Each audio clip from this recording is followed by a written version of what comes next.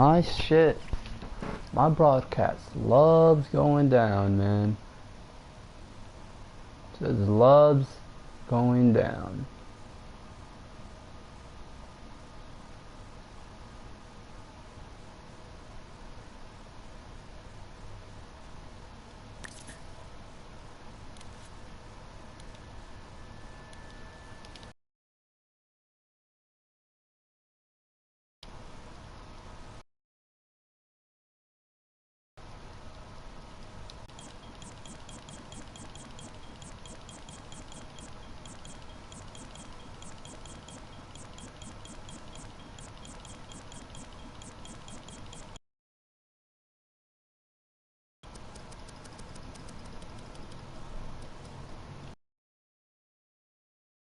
Okay.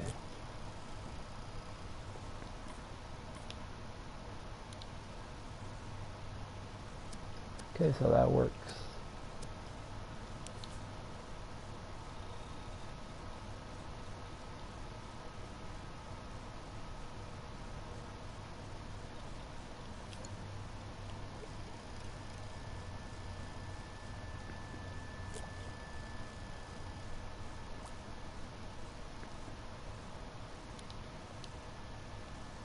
Oh my friggin' god, bro. What is wrong with my fucking internet?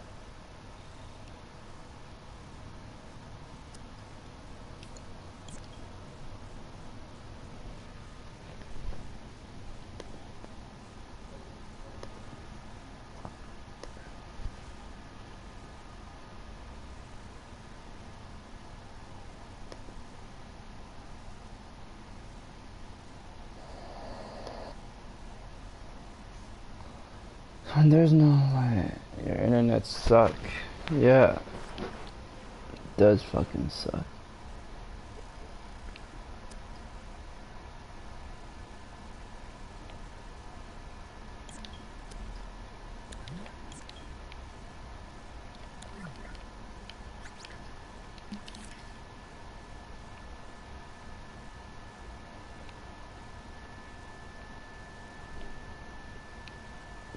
Pain. My internet is straight shit, bro. I pay like $170 for this bullshit. I'm about to start complaining. Like, seriously. It's bullcrap. I gotta pay that much for this shitty ass internet.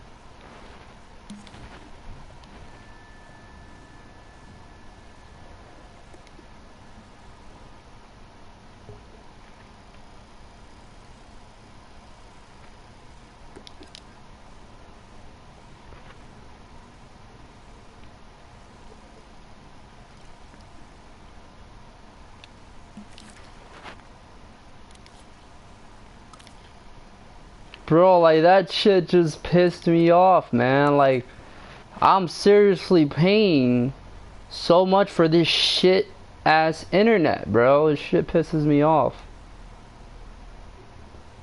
This internet's complete ass.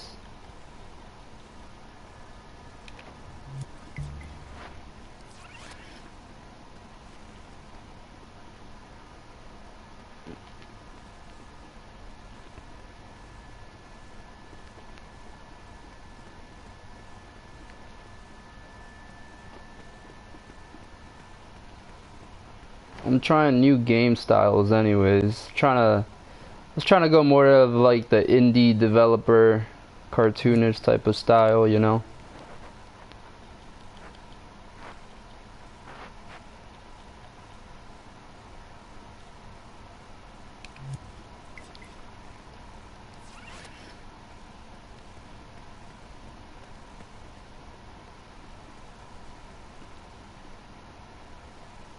I like it.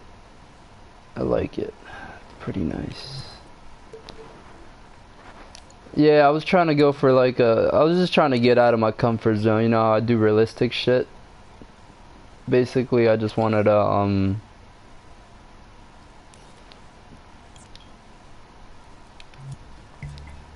I basically just wanted to try like some indie type of graphics.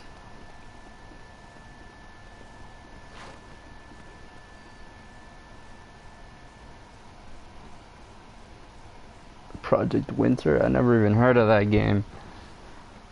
I made this grass though. I really like it. I feel like this is the only way to get like the indie type of grass, cause the paint stroke grass is complete shit. I'll tell you that. Like I'll literally show you the difference. The paint stroke grass is garbage, man. And it freaking slows down the game. And then on top of that, the actual grass with sculpt is so ugly and it looks terrible.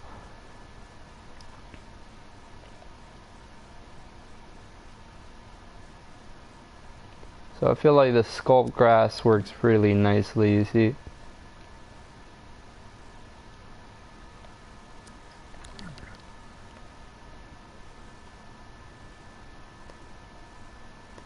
Project Winter, is that an actual game? Let me see. I don't think I've seen that. Project Winter. Project Winter.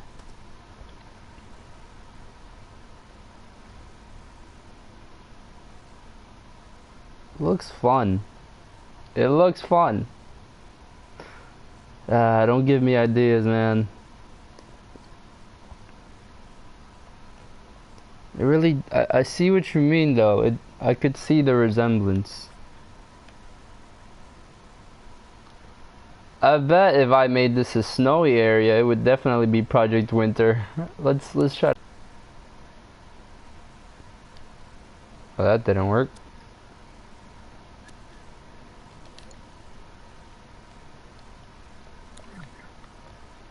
Yeah, it did. Alright, let's just... Oh, crap. Let's just... color everything white. I want to see what it looks like. White.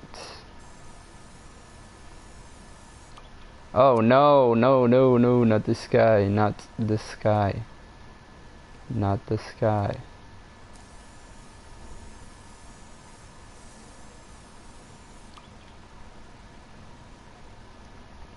I really like the design of this though. It's like a really nice calm design.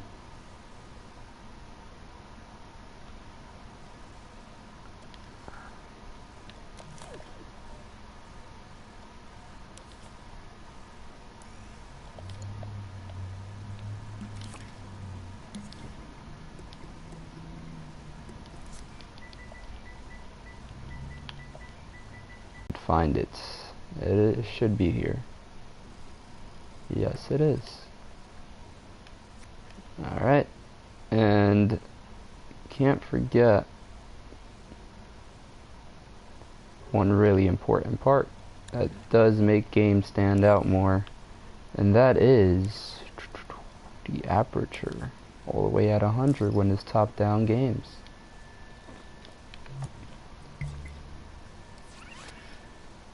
Ooh, that's really freaking nice. Oh my god. I really like how that looks, yo.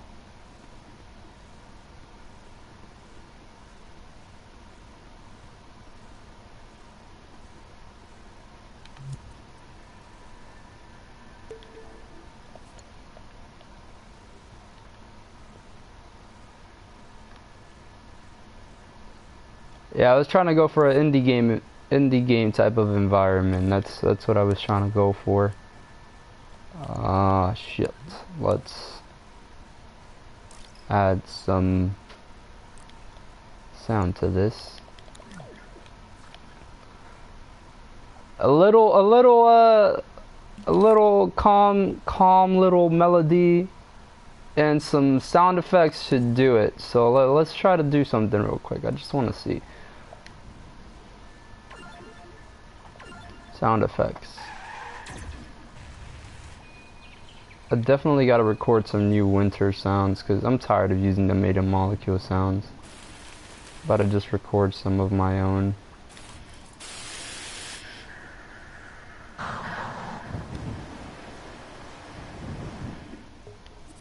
So this could be really low. Alright, that'll work.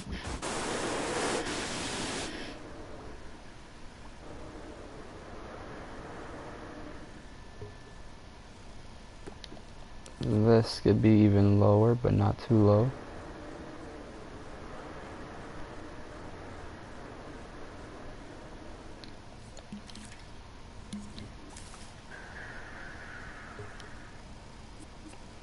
This could be pretty low.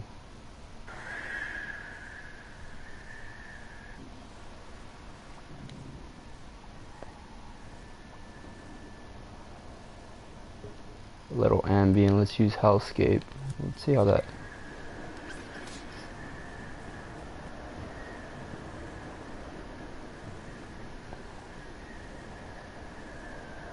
Oh my god, this makes me want to make a game, but I can't, man. I gotta focus on my horror game. This makes me want to make a little top-down survival game.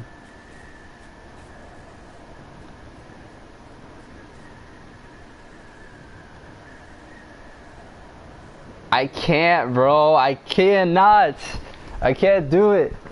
It's gonna take time away from my horror game.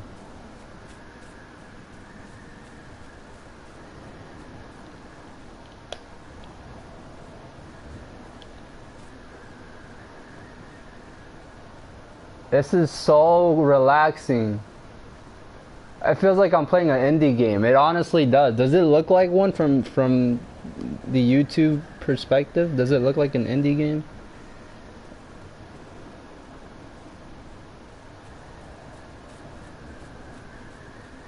This is really nice. It's so relaxing. I love games like this, dude. Like these relaxing type of games where you just like, it's calm. Dude.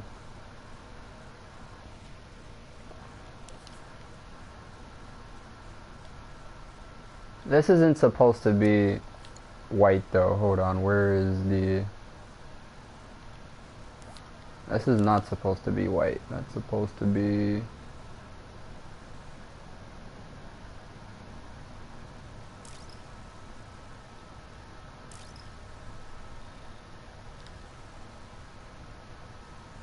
like bluish type.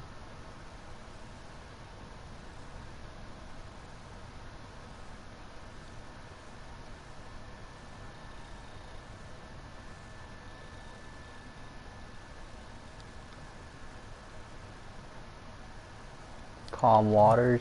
Ugh.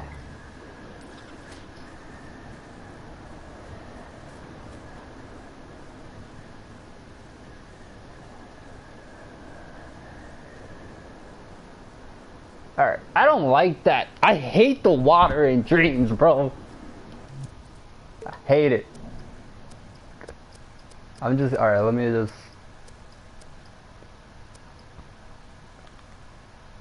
What do you mean, damn? That was terrible. I'm gonna try something else. I'm gonna try my water method instead. And make a really huge water plate. Whoops.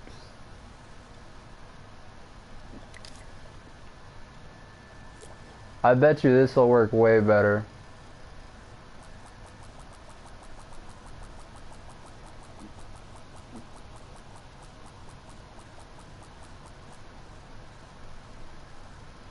River of Blood, that's not very indie. That is not indie. Indie games are calm. Can I merge these two? Please tell me I can merge them. Okay, looks like I can. That means I can make a pretty good big little river water plate or whatever using the paint. So let's... Can I merge another one? Hopefully. 1, 2, 3. No! Oh wait. No, hold on. Merge paintings. Okay, that worked. Perfect. Let's see how this crap looks with my water instead of the fucking Dreams looking ass water. Fuck.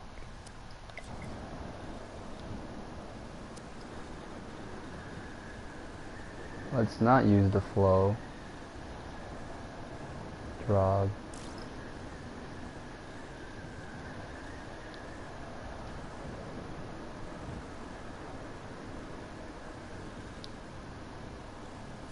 Object deleted. Too far from origin. What freaking object, bro?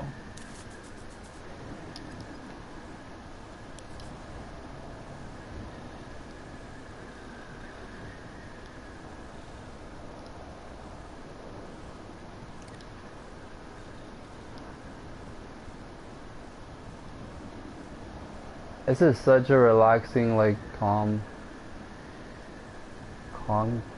environment. I really love games like this.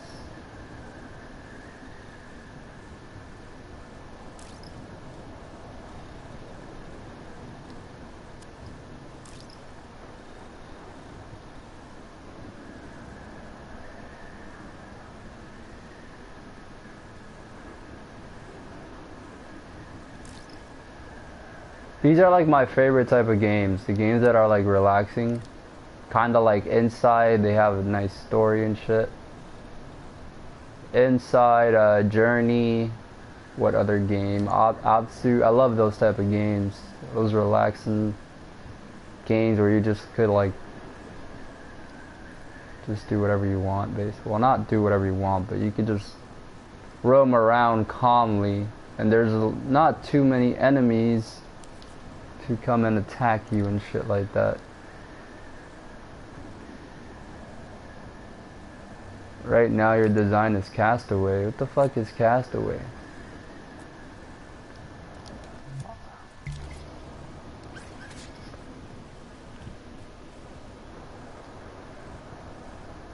That definitely is better water than whatever the hell I had on whatever freaking Dreams water is.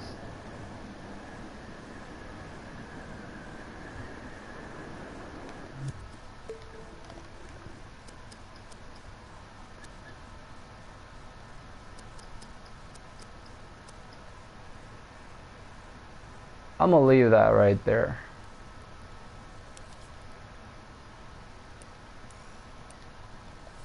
How does this look? Without the snow, obviously. Just want to see how this...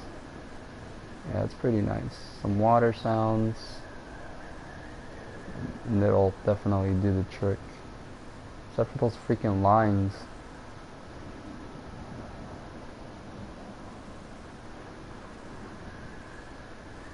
Wait, why don't I just do the old-fashioned way where I just get one fleck?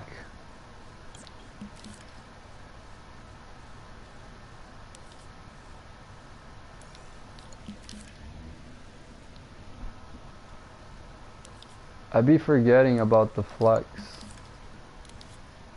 The one fleck trick. Well, it's not really a trick, but I'd be forgetting about how you can like use one fleck.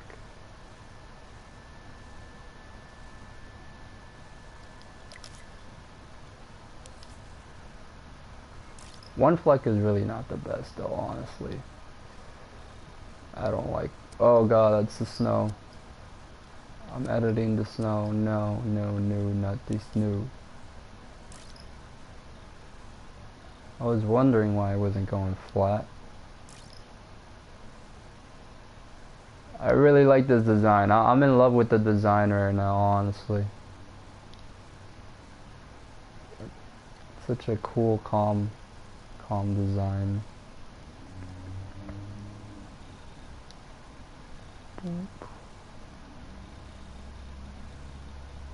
Wow, I definitely got it. I know exactly how I could make this look how I want it to look in terms of the water.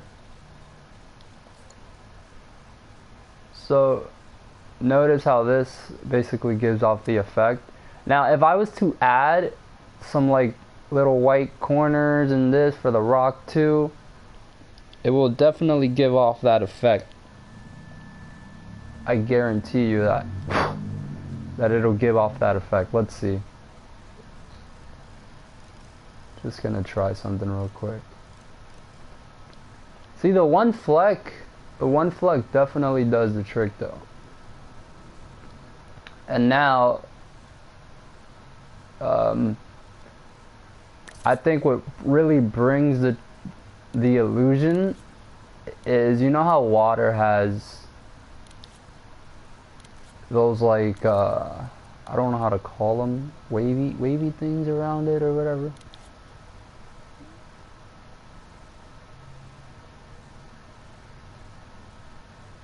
What the freak is it floating on, bro?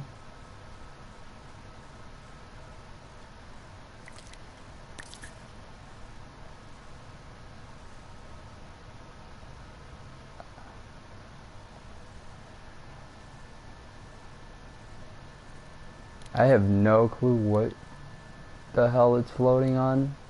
It's probably the snow.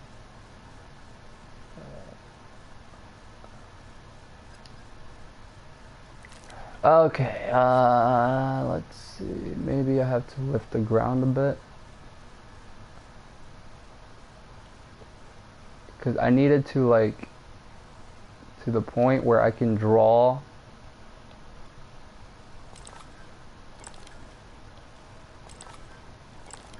Alright, that's not gonna work. Shallow tides. That's what it's called. Hold on, I think I'm gonna have to make the snow invisible because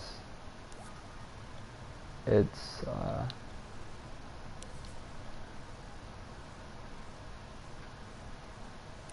turn off.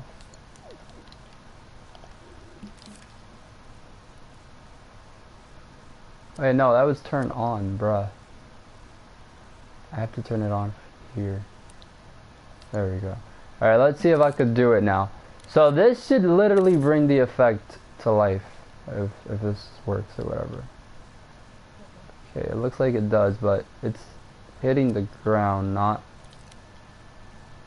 the paint. I don't think you can surface snap onto paint, to be honest.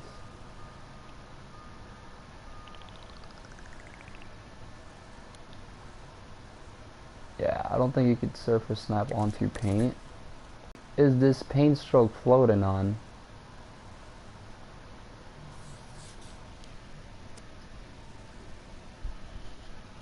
Hold on, guys.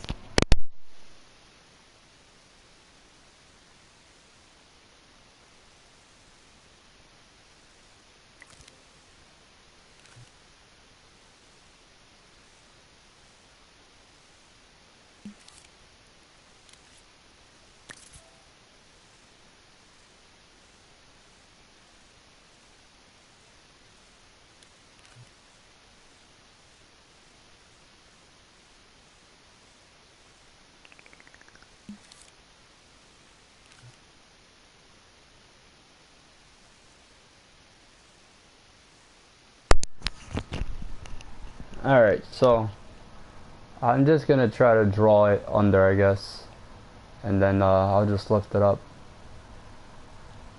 But basically, these things over here should bring it more to life.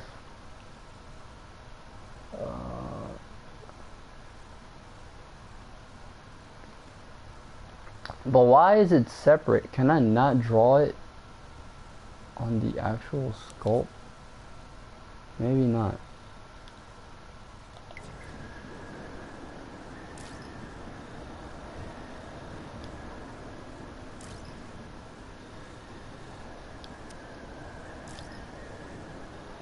And that's not even drawn very nicely. But you get what I mean, right?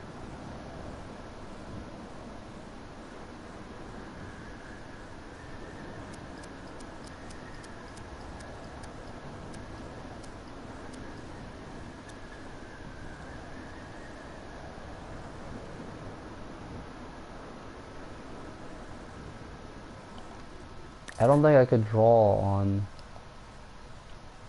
That's really dumb. I don't know why it's floating. Put a cubed in surface snap paint. Yeah, I know. I was just trying to do the easy method. Without doing that.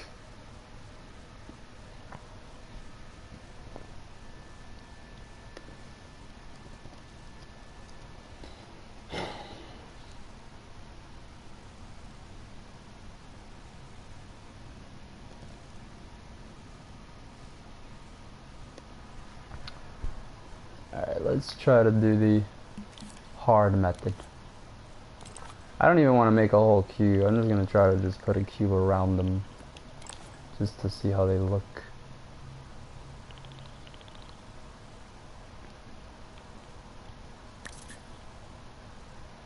Alright, now it's actually on the... Wait, what the fuck? Alright, so looks like the paint is acting up or something, so I can't really do it on the paint stroke itself. Probably gonna have to do separate paint strokes. Yep, that's what I'm gonna have to do, separate.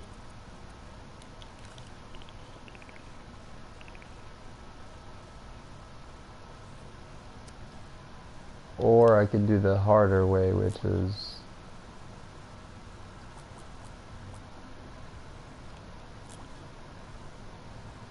more accurate though.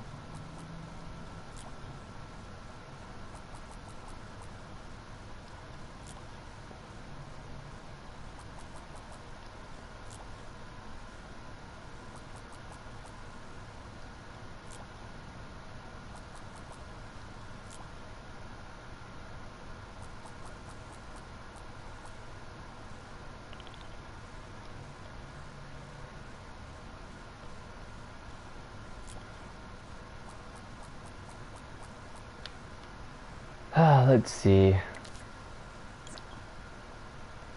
how this looks. That already looks way better, even without it moving or whatever. First of all, let's give this a little bit of movement, even though you can't really move the water too much since it's one fleck. So if I were to do this,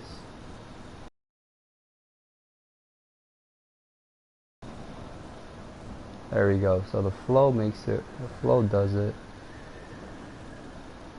So no, it's not supposed to be wavy.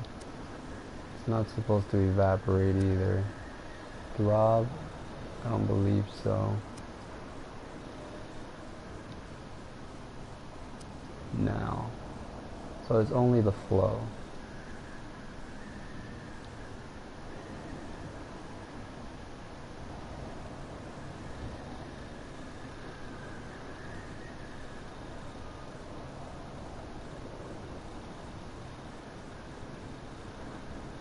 Yeah, that does it though. Definitely does do it. You could see the huge difference as soon as I do that.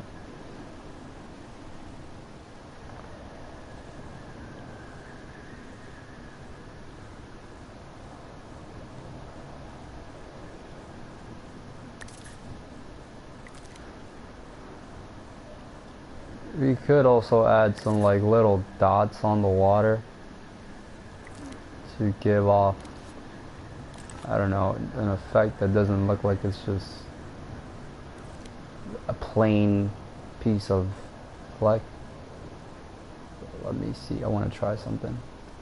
I don't think I have to draw too many dots.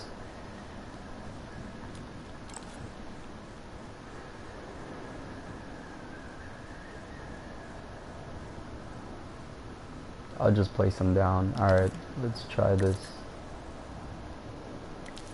Let me make it black so I can see what I'm doing.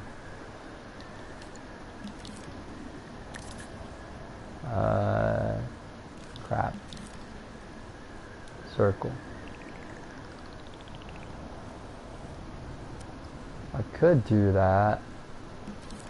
I feel like that would be way more work. Or not, maybe.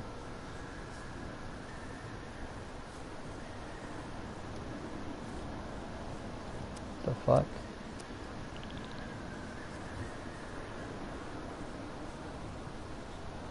This is just to give the water more effect, basically. I want to just see if this does anything, like makes it look better or something. So you guys could give me your opinion too.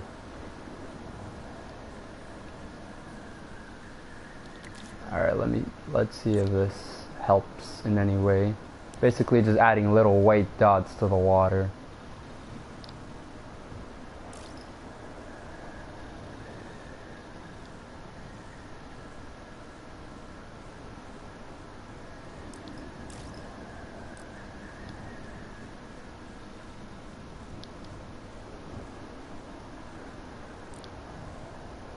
I hate how they float. That's so stupid, man.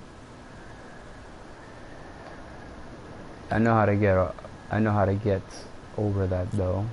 Just paste these and merge them. That stops the floating and makes them flat. Yeah. Ooh.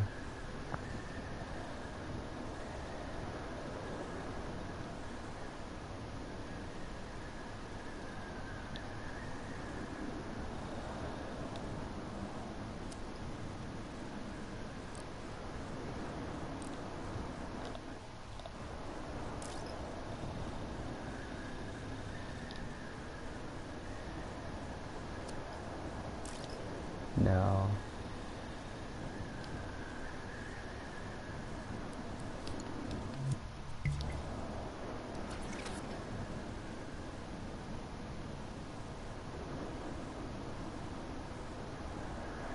Definitely does a better water effect.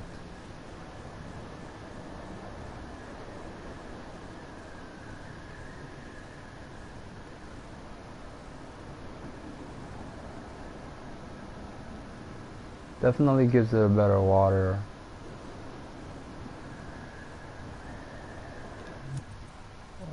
style or whatever the hell you want to call it. What if it was blue though, not white? Oh crap.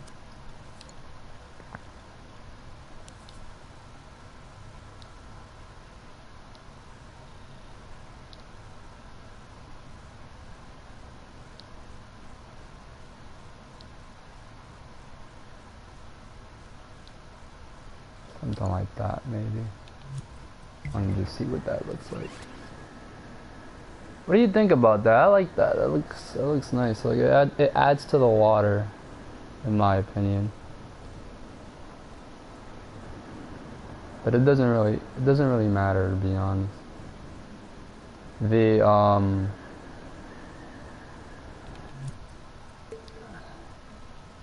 But the fogginess thing I don't like though. So I don't think I'm gonna.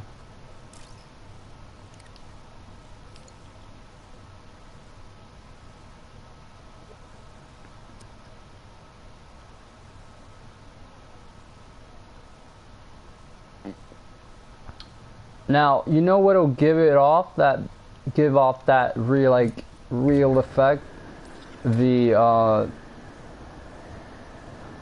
Probably some of that white stuff around the player, or some splashes. Some splashes will probably give off the effect that you're in water. Definitely some splashes. I think that's what's missing.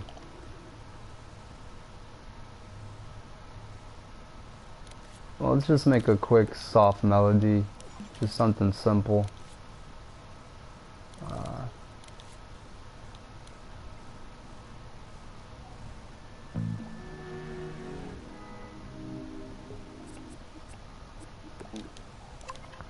I'm literally just gonna choose a random key and then go by the major and just choose and just like make some random soft melody. So, what key is this? E4. That'll work.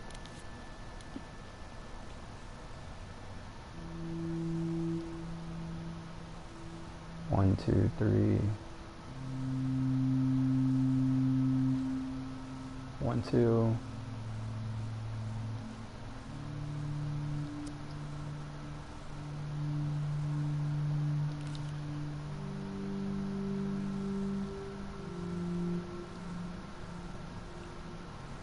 One, two, three. 1, 2.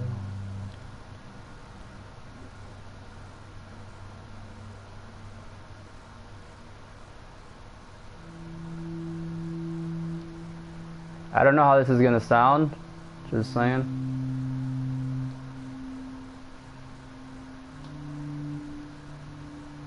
It might sound good in the minors.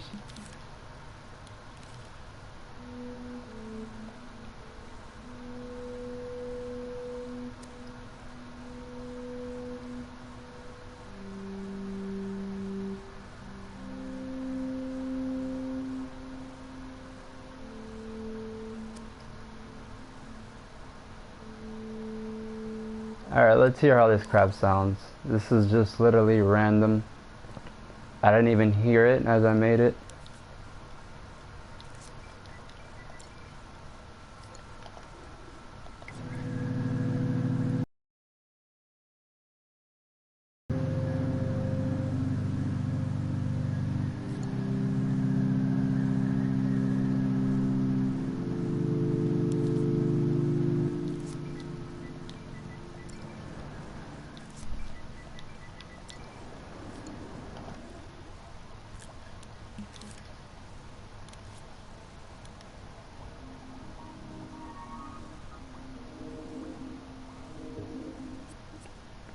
Little bit of that.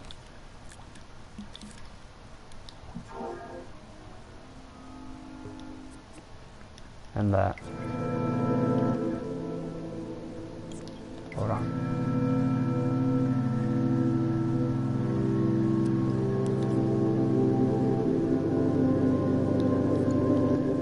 That'll work. So we're just gonna lower that.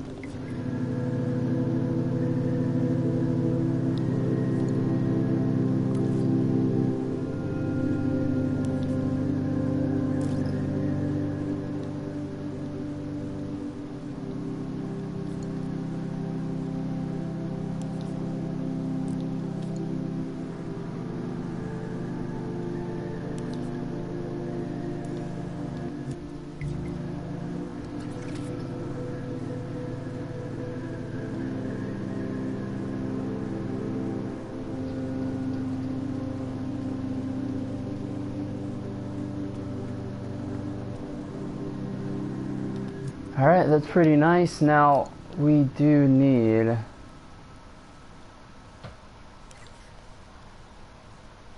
sound effects, land, jump, sound effects.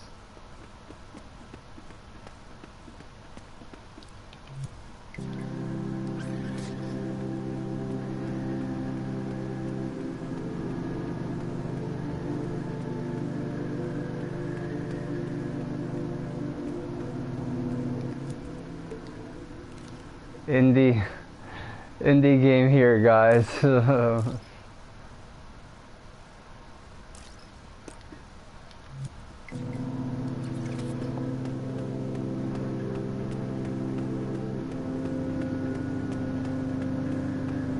now we got the nice.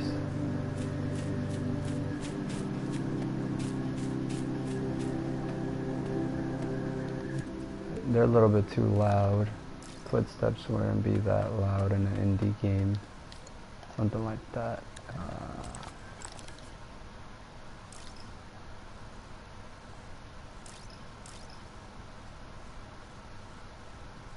Grass. And here we can have it set to liquid. Oh crap.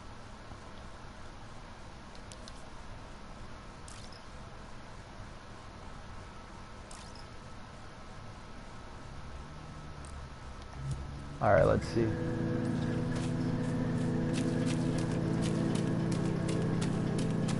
Oh yeah. This'll do it. And then some splashes. Oh yeah.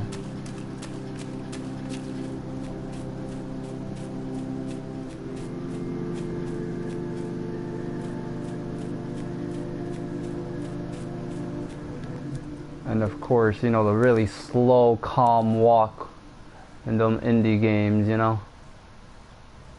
So it's like 4.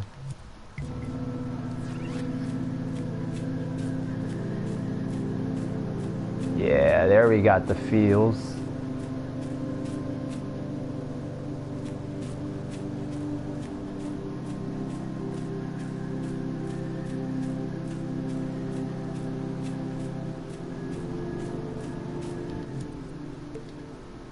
And a little back turning on the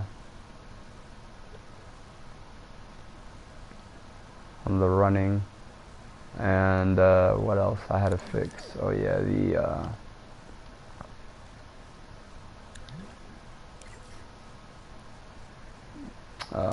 the walk speed. So let's set that to about 0.2, 0.2, and that smoothens the walking in and walking out, making it look more natural.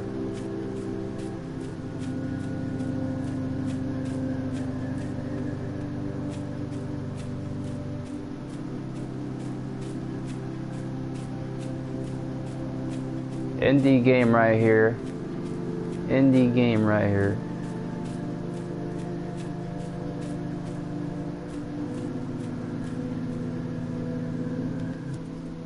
Alright, and we want an instant stop, not that weird ass stop that was going on there. Bring that up.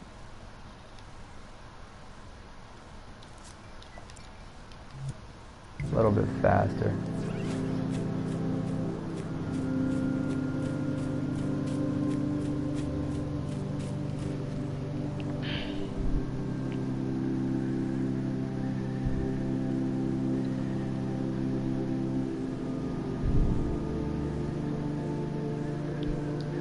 I'm gonna mute my mic for like. Thanks for calling CVS Pharmacy. I'm gonna mute my mic for a If you few. are calling about the COVID-19 vaccine or testing.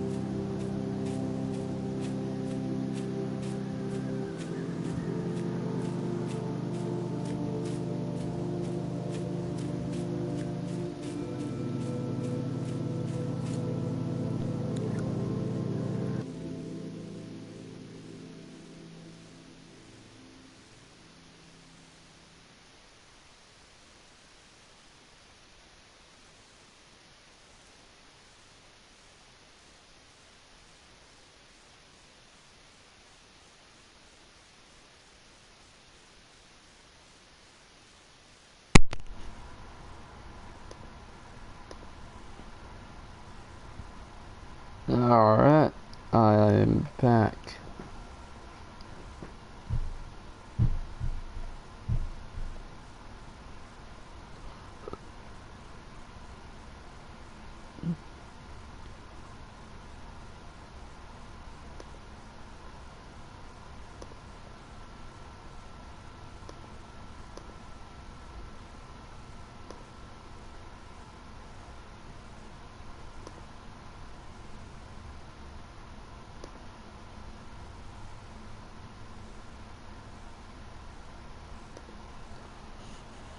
Alright, can you hear me? Yeah, I really like this, and it really makes me want to make an indie looking type of game. And Dreams is, honestly, I feel like Dreams is the tool for indie developers. Honestly, like if you want to make a game, Dreams, I feel like Dream games are more of indie type. You know what I understand? Like, you know what I mean? I feel like Dreams is not meant for realistic games or any of that texturing stuff that I do. and stuff that people do. I feel like it's more of an indie game type of stuff. Like, it's really easy to make indie games or and stuff like that. You get what I mean, right?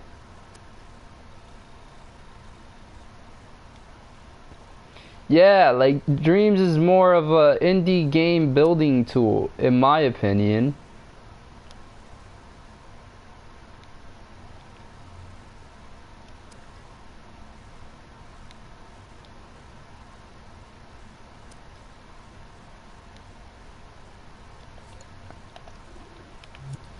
Like, it, everything matches the indie game style. So like the trees, for example, the trees, for example, the grass you can make.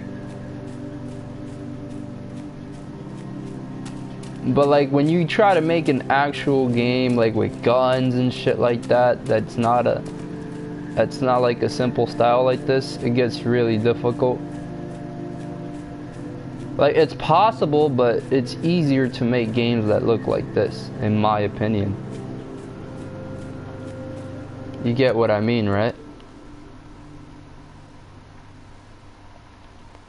Like if I were to make this game, I could make the environment super simple because it's simple stuff. There's nothing major on the environment. And then in terms of gameplay, I would just have to think of what type of gameplay I want, type of mechanics, inventory, etc. If I was to make something like this, but I don't know. Probably if I'm pretty sure people would love a game like this, where you could survive and build.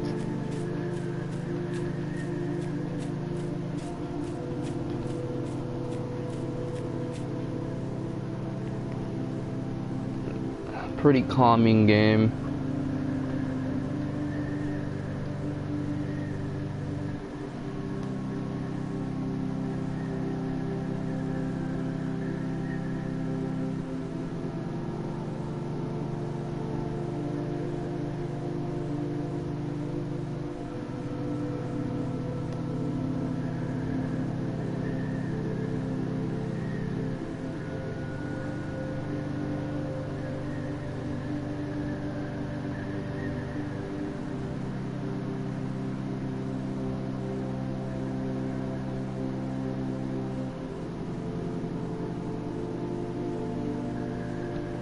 Hey, CG Cody, grenade throw.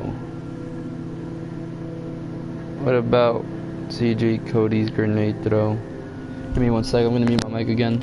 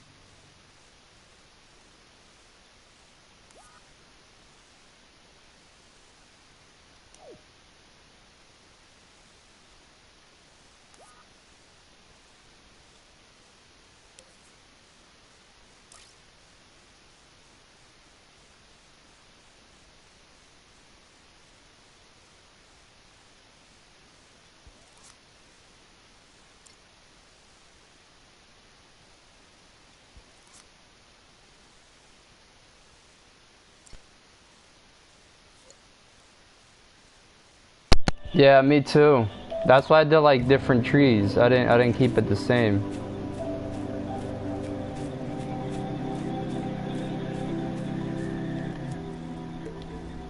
You know what would be cool? I feel like adding a little blue tint, like very, very subtle, would be really nice. Get A a really free nice touch. COVID-19 vaccine at a CVS near you. Walk-ins are welcome or schedule an appointment at cvs.com. Walk-in vaccination subject to availability.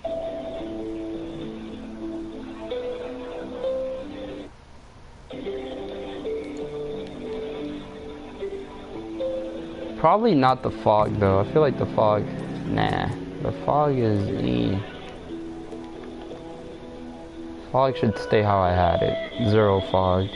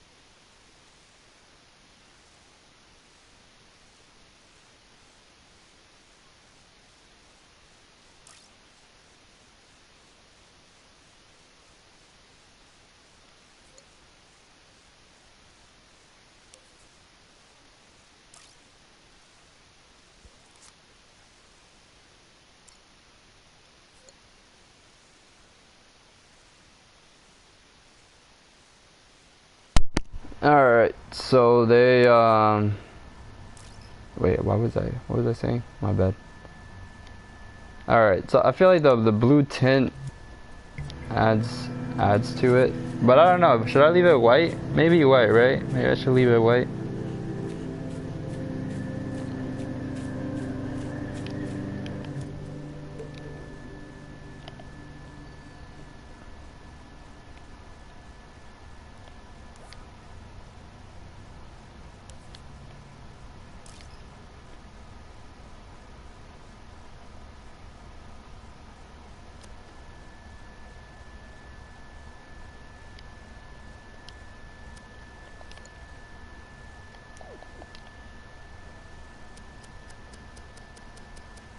Really? You think the blue's better?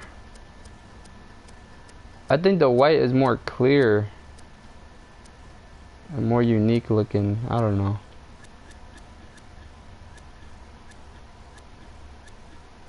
Whoops.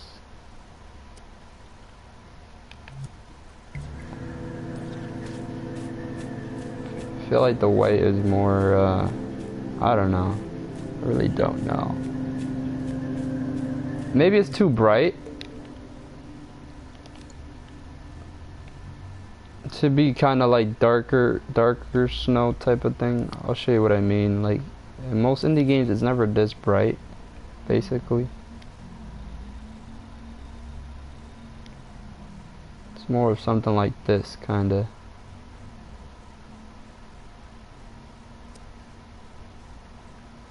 Or the sun is a little too bright for me.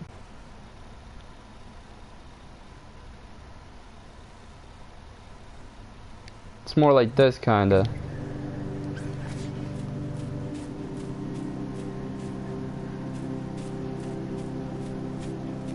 Or you like the brighter one better?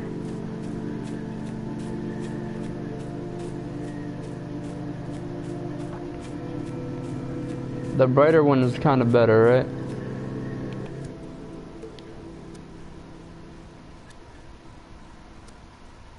Yeah, the brighter one is definitely better.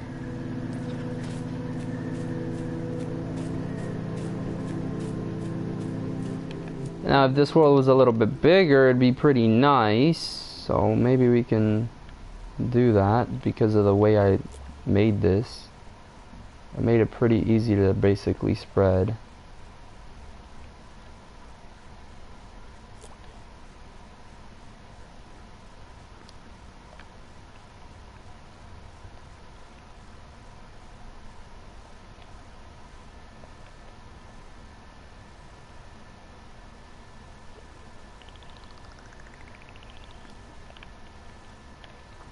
The trees really add to it though. Like when you add the trees, it really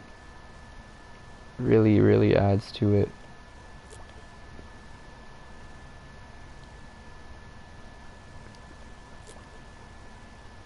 See, it would be really easy to build this environment. The gameplay goes up though, of course, but you don't have to make too many of them. You can make them bigger and smaller.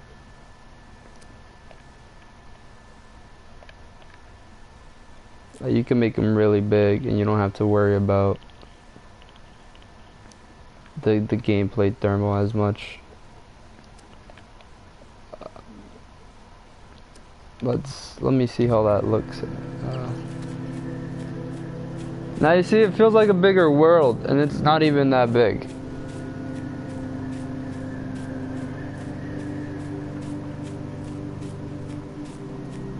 I can't make it this big. It starts looking all weird and shit. Well, I can, but I can't do these grass things that big. I gotta change them up.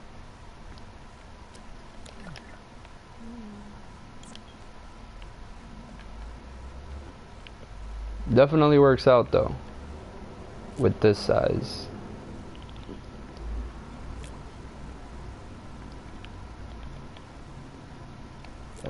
Gameplay thermal could definitely be handled. Look at that, it's a pretty simple little world, and a little bit of different trees and stuff should do it. I wish it was procedural, but making procedural generation is not easy.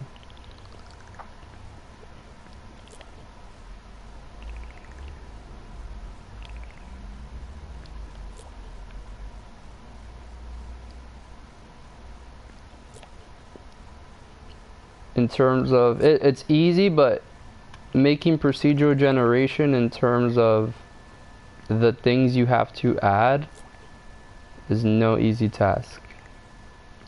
And what I mean by that is you have to like limit how many objects are spawned so there's no repetition, and a few other things that just, yeah.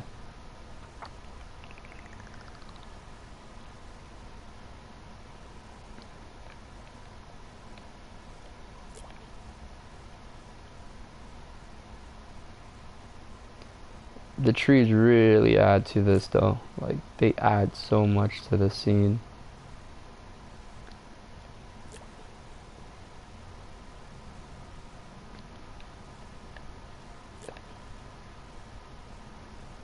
Indie games are a simple style basically. They're basically an art style where you don't have to do any texturing and shit like that. And if you do texturing, it's very minimal texturing. I mean, it is minimalistic, so I like this a lot. It's so damn nice.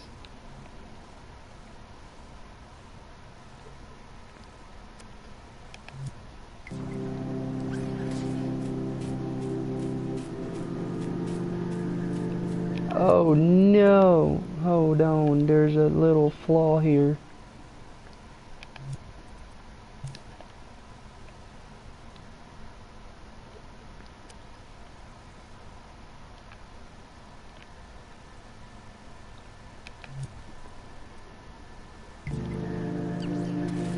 I love the shadow.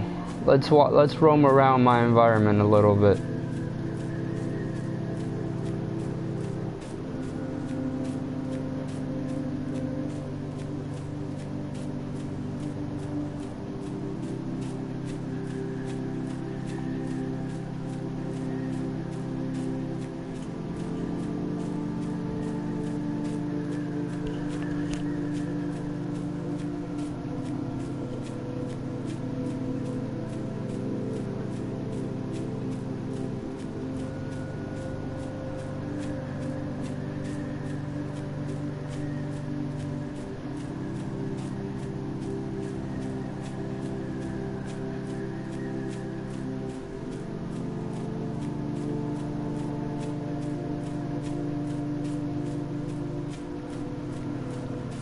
You want me to, don't you?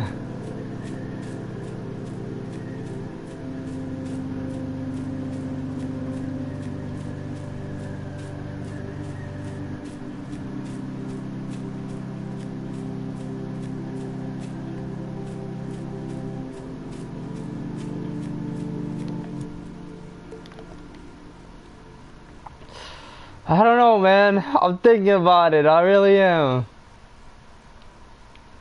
I'm thinking about it. But I could honestly though, if I were to make this a real game, I could finish this faster than I could finish my horror game. I'll tell you that right now. This, I'd finish it faster than I could finish my horror game.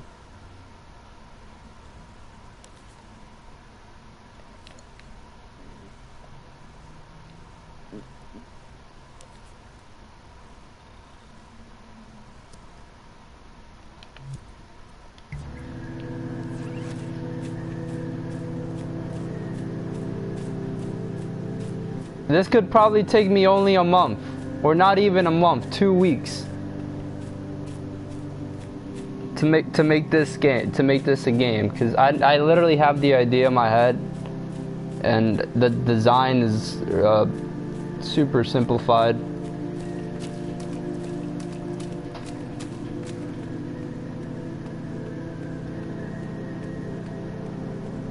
I don't know why it's so relaxing to run around this environment,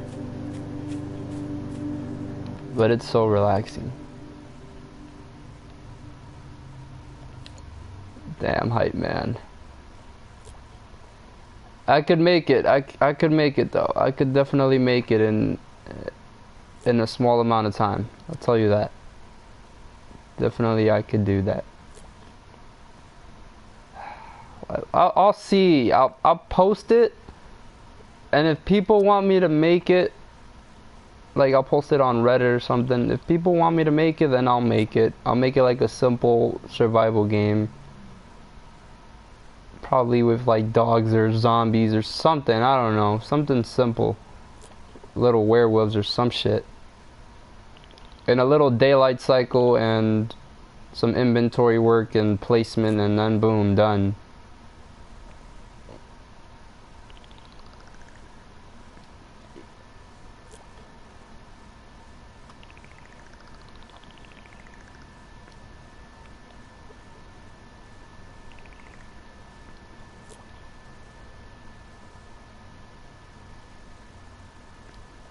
Wow, I just figured out that I could literally use the trees as like little ground bushes and shit. And these trees themselves could literally be the things you loot and stuff. But yeah, just like, you know, some little pebbles that spawn back and shit. I literally have the idea in my head. I'm gonna see if people want me to go forth and do it.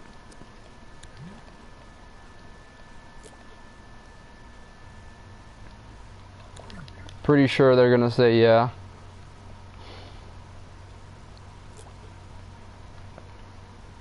I think I definitely found my style though, like indie style. I think that's my style, not realism. I've been having a lot of trouble with the realism style in terms of coming up with ideas and stuff and making assets and shit.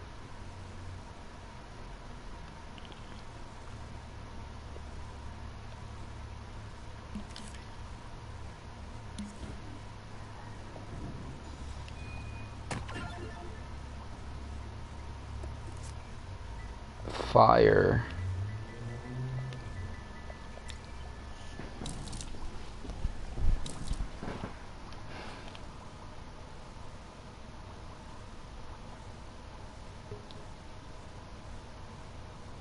Oh look, a nice little indie campfire.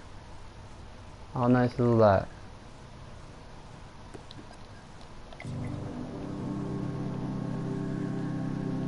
Has no sound.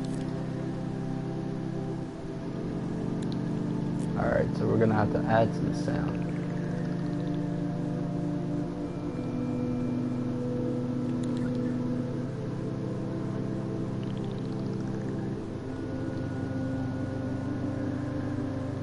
And for the first time, I'm using community assets to make this.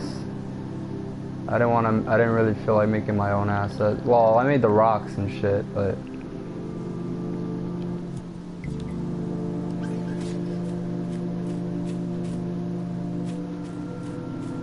the rocks and the grass is basically, and the flowers, of course. Okay, where's the campfire? This feels like a big map. I really like the scale, even though it's really not big. Where's the campfire?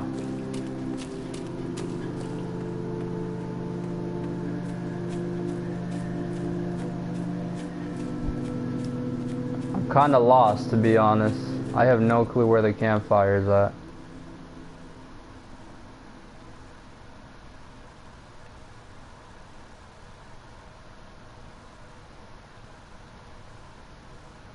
Where the hell did I put the campfire, bro? Yo, this world looks beautiful. Such a simple design, and it looks beautiful. Where is the world? I mean, not the world, the campfire. Oh, here it is. Where am I? Can I make it over there? I don't think I can. Let's see if I don't get lost. I don't know which way that is. I'm guessing it's this way.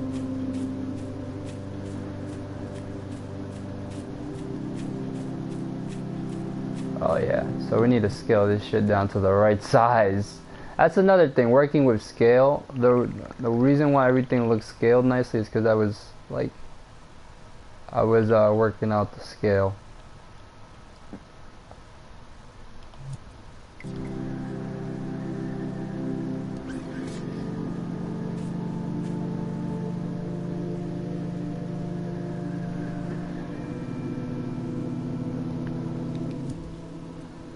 Yeah, we're just missing something. I know what we're missing though. We're missing this. We need this. Where the heck is it? Where am I going? Oh, I'm in the music settings.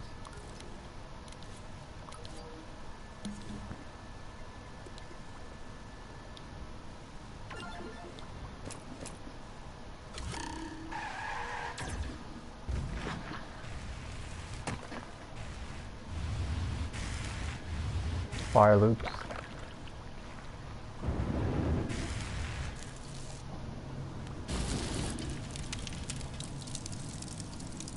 Here we go. This is what we're missing. So we're missing this.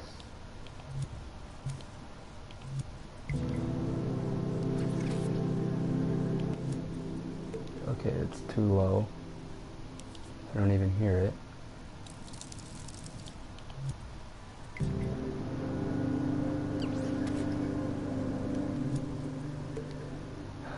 Okay.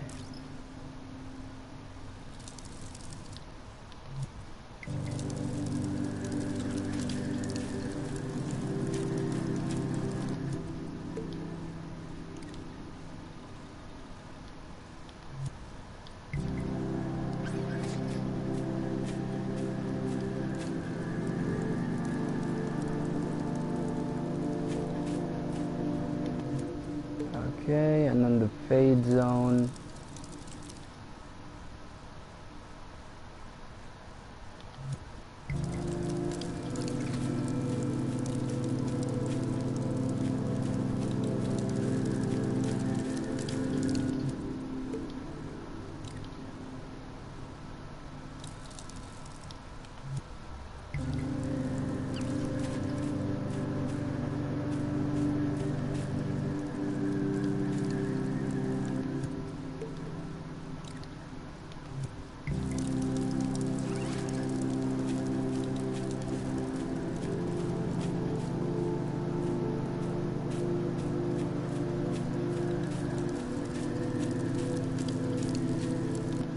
Alright, so fade zone might be a little bit too.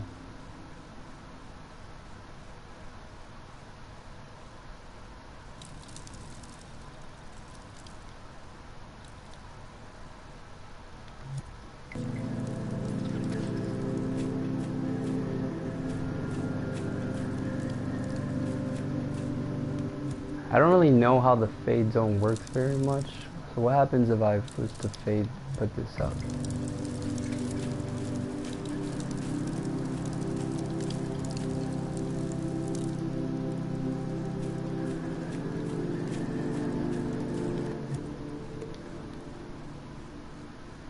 Okay, where's the fire at? Okay, so it's a little too high right now.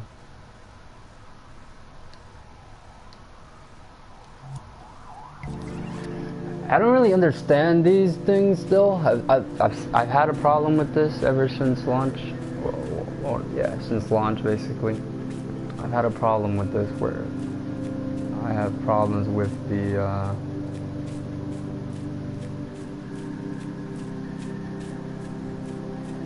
oh no, these get really big. I'm gonna have to change things up. Those are really big compared to these. Okay, where's the fire though? I don't know where it's at. I keep getting lost.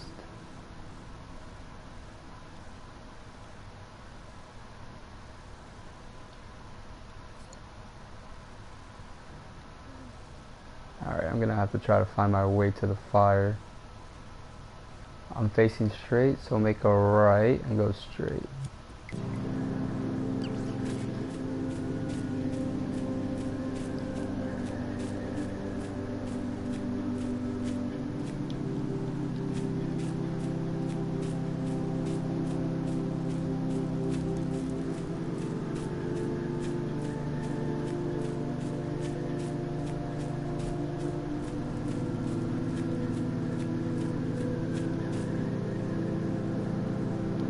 I don't hear it.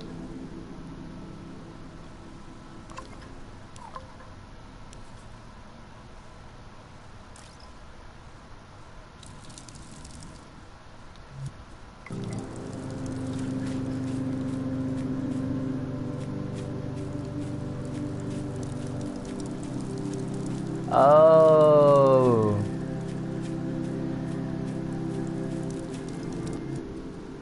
Okay.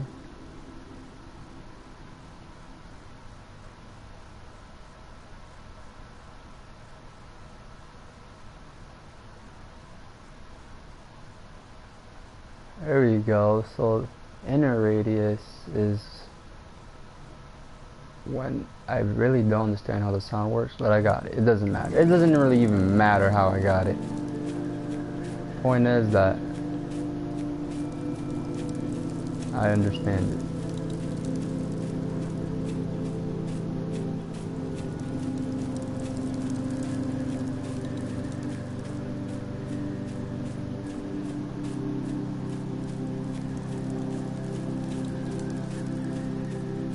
Alright, perfect. Well, that's good. This grass is way too big though. I'm gonna have to see about the grass size.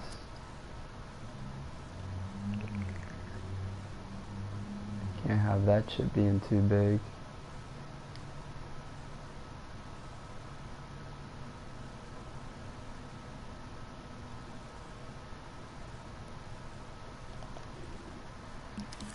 Need some fire detection mechanics. Yes. And we need an inventory.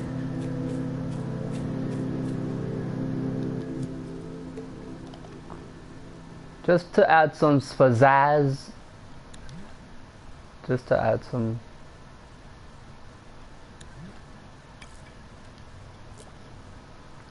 Just to add to the game. I want to try something. I wanted to see how this looks. Okay, let's add a camera tracker.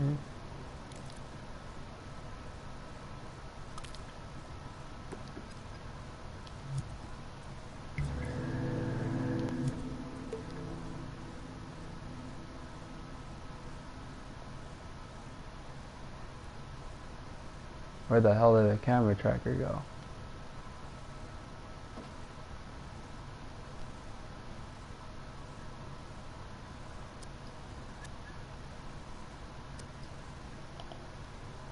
Okay. Oh. Okay, I got it.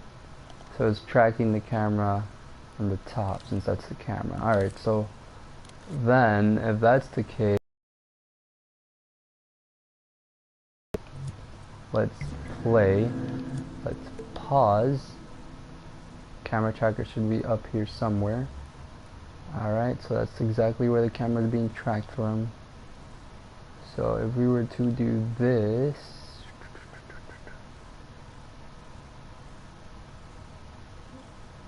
add to group, look through camera, and now we adjust this how we would want it to be.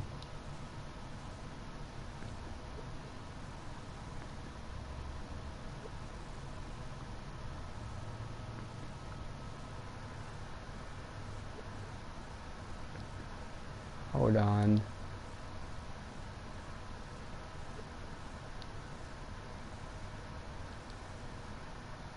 Would it be flat?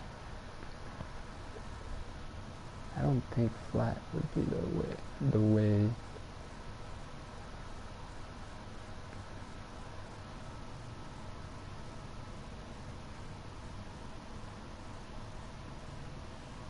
No, it would be like this.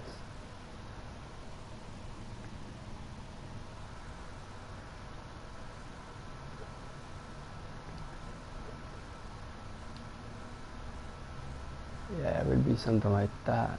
And then it has to be a certain angle to look right, I believe. Can't be straight. Nah, can't be straight. Probably flat. No, flat.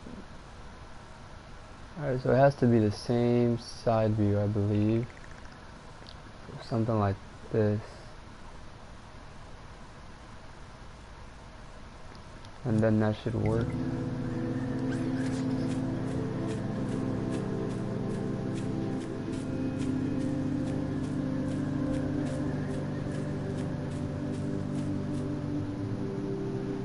Yeah.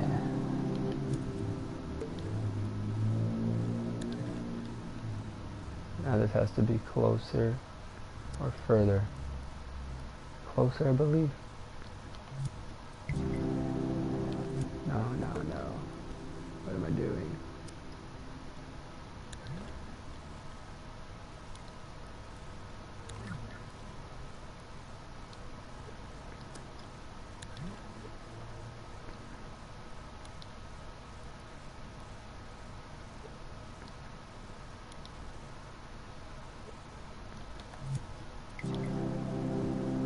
Okay, it might be further, not closer. Probably further. Like something like this.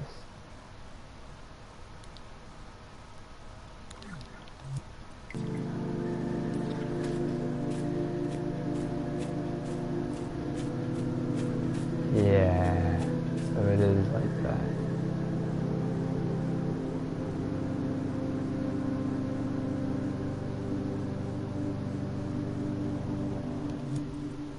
Since the player's looking that way, it would be kind of like on the ground, kind of.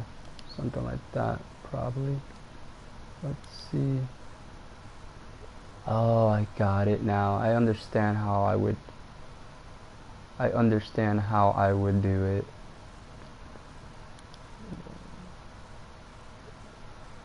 Whoops.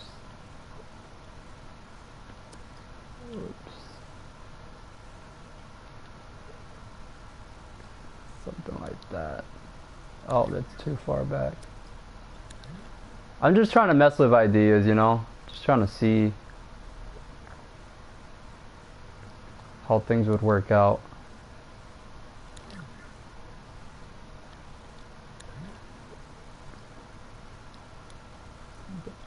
Still too far back. There we go. Okay, I got it. And then it could be a decent size.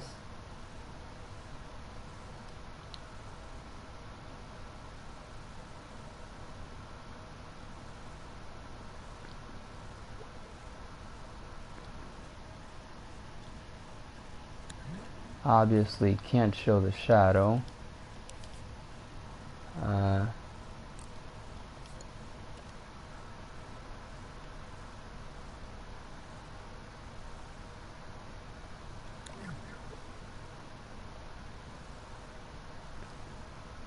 Yeah, I'm just messing with ideas, trying to see what stuff looks cool and shit.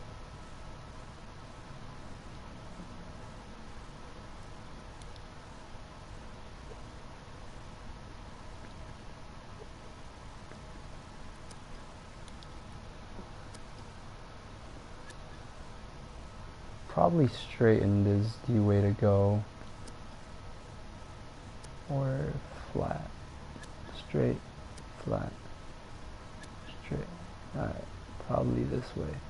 And then that should work out. Yeah, so that does work out. That's one way. Pretty damn difficult to place though, but that is one way.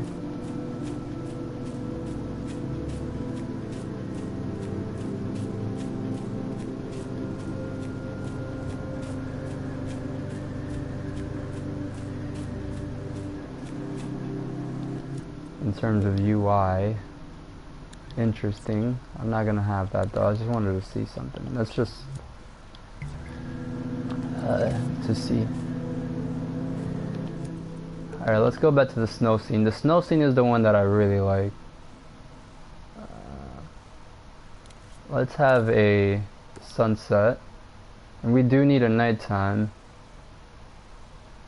Nighttime is hard as shit, man. I don't know how I'm gonna do the nighttime. I'm gonna do the nighttime right now, actually. Probably get it on my first try.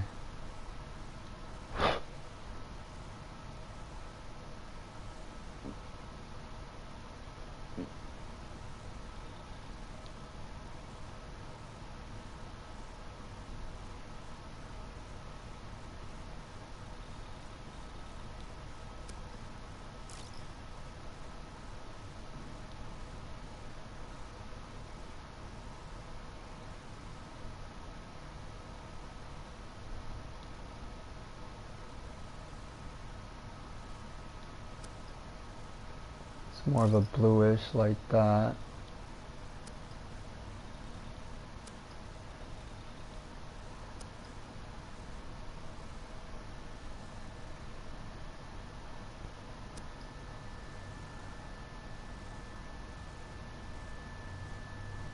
Something like that should do it. And then the nighttime, since like indie games, their nighttime is it's like bluish type.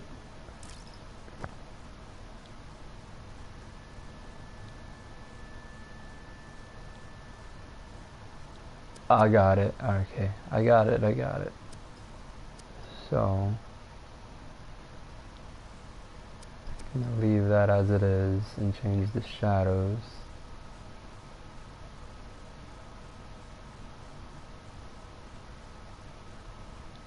Something like that should do it.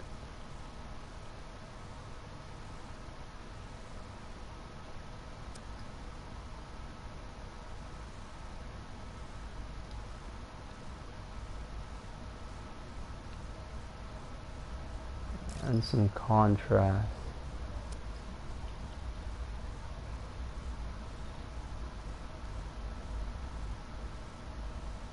No contrast actually.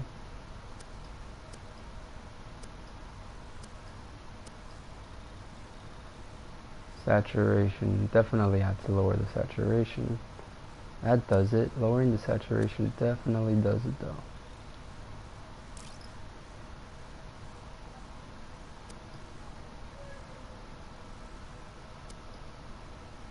Interesting.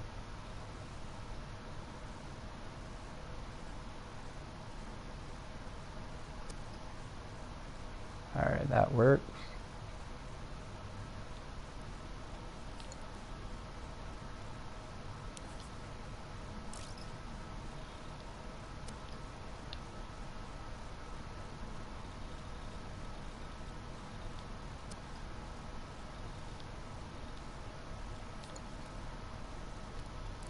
And some lowering here, probably, or brightening it up. No, lowering.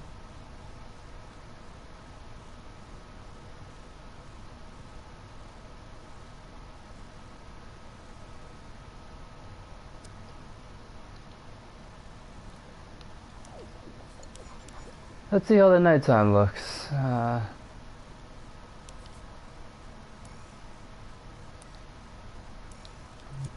Might not look too good.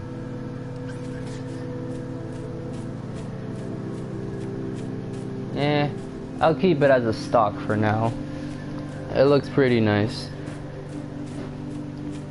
Maybe the blue is a little bit too subtle though. I mean, too heavy. The blue needs to be a little bit lighter.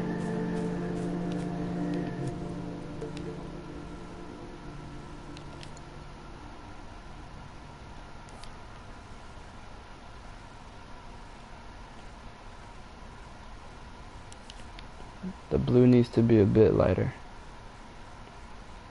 Just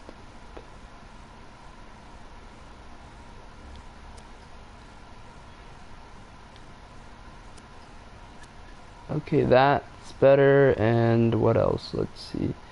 The actual blue needs to be, the actual blue shadows need to be a little bit lighter. They're too saturated.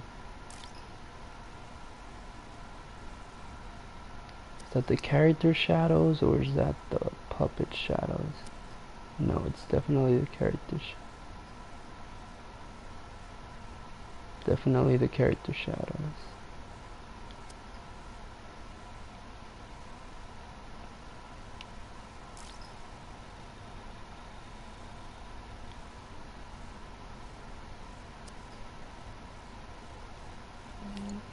Sun might have to be a little bit less. Like I said, nighttime is super freaking hard, dude. I've always had a problem making nighttime. It's one of the hardest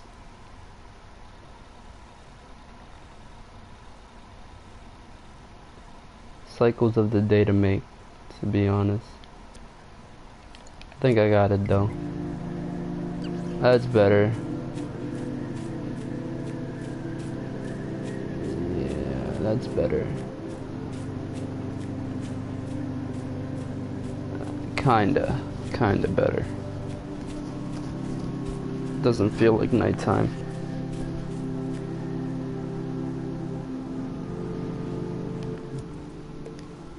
I feel like the other one was better. Yeah, definitely better. Yeah, I'm gonna leave it as it is. Yeah, that's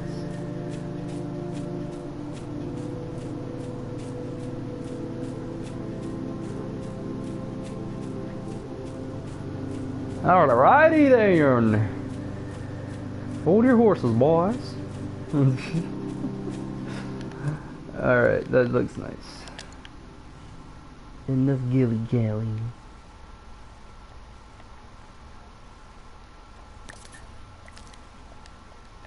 And then sunset.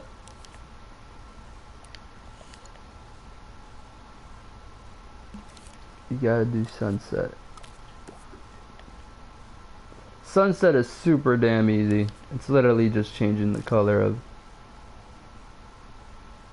a few things.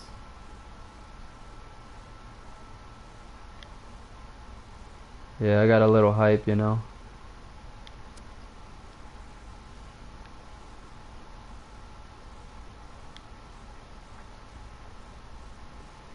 You know what I'm saying? Should that be sunset? Or that?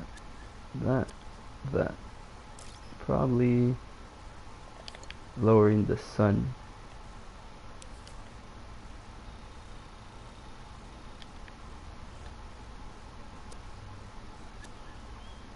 Sunset, yeah.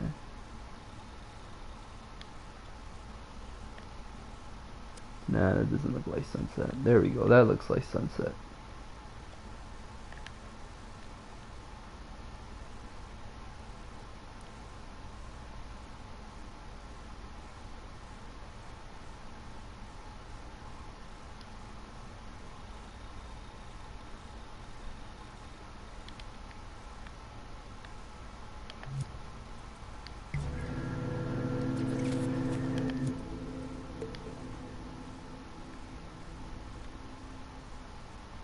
Yeah, man, this hype Like I said, I'm gonna post. I'm gonna post it. If people want me to make it, I'll make it. Just gotta get enough support for it. No, because I don't want to make a freaking game, even though it takes me a month or two, and then freaking no one plays it, or it's not even fucking noticed. Like I made this Minecraft ripoff type of shit. It was like HD Minecraft, and bro, that shit's not even known by the community, man. And then when I show it to people, they're like, yo, holy shit.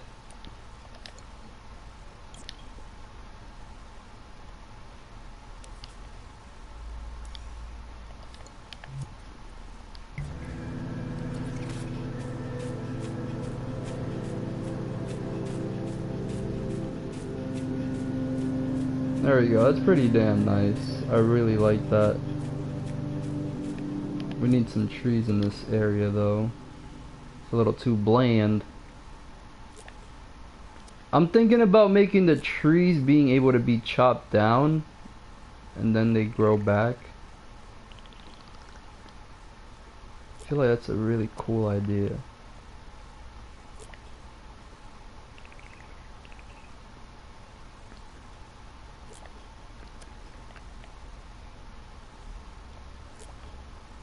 Making the trees be able to be chopped down and collect the wood.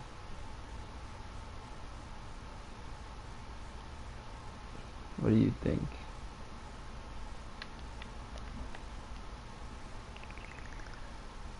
The only hard part about this, if I were to do this game, would be the building. The building would be difficult because I've done some snap logic, and till this day it's not perfect. It's semi-perfect, but till this day it's still not perfect. I've tried to perfect it.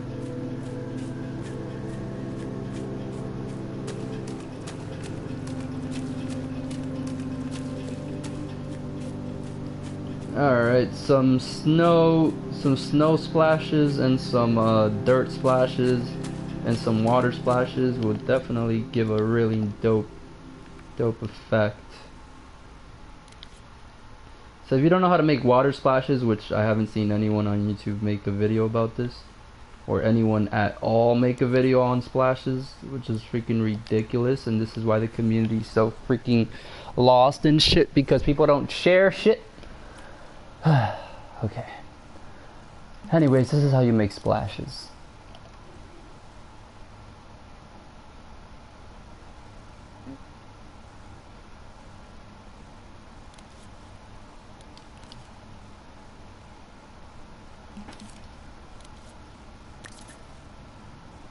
So what you're gonna want to do is you're gonna want to get the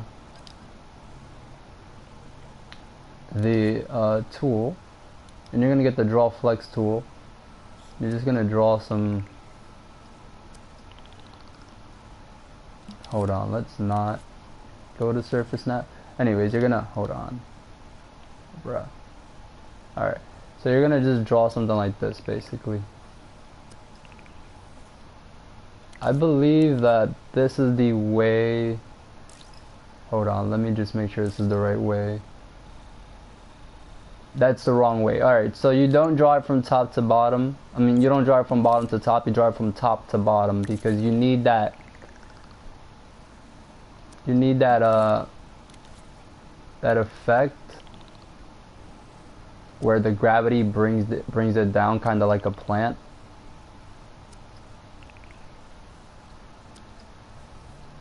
Oh my God, Lord.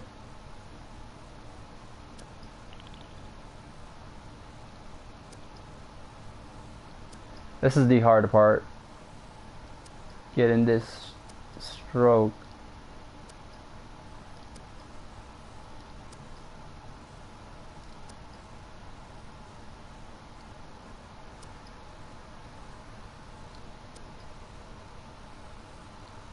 There we go, and then you gotta do another one.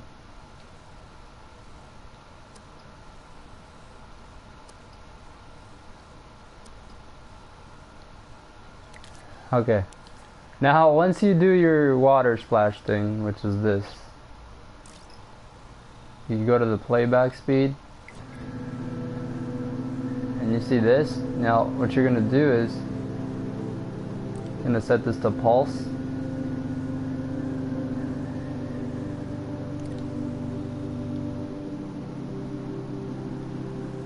Like that. In reverse. You're gonna set the trail length.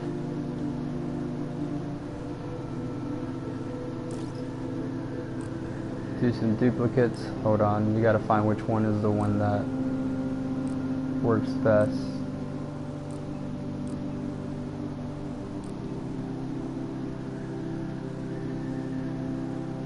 Oh, hold on, I did the opposite.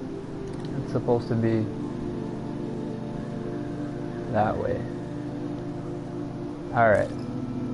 So, like I said, you're gonna find the one that works best. The one that works best is literally this one right here, the around cylinder.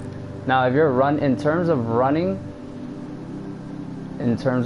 I'd use this one, around hemisphere. You could use the scale, you don't really have to. You don't want too many of those though, but like leave it at like 20, for example.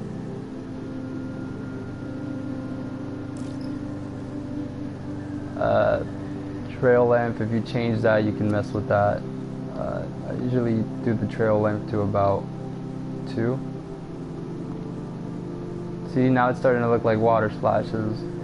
Time offset, that's up to you. I usually do about 20.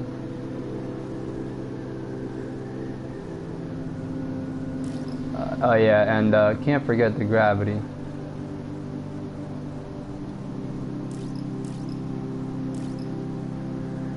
Now if you want to see what it all looks like, I'll show you basically. This is what it looks like. You need to fix the gravity though. You want it to go down like an actual water splash, as you can see. And then speed it up a bit. You want it to go really fast, not that fast.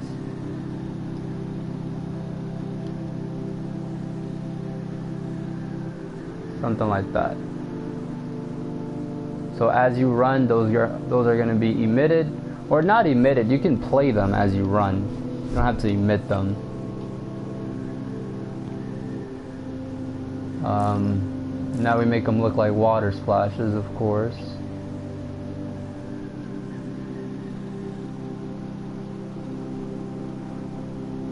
Opacity.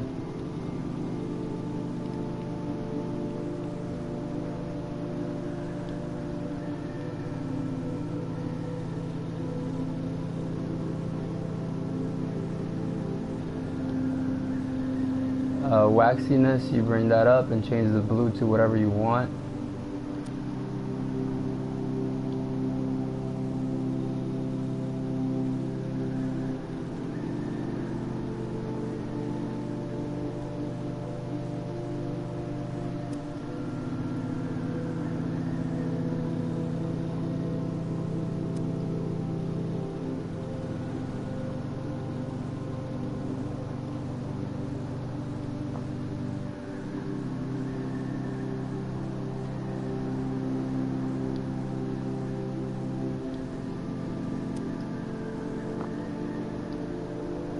It's up to you which you want to change the blue to.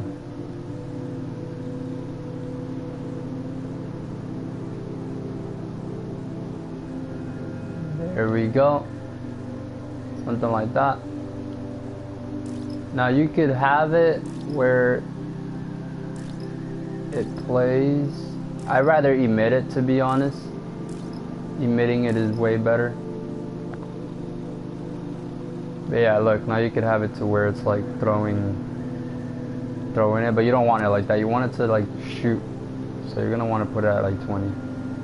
And of course the trail length, you're gonna change it now. So I'm gonna leave it at about 7. And there you go. Now you got the water splashes. And then, you know, these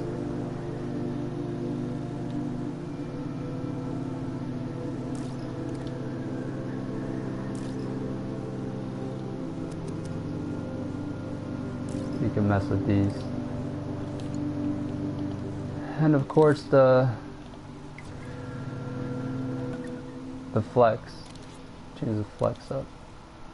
I usually do circle. Now you got little water splashes looking type of thing. Or you can do this one. This one works way better.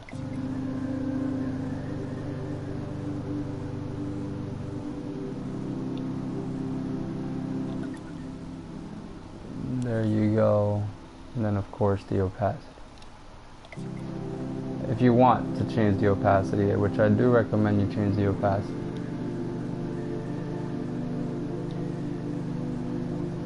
Alright, so there we go.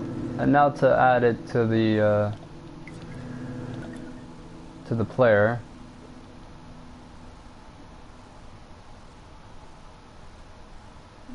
You're gonna have it basically emit. So you're gonna place both of these. You're gonna place this water splash thing right under its foot, okay? To the point where it looks like it's splashing off of the character.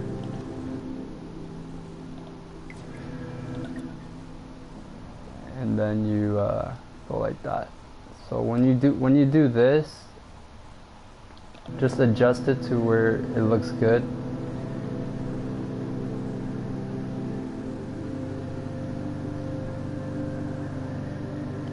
So there, that looks good. Alright, so I'm just gonna actually leave the opacity up how it was. I'm gonna leave this to like a white. So it's gonna be in the water. And then you see, there you see it from far. So like if you were in the water, you'll see that. And you can also bring up the looseness and the stretch and see that big water splatter.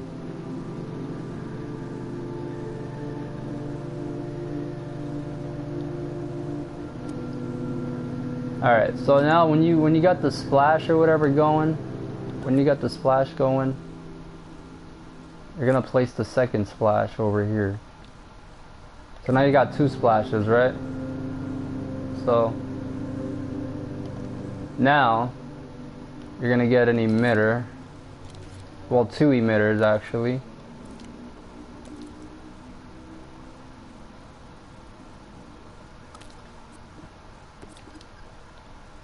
And you're gonna have these set to each foot impact, okay?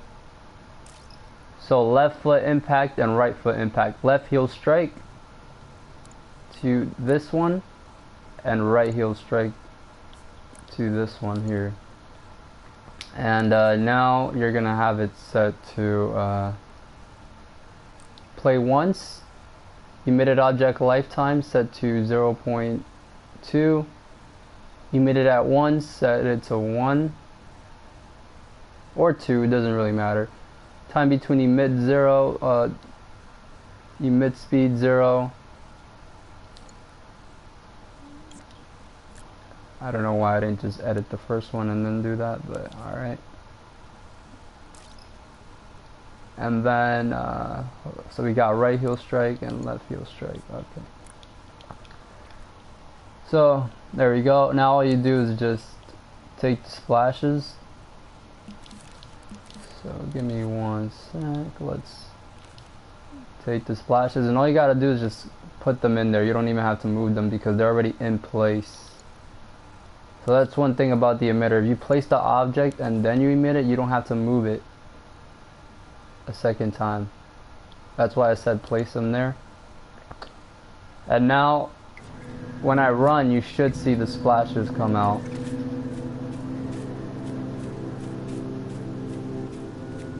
So you do see them, but they need more time to appear.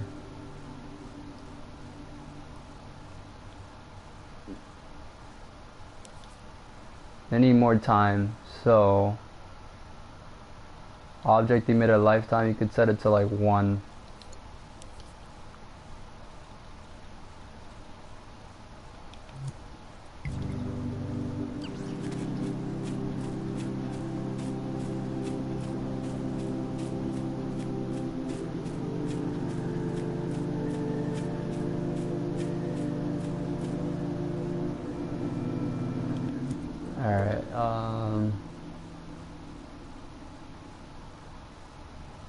something's wrong.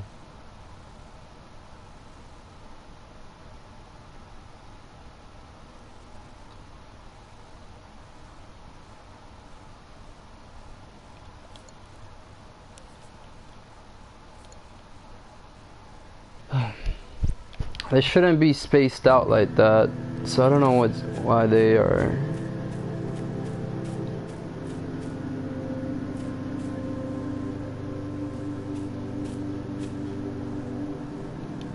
Oh, the emitted object lifetime. Alright, so I believe you can just fix that by changing the recycle emitted objects.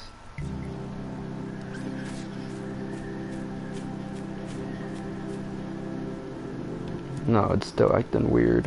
Why is it doing that?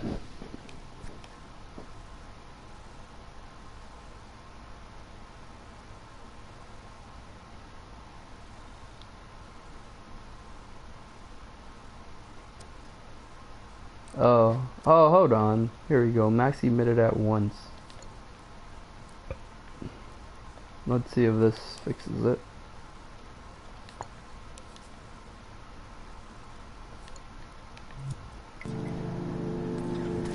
Probably not. It definitely helps it a bit, but I don't know why it's so separated. It shouldn't be so separated, but yeah, you get it. So there you got the the water splashes.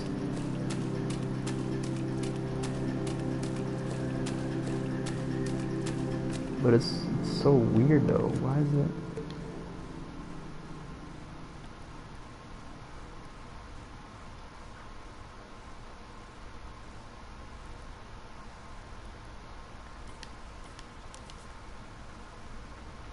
I don't know why it's appearing so far. Let's try to move them in here. Basically adjust how far they're spawning or whatever.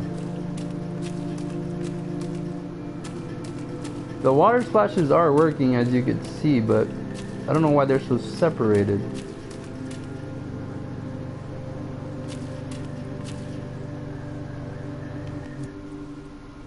It's weird.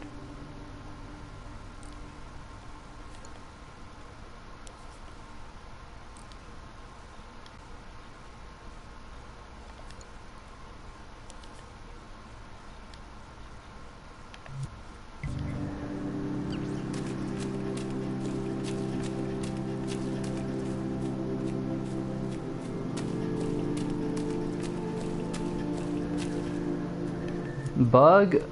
Probably, I don't know.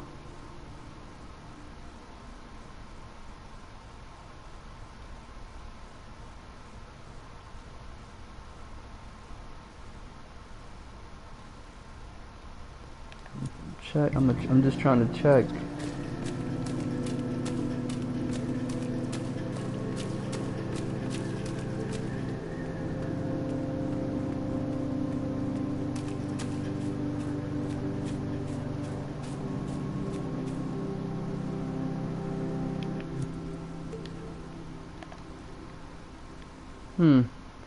I don't know, it's being weird right now. Probably put the wrong heel and stuff. Let's see. This is the left. Did I put that on the left heel?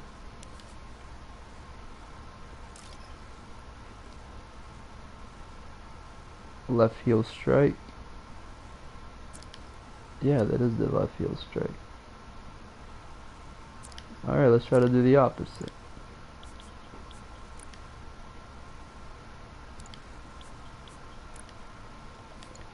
But yeah, I mean the splashes are working, but they're being really weird right now. I don't know what the hell is going on.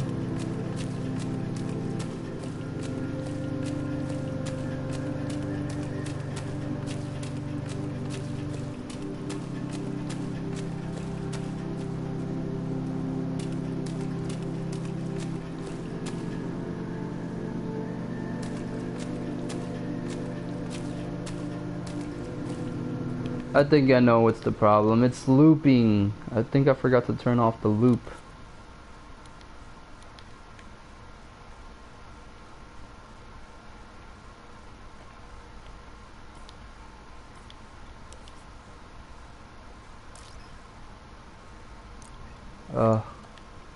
Figured that was probably the issue.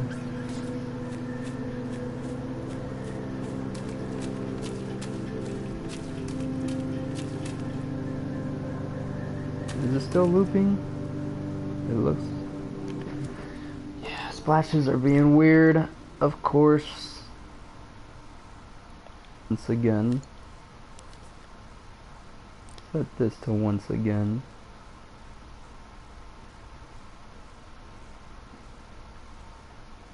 Max emitted at once. What if I put a whole bunch? A whole bunch here.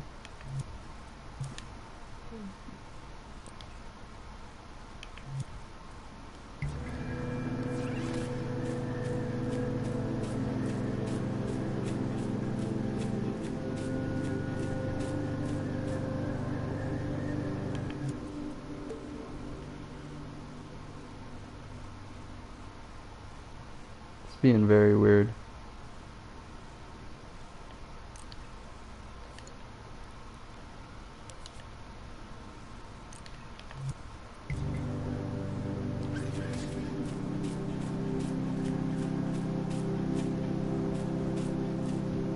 Okay, so I'm just gonna leave the splash out for now, I guess. It's being weird.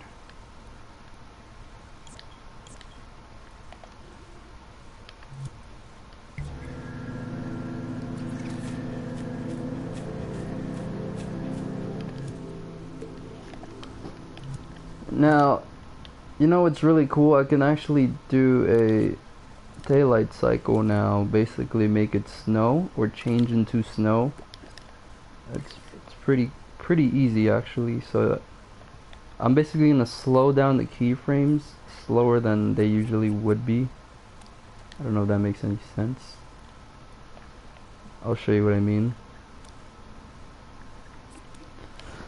Basically all you do is you get timer, for example, set it to speed and set this to target time, and they'll seamlessly go into the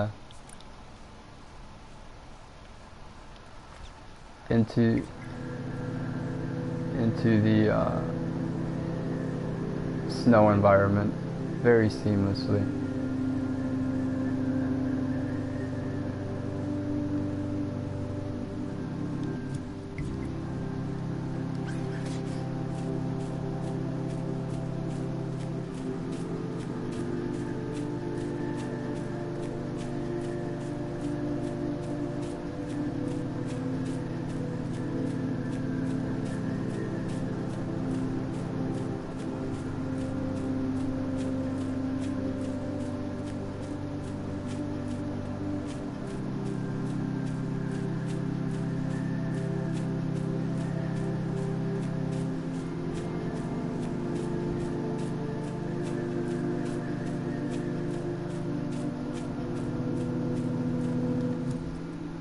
And yeah, so there's that.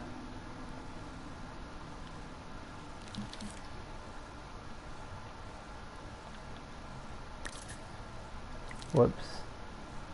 And of course, you know, the snow has to be opacity not turned off or on.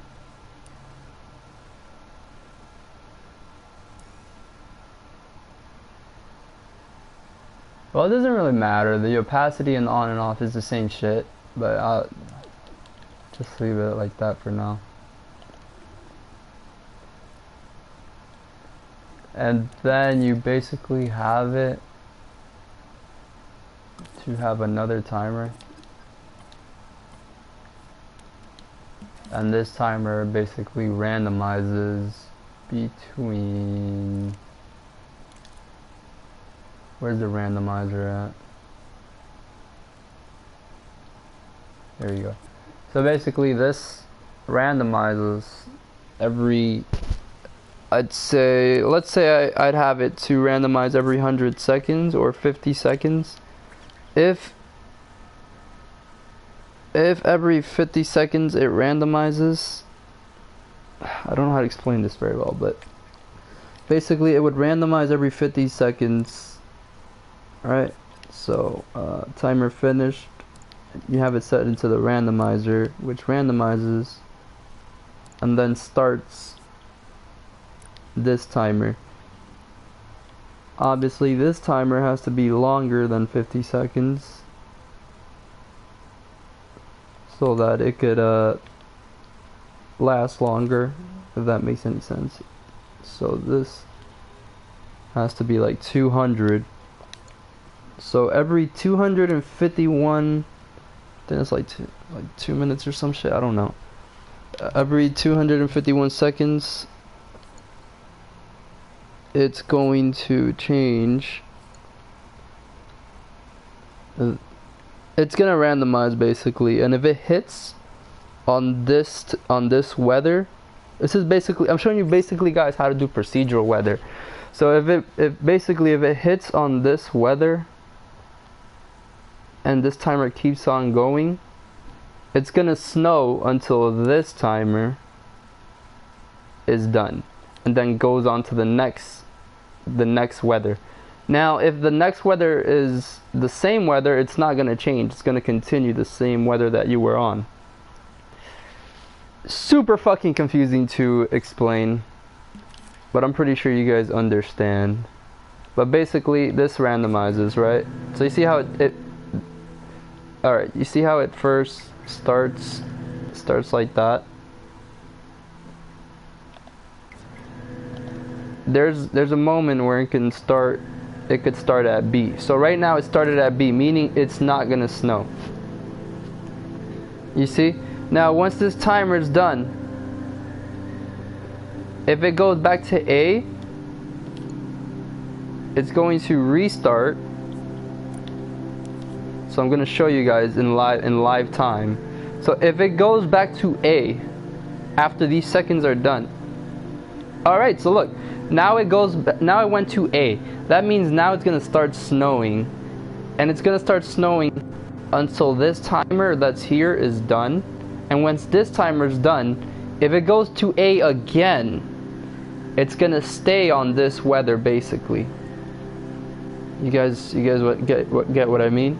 So it's gonna stay on this weather. Now if it goes to B, it's gonna go to a different weather and do the same thing over and over again. So I'll show you guys an example. I'll use the nighttime and I'll use the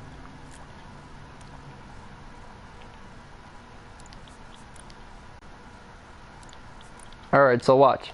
So it's going to basically, actually let's do 100 seconds so you guys could see how it works. So it's basically going to start at one of these weathers or days. So it's probably nighttime or snow, and then it's going to transition. So it's starting at snow. So right now it's starting at snow, right? So it's going to snow. Now once this timer is done, it could possibly keep snowing. Possibly. I don't know what's going to happen because it's fully randomized. After this timer is done, it could either keep snowing or turn into daytime or nighttime. So it's possibly gonna go into nighttime after it stops snowing. So then it's gonna turn off the snow while it transitions into nighttime. So you guys will see how that looks. So look, it continued snowing. That means it's gonna keep on snowing. It didn't change. Now if I change it again, now it went to nighttime. So now it's going to transition into nighttime while the snow goes away. So you guys will see what that looks like.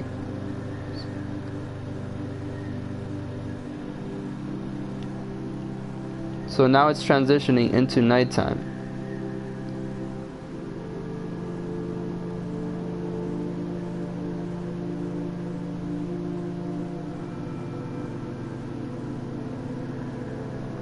And basically the snow is stopping,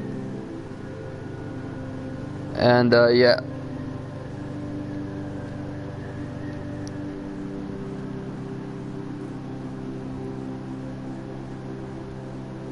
and then Usually when you do stuff like that, you have to have different times on the target time. It can never be the same.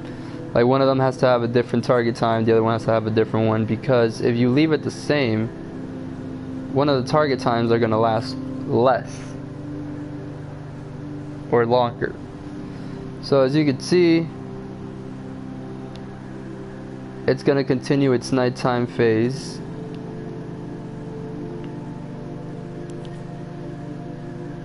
And just, yeah, it's pretty damn cool procedural technique. So look, now it's gonna start snowing again. You see, so now it changed into the timer and it's going to start snowing again while the nighttime turns off. So look at the timer, it's going back to normal, and it's starting to snow from it's starting to go from nighttime to snow.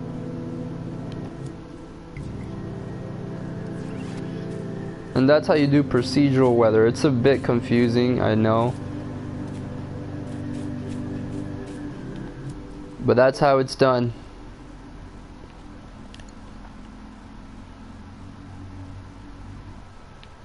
It is really a day and night cycle. Yeah, basically it lets you change from day to night. And it's a weather cycle too. You can change to rain, snow, all that type of stuff. Anything you want. Basically anything you can change. Night, for example. Let's say you wanted this rock to grow overnight. If you added the keyframe and you made this rock grow, and you had it as set to nighttime, then the rock would grow overnight. Basically, just small illusions, you know. So let's say you wanted a tree to grow overnight. Like, I don't know, for example, let's say I wanted this tree to grow while it was snowing. I would basically just go like this. And while it's snowing, the tree's gonna grow bigger, bigger, and bigger. I'll show you guys what that looks like if you guys want to see what that looks like. I'll show you it right now so you guys can see it in live time. It's a pretty cool view. Super nice, cool view. So let's just turn this off. Let's put this timer set to leave it. We can leave this timer at 100 seconds or whatever. Okay, and then basically I'm just gonna make this tree grow just like I told you guys right now. So we're just gonna get the little tree, or get a little tree, and it's gonna outgrow while it's snowing, basically.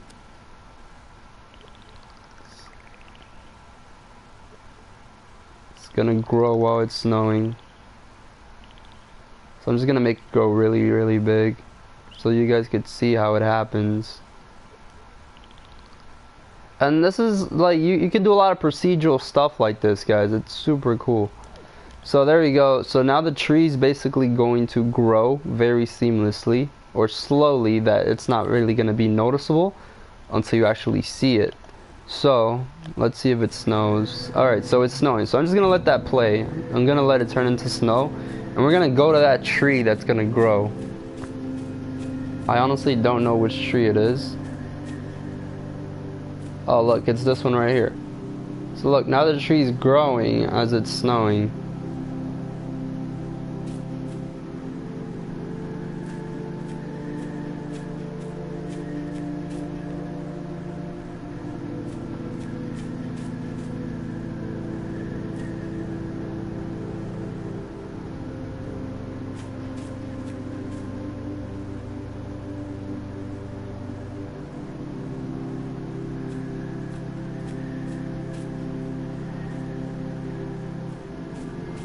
So you guys see the tree just grew.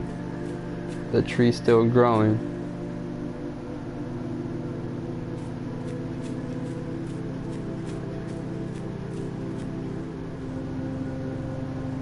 And you can literally time how fast you want this tree to grow and how slow you want it to grow. So I'll let you guys see that in real time now. So look at that. So the tree is growing, right? So as the tree is growing, you could actually slow it down. It doesn't have to grow that fast. It could grow super slow.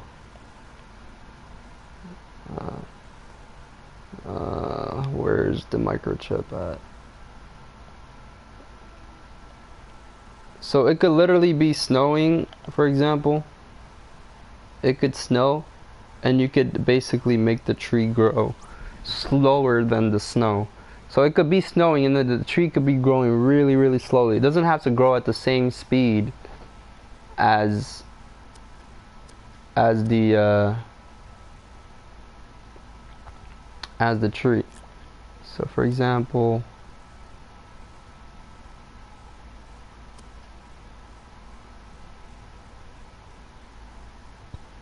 if I were to do that,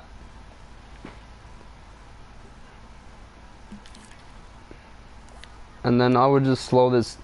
All I would do is just get a different timer and get a new keyframe for that one tree. So I'll make this one shrink, for example. Right? And then all I have to do is just increase the hell out of this timer. And the longer the timer, the slower it's gonna shrink. So you guys will see how this tree is gonna slowly shrink. I'm gonna speed it up a bit, or I'm gonna try to move and let you guys see it. It's very subtle. You can't really tell unless you get super close, but it's shrinking super slowly.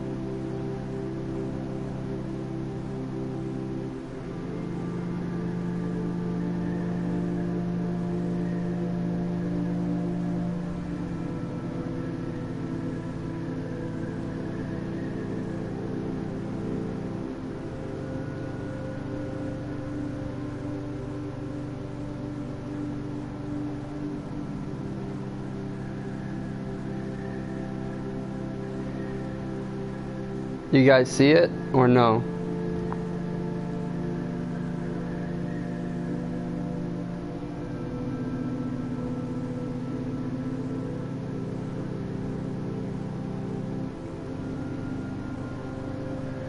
So yeah, that's a pretty nice little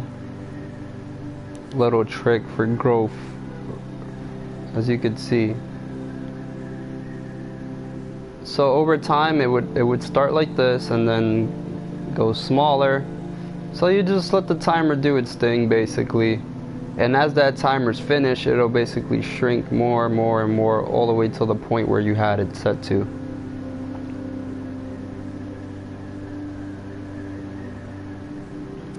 But yeah, enough of that. Let me not mess with any of the growth things that I got going on. And there you go. So yeah, there's that. Pretty cool little trick.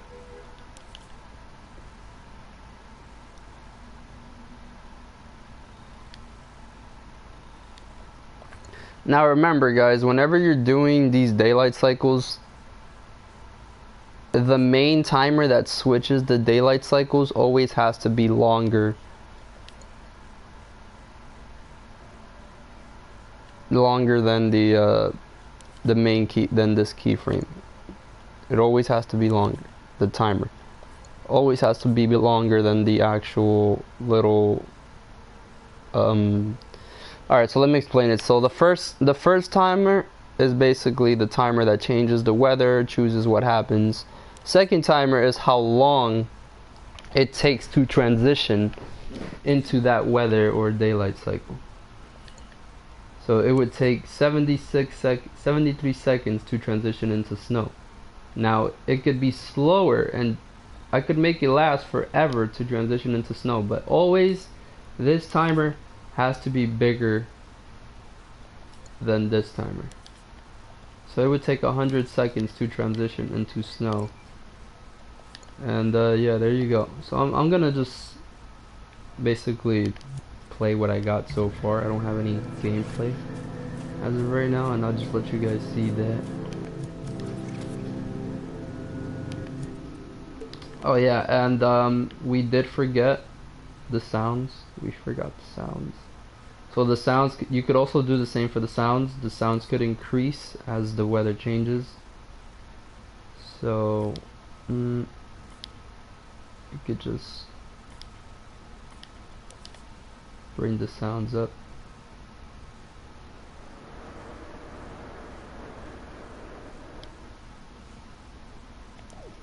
And by default, the sounds gotta be all set to low. And you'll slowly hear the sounds coming in as the weather changes.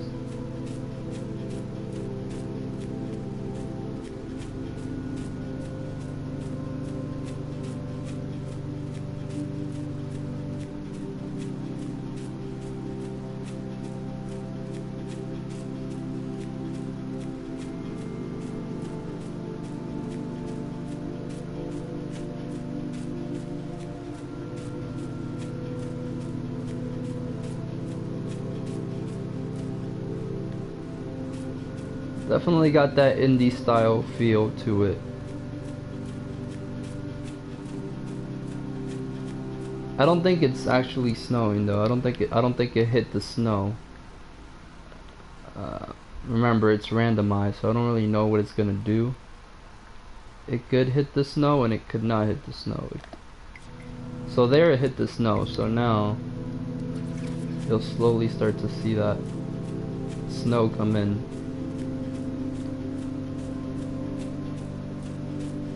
And the sounds, of course.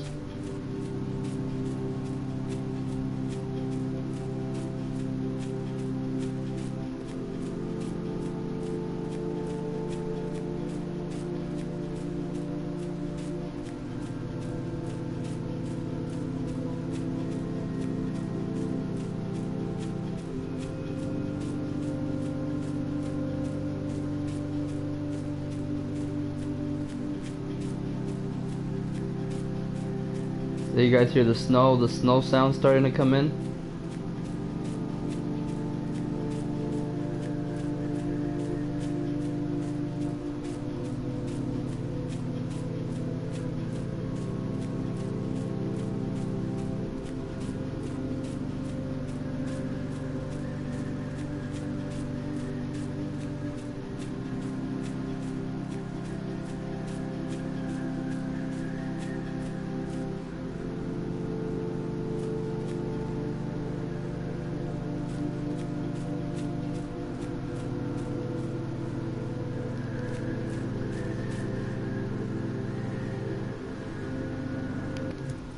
Oh crap, I didn't disable that tree. Thought I disabled the tree. But yeah guys, that's pretty much it. Let me not have this weird shit going on where the tree's just growing out of nowhere.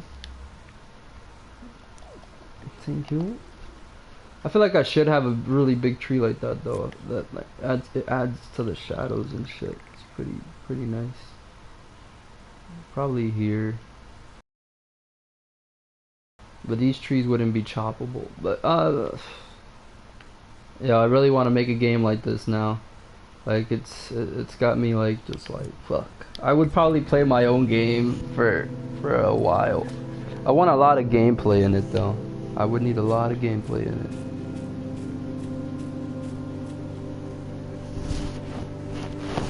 I would have to think what type of gameplay would it be and stuff like that.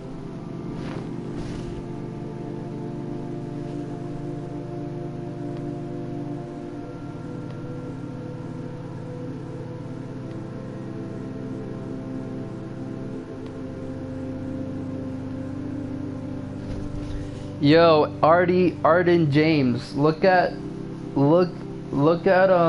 Lens Island, and that's my inspiration, so you could see where I got my inspiration from.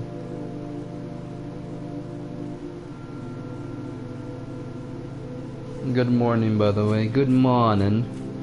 Good morning. Good morning. Good morning. Yo, I need to draw these things around.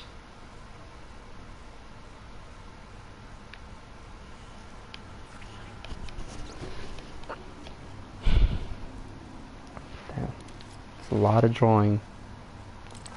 That is a lot of drawing. Okay. I basically need to draw these things. It's 4 AM here, damn. That's crazy. Oh god. Oh god. There we go. Oh, this kind of gave me an idea. Alright, so let's... But yeah, that's basically the game from Lens Island.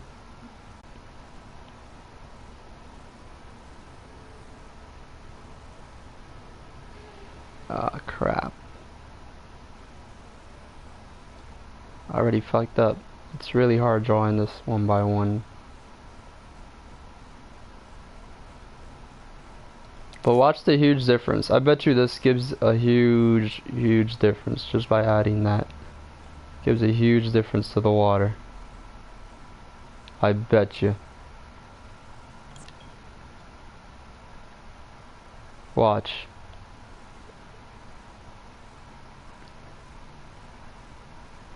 Watch this. Watch. Oops. Watch this, bro. I bet you this shit's gonna help the water so much.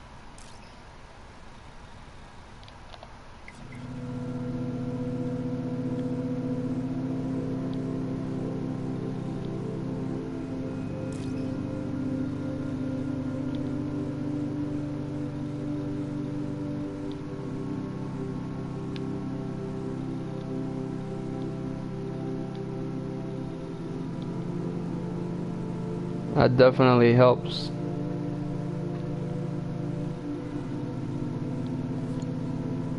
Give that water feel.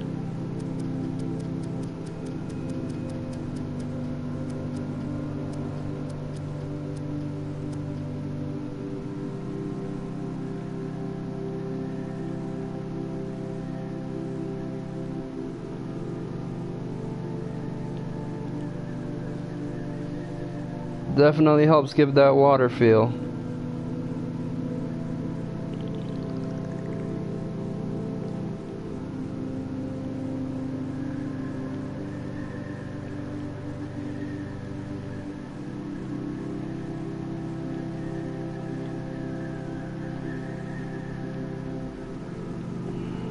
Well, indie water feel, that is.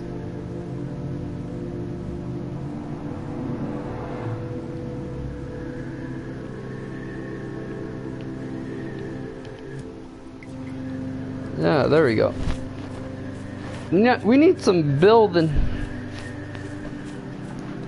We need some building.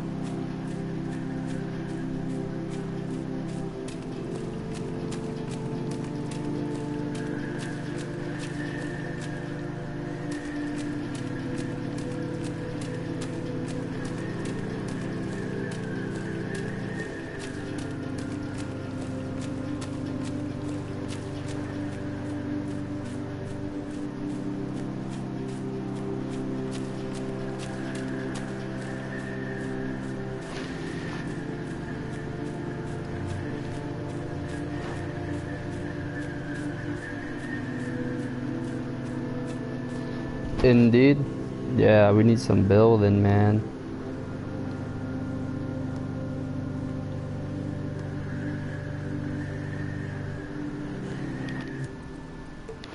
And we need some little indie style shit. What's it called?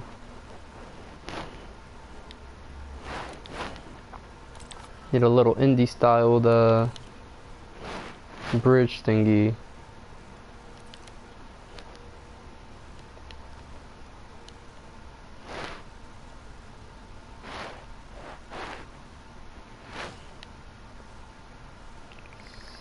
Something like this.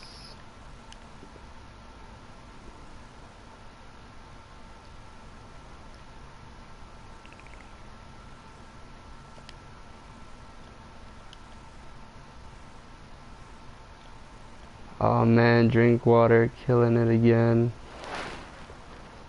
What's up, man?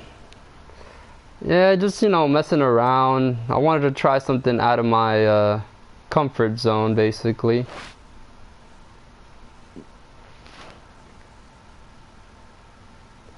Just wanted to try something out of my comfort zone. But I don't want to get too involved in this because I still got to work on my horror game. So, yo, what's up, Robo? But yeah, guys, I'm just trying something out of my comfort zone. Since I'm more of a realism bullshit.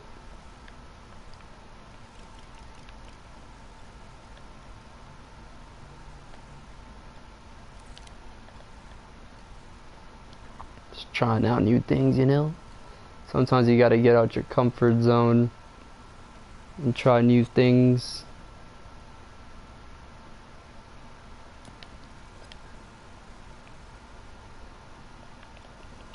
But yeah, I'm basically just making some designs, trying to see how they look.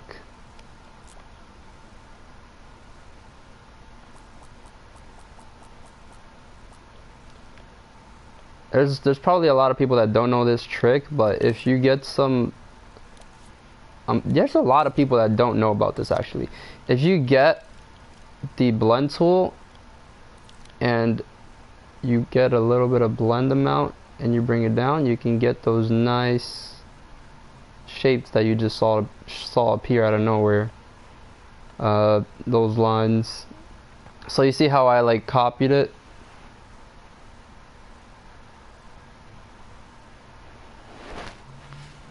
How long did it take me? It took about 2 hours.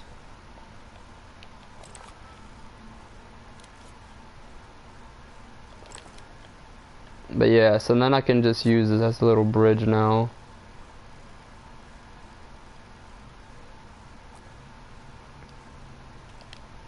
Something like that.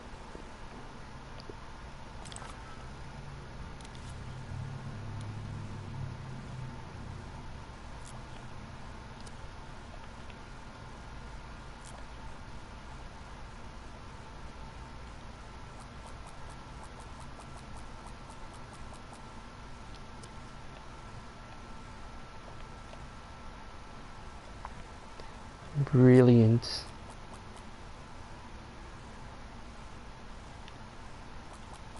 Small tricks, man, but I'll show you guys what I got so far for this test, if you want to call it. Show you guys. It's just a little indie environment type of test.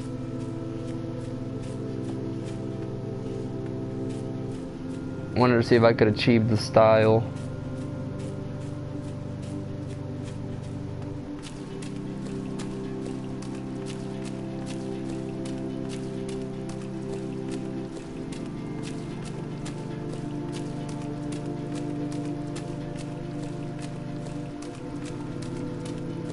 I don't even know where the bridge is at. Oh, here it is. Definitely would have to be a little bit bigger.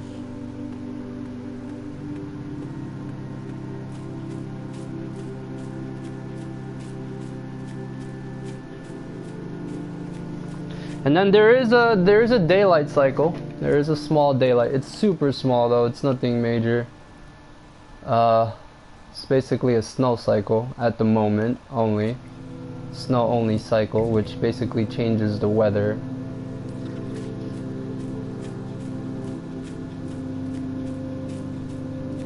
It's pretty seamless. So it slowly changes the weather. And you'll see how the snow transitions.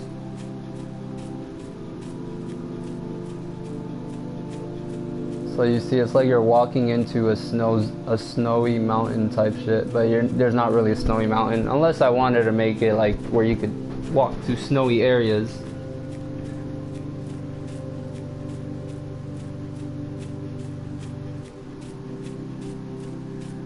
But it completely turns into snow.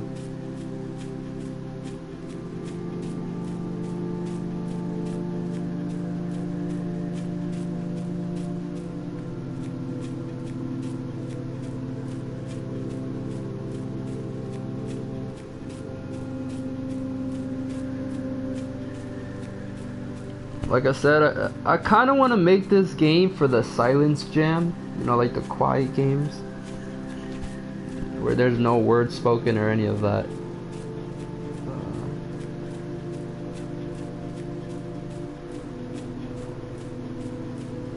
Since I've never entered any of the jams, you know.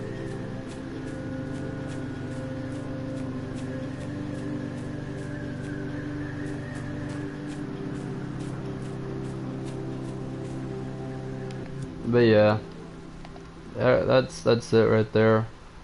We have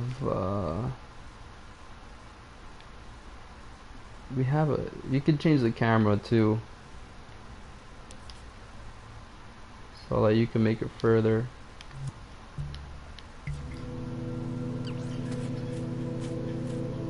I kind of like this camera more, but when you do this to the map, you basically have to make the map even bigger because it doesn't look as big as it did when you had the camera zoomed in. So yeah, I like the camera that I had. But yeah, guys, that's pretty much what we got. What we got at the moment.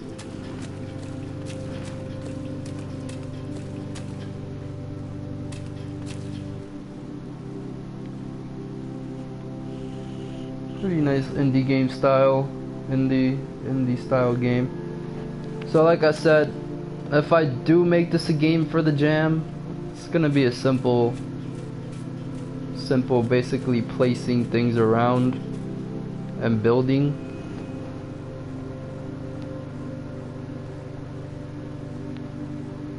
And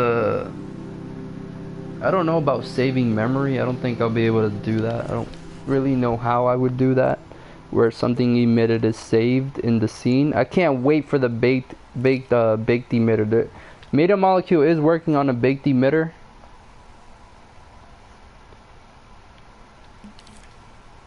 Media Molecule is working on a baked emitter, which is so freaking cool. It basically, what it's gonna do is whatever's emitted could be saved in the scene.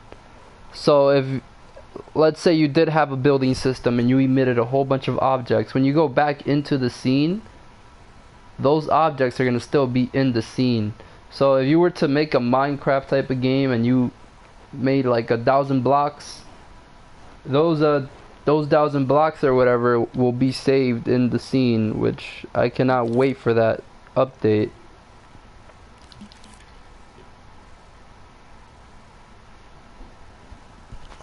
But yeah, they're working on that, so that's gonna be really freaking cool.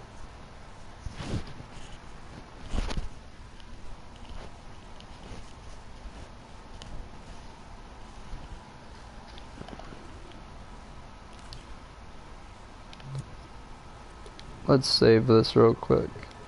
Yo, Robo, did you see the assets that I made for my horror game? I'm still working on a whole bunch of them too.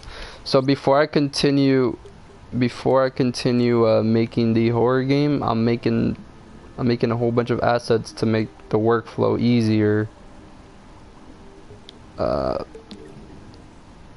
So as you can see, these are some of the assets I've made so far. So it's gonna be pretty easy to make rooms and stuff, since I'm gonna be using the same assets and I'm gonna be using them throughout the level and stuff.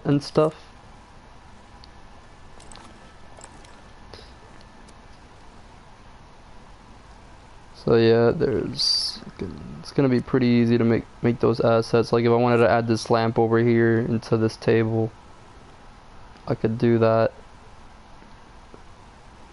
If I wanted to move some books, for example, or move some books in here.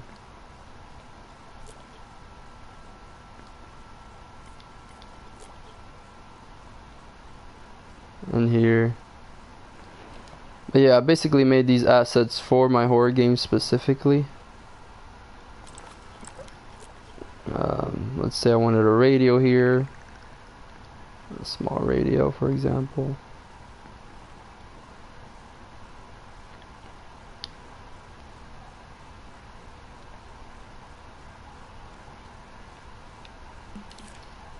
And then, you know, of course, a little stool, or it could be a couch chair, but I prefer the stool. I basically made the stool for this table here, basically. So it would be something like that, and then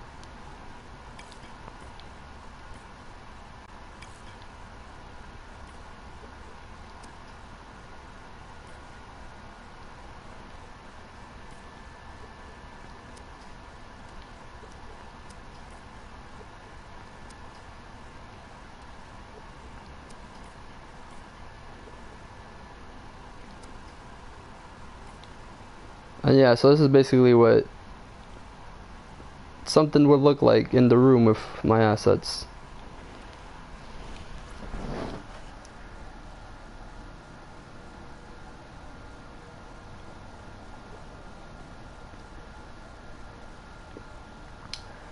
What's your typical workflow? Do you insert this whole element and just move around and delete the ones you don't use? Why make them all? Basically, I made all these elements. And it's basically, it makes workflow for me, I feel, easier in terms of working with stuff. So I'll show you what I mean. So like, let's say I made a room with curtains. All I would have to do is basically just choose how I want the room to look and stuff.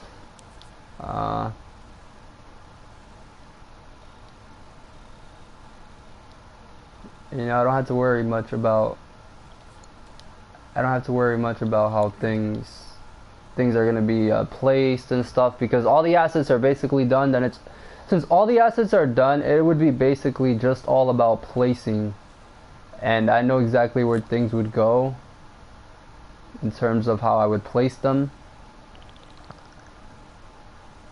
For example, obviously I wouldn't go there, but just an example, and then you can just build off your scene with a few assets. You see, so something like that. Obviously the floor. Hold on. And if you guys want to make your own of these floors, it's super easy. I could show you how it's done. Super easy to make one of these floors.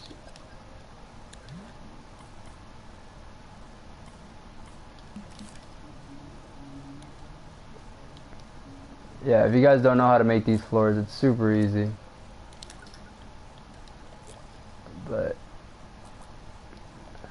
I just feel it's more professional than the damn dream floor that we have when we begin.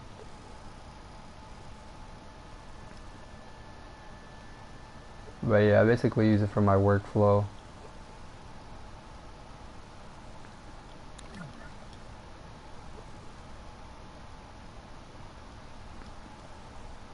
But yeah, you see, basically, I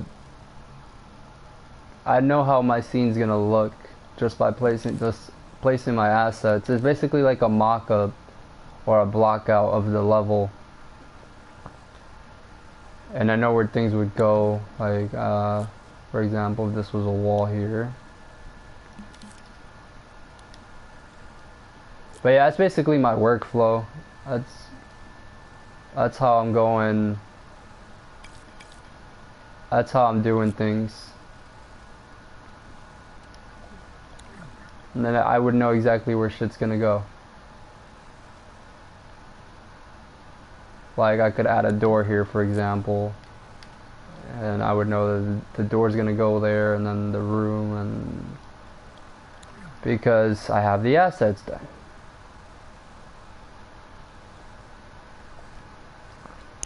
So one huge tip when making levels or games, you see how people make their assets while they're in the game? That's a terrible idea.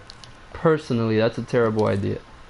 And then on top of that, people just go into the Dreamverse and they add random elements. That's also a terrible idea. What I suggest players to do is, if they're not gonna make their own assets, for example, let's go to collections, for example. I think through what exactly I'm going for. So if I was like to go for furniture, I'd basically place a whole bunch of furniture assets before I build my scene. And then after that, it's all about just placing them around and knowing where things go and moving things around.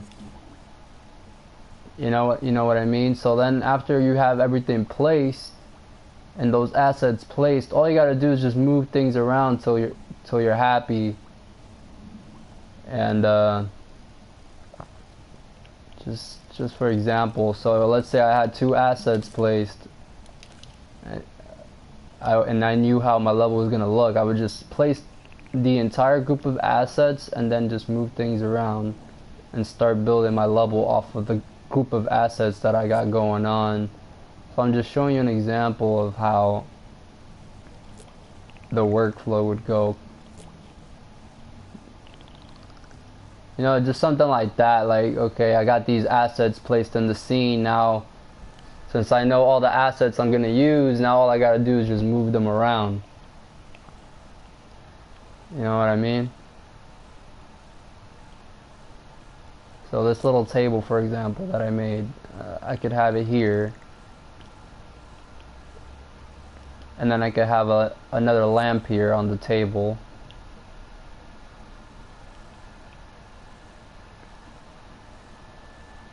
And then I could have this couch, for example, and some couches around the table. And yeah, obviously they have to be same proportions, but I'm just showing you guys an example. And that's basically my workflow.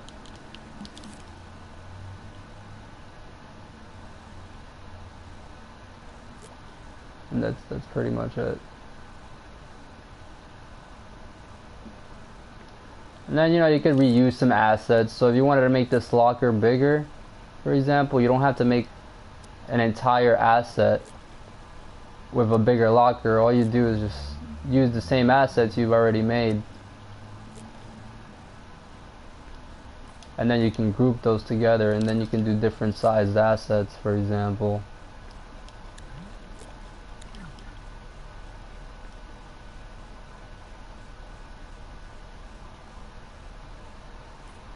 And it just gives you variation if you're using the same assets, you know?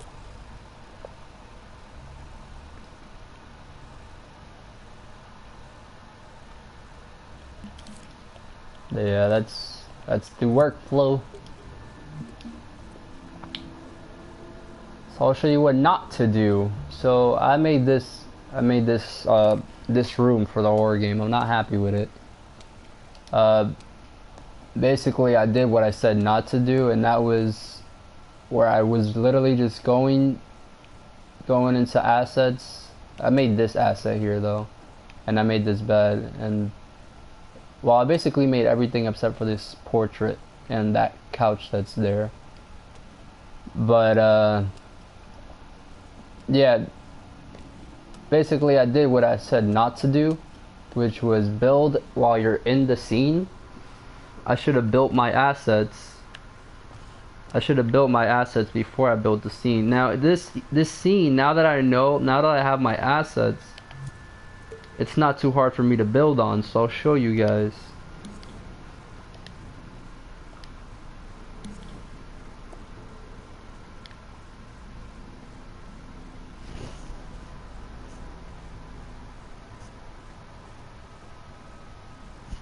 So I'll show you guys. So if I get my assets, for example, right? I get my assets. First of all, let's remove the light. Alright, so I get my assets. Now I know exactly where things are gonna go and how I'm gonna place them and all, because I basically built them for a room. So now I know how I'm gonna place things in terms of where things are gonna go proportion wise and stuff like that. So look, I just added this closet, and look at that. It's a huge difference. And then you can start building off. Let's say I add this in this lamp. then I could add that over here in this little corner. Then I could start building my level off of those few assets that I got going on.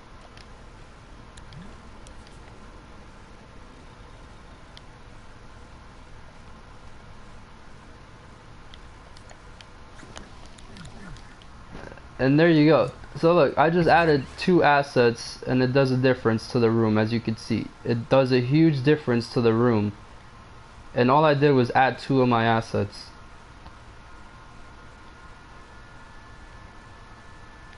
And then, you know, it's all about fixing proportions. So proportionally, this is perfect. Now this closet's too big. So I would just fix some things up, you know.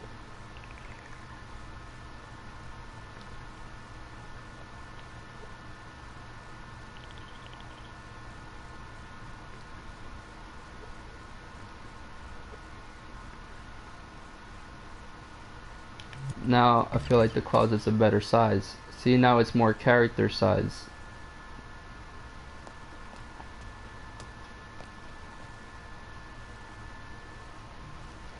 Mind you, that was just 2 assets I added.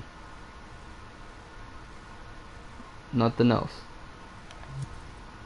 And then, let's say I wanted to add one of my stands, one of my table stands here, and a lamp. I could do that and just add more to the level. Let's see. So if we were to move this couch or shrink it a bit, remove this wall and give the couch more space, to then move this over here and make it a small lamp, a small placing lamp. And then we could place another lamp there. Oops. Now we could place another one of my assets there. And there we go. So now we're just starting to build the level. So if you guys were like wondering how to go about building in your games, like the workflow, it's basically like this. This is my workflow personally. Build the assets first and then do the work. So as you can see, this looks really good, and I haven't even painted those assets. They're just placed into the scene.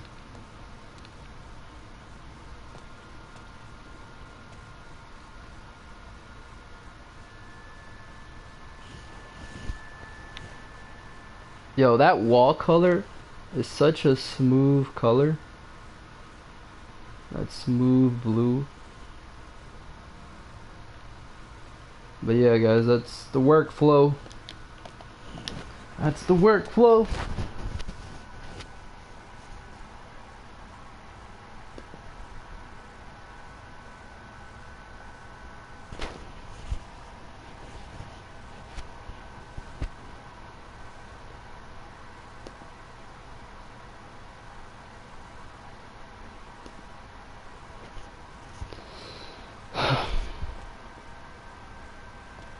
Simple workflow.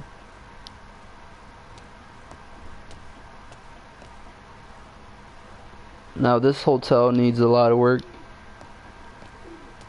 It made the room much better. Exactly. That's what I mean. It made the assets. These assets were randomly placed. So I'm basically gonna delete these randomly placed assets. And yeah.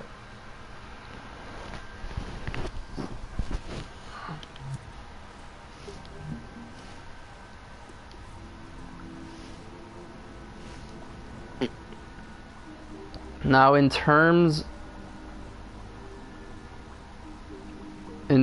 of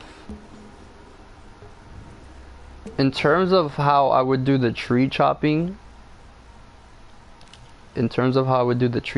movement, it's pretty simple. It's probably a little bit thermo heavy, but you basically want something like this while you chop the tree, right?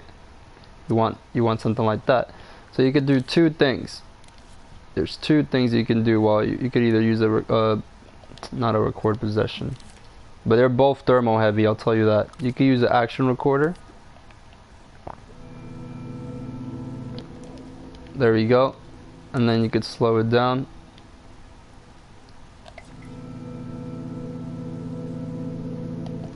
And you could get that tree chopping movement, but it's not as smooth as you could see.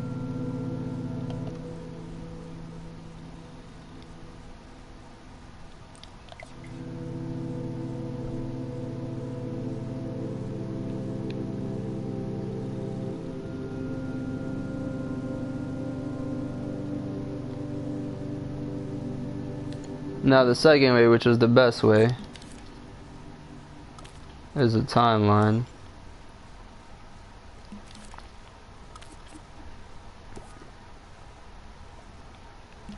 And what you use is, you use the precise move from the bottom.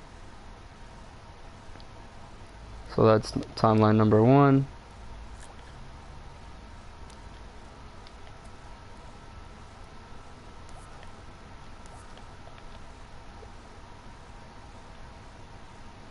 So that would be like the tree chopping movement, if you wanted the tree to shake. That is, if you really wanted your game to like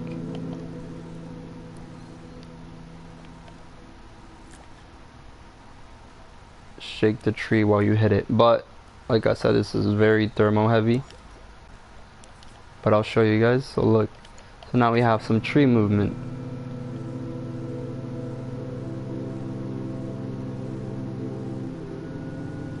Now that's without the now if I speed this up,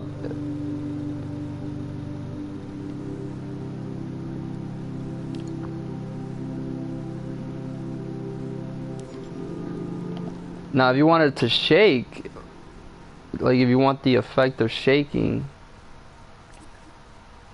speed it up a bit, of course, make them closer. So you would do that wobble really quickly, basically, and it would only be once. So I'll show you. So boom, one wobble,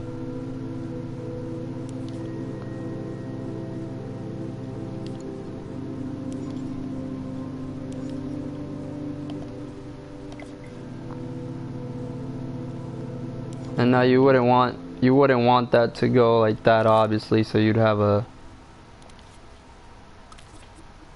default frame.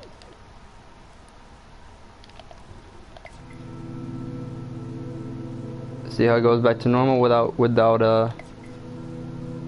it tipping and stuff.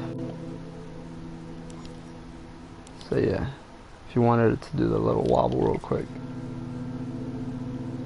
So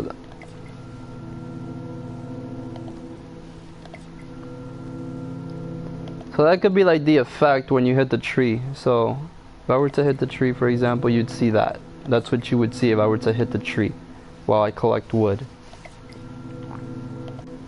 Now, like I said, this is very thermo heavy.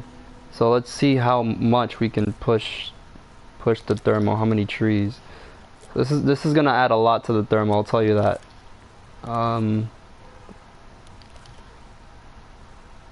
So I'm just gonna do a separate placement to see how it works out. So that's one tree, alright? So that's 2 trees. Let's watch the thermo first of all. That's 3 trees right there.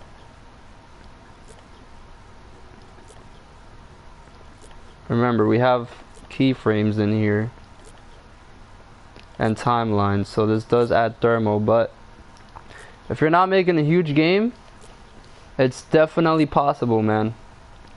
As you can see, thermal's not rising like crazy in gameplay, which is surprisingly weird because there's a lot of keyframes.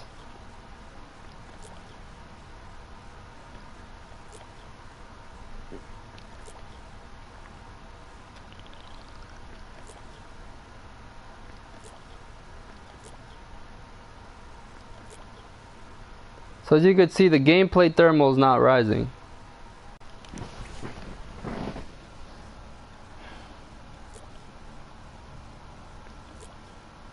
As of right now. And that's a lot of trees.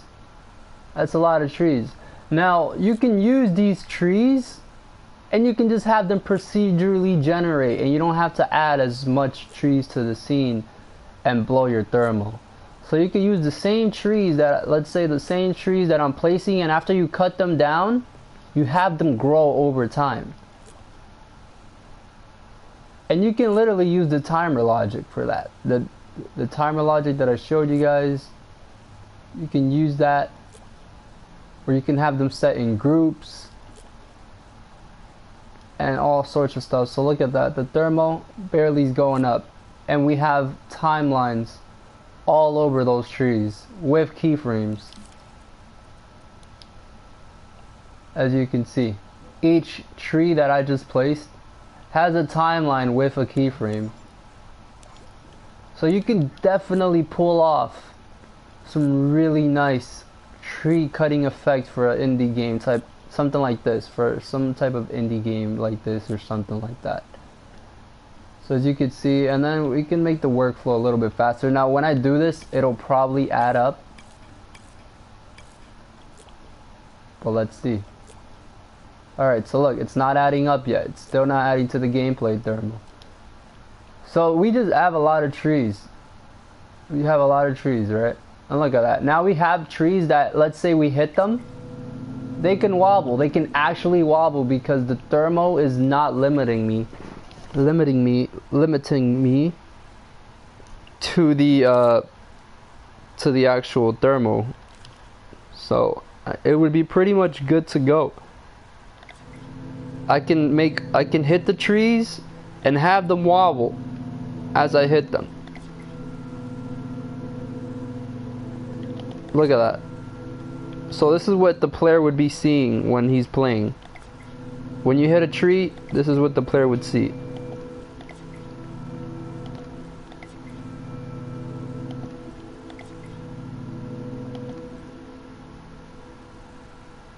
The player would see the tree wobble.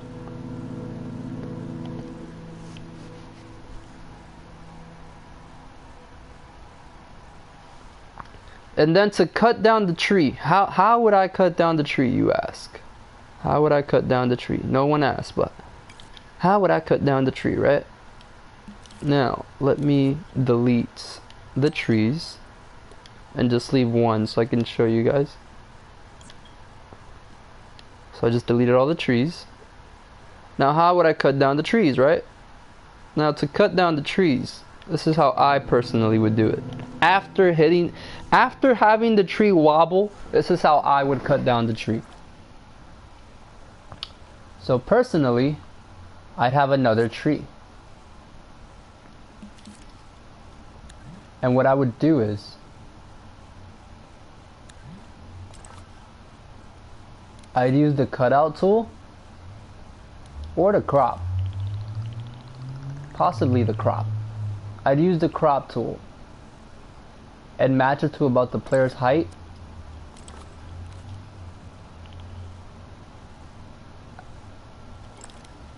And now basically when I have this, I could either use the crop. I'd rather use the cutout though, because it leaves the the leftover wood. So I'd rather use the cutout. So I'd use the cutout tool, for example. Alright, so we got that going, right? Now we have this, right? We have this weird thing going on. We can't have stuff like that happening though. We're gonna have to fix that up. Alright, so we have this, right? So this is what would be left over after you cut down a tree. So this is how I personally would cut down the tree. I'm gonna show you guys how I would do a tree cutting effect. Now you don't want any movement. You don't want any movement. And what I mean by movement is you don't want to mess this up where you have it like this. So you're gonna have to sculpt this out, and to do that what you can do is just go into the big grid, and that's it. Now it's sculpted out without you having to move it. And that's another tip. You can use the big grid and sculpt things out perfectly, like if you were doing things like this. Now guess what? Look at that.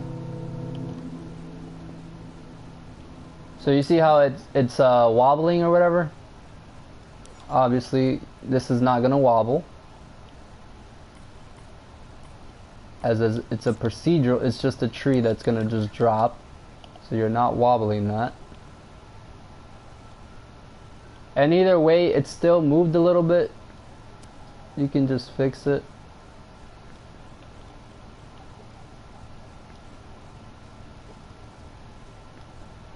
It still moved a little bit, but let's just fix it manually, I guess. Try to perfect it. Alright.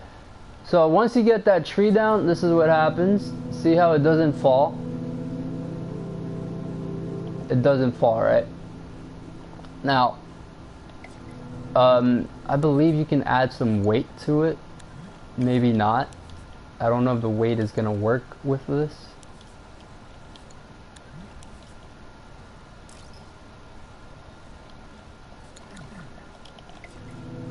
Alright, so it doesn't work. So it's standing still. It's standing on this tree thing. Oh wait, I don't think we have it set to movable. That's the problem. So yeah, we're gonna have to set this to movable, of course. How could I forget?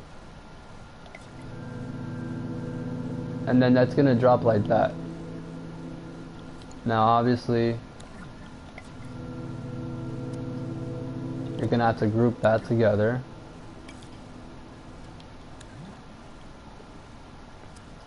It's already grouped, but for some reason it's being weird. Oh, because the group is not movable. Okay.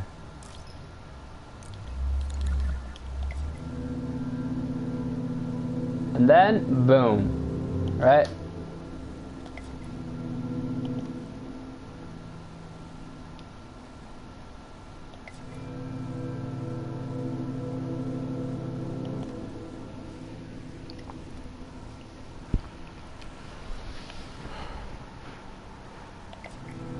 But I don't know why it's going inside the tree. It's not supposed to.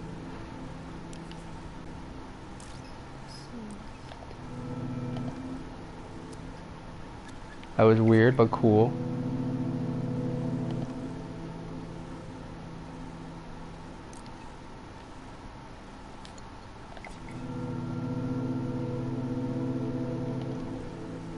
Alright, so what you can do is you can just bring that in more. For some reason, it's...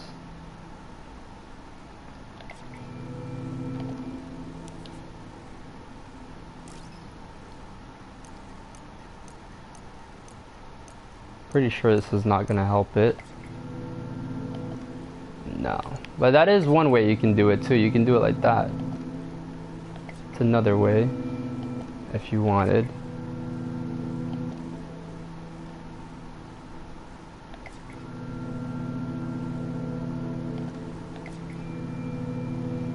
That is a pretty cool way if you wanted, to be honest.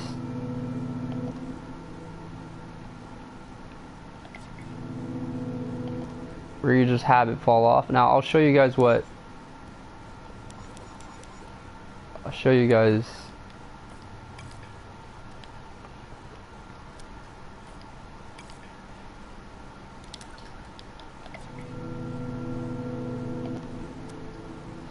So yeah, that is a cool way to do it. You can have it just do that.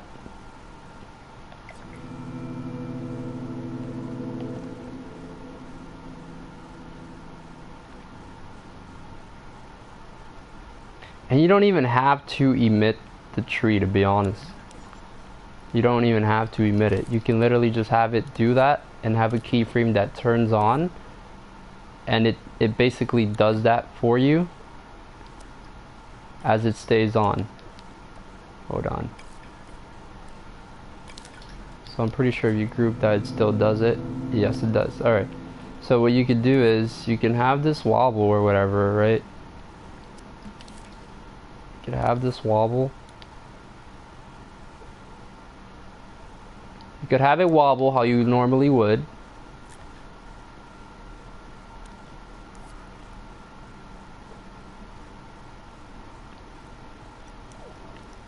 get the first frame and copy it to the end.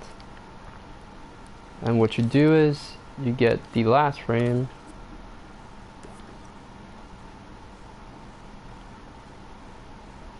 and that frame does nothing.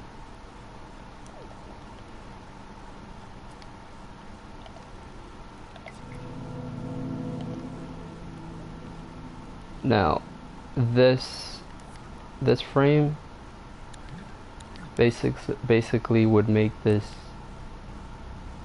movable.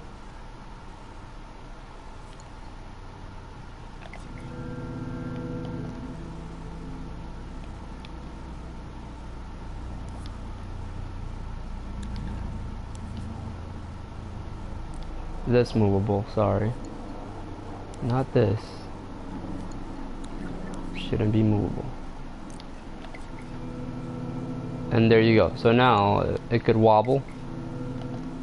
Well, it would have to wobble first. Hold on. Oops. Default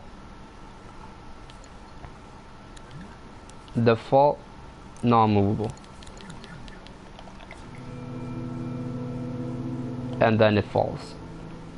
Now obviously this keyframe keep changes. Wobble wobble, drop.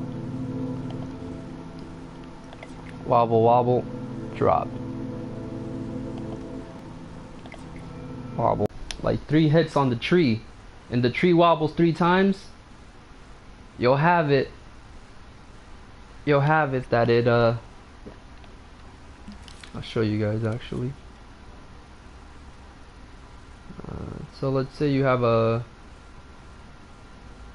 counter, for example, and you have it count progress every time it goes up. Current count. Alright, so every time it goes up, it's gonna shake the tree. Okay, every time it goes up. So tree shakes once, but it's not supposed to drop though. The drop would be on wobble number 3. So you could have it set to counter full, and that's what's gonna drop the tree. So now I'll show you guys what that would look like as a game mechanic. So as gameplay wise, this is what it would look like as a game mechanic if there was an actual player on it. So the tree still, right? It wobbles. First hit.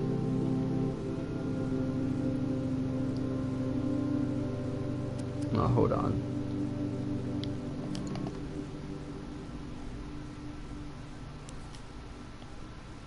Restart timeline. Forgot to have the restart timeline button.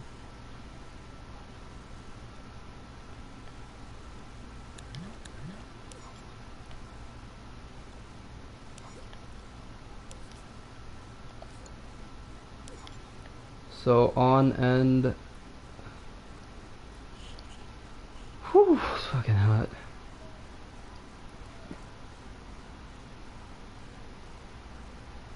On end trigger. Restart timeline.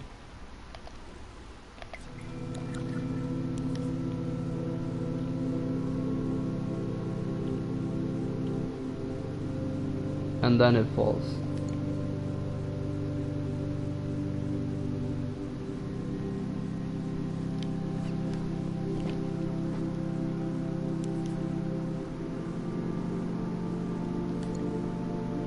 And yeah, it's a bit difficult, but the gameplay is definitely possible.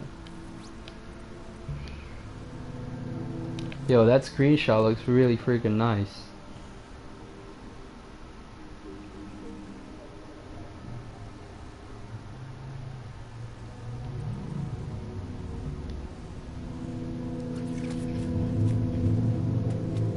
I don't want to get out of here.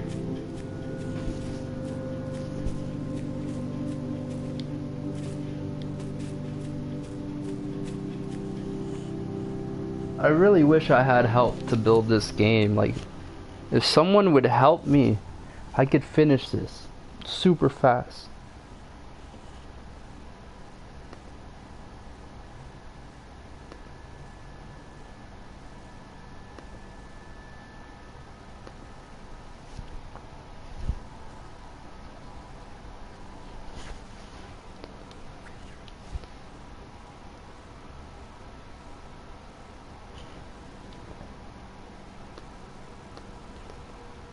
Yeah, that was totally a gameplay mechanic. Yeah, man, you hit the tree 3 times. On its third wobble, it would go down. Simple.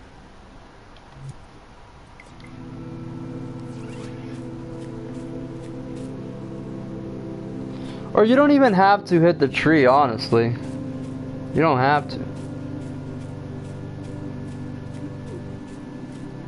You could have it that the camera just shakes when you hit the tree.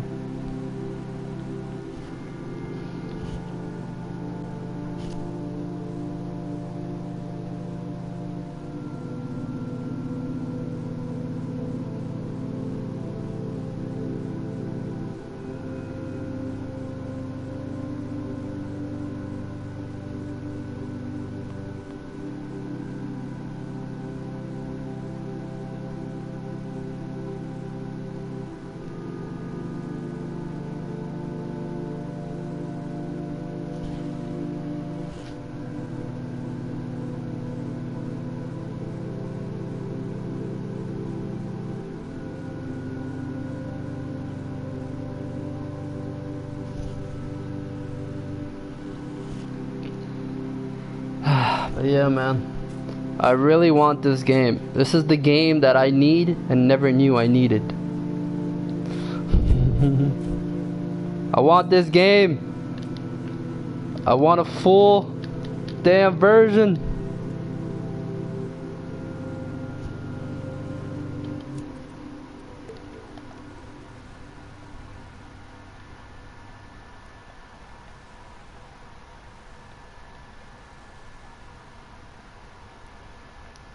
I'll have some procedurally generated music.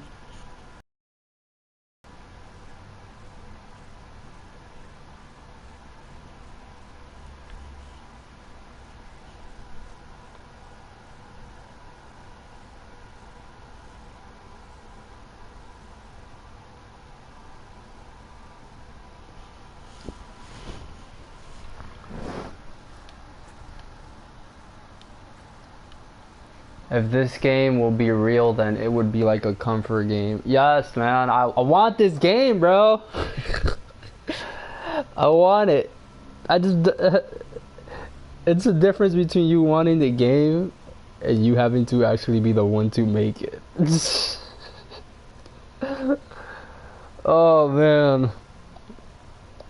But yeah, like, this would be such a cool game, honest. There's so much potential. Like, for the snow environment, there's so much potential. Like, for example, I'll show you something real quick. Let's see what did I use? Here we go.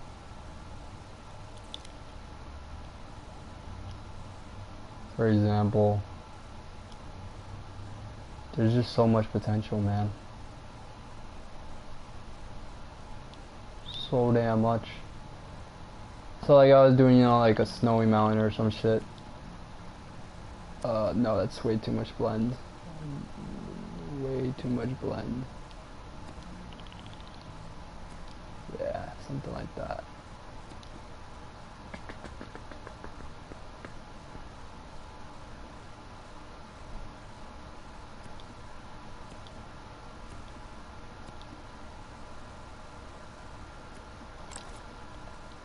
Still kinda too much blend, but oh, it's not thick enough. Damn it.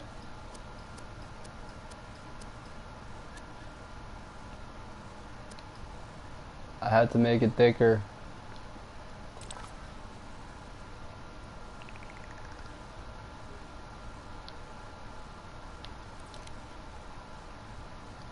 Something like this. Let's see.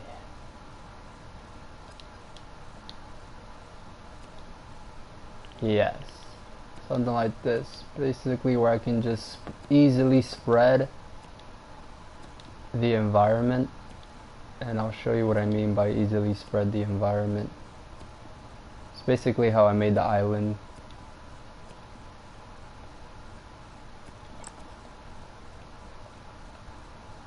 Now I would leave those big little hills and stuff. It adds to it, or I can just not leave it and just flatten it out. But instead of using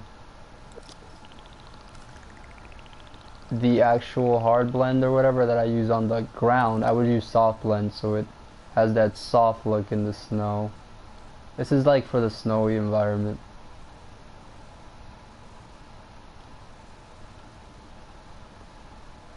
So some soft blend to give it that snow look, and then boom, and then give it that nice snow look, and then you can add a little snow environment type shit for the indie game in the snow, kind of like hills going up. I don't know, like a mountain or some shit, for example.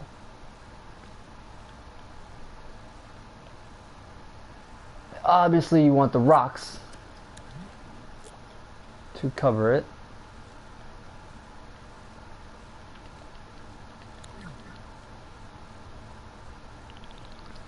Simple design.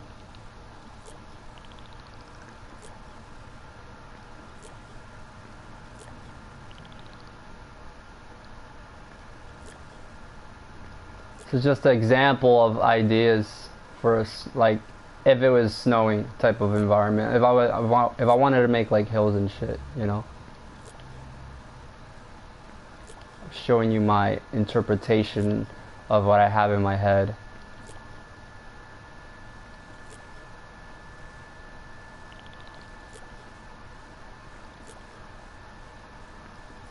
I'm showing you the interpretation. Just give me one sec. Just let me show you. I want to show you what I'm thinking of and how I want this to look.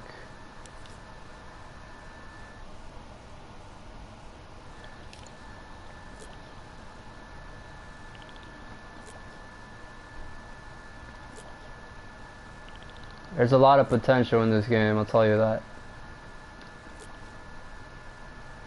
There is a lot of potential. But yes, I'm gonna show you what I would want this to look like in terms of environment and what the gameplay would be like and shit. I'm just making something quick.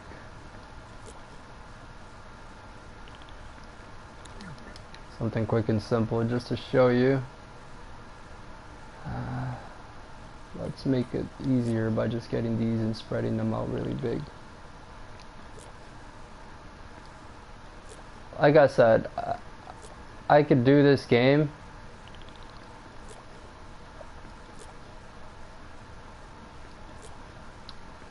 and especially if I had help, which I don't. I don't know who I'm gonna see who would want to help me make this game. Who would want to help me make it? And if I don't have to work on this by myself, that would be absolutely amazing. But I'm basically showing you an interpretation of what I am going for in terms of looks and what I would want my environment to look like for this sort of indie game. So yeah, I'm just basically using my rock to spread it out and stuff and just moving it around. Then I'll add some snow trees, some actual snow trees, to show that it's like a mountain, and show some differences or whatever. And we can have like a cave over here or something, I don't know. Cave build or something.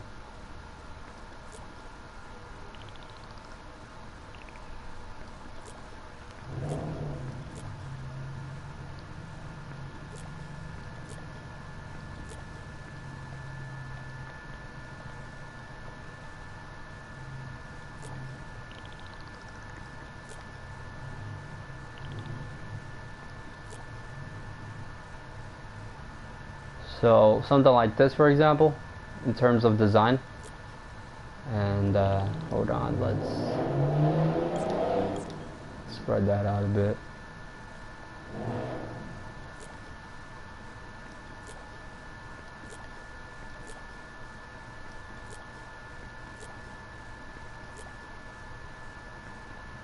Alright, let's see how that looks. That's better. Alright, and of course we're gonna want to add some more little rocks here so we block those areas. And like the design is so simple in like these type of games. Like I said, it wouldn't take me long to make this game. It's the only thing that would take longer is just the gameplay. But the overall environment look, I have it in my head. I have how I would want the environment to look, and I have how I want everything to feel. The music that I would want in the game, I know all of it that I would want already. I already have that imagined. So I'll show you. I'm almost done with this little presentation that I'm showing. Alright, and then we just add some snow trees here. That should give this little map some help. Where are the snow trees? Where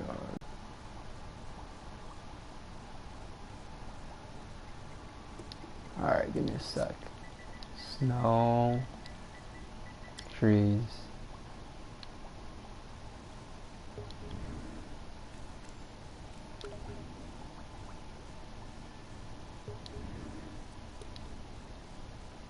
Alright, let's show you the example.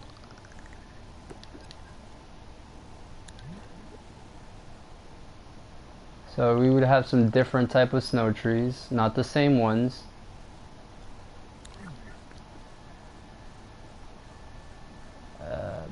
Obviously we would have some of these.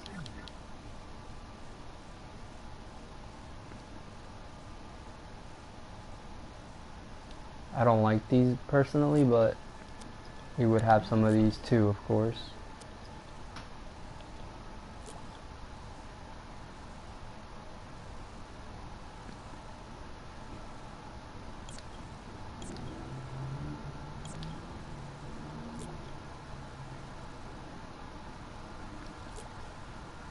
Some shit like this.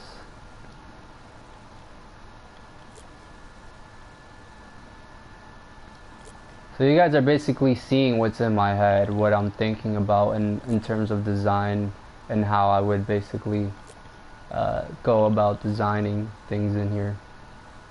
Basically showing you guys what I'm thinking about.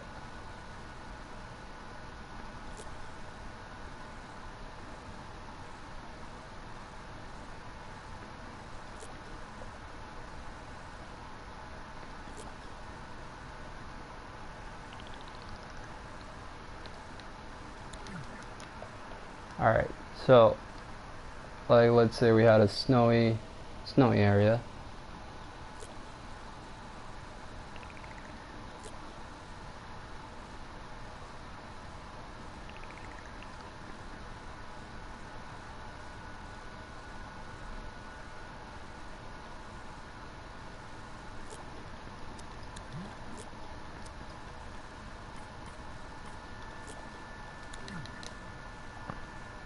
Alright guys, you ready for the presentation of my idea? Whoops. You guys ready for the presentation of my idea?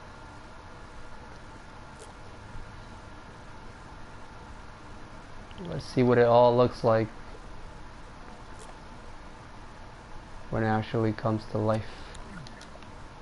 Alright.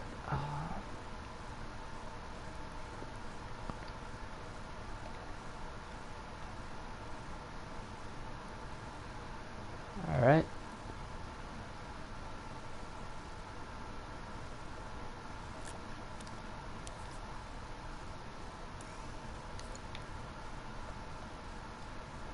Wow, that looks amazing.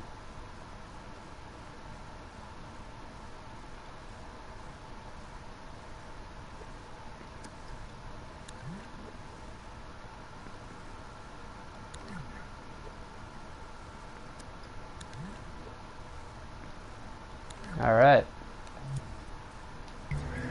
Here's my presentation of the idea.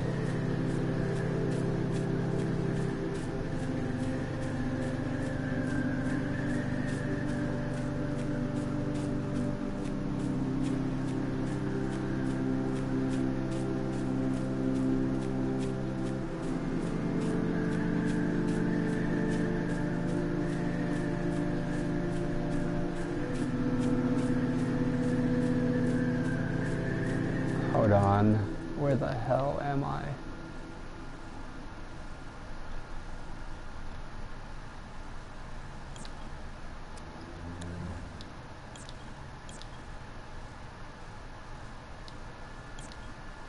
I don't know how those got there.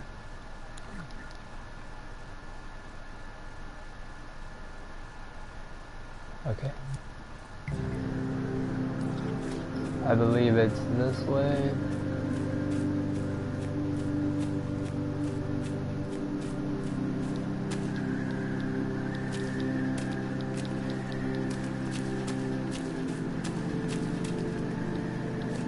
I think it might be too big compared to the player.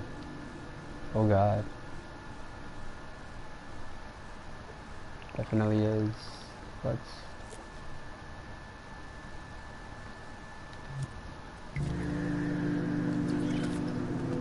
Yeah, I had to fix the... I had to, should have probably looked at the proportions before.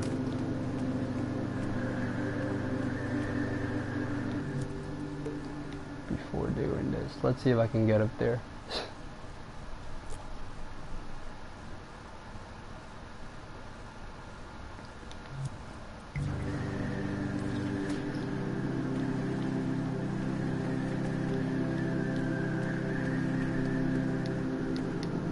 Okay, you know what? We're gonna have to use cheat codes.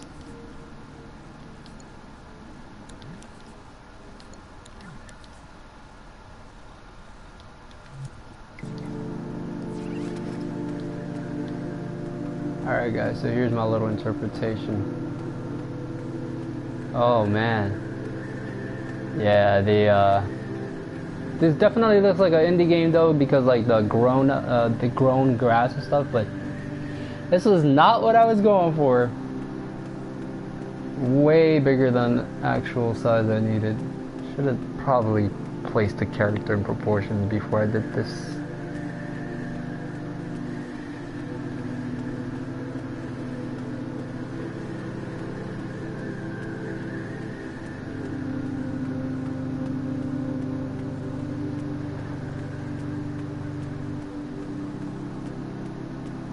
I really like this feel here where I feel like I'm a really small character.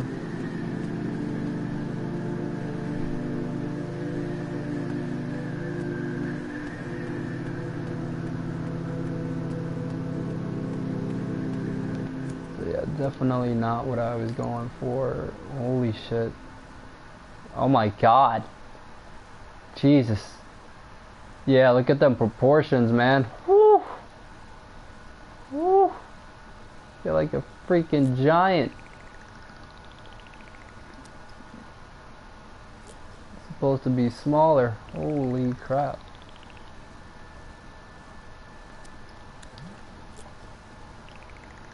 See it? This is why you're supposed to look at your proportions when you're doing shit like this. So the reason why my proportions in the other one are good is because I actually placed the trees next to the player before I actually placed them.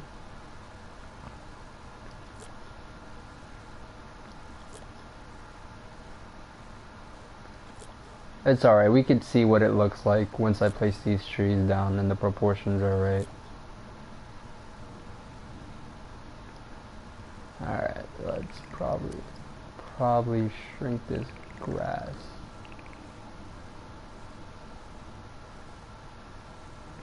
I don't care if that grass is floating, it's whatever. Anyways, yes, here we go. Now we... Damn, that grass is still big. Yeah, them proportions are fucked. But anyways, now you guys could see the vision.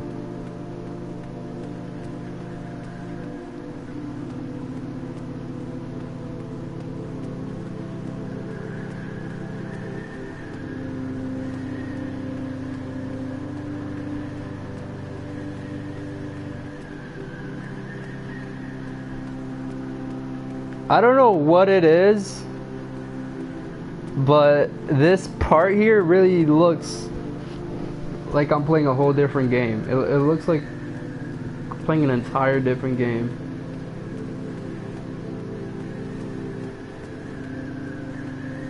This part over here.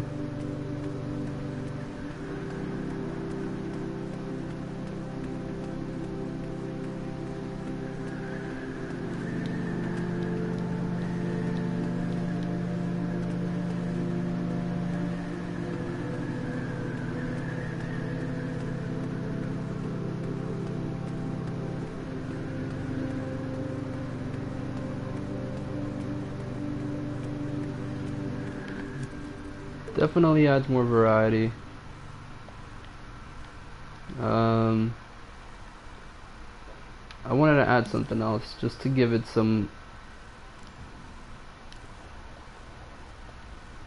more ambient or some cool feels type of stuff. Just random asset I'm gonna add. Hold on.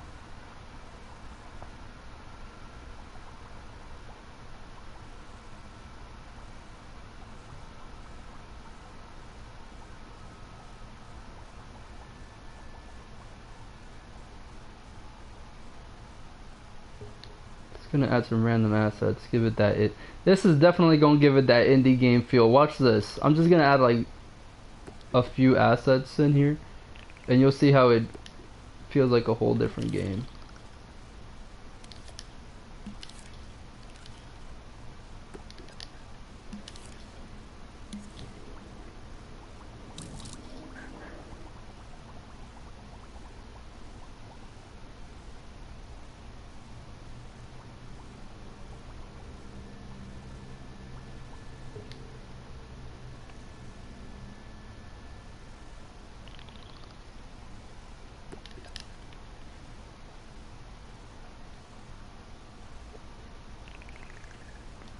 Don't want to make them too big.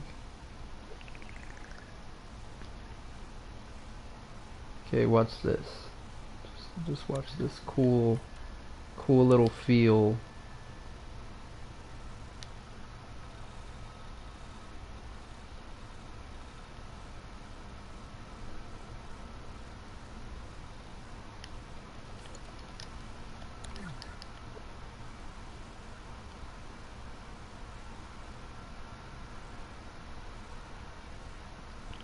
Watch this cool little change of the feelings in the game just by adding some assets.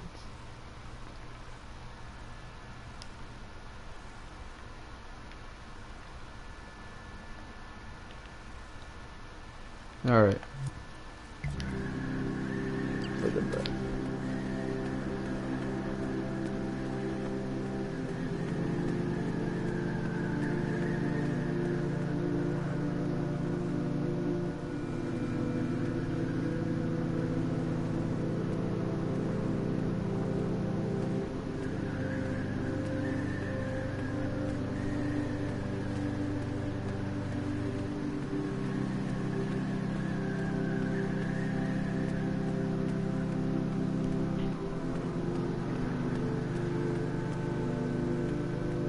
It adds to the feels, man. And we're just missing some trees. Hold on. We're missing some trees and some grass to add more to the feels.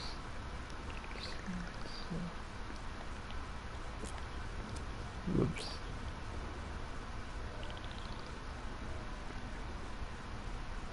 And some hills. We gotta make it look like the. We gotta make it look like this thing is under the snow. Give it some more nice little.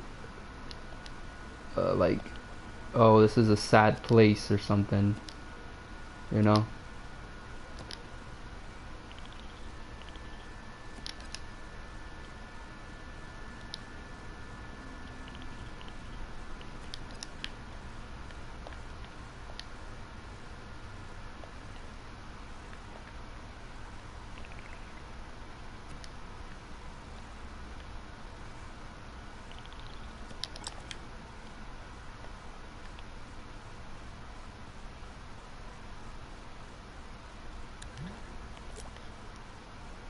Of course, the grass. We need the grass, so we need to fix it the right way. The grass is big. It's a big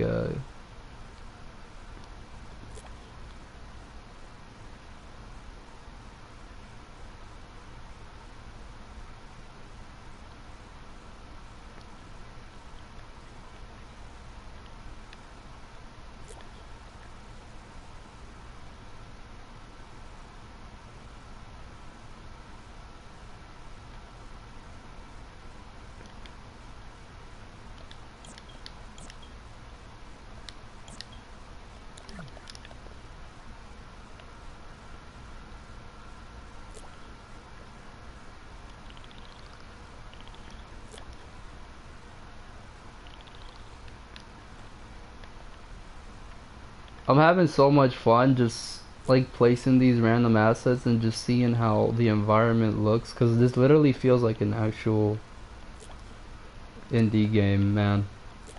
Feels like I'm playing a whole different game.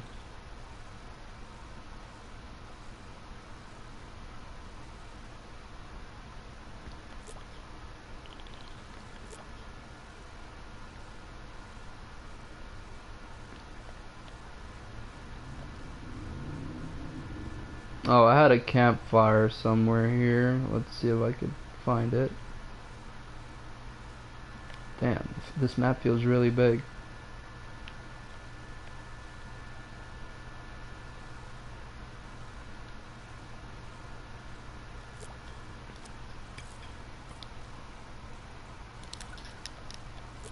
Here we go. Yeah, this will definitely add to the mood. Oh, I didn't even mean to add this, but it definitely adds to it. It looks like ice river. Wow.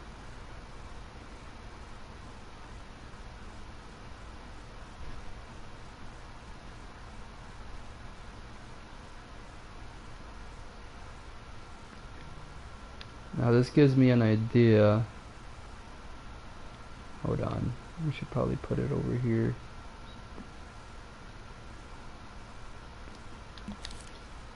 Let me use one of my rocks. I forgot I got some really nice rocks.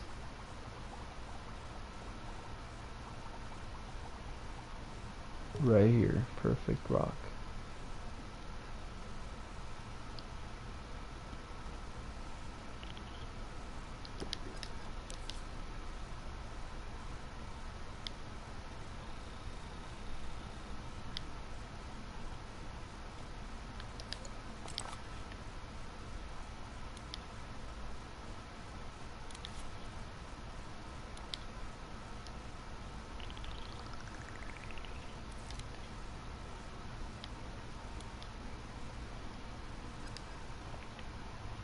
We need to stick to that ice. We need to stick to that indie game look though. So we need something like this. That was very laggy. And yes, the thermal's high. That's because I'm just doing shit really stupid, as in like using existing sculpts and shit and editing them. But I'm just messing around.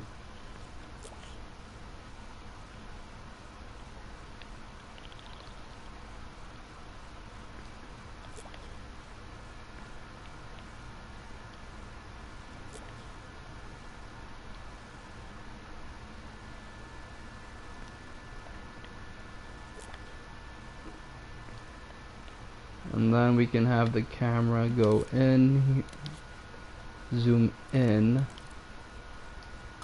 when the player reaches the zone.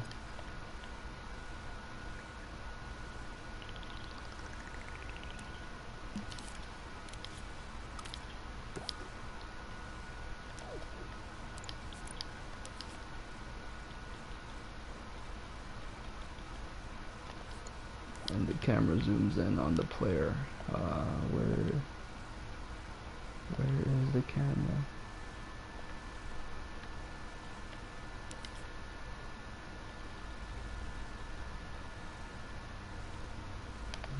Alright, let's see what this looks like.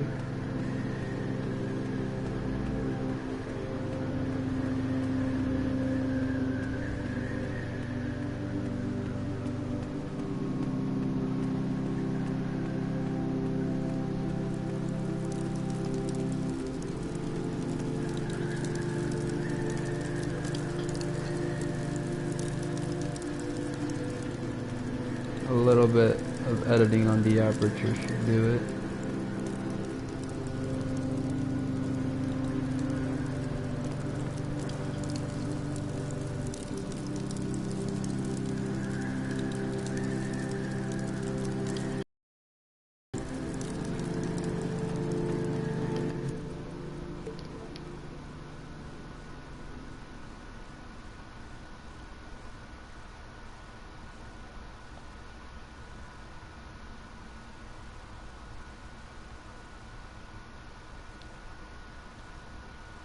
What if I zoomed it out more? I wonder if that does a huge difference, like on the fields.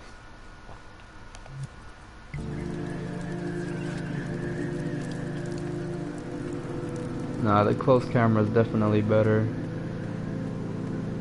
Well, this camera shows more.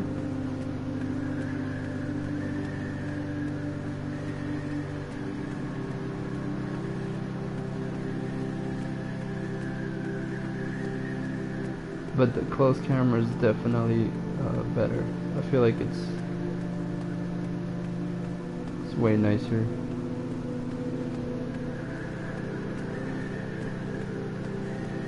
I don't even know where I'm going right now, to be honest. I feel like the map is huge.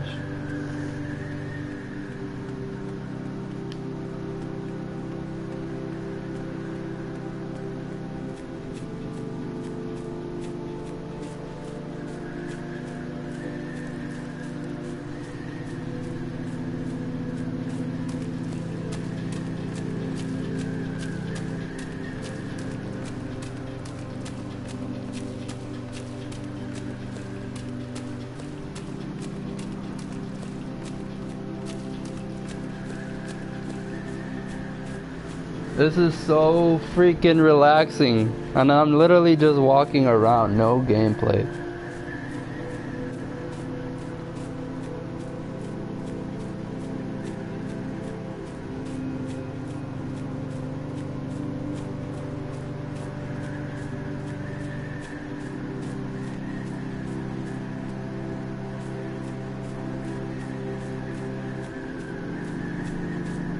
This shit has potential, man. And it could be a big game, honestly.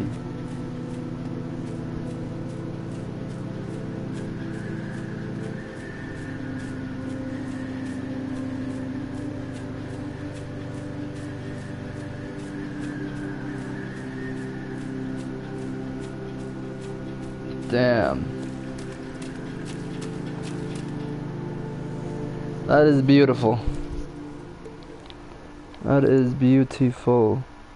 Such a small map that feels so big.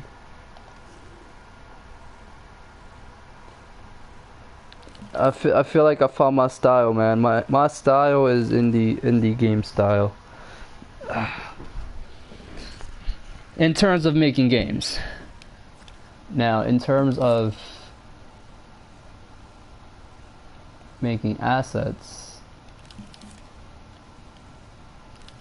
I don't even know. I don't even know what the fuck I'm saying.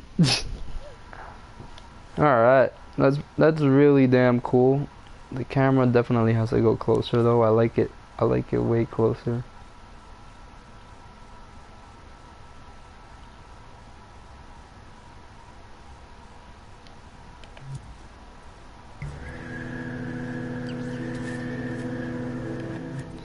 How much tilt you think should be?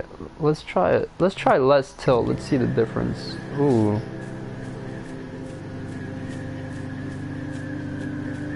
Oh, I really like this. I really like this.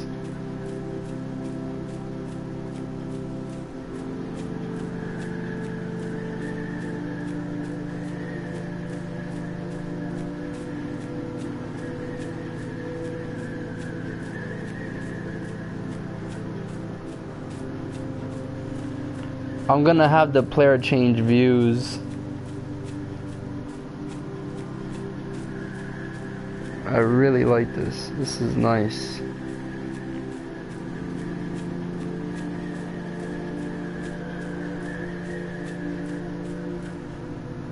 Damn. That's freaking nice.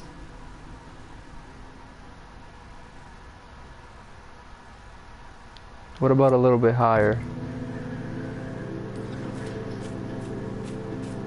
Damn, man, I could just mess with these camera views all day. That shit's nice.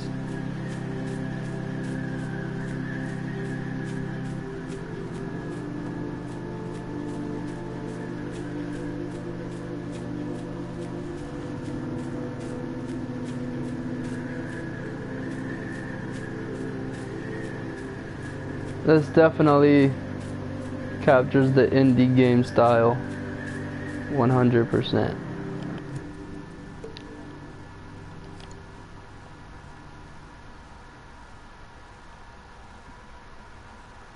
That's amazing.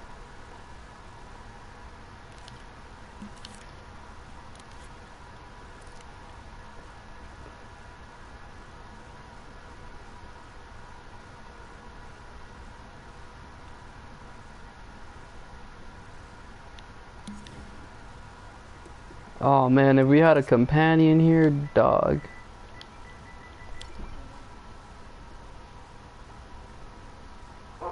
If we had a good companion, this would be so freaking cool.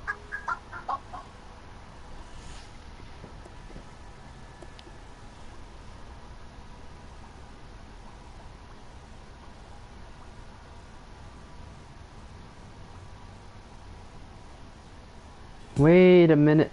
I could use... Damn, I don't want to make a dog though. That's a lot of work.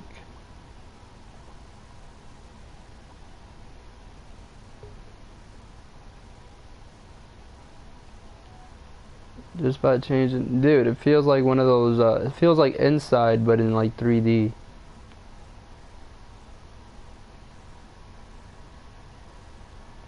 Oh my god, if this dog actually walks, that would be so cool.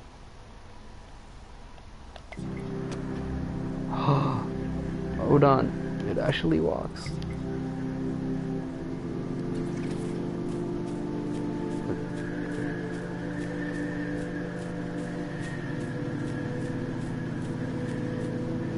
Let's see the walking. I hope it's not retarded.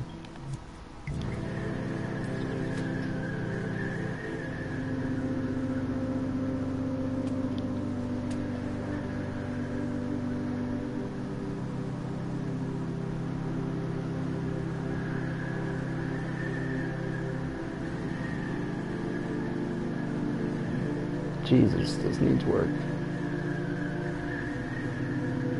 I'd rather use mine. I made one before. If I could find it, I'll show you it. It's actually a way more better. Well, I didn't make it. I just like redid the animations and fixed the controls and stuff. But I didn't make the sculpt. All I did was just redo some animations and fix some stuff. That's all.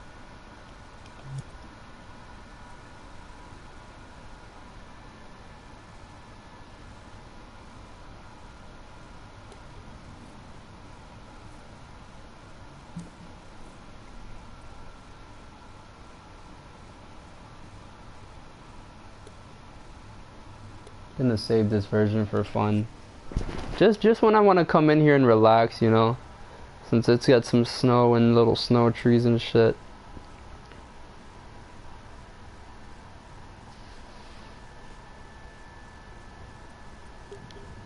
I hope I didn't fuck it up. Oh my god, don't tell me I fucked it up. No. Oh no, I didn't. Okay. That was scary.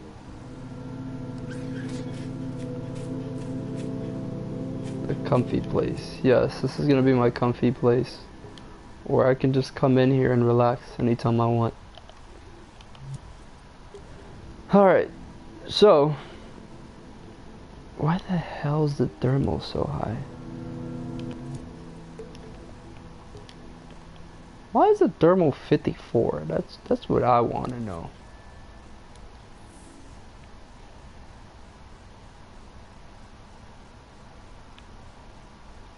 That's odd. Is it the rocks?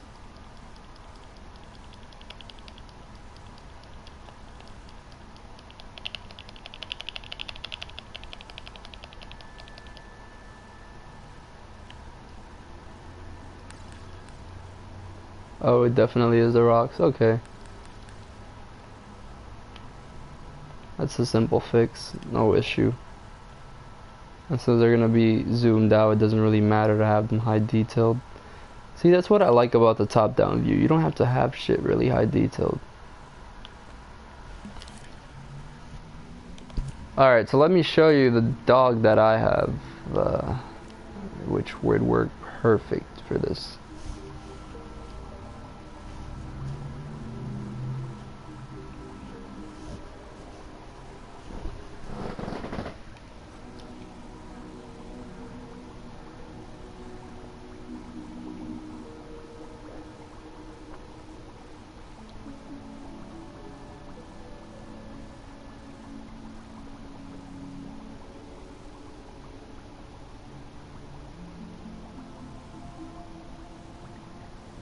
See if I could find it.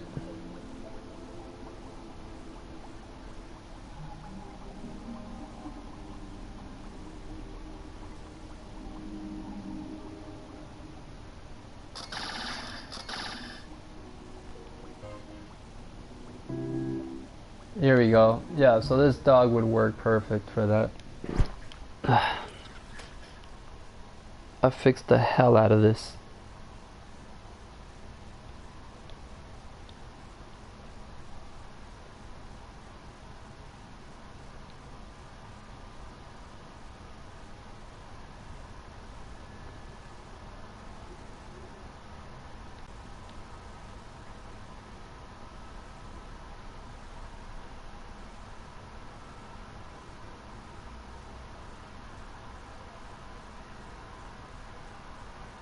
Still needs work though, as you could see. I could literally be in standing still and it runs.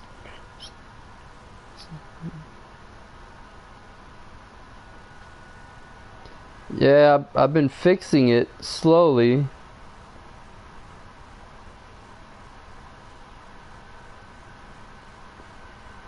But definitely I fixed some animations and movement and stuff. But that dog would definitely work in the stuff. So let me show you another example of some, but this one was really not. This was literally just me placing random shit, so this one's not as good.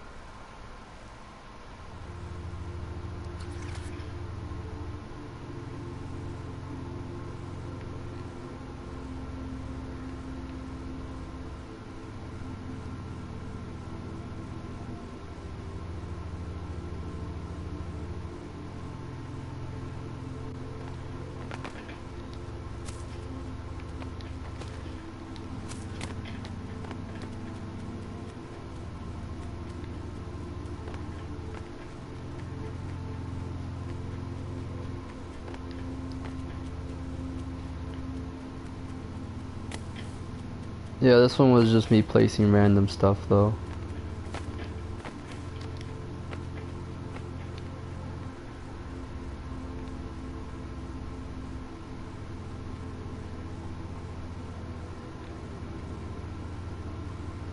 And my little character, of course.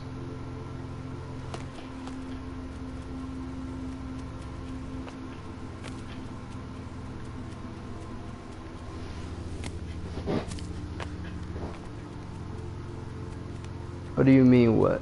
I just randomly placed trees in a whole bunch of the ground asset that I made, which was just this thing over here.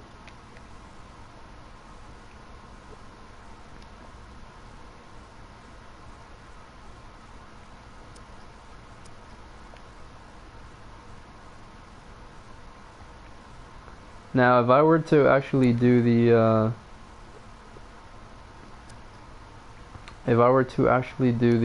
thing, it would be like this. The snow thing, it would have these rocks under, and then the snow on the top, like this.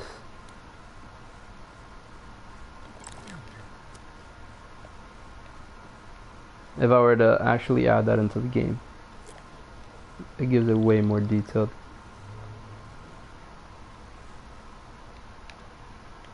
See that?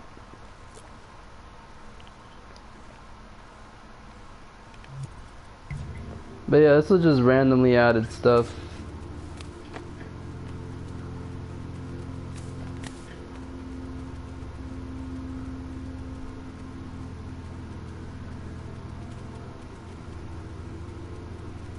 Randomly added trees all over the place.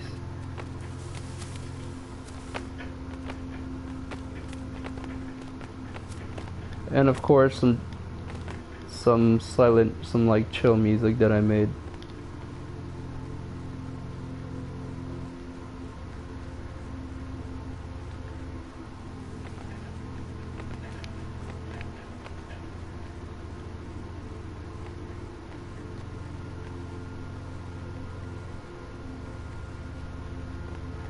These games have potential though, I'll tell you that.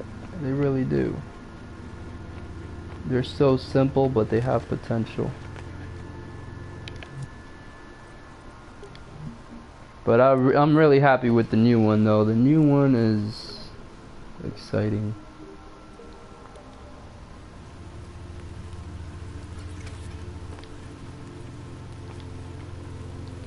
So yeah, this was just me messing around with the indie idea. Now these are my assets. These that are here are my assets.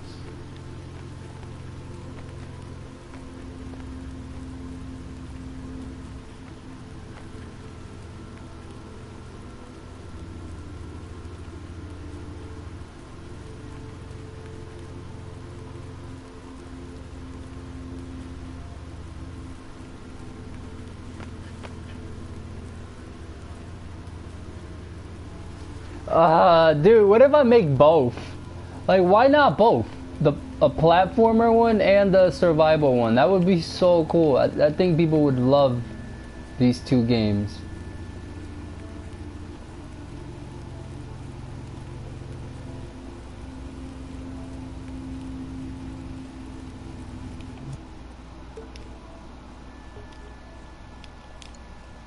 Dude, real shit, man.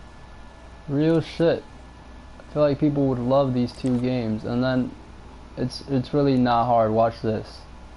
Not hard at all, bro.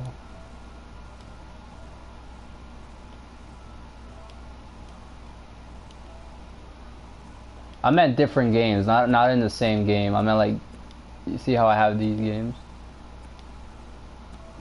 Why not both?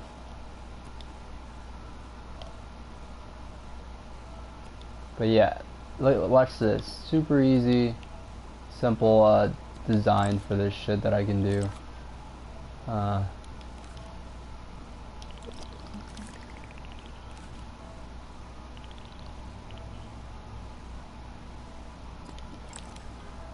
don't even have to stress out.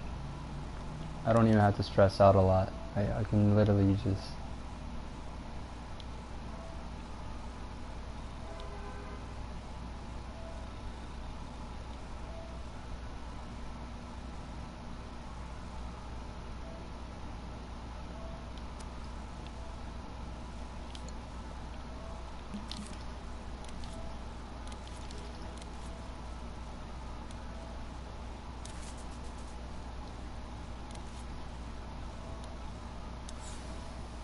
I don't even have to do this, bro. I can literally use the grass that I made. I don't even have to use these sculpts. I could literally use the grass that I made. I'd rather use the grass that I made instead of these sculpts, honestly. The sculpt grass sucks.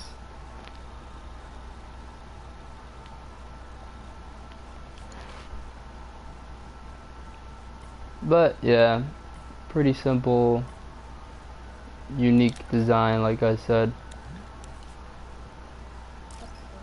Something like this.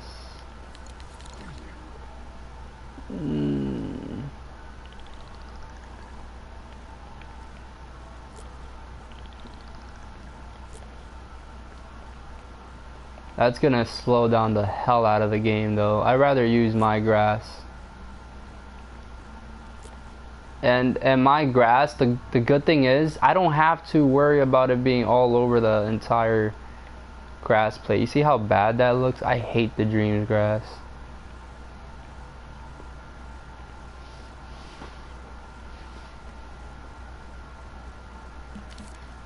I made my own grass that's interactive. So I made this grass. It's actually interactive too. So when you move by it, it'll actually like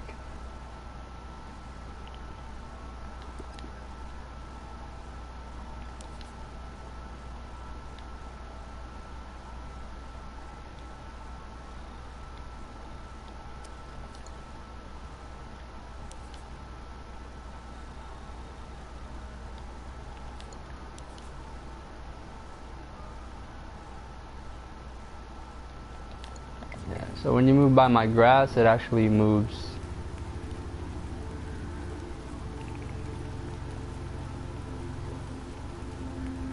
Now this is fairly simple. You just add a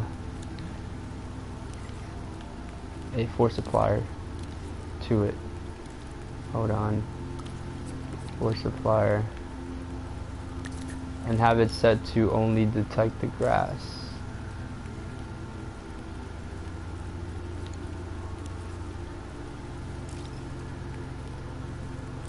Target.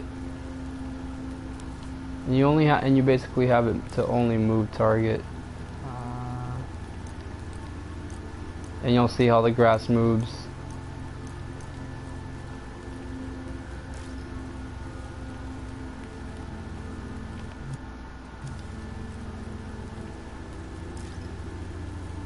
You make the circle really, really small and you put it around the player.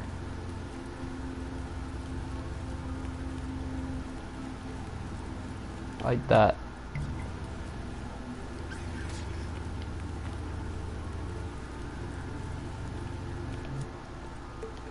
Hold on. I think the strength is not.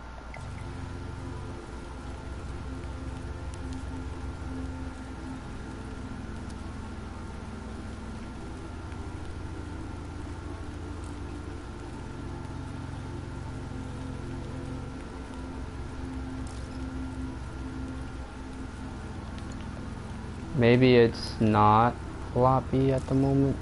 It is floppy. What the hell's going on?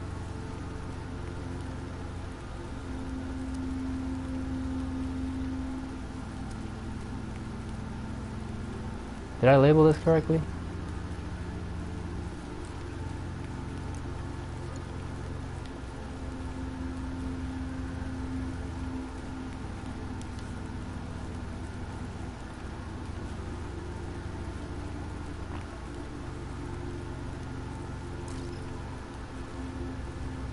Oh, it's acting up right now. Probably broke. Wait. No.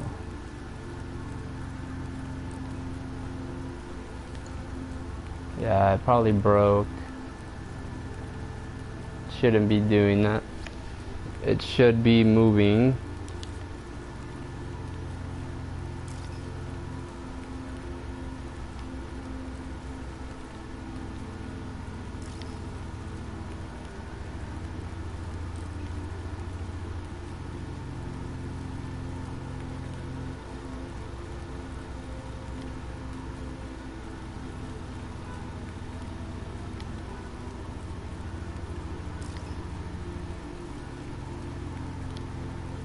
Oh, that's weird. It's not working. I'll show you an example though. Hold on, I have one. But yeah, look at the difference my grass makes.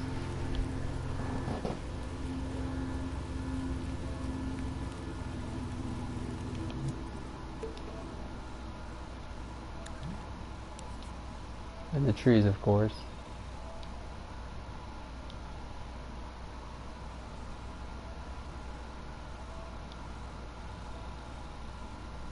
They're supposed to be like that. For that indie game style.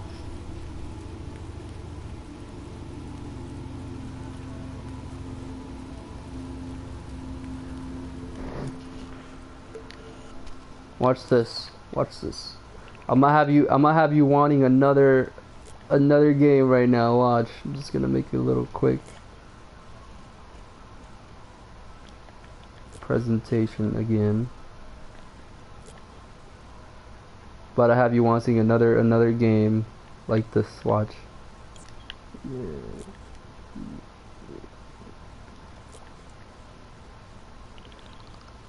Other chill games right here.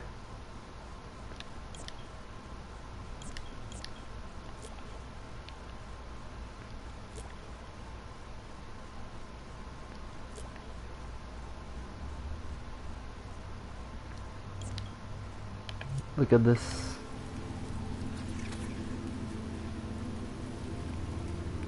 Look at this, chill games. Oh, hold on, we don't got no color on the grounds. Damn. I would have to literally color everything.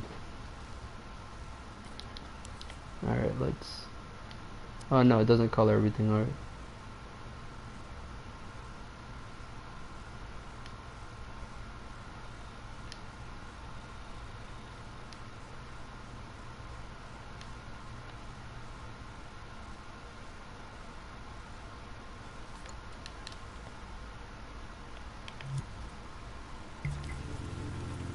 I need some ideas for the Silence Jam. Well, these are ideas right here, buddy. Silent games. Beautiful. With beautiful silent games.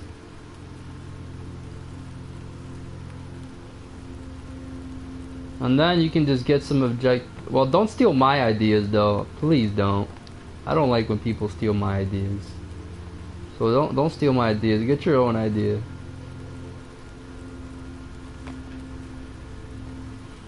But yeah, silent games. Yo, what's up, Red? You're definitely new here. I've never heard of you. Welcome to the channel. But yeah, don't steal my ideas. Please don't. But yeah, silent games like this. Like the one I got going on right now. Hold on. Let's...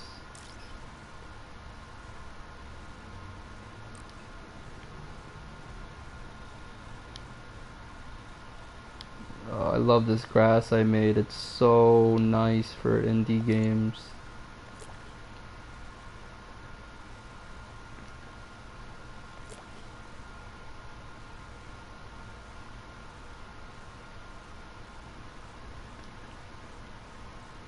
Alright, so look.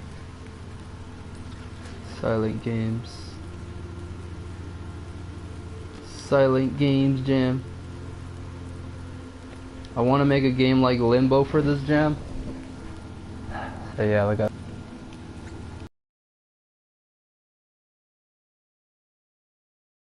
for this jam that I wanted to join, but hey, who says I can't submit 2 games for the jam? Maybe I could, I don't know if I can do both though, I'll tell you that. But this would be the second one.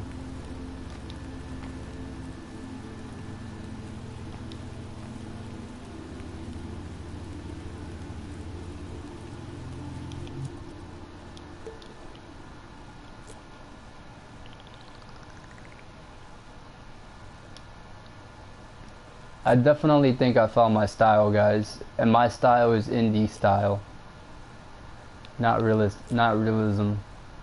I'm good at realism, but I feel like indie style is is my style, man. Like, I feel like I can push out a lot of indie looking games. And since I know logic and all that type and all that sort of stuff, it makes it even easier.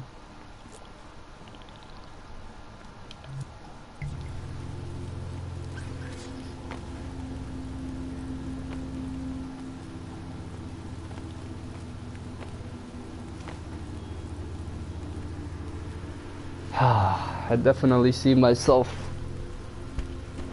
trying to make a game with this too. Oh my god, I'm gonna get carried away. I'm gonna get carried away.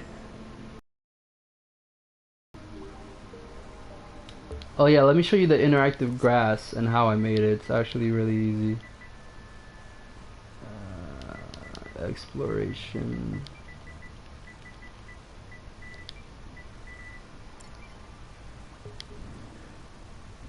So this is the interactive grass. It wasn't working in the other one for some reason,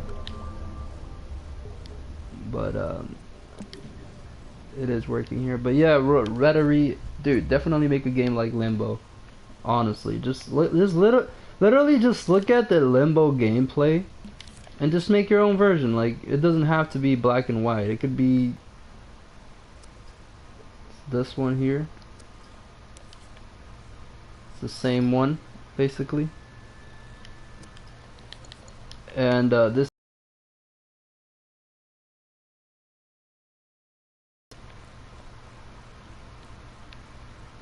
Do I have it in here? Where the hell is it?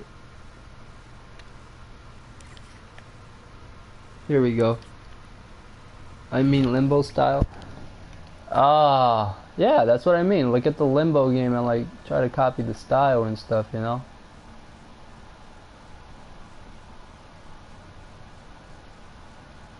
But yeah, guys, look, so this actually does work. And the grass actually moves depending on where you go. So this is really good for indie games. And I actually got this idea from indie games where the grass actually moves as you walk through it. I seen that indie games have this style a lot.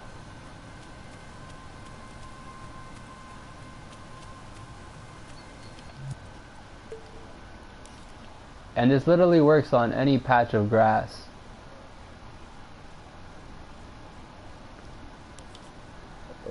It could be a big patch of grass and it'll still work regardless.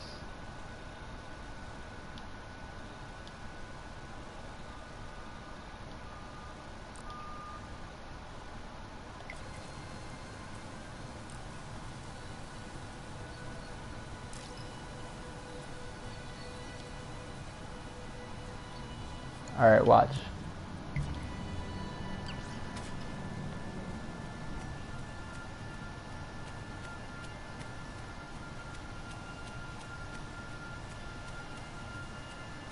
Oh wait, no, I forgot. It doesn't work on copies. It does not work on copies. I forgot about that. It only works on the strokes that you do. So you would have to make more if you wanted it to work. Basically like that.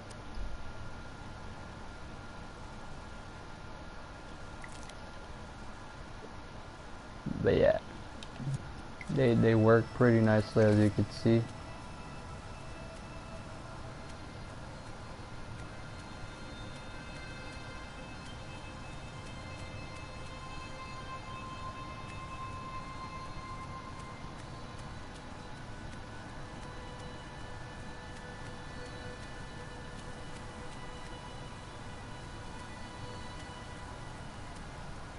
That's very satisfying.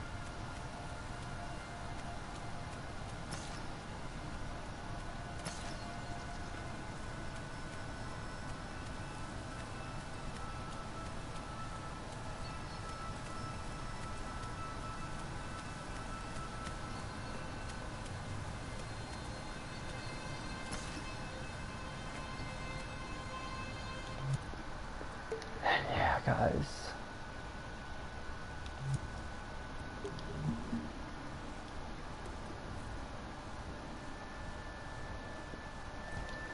I'm making something like a sim builder. I kind of wanted to do something like that. Hold on. Where is it? Whoops. I kind of wanted to do something like that. I was actually messing with ideas for that yesterday. Hold on. But I wasn't gonna make my own buildings. It was basically gonna just be like stuff like this, you know, where you have like top-down camera, something like, I don't know, about maybe something like this. It was gonna be something like this, basically. And then the camera, you can move it around, and you could basically build.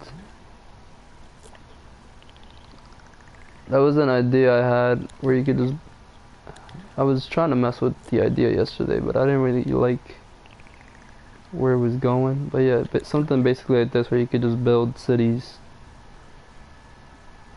and build the roads and the houses and stuff.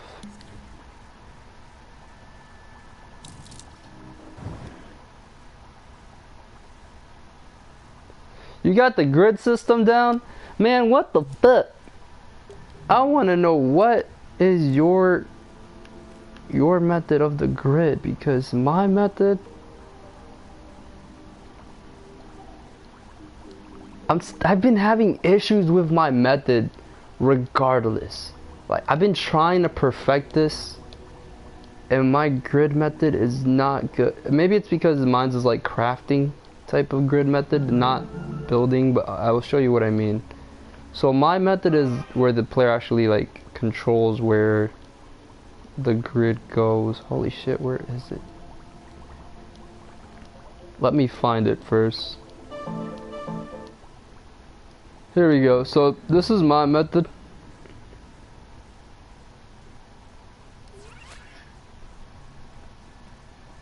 Dude, you guys are awesome. You guys literally have the ideas that of games that I want to make. And if that's the case, we should just work together. I definitely want to make a game dev simulator where you have like little characters walking around and a little boss yelling at you, and your company grows as you sell games and shit. Yo, I love those games like that, man. Those simulators like that, I love those games where like your company grows, kinda like PewDiePie's YouTuber simulator, something like that. That would be awesome. But yeah, basically, I had a grid system here, but I'm not really happy with it, as you can see.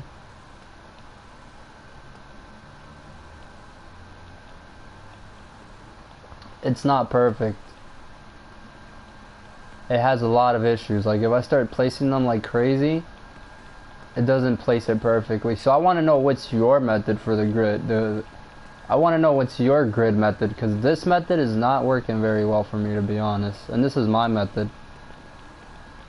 This is the method that I thought of, and this was really difficult, to be honest. And it's not even perfect. All that work and it's still not even perfect.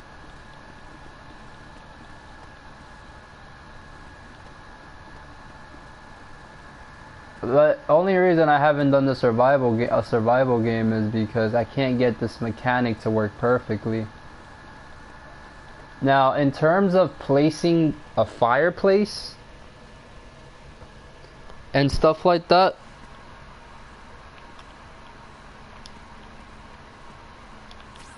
hold on. In terms of placing a fireplace and stuff like that, it's different.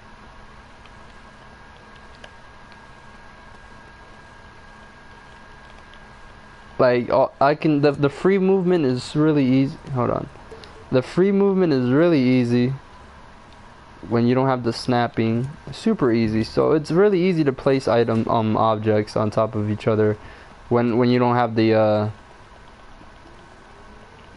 you know, so like if you had a fire and you wanted to rotate it, it's so easy to do that. But the grid is what fucks it up. Like, I could easily do the one where you get fire and you get a little cabin or something and you rotate it and place it freely. But the grid is the issue. Is where the issue comes in.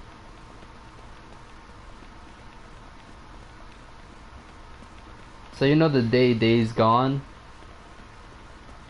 Days Gone on the phone.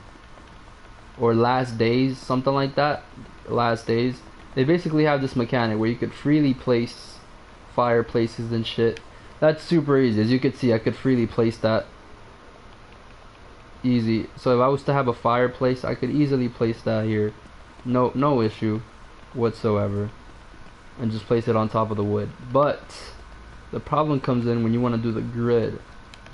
So, for example, my indie game that is probably going to be a possibility because I want this to be. So my indie game that I'm probably going to do for the jam, which is this. So this game right here, I want it to be a survival game. Where you just craft, hit, like, knock down some trees, collect some stone, and you basically build your little home and stuff. So I want that to be what I do here, but I can't get the grid movement. I can't get the grid movement right.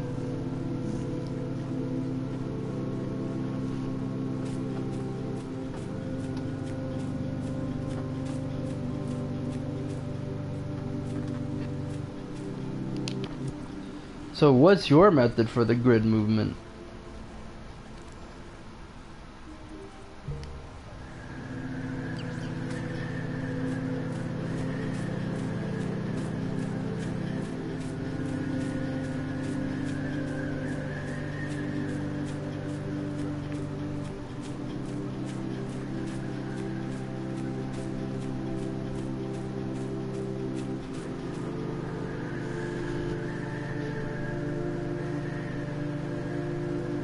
Yours is based on coordinates? Okay, so here's the problem with that.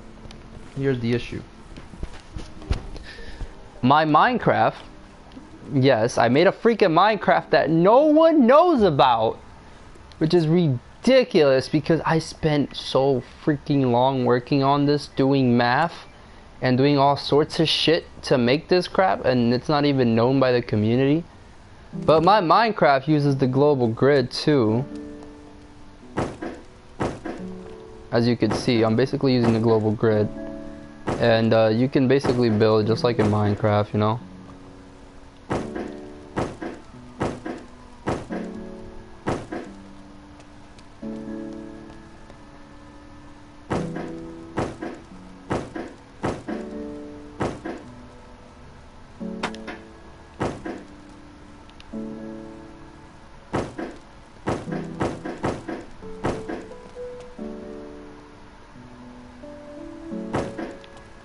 But yeah, basically I made this crap here.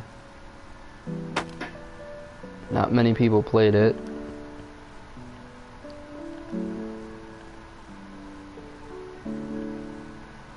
And I freaking went ham when I made this, dude. Like, I did so much work. I made everything in here. I made all the blocks, all the textured blocks. And you can literally just build however you want. Obviously, I never finished it because freaking no one played it, so I didn't even bother finishing it or like continuing it because since no one played it, I didn't see the point. But the building was really damn good, as you can see, and you do have different blocks you can build with.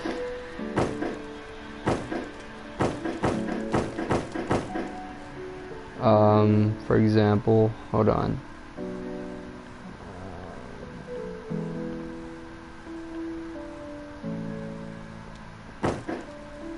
I thought about everything, as you can see. I thought everything out, dude. Like, you can place floors.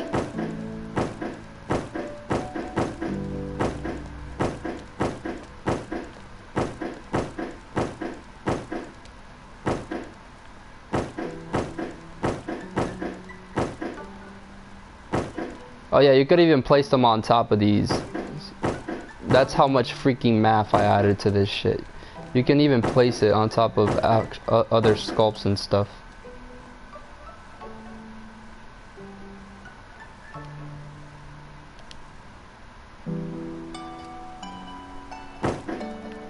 So like, let's say I made a table, you can actually place it on that table. So I'll show you what I mean. Let's black wall textured, for example. If I was to place this, you could actually make a table stand. Hold on. Like, I did a lot of math for this shit, man. So much freaking math went into this, but yeah, look. See that? Separate, whole different assets, man. Like, it sucks that no one.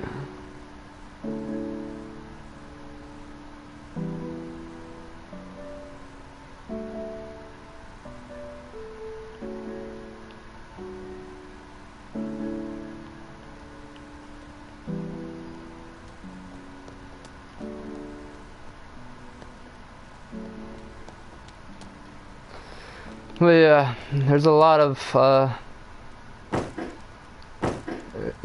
assets I made, as you can see. If you like Minecraft, you'll probably enjoy this, guys. And who knows, I might redo this in the future, but I need more support. I didn't get enough support on this to make it a full-blown, like, HD Minecraft type of shit. And on top of that, this looks like crap compared to what I could make now. So if I were to make HD Minecraft on here on Dreams, it would be so much different, and I'd make it seamless. Like, you wouldn't see those weird lines and shit where it'll look like an entire block and stuff together. And yeah.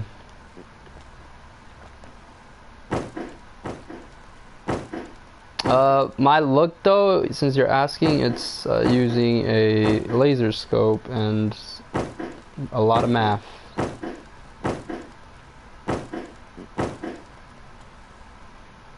As you could see, the math is really smart. I did some smart math in this shit, man. You see that shit? Like, you could just... The grid is so damn good that it snaps to the spot you're looking at, and it snaps out or in. Look at that. I went ham on the math, bro.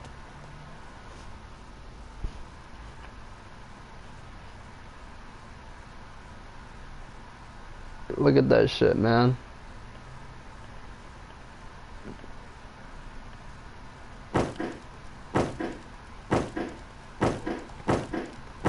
How did you do your grid, though? You said you used a follower.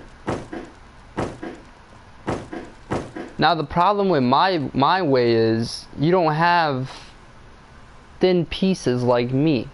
I have thin pieces. That's the issue. You get what I mean? The issue is that if I'm building a house, for example,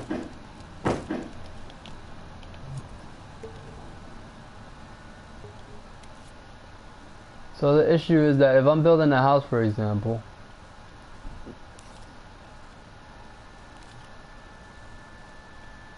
I don't even remember what the hell I did here. This is painful to watch.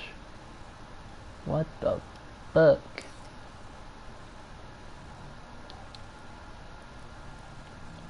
Oh god. Okay, anyways. Yes, each block has a microchip, but the game does not overload because you know what the microchip has? All the microchip has is a tag and a destroyer. And that's only for if it senses, basically if this senses that it's red and you have it inside, then you can destroy it at the touch of a button. That's basically it.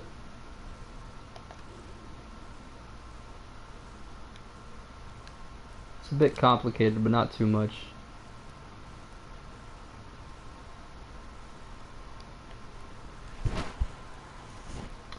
But alright, so here's the problem. Here's the issue between your grid and my grid. Your grid is simple. You just have blocks, right? That's all you're gonna have. You're gonna have one main foundation, I'm guessing to save thermo. This is how I personally would do it. Have one main block instead of 100 different item blocks, but have one main block, and this block basically shows the item that's selected, right? So this block is basically gonna have the item that's selected, and it's gonna have it scoped in. Simple as that. So they're gonna be here. They're gonna be here or whatever.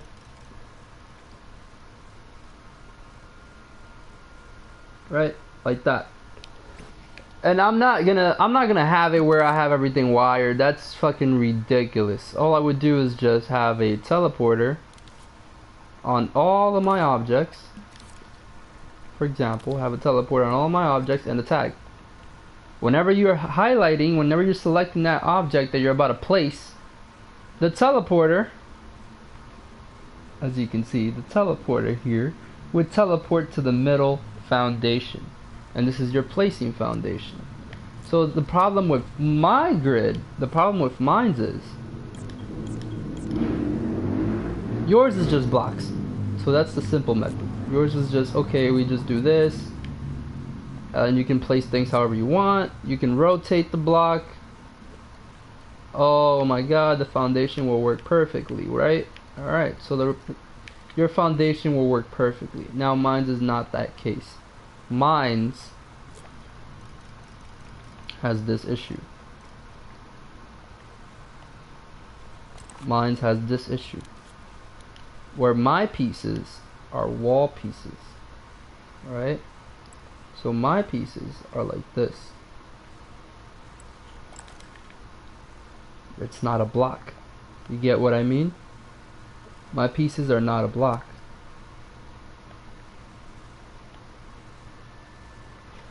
Unless the way around it would be the same method that I'm telling you,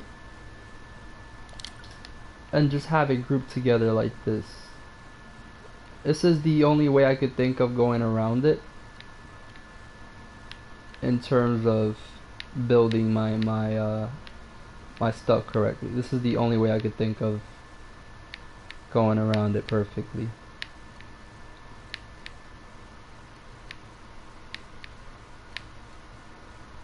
I would have to have them grouped to each piece of the wall though. So you get the problem. Mine's is a bit more difficult than yours. It would work though. It would work though. So that's the method that I would do for mine's. This is the only method I could think of. Now, if I wanted to do the original method, which would be the actual piece and have it rotate, that's really hard. So honestly, I think my best method, I think my best plan to do is use the global grid, just like my Minecraft game, or my other method, but instead of using the global grid, I just use it like this. What is this? I'm showing how I would go about doing the building basically. So I'll show you an example. Okay, so we got our foundation built, right? Boom, we got our foundation built or whatever, we got our blocks built. Okay. And there we go. Alright, boom, we got our blocks built. That's our foundation, for example. Then we have our wall here, and our wall comes in, and you can basically rotate it.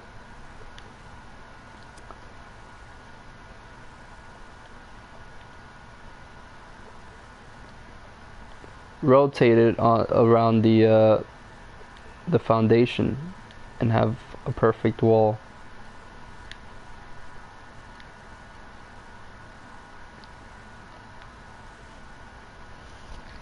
And then when you place the walls, boom,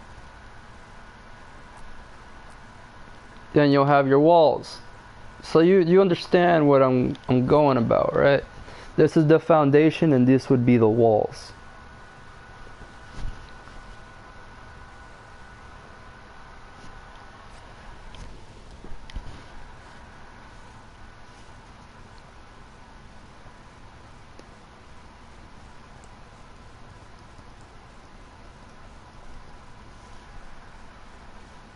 You understand, right?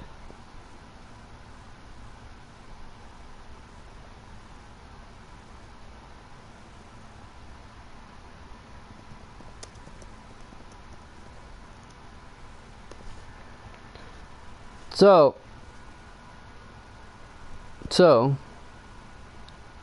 if I were to so-called make my survival game, if I were to so-called make, I'm just gonna make a quick foundation piece just to show what exactly I'm going on about. I know you guys understand me though, but basically, let's say I get my foundation piece, right? And I was to make a foundation, simple foundation like this, and this could be used as a wall too, for example. But let's say I was to make a foundation. Whoopsie daisy.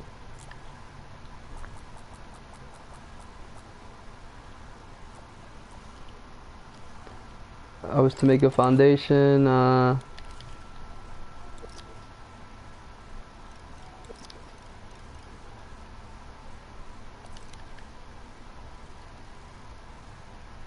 so here's the example. This is my foundation. This is my placing block, basically. This is what I'm going to use to place.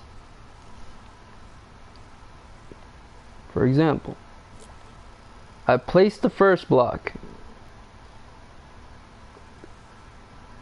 So I'm basically, I kind of just figured it out now. I was overthinking it, to be honest, but it's 100% possible.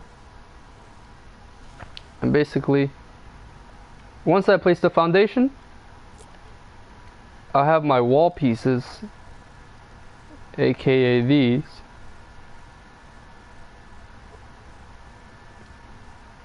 and these wall pieces are going to be rotated by the center of the foundation and the wall itself. So what I mean by that is,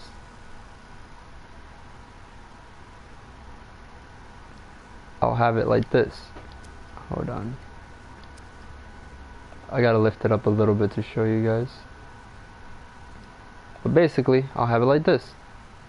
That's it. Rotate in the center to have perfect placement of the walls.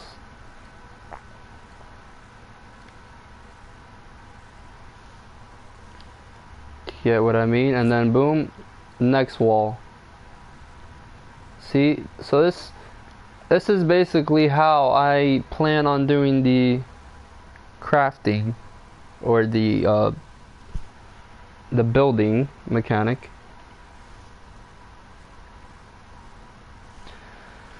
And yeah, guys, so it definitely looks like it's possible. Definitely gonna be possible.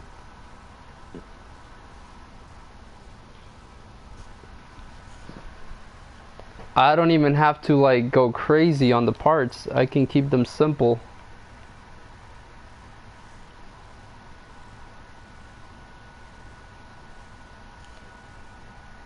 Why won't that snap into place? Hello. I was over here looking at a video to get the type of foundation design. But yeah, that would definitely work for my camera view. Basically my system and this method.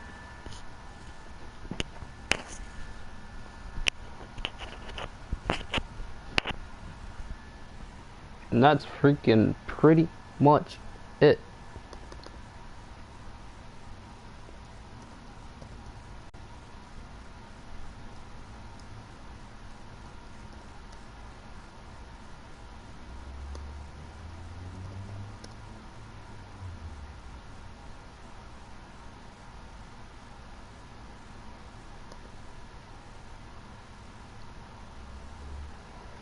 know it's hot as hell.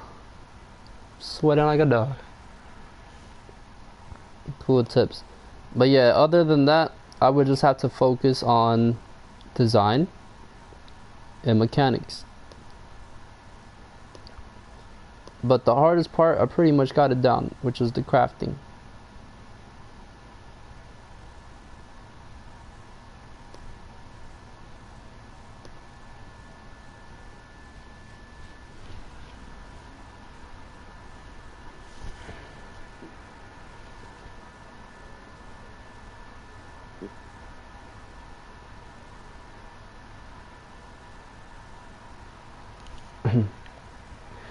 And in terms of the roof, I don't know how I would go about doing the roof. I don't know if I would do a roof and have it disappear. I don't know if I would do the roof and have it disappear, or not have the roof at all. I don't know.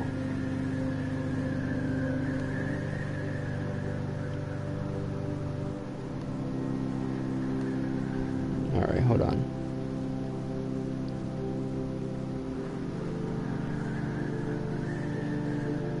I want to get a chopped cheese. I don't know if you guys know what a chopped cheese is, but I want to get a chopped cheese. How may I help you? Yes, hello? Hello? Yeah, can I get a chopped cheese on a hero? Give me 1 second, brother, man. Hello? Hello? Yes. Yes, can I get a chopped cheese on a hero? Yes. Just lettuce, salt, and pepper, Just lettuce, salt, pepper, that's it. and barbecue. Barbecue? Oh, barbecue, man. No lettuce, tomatoes, huh? Yeah, no tomatoes. Lettuce, yes. Just lettuce. Barbecue. Yeah. Cheese, onion, too? No. Huh? No onion. No onion? No, you Barbecue, lettuce, that's it. you know this. You know this. No onions. Yeah, no, I got you. Gotcha. All right, thank you.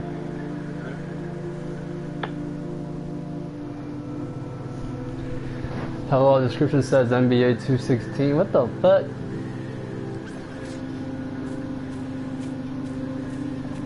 So yeah, guys. What do you guys think about the roofs? The roofs. What do you guys think about the roof?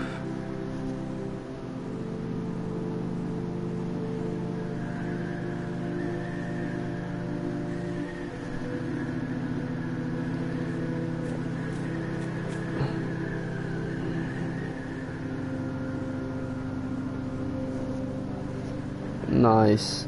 But I'm saying, what do you guys think about the roofs? Should it have roofs or no roofs? I don't even know what that would look like. Is there a crafting? Is there like a crafting block or some shit that looks like a foundation? So I don't have to make one.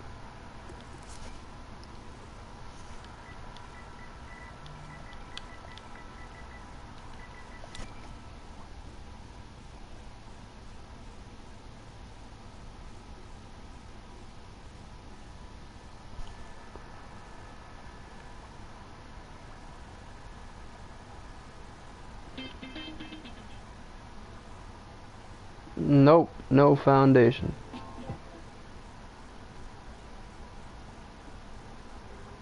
No one makes a foundation. Like, wow, what if someone needs a foundation one day? Nah, man. Fuck.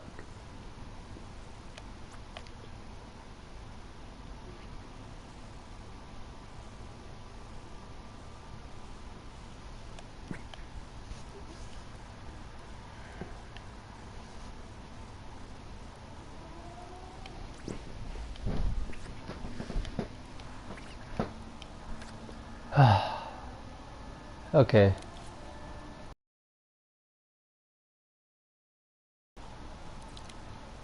No roofs? You think there should be no roofs? I mean, you know what game has no roof on it? And don't worry about thermal. I'm gonna rebuild the environment for this shit. Well, not rebuild the entire environment, but I'm gonna delete the things that are raising the thermal. There's a game called, hold on, survival games. I forgot what that game is called. Last Day on Earth. There's a game called Last Day on Earth, and it has no roof.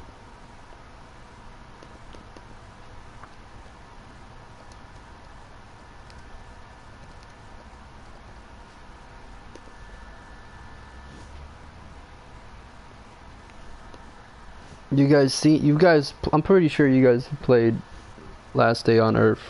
It's a phone game. Pretty damn cool survival phone game.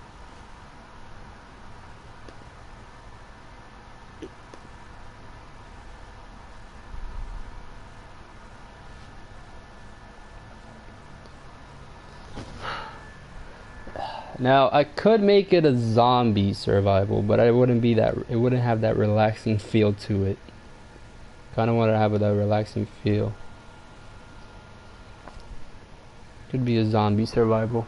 And Robo Killer has the freaking dopest zombies. I really hope he would let me use them, Robo Killer. Let me use them zombies if I decide to make it though. If I decide to make it a zombie game. I really wish that Media Molecule would do some type of feature where if you don't want to release something, certain players can have access to use it in their games. Like, why doesn't Media Molecule do something like that? I personally think players should have access to, like, certain players should have access to assets or scenes. If you want your friends to be able to go into your scene and no one else, you basically have them in a list where they could go inside your scene or not. Like, let's say I wanted well, that's collaboration, so that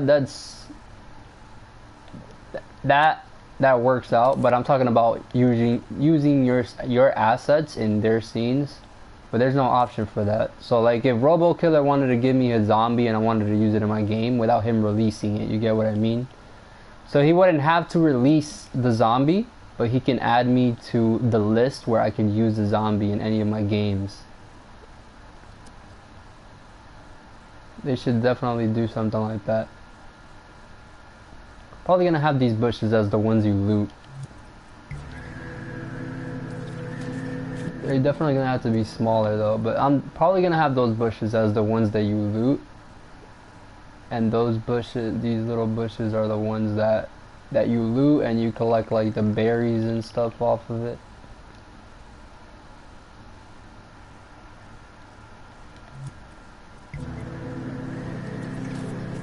Yeah, that'll work perfect. These little bushes right here where you can collect like berries definitely would work.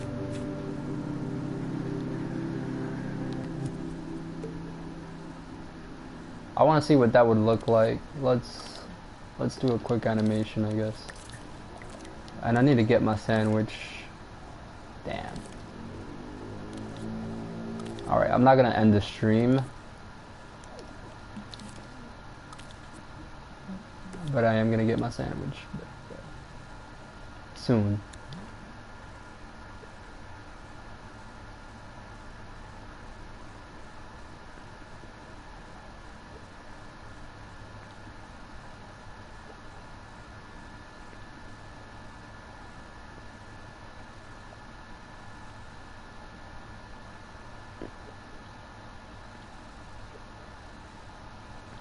Just want to see what this would look like if I were looting or something.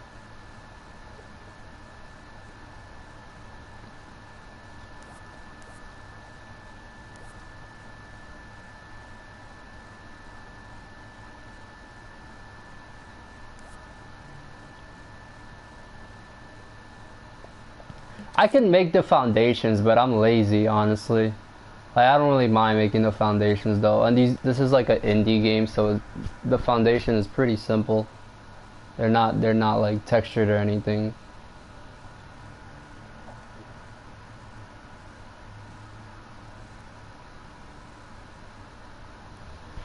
Okay, if I were to pick up something or loot something,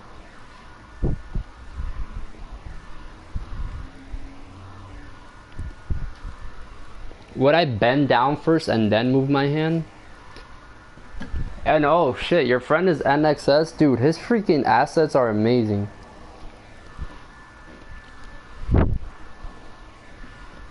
No, I think that I would have to like bend down while I'm... Hold on, I gotta see how...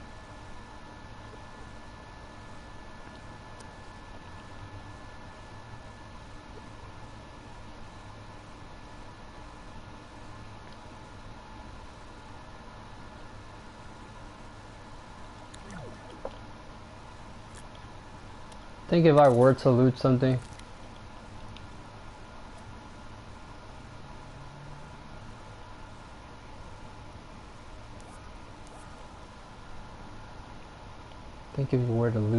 it would be a little bit of more movement on the body here, and swipe up the arm.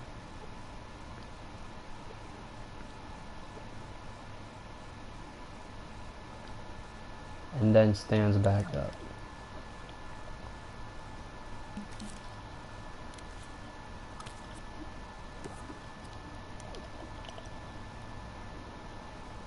Shit. Okay, fine, I'll just use the square button and test it out.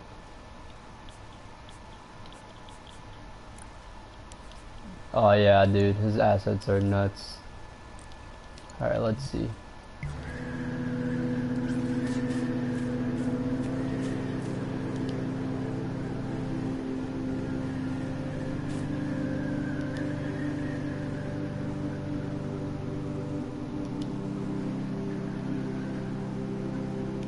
Okay, so I would definitely have to stand him up. And it's obviously not that slow, guys. I'm just testing things out right now. And animation wise. Wanted to see what it would look like.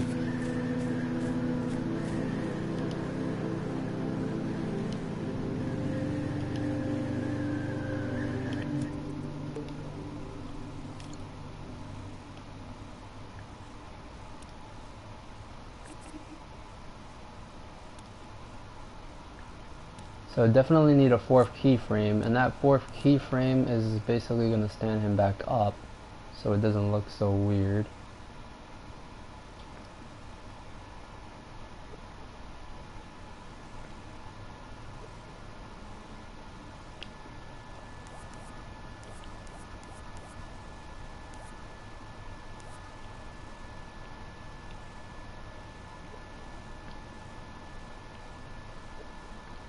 Thank God I know animation too. Oh, this game's gonna be great. Alright.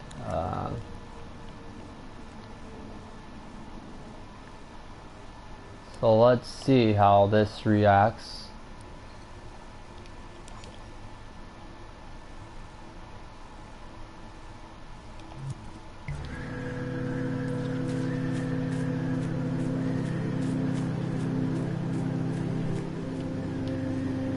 Oh yeah, there we go. That's nice. Just move the arm a little bit more to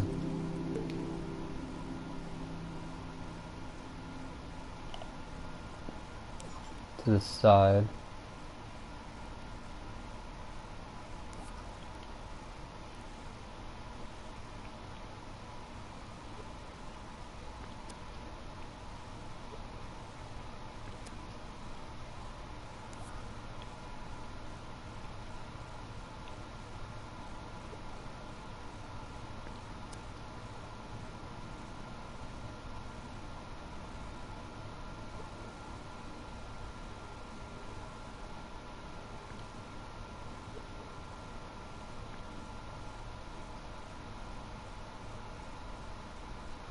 I think you should move his body instead.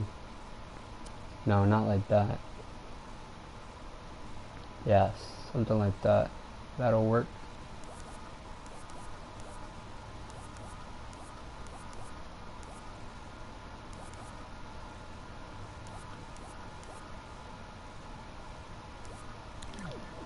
Alright, let's check how that looks.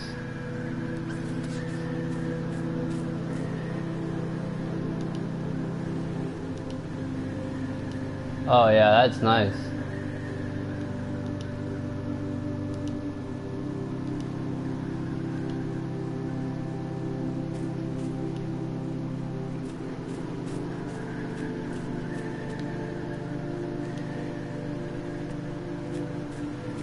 Definitely looks like I'm looting something. I like it.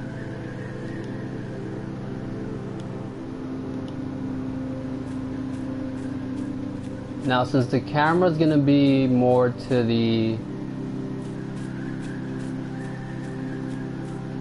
right side, I'm gonna have it move the arm to the right from the right, not to the left.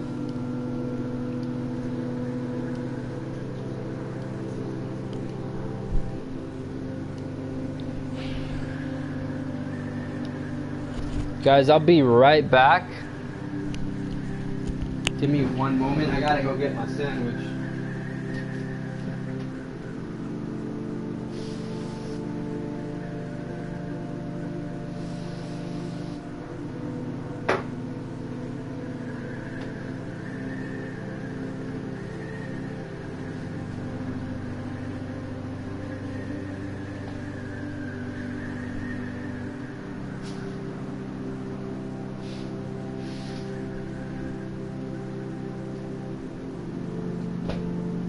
If you're a loyal viewer, you're not gonna leave my stream. If you're a non-loyal viewer, you're gonna leave.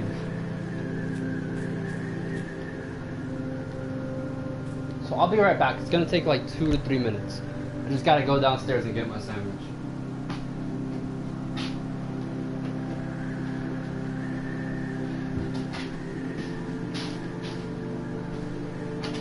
I'll be on my phone. You guys, let's watch.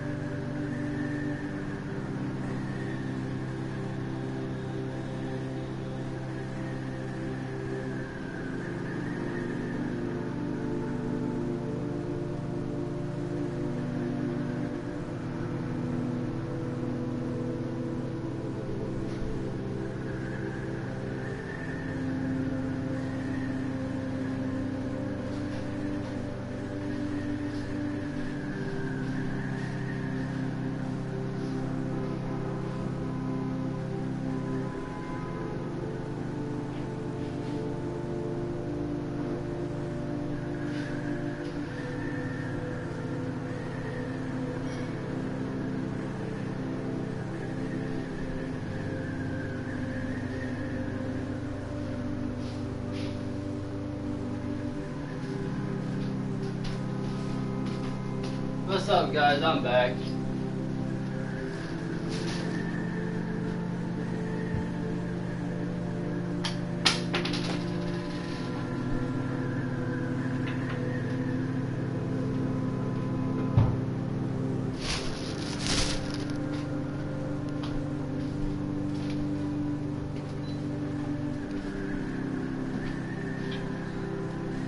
So do you guys think that the character should have an actual costume, or a little white character like this is fine?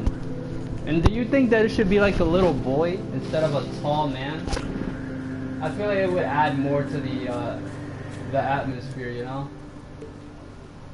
Like instead of a tall man, it was a boy, a little kid kinda.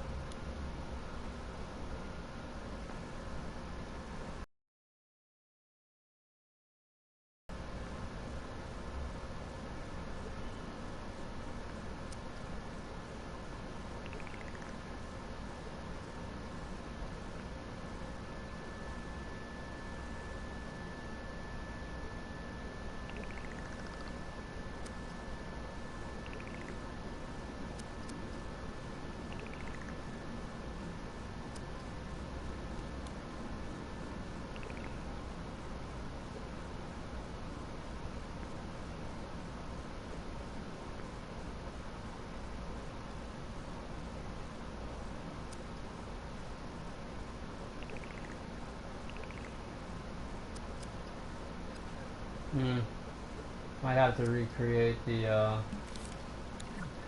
character, I'll have to change the size. Oh, no. You know what, I'll keep it the character that it was. I feel like it fits better.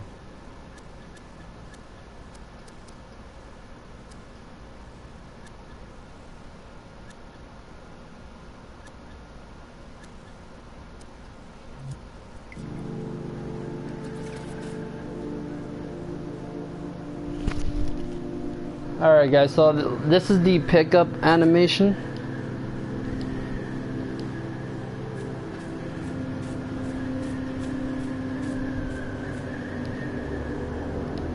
What do you guys think of it?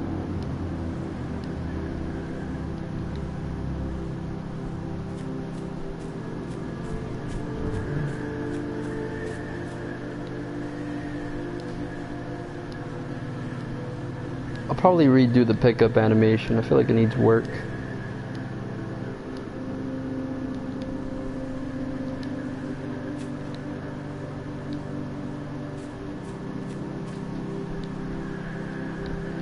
And if this game doesn't go in the jam, I'll just do the game just to do it. Because I'm pretty sure a lot of people would want this. Alright, cool. So, that's awesome. Just wanted to see what that would be like. Alright. Pretty cool stuff, I guess. Check my notifications real quick.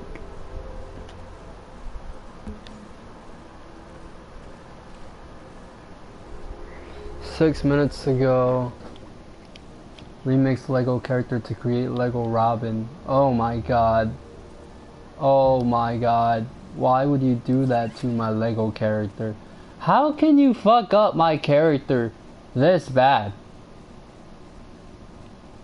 How can you fuck up my character this bad? Like, how? How do you mess up my character base this damn bad? You have to be terrible to mess it up this bad.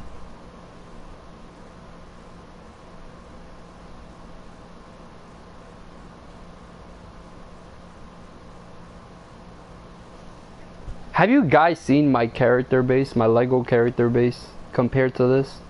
I don't know how the hell this guy messed it up so damn bad.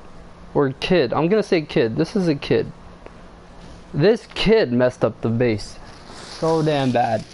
It's ridiculous.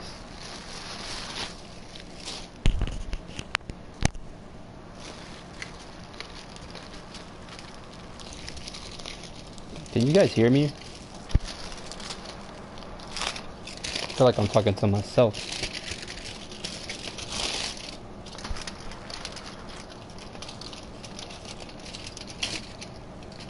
Jesus, that's hot. Oh my god. That's really hot. Bro, this is a disgrace to my creation.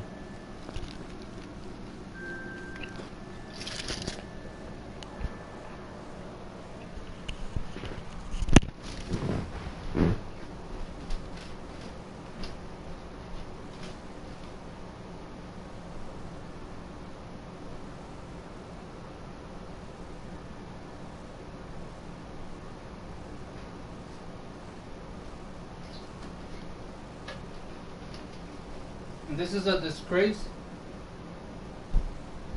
This is a disgrace to my creation.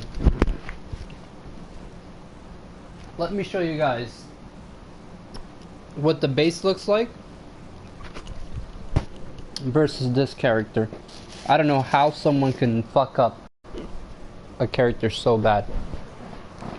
Okay, so here's the character that they made or fucked up. And here's my Lego base. How the hell do you mess up a character base so bad? How bad do you have to be to mess up a character base that terrible?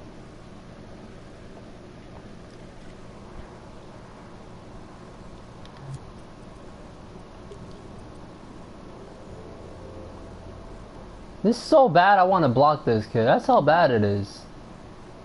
Oh my god. Oh. Yeah. Yeah, this kid's got to go. Lego Batman, the title. This kid has got to... Someone please. Oh my god. What the... This dude's cringe. I'm about to block him.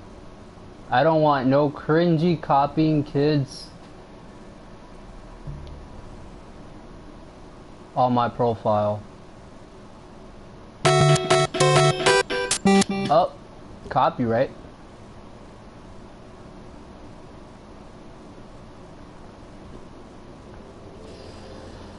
Ooh, kid. This kid is cringe. Oh my god, he used my Lego base to create a Lego Batman 2. Jesus. What the freak is this, bro? I'm sorry. Nope. I don't want no cringy kids taking my good stuff and making bullshit out of it.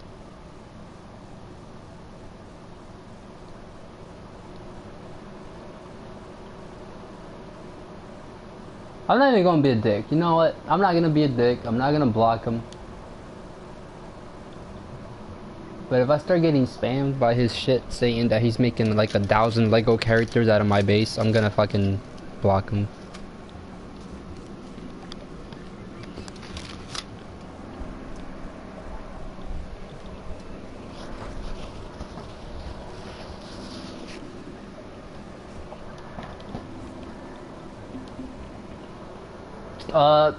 Now, do any of you guys have anything you guys want me to check out while I'm eating?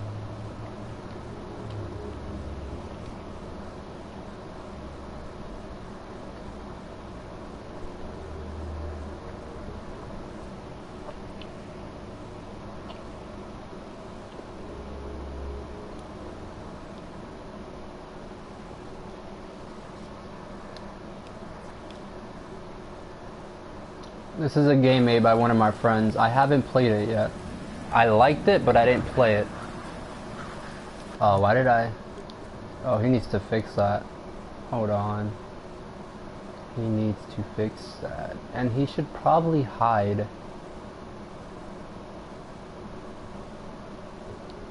You should probably hide those things. I sent my game to you? Okay, I'll check it out. Let me get out of this. But my friend made this game. I haven't checked it out yet. I guess I'll check it out.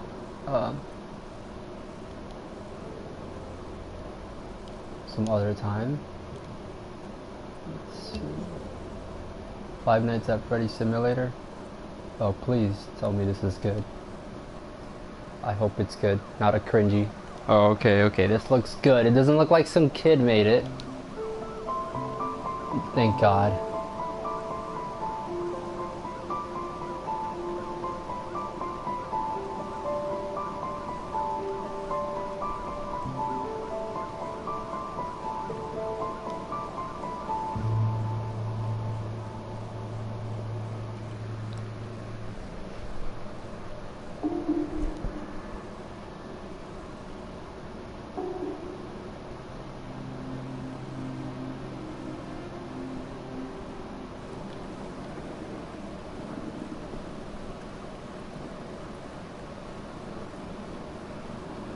Oh, it's kids made. I'm 14.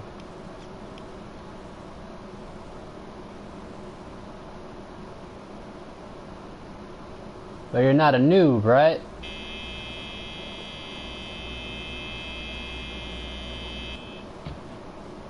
What the fuck?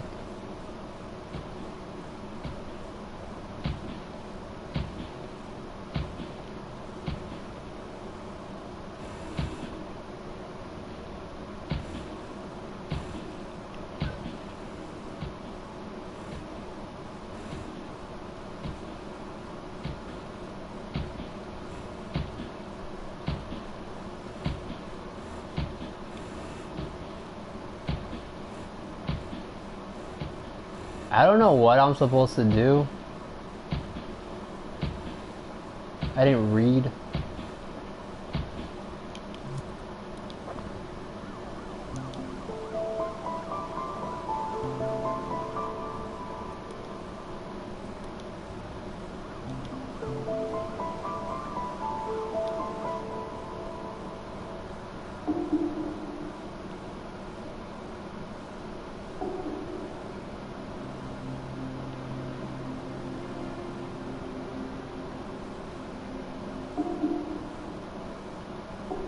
What are these? Are these powers or something?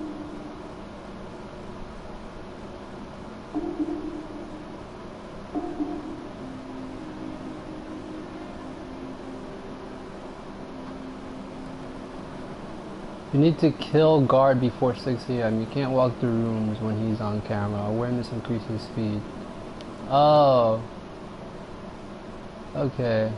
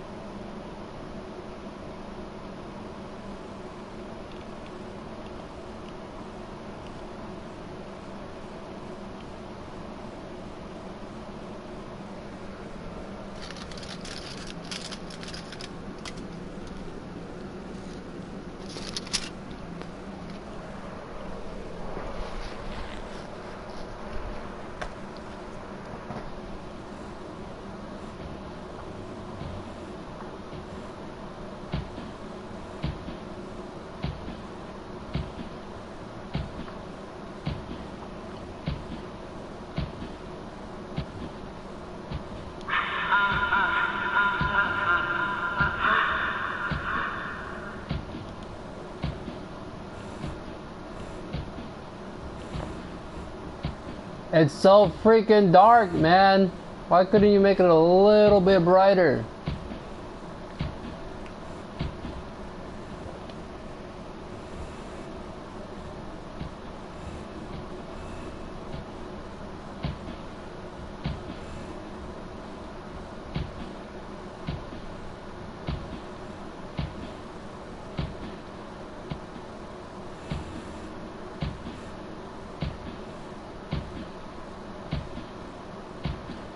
Yeah, this is really good, but I'm fucking confused.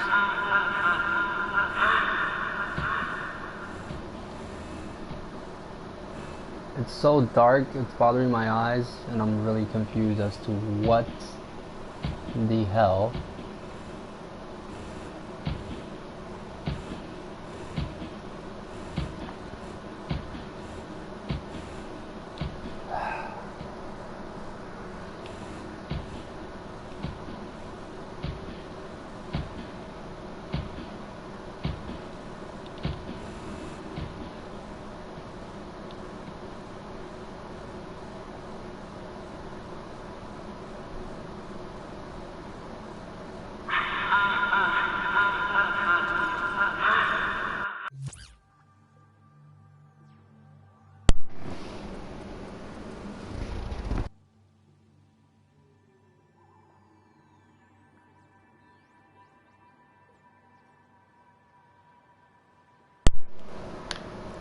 Whoopsie. Whoopsie, whoopsie.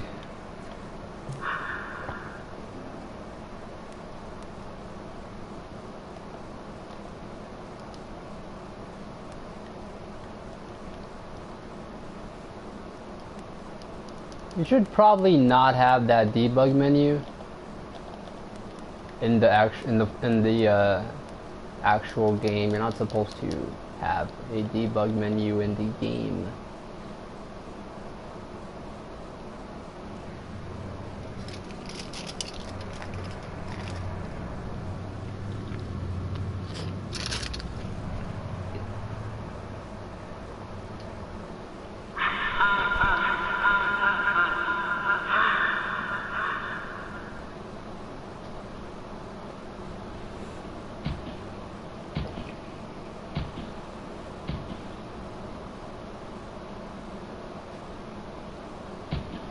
I don't know what the hell am I supposed to do.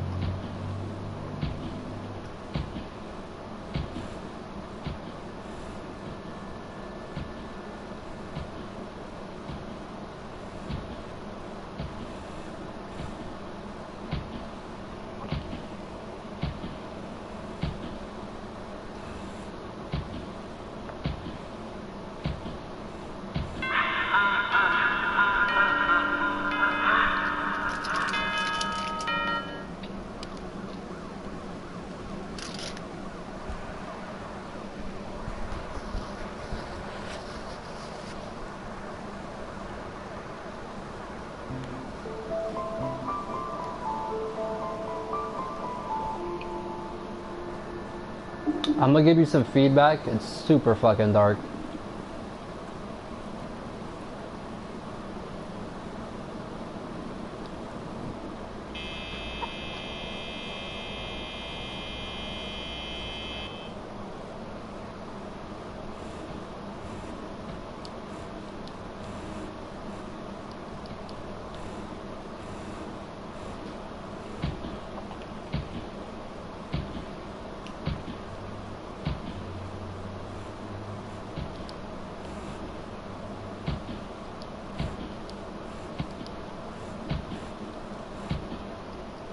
Okay.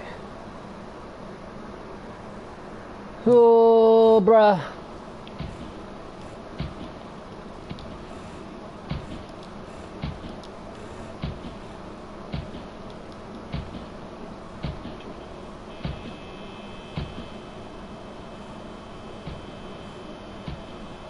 I couldn't walk through before, now I could. Oh, fuck.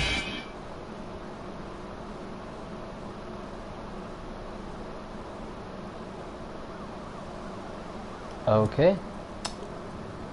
Not bad, but I'm super freaking confused.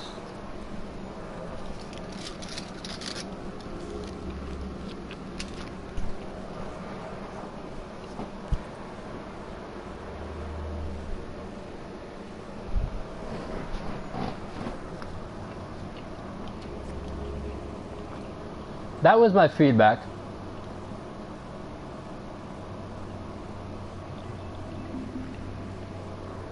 You know what I'm proud of though? This. I'm proud of this.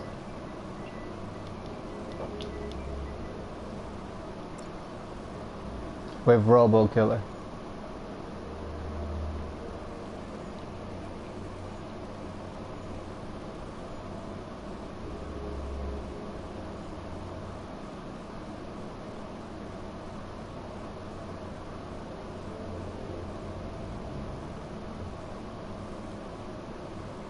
$56,821 likes, bro. We have 56,821 likes.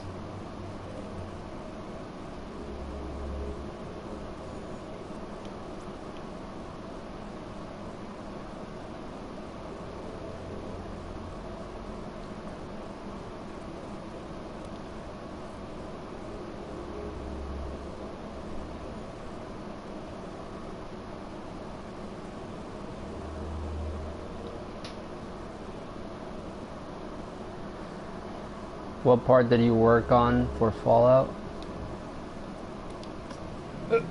I'll show you. Excuse me.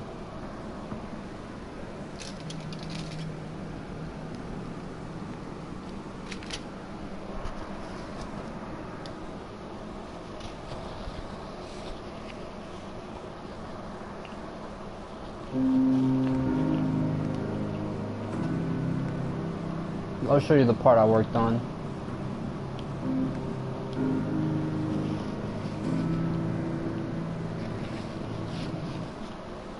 It was only one part, but the fact that I even helped on this project was awesome.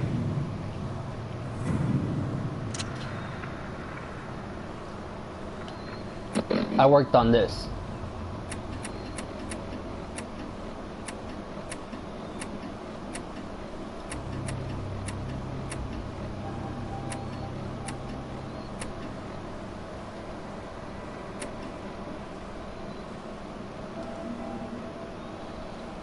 This is what I worked on.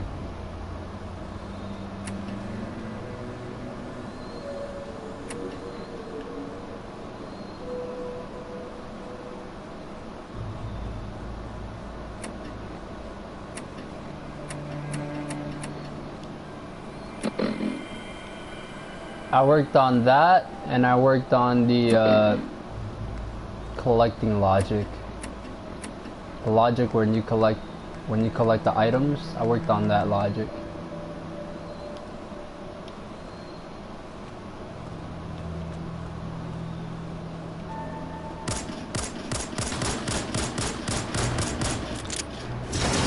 The crazy thing is we made this when Dreams like first came out. Well, not first came out, but we made this when like we started getting out of the early access. That's when we made this. But yeah, guys, that pretty proud of work with that. I could show you some stuff I'm working on with people.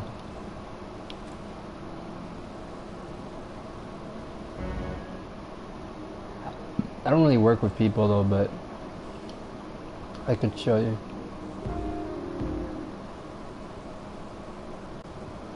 You guys already seen the zombies. Worked on this. I worked on the texturing and paint job on this.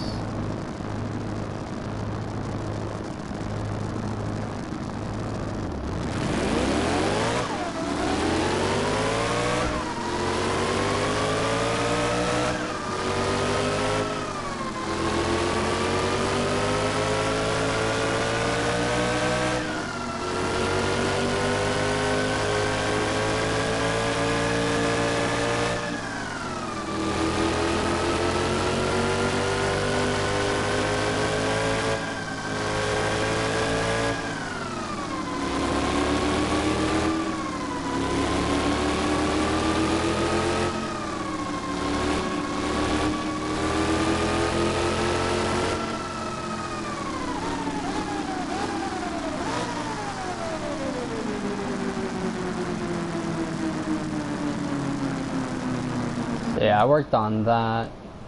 Let's see what else. And that's by my good buddy Script Kit. He's really awesome. You guys gonna give Script Kit a shout out. You guys have to check him out. He makes cars and just all sorts of shit. It's pretty damn awesome.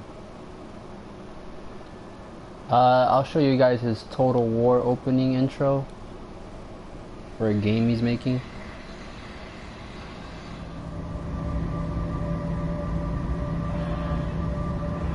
It's a pretty simple intro, but you know the movement is really nice.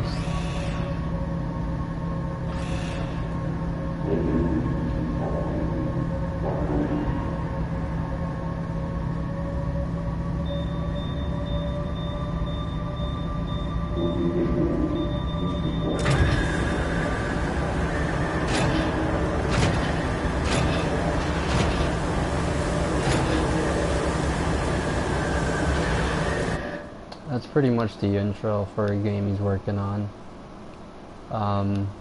Okay, let me see what else I can show you guys that I've been working on with people.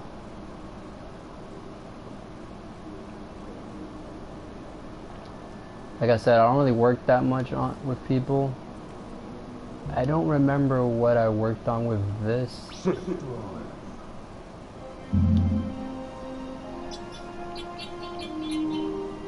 I do not remember what I worked on with this. I forgot what I did in this.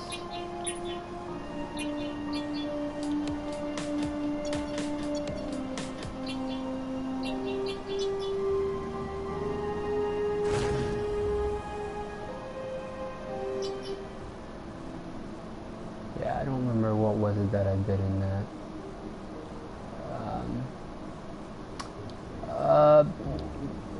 I was working on this with Dex. My good buddy Dex. I did the walking animations on this. Try to make it as realistic as possible.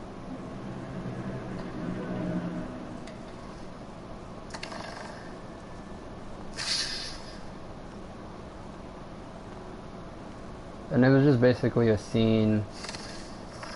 It was for a game, but we ran out of thermal because we didn't know what the fuck we were doing in terms of how to save thermal and shit.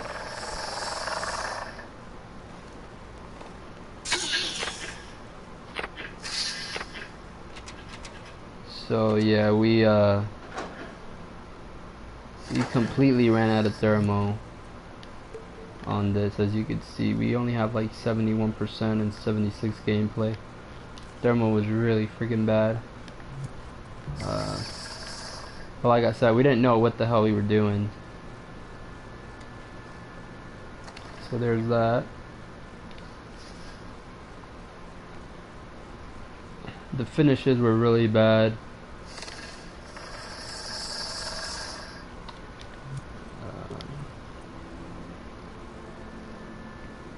What else? This was a side-scroller game when I started it with someone when Dreams first came out, but they never did anything.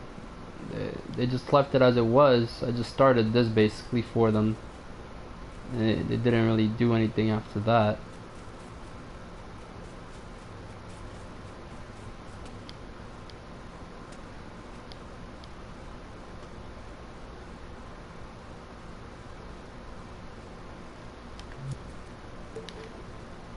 But yeah, this is basically a side-scroller game made for someone.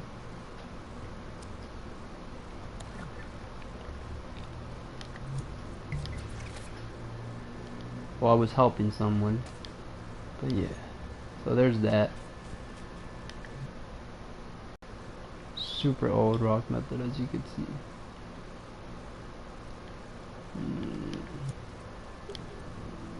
Don't know what happened to that guy.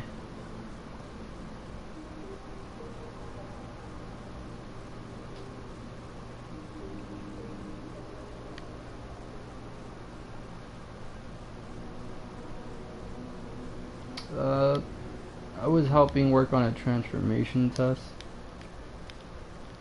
This was a transformation test I was helping work on. This was really long ago. This was like when Dreams first came out.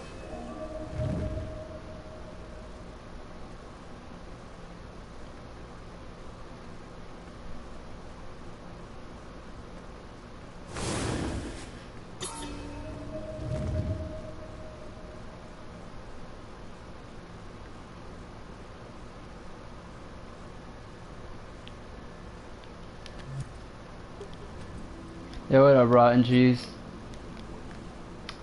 How's life? Pretty good, you know. I'm going on vacation in like 5 days. So there's that. I'll be gone from Dreams for like a week.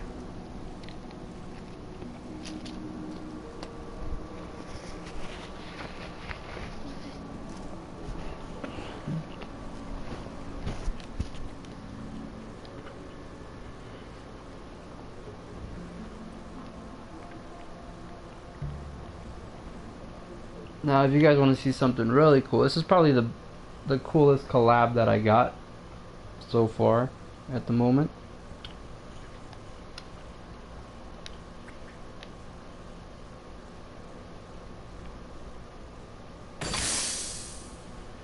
So this is the coolest collab that I got at the moment.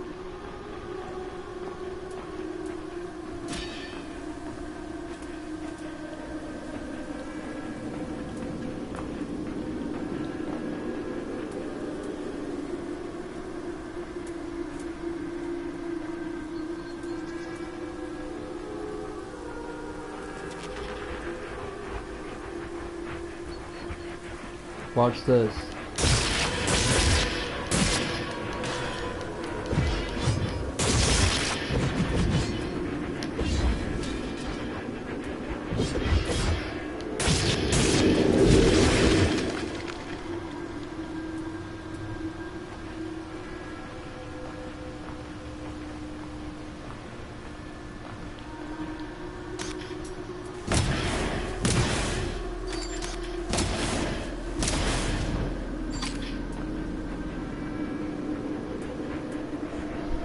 Yeah, like I said, this is the coolest collab I have at the moment.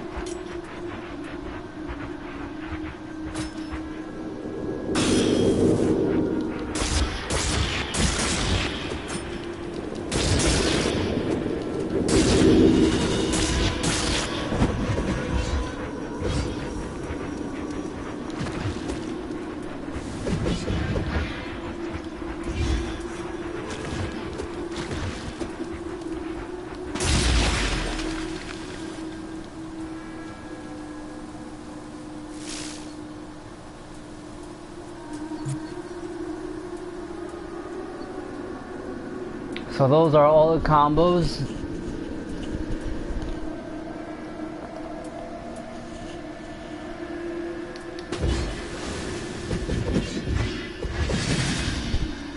And they're highlighted as you press them.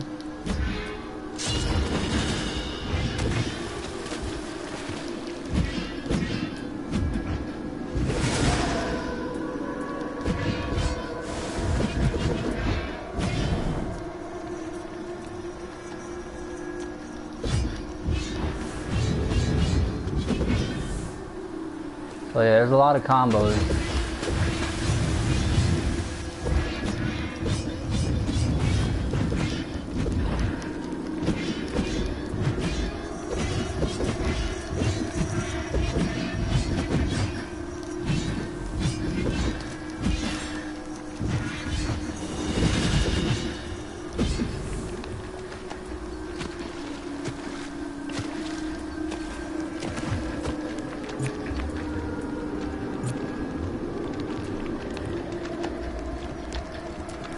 And yeah, that's pretty much it.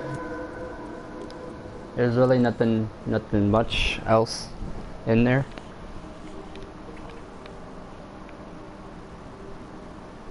But those are pretty much my collabs. Everything else has been on my own. Oh, and I'm collabing with Insane Artists on this.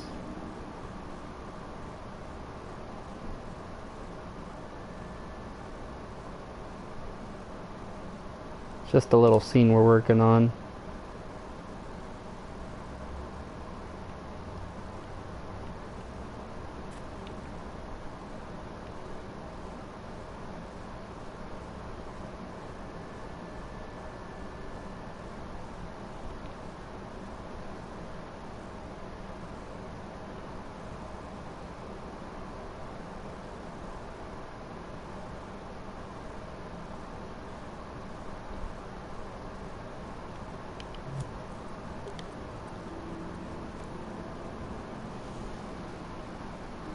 Can't believe that people still use Dreams. Unreal Engine 5 is out there in the wild too.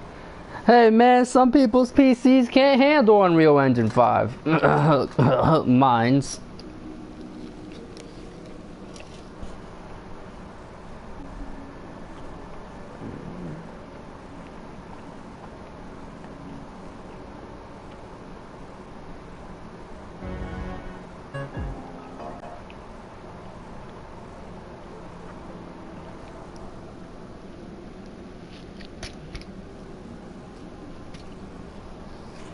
my PC cannot handle Unreal Engine.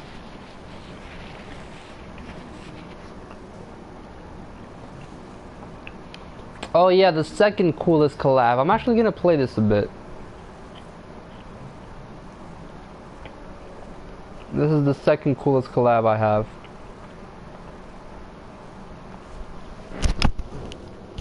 Let's see how far I can get, because everything works basically. The round system and all works, so you can get really you can get a lot of rounds. So let's see how far I can get in this custom.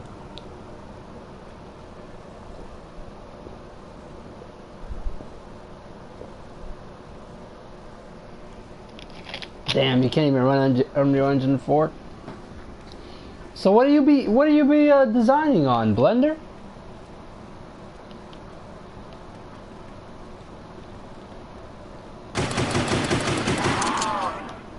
So this is the second coolest collab I have.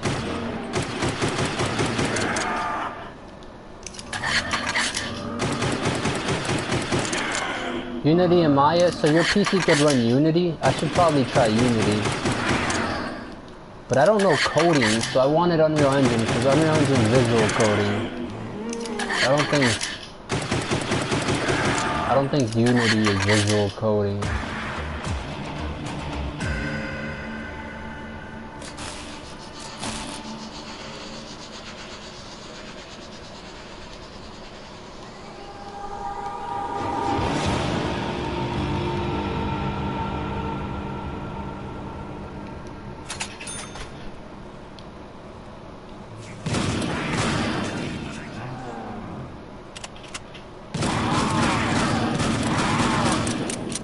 Shit, really? Oh man, I'm gonna have to freaking download Unity on my computer.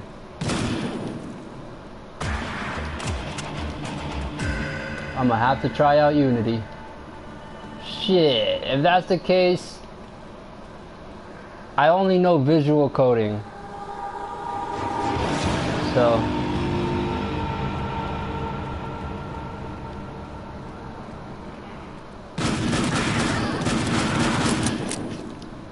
oh yeah guys, so we actually have a round system in this where the more the rounds go up, the more zombies spawn. Don't ask how that was done. It was a lot of work to basically optimize it for any console.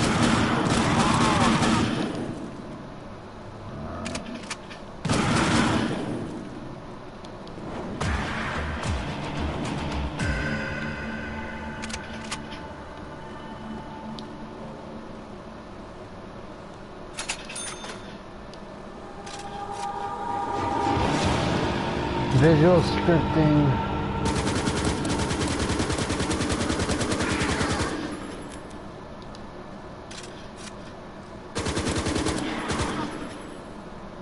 Definitely need that visual scripting. I'm gonna have to try Unity.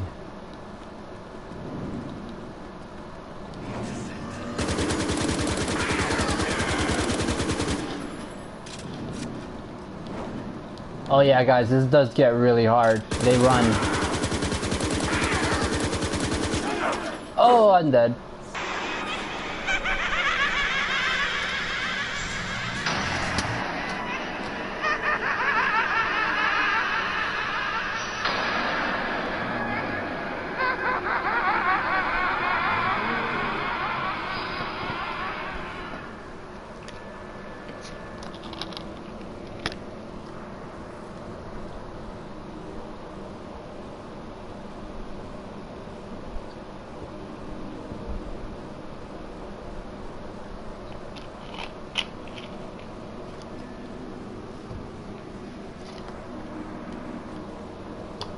Definitely gonna have to try Unity.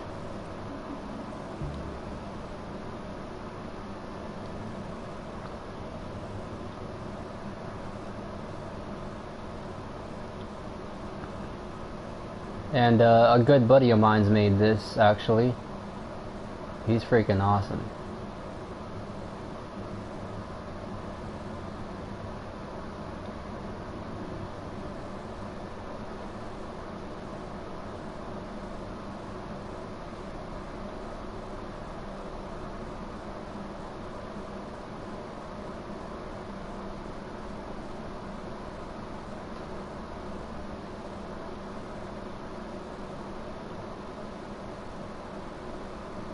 Hell yeah, dude. Look at the anatomy. That shit is clean, bro. You could literally see the freaking muscles, man, that this dog has.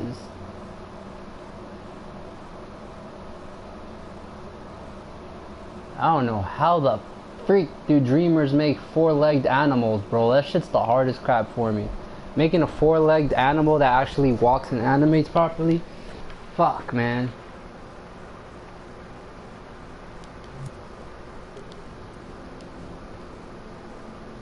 But thankfully, one of these dreamers, if you guys didn't know, if you look up horse,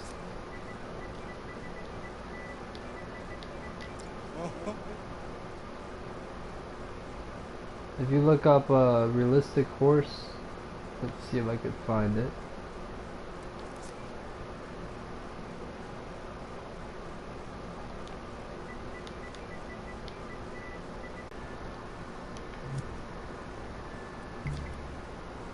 But yeah, look at that, guys. You can make a four-legged character.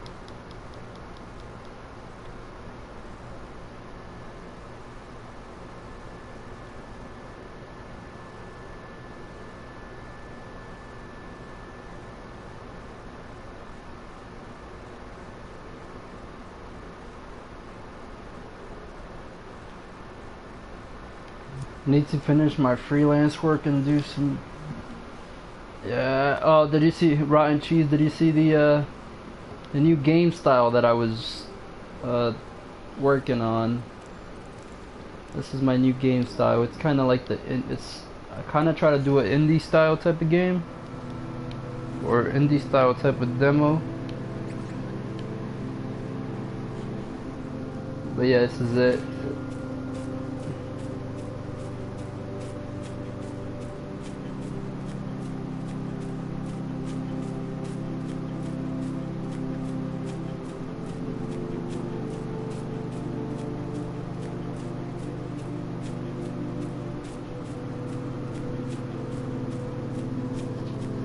I was just doing the design. It has no gameplay mechanics or anything. It was more overall the if I could, yeah, some kind of survival game. It was more of like, could I pull off the indie game design, indie game dev design, you know, like the overall design.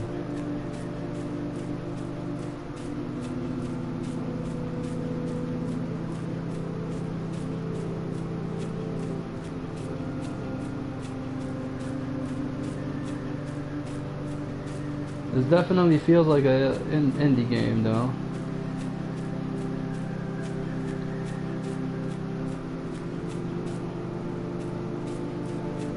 And the sound effects are there too, so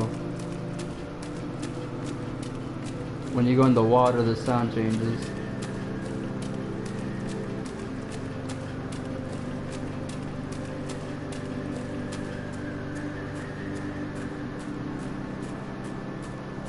I could imagine Don't Starve like gameplay for this. Honestly, if I wanted to, I could make this multiplayer. You would just have to be around the player every time that. I could literally show you. There is a way to make this a multiplayer game, and it's not too difficult. So basically, when the player's away, when the player gets farther, no, they didn't add multiplayer. I freaking wish. I wish, but no, they did not add multiplayer.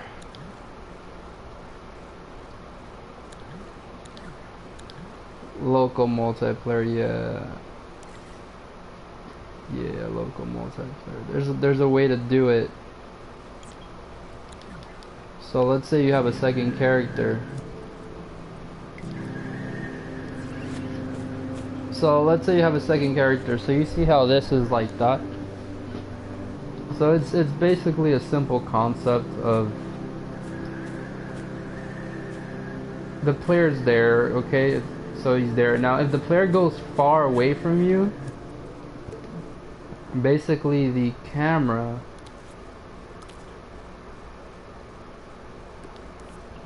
goes further. So the further away you go from the player,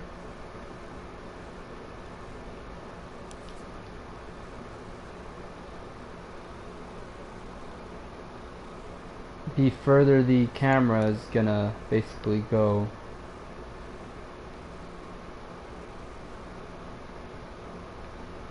Cam would zoom out. Exactly.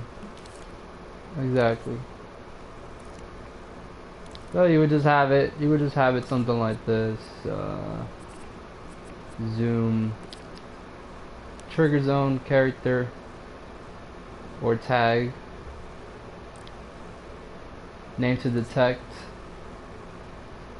I'll put it to T, and then just add a T tag to it.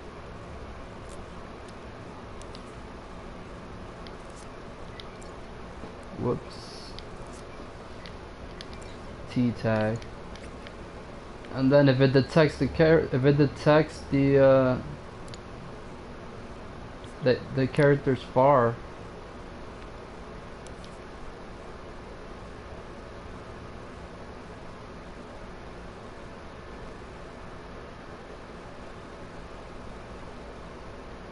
I would try to do this on one of my mini games, but I was not able to explain it properly to the programmers, so we couldn't do it.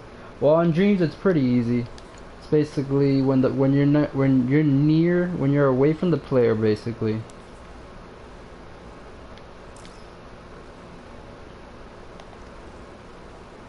So let's see if I could show.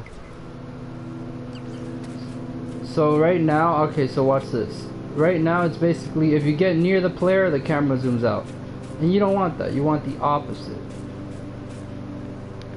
You want the opposite, right? So trigger zone, make this bigger, of course. And now the camera's gonna zoom out when you're near the player. Now you don't want that. You want it to do that when you're close to the player. So to do the opposite, all you're gonna do is just put a NOT gate, and that's all. That's literally how you do the opposite.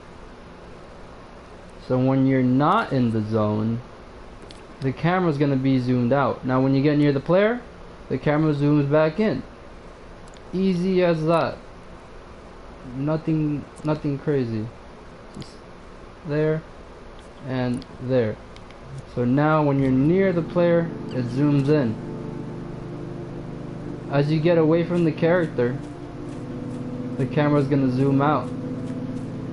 And this is how I would do local multiplayer.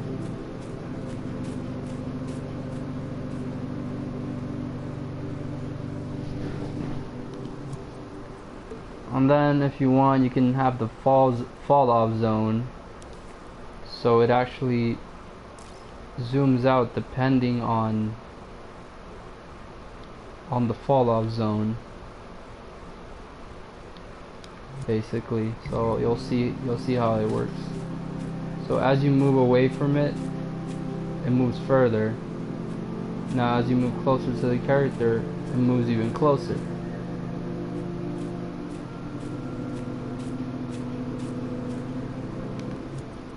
And that's the fall off zone.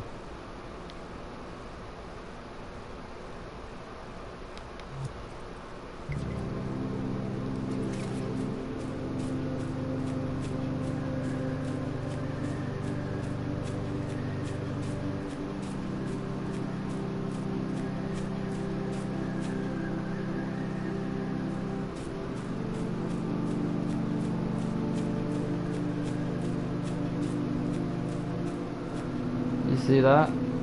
So as you move away from the character,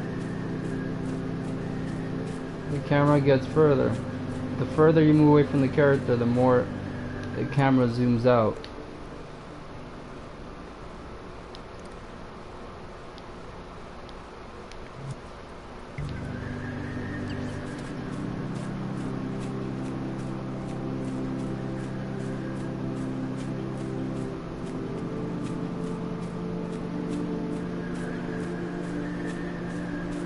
You see it? Now if I wanted to zoom the camera out a lot, Like if I wanted to zoom it all like a lot, all I gotta do is just zoom it.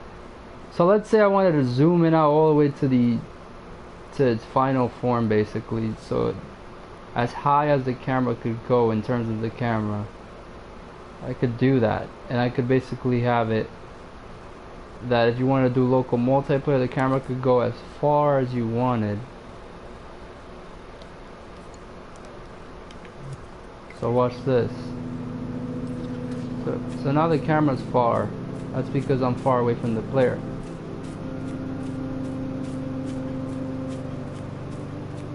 That's if I'm really far though, that you would want that.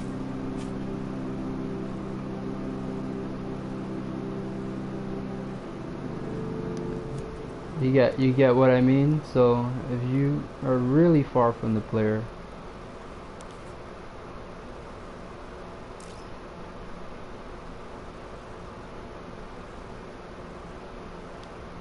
then you would want that. So as you go further, camera starts to zoom out.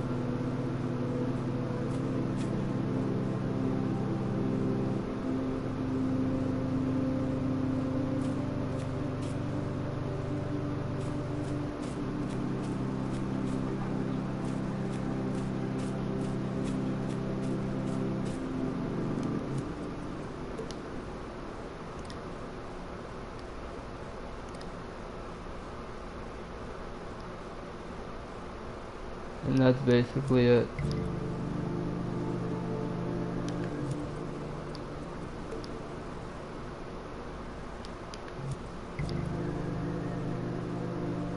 There we go. So now we got the zone fall off.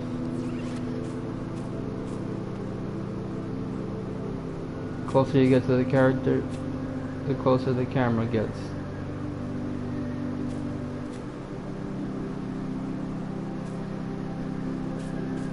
Further you get, further the camera gets.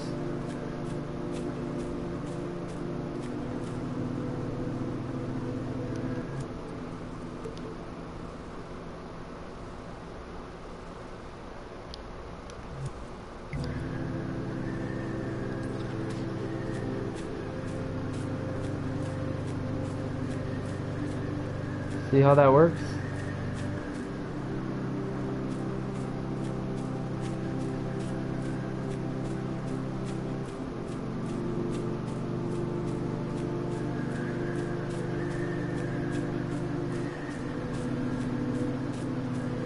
When you get close to your buddy again, the camera gets close.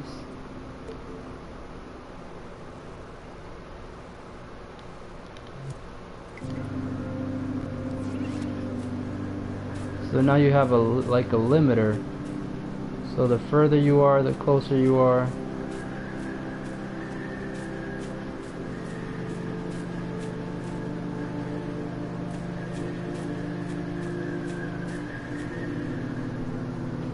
And that's how this could be a local multiplayer game.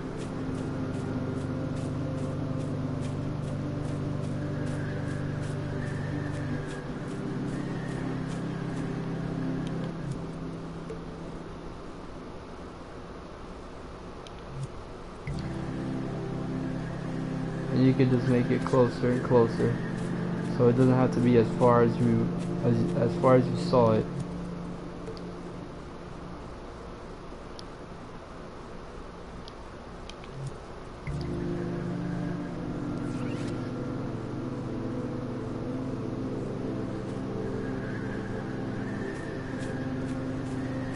See that? Now, do you guys want me to make this game local multiplayer?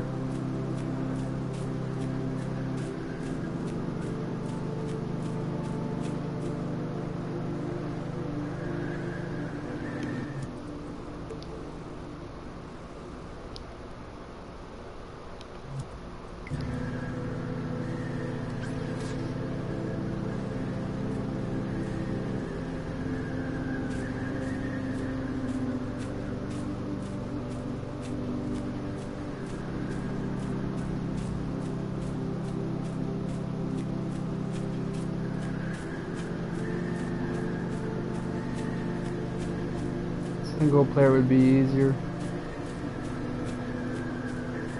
I mean, yeah, you're right, because I'd have to make two different variables for each character if I were to do multiplayer.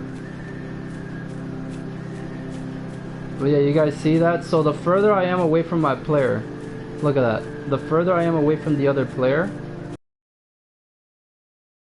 the camera zooms out. And as I get closer to the other player, the camera starts zooming in. That looks so cool. It's so smooth.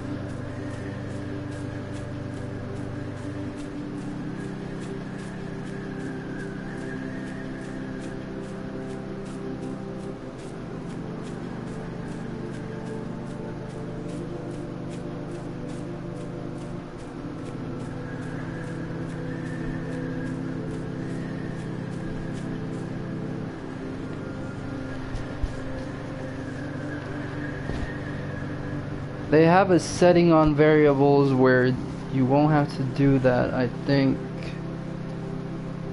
It's honestly not that hard. You basically get the variable. You do all the variables you gotta do, all the logic you gotta do, and then all you gotta do is you just change the variables from, let's say you have the variable set to collect 1. Alright, so if you had the variable set to collect 1, for example, your first variable, the name of your first variable after you did all the logic was collect 1, right? Collect 1. All you would have to do is just the second variable, change the 1 to 2. And you just use that for the second character. And if you have a fourth character, change the 2 to 3. And then if you have a fourth, the 3 to 4. And basically have the variable different for each character. But you have to basically do all the logic, everything, before you do that.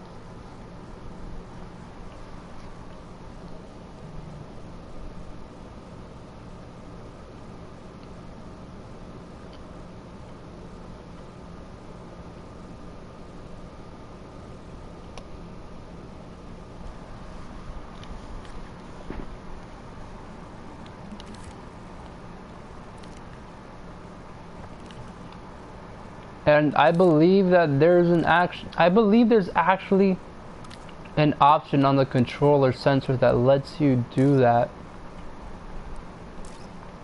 Yeah, look right here.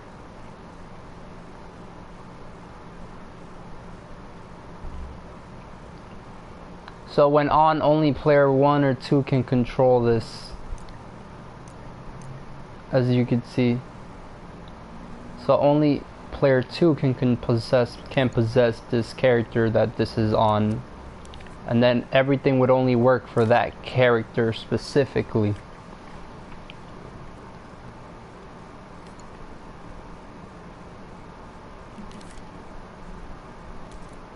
Button in the variable, I don't think there's a 2-player button in the variable.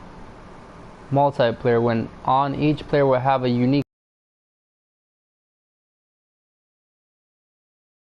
You don't even have to do your own variable. You basically do all the logic, click this button, and it'll basically give you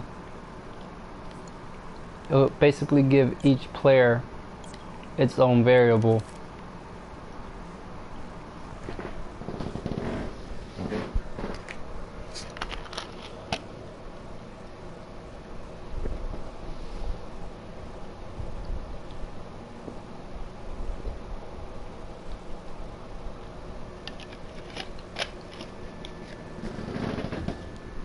That is way better. Way better.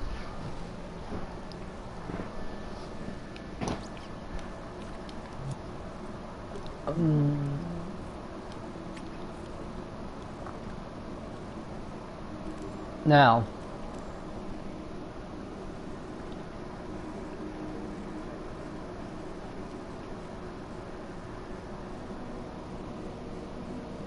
in terms of How would I... Oh yeah. I could use... Alright, so... Guys, I'm going to... see how... Arden, I'm pretty sure you're still here. You've been here for a freaking long time. You've been here for 6 hours, dude. Holy shit.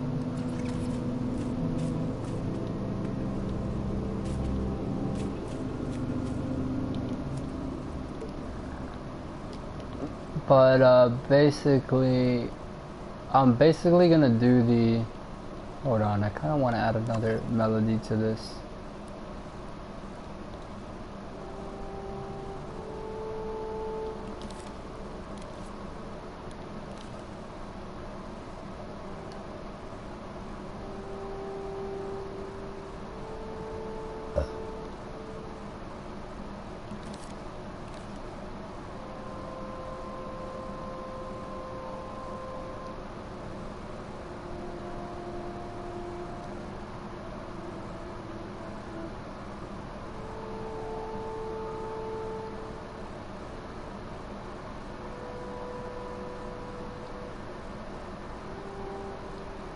Alright, so, what was I saying?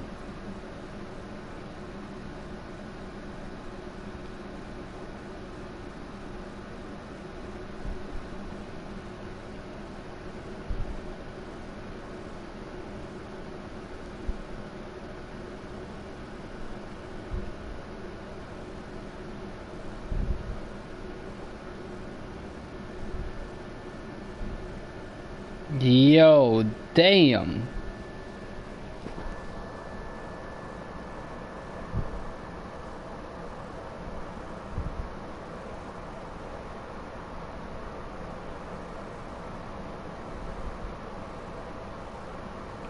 Sorry guys, I saw something super cool.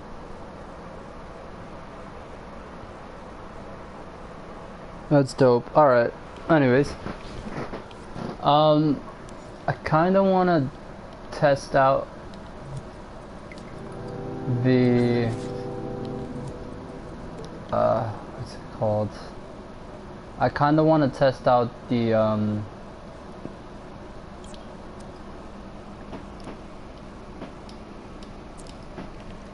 fucking, what's it shit called? Oh, the crafting.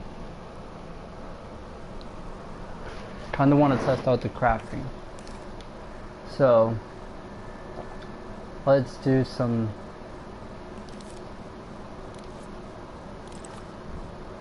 simple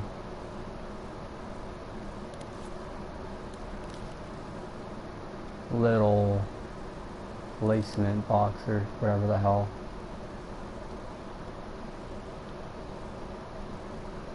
And the crafting doesn't take long to make, by the way, guys. You'll see how fast.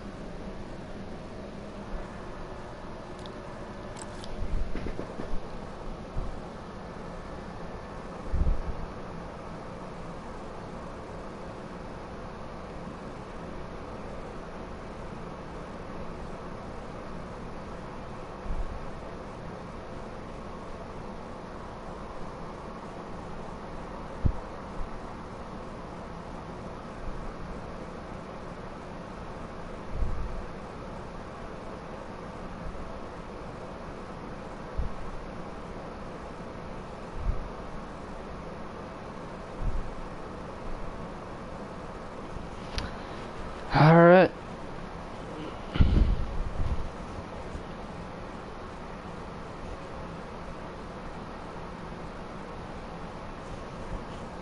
Alright, so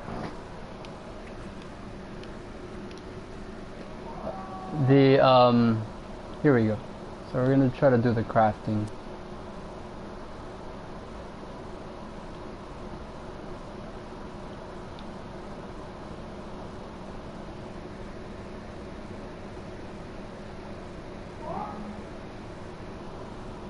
I might have to look at one of my old works because I don't remember how I made.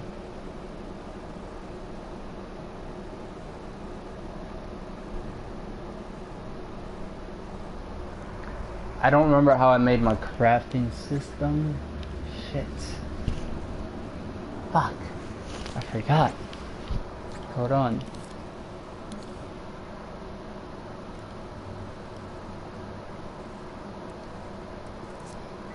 Survival.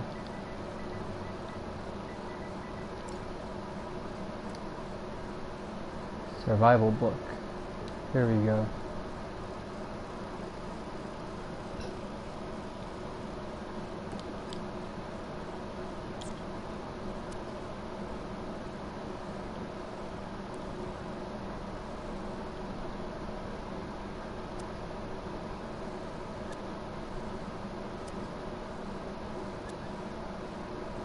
Okay. I don't remember how I did my system, so give me one sec. Sometimes you forget things, you know? Shit. What the... Oh, fuck.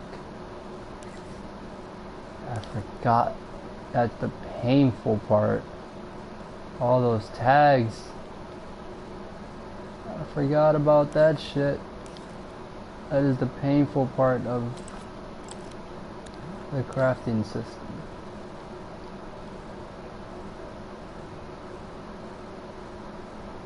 Where was it that I placed the laser scope?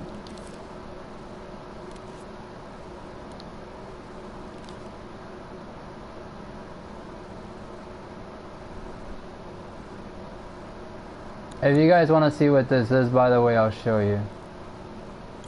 So this was a really old crafting system I came up with.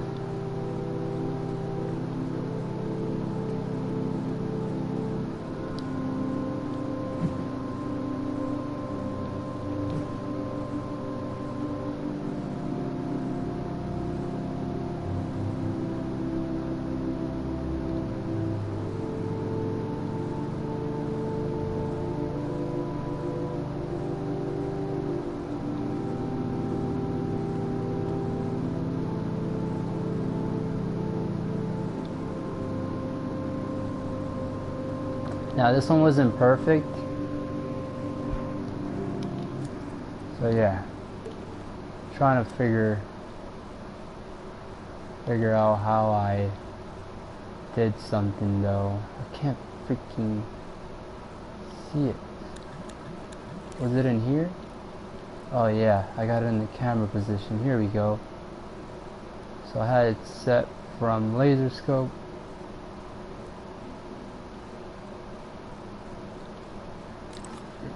into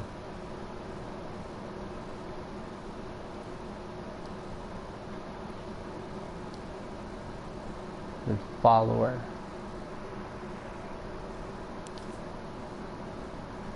Tags. Lots and lots of tags. It's Slits Games. Lots of freaking tags.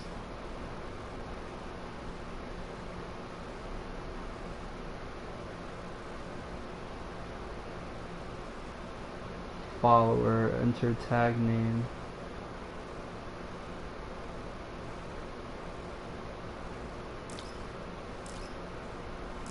Okay, I remember now how I had it set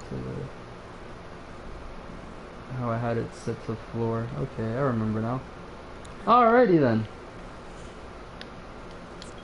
I just had to jog my memory a bit, but yes, lots and lots of tags. Look at all the tags this shit uses. Each wall had tags. This was the most annoying freaking method ever.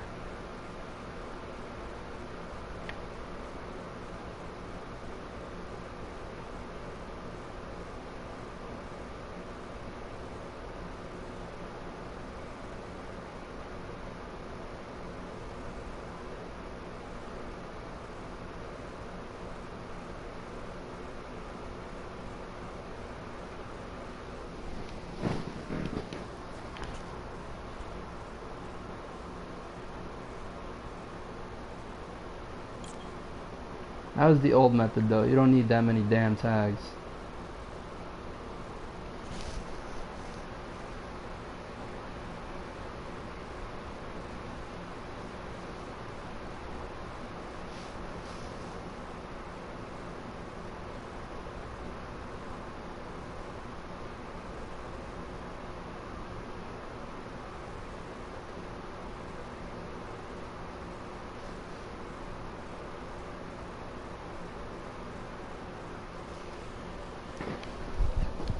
Alright, so here we go, the pain.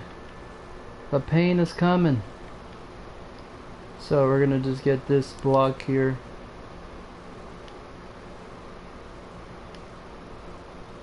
And first things first, we're just gonna test the placement.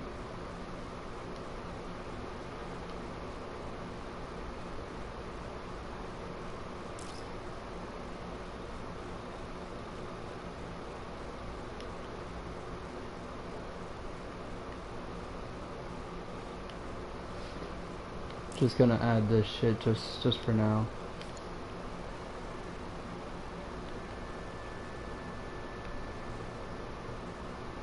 Okay.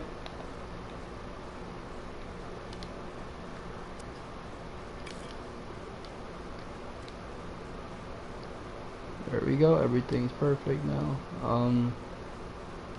Wait, what the fuck? The shit turn around or something? Whoa. Okay. Either I'm crazy or this shit tilted.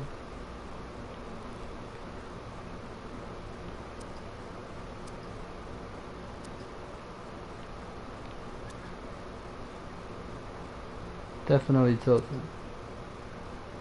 It did it? Or it's just me?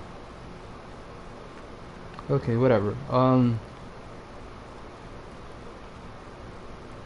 So the way you guys do the floor slidey thing in survival games is super easy. You get the laser scope.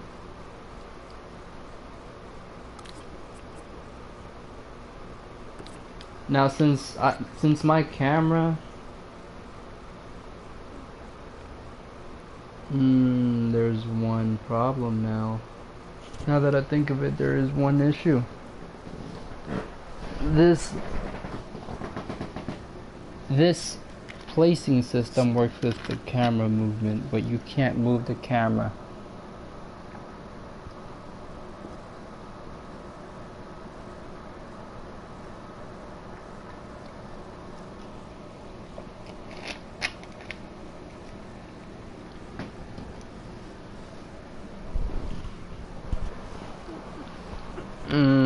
That's a problem. Well, not really, actually. So we're gonna just get a camera tracker and I'll show you guys how this is done.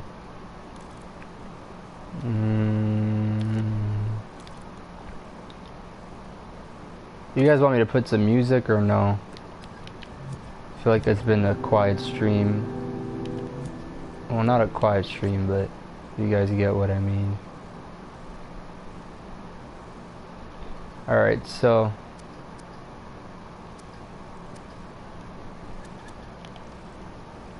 where is the head tracker? Okay, so what you guys would want to do is you're going to want to scope in a laser scope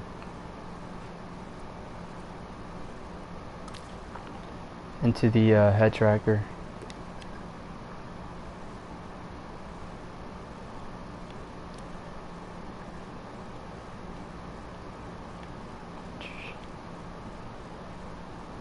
Rotten Cheese, you don't even play Dreams anymore, man. You just be watching these streams for no reason.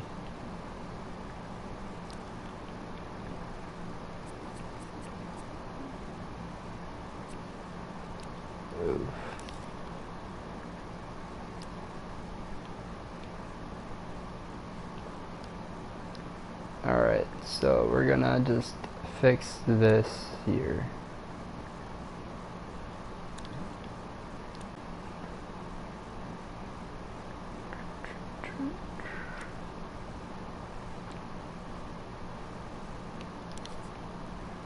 And place this here and place a range here. So now what we're gonna do is, now that we have this and this is scoped in, we're basically gonna do the floor sliding placement or whatever the hell you want to call it. I'm gonna call it floor slidey placement. That's what I'm gonna call it. Floor slidey placement. So the floor slidey placement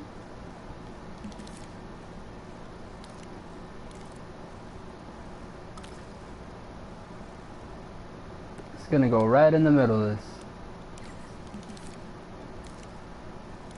And that you're gonna put a follower. And that's literally it. That's everything, guys.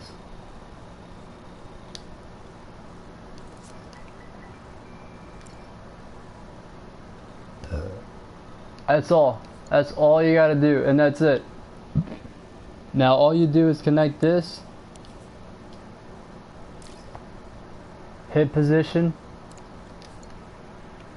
into the followers target position. That's all you do. Now you'll see how this thing follows. Oh, I forgot one thing. Hold on. First of all, it can't be collidable. That's number one. Forgot to make this non-collidable.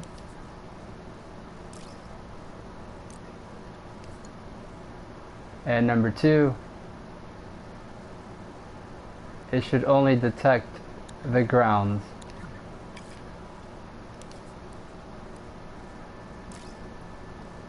So we're gonna set it to scenery, for example, and only detect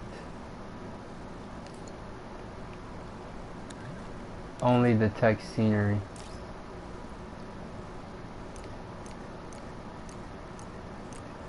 So you only want it to detect the ground because you only want it to slide on the ground. And that's it. I don't think this is labeled scenery, right? No. Alright, so yeah, there we go.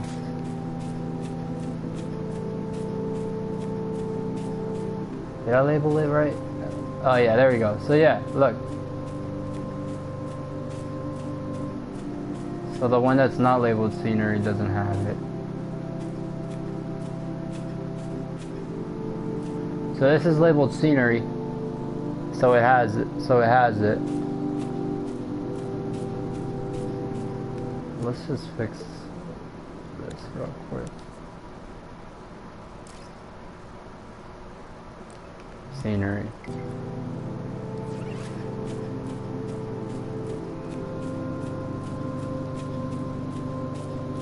I think everything else might be labeled scenery by accident, and that causes issues. So you gotta, when you're doing this, you gotta make sure only the ground is labeled scenery and nothing else. So I'm just gonna show you guys. I'm gonna delete everything and just label this scenery. Let's see where is it?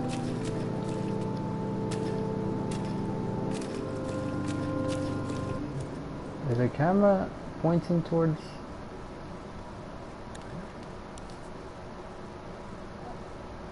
You see, it's supposed to be hitting.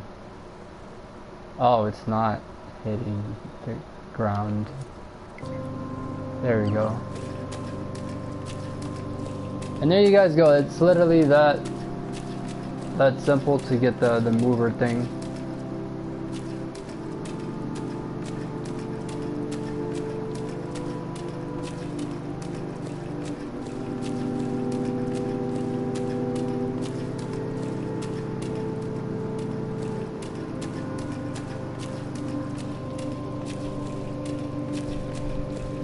And that's literally it. And then the placement, you place it down, place, place, place, place, place, place.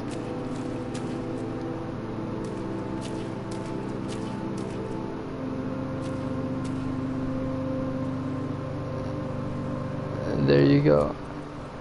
Now the movement, the actual movement, you would have to, you would have to adjust this right here a little bit.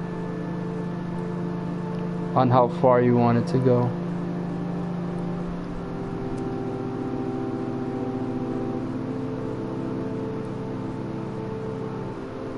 Not that much. And now you see how it's in front of the player and it's spaced out.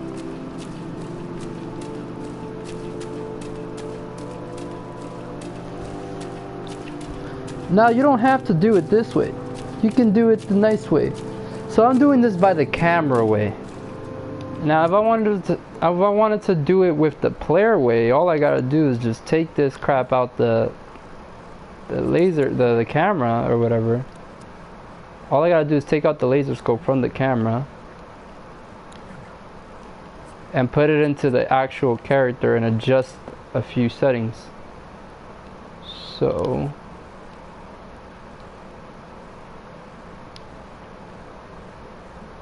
we did that, right? Now we find the dots or whatever the hell.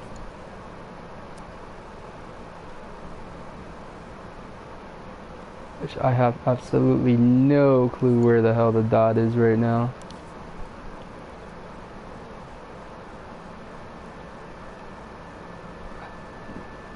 Hold on. Is it still here? Oh, it is. There we go. So now what you would do is you bring this up to the character's eyes basically, and you have it point at the ground where you want it to basically go to and how far.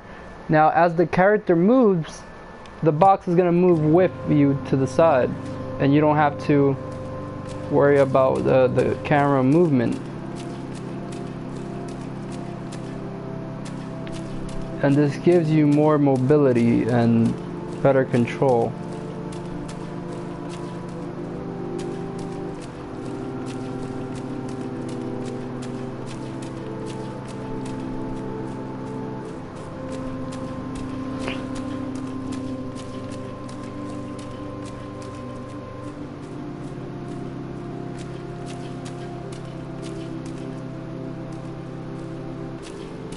And as you can see,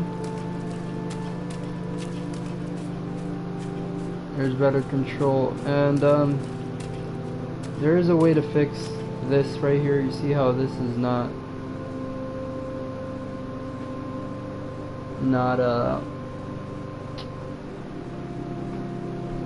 how this is not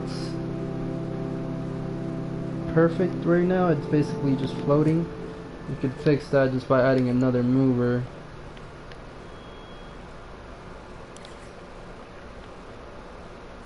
And having the orientation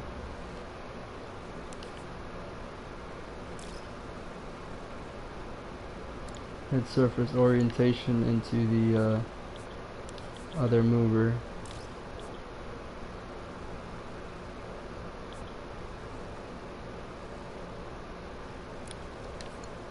I believe that would fix it.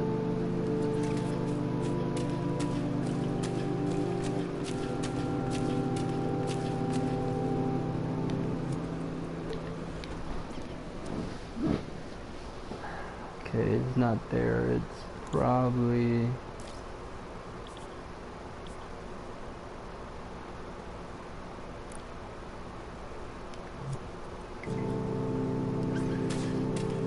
I know one of these does it. I've done it before.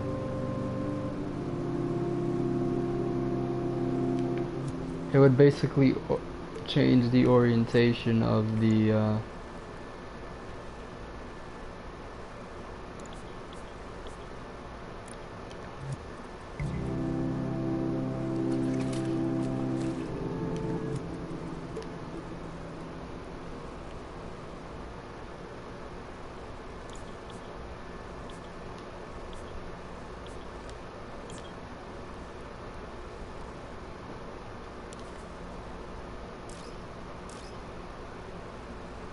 head surface orientation.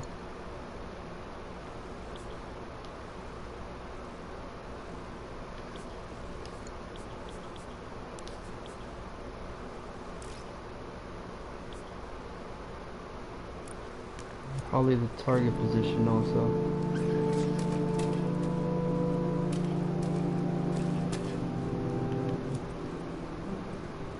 Okay, so that's not it. Well, I don't remember, but there is a way to have it to where if there's a hill, it actually goes up the hill. It like turns its body towards the hill's orientation. I forgot how it's done though.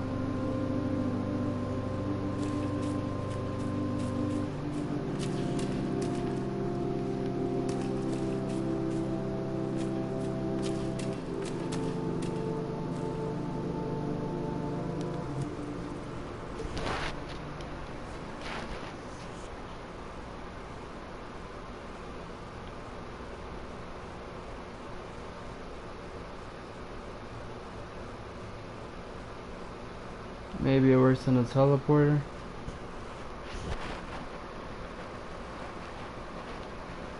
I don't remember, but I remember that there is a way.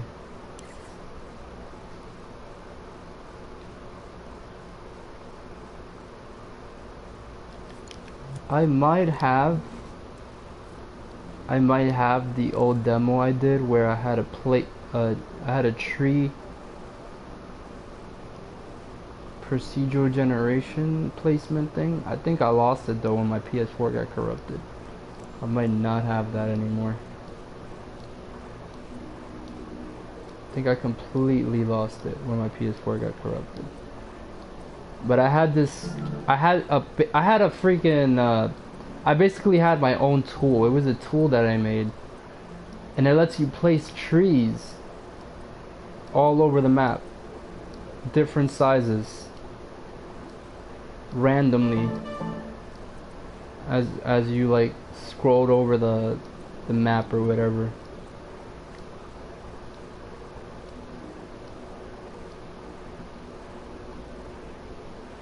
I don't think I have it. I think I lost it in the corruption. It was a custom tool I made. It was like one of those developer tools from Blender and something like that, where you would go over a hill, it would take the orientation of the hill and place a tree. It was so cool, and I think I lost it. I think it's gone for good actually. I possibly don't have it.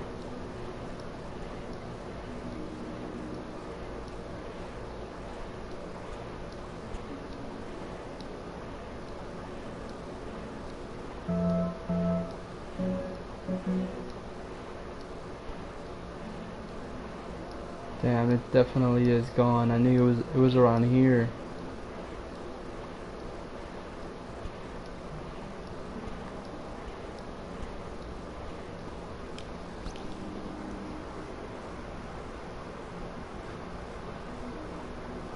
Yeah, I lost it, man. It was such a cool tool. And I don't even remember how I made it. It was a custom tool I made just for the baked emitter actually. For when the update came out. And it was a circle, it was a green circle, and the green circle would float over the world, basically, your map. And you can just start placing trees all over the place, different sizes, and it would make placement super easy.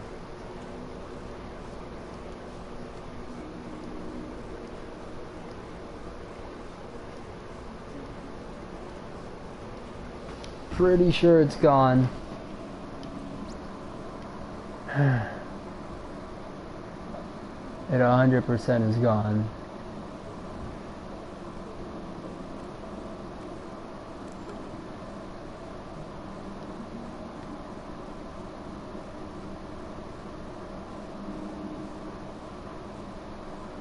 Yep, that shit is gone, alright.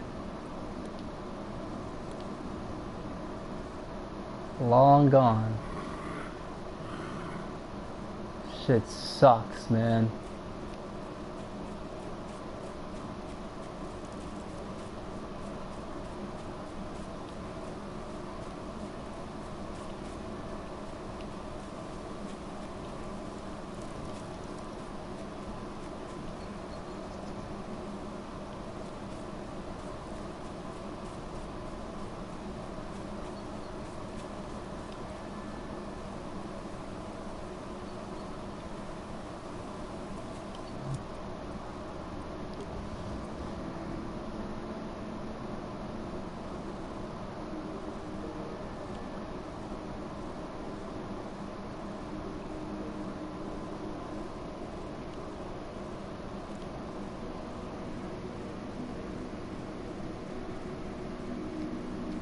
That fucking sucks.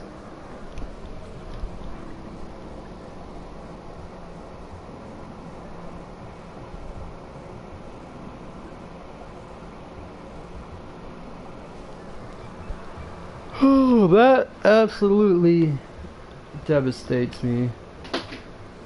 Not that I remember that beautiful tool.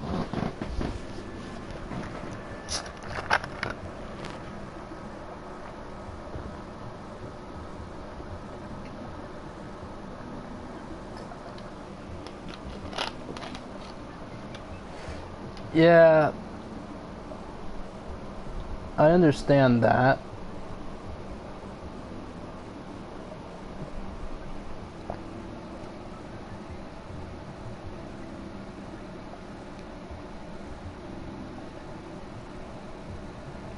But me losing that tool is freaking painful, bro. The only memory I have of that tool is my Reddit. It's on my Reddit. Let me see if I can find a video, actually. I'll link it in the description if you guys want to check it out.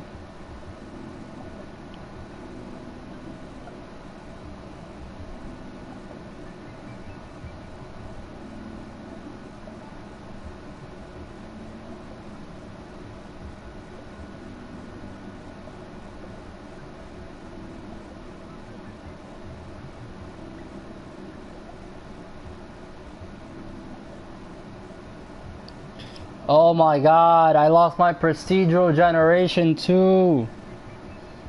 I forgot about that shit. I had procedurally generated trees. I don't even remember how the hell I made that shit, man. Look, I'm gonna link it for you guys. Look, check it out. Let me see if I could find the tool though. Oh, here's the tool.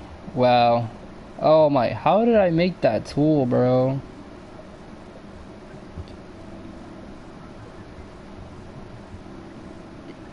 It literally followed the hills. I have no clue how I made that tool. I don't remember at all.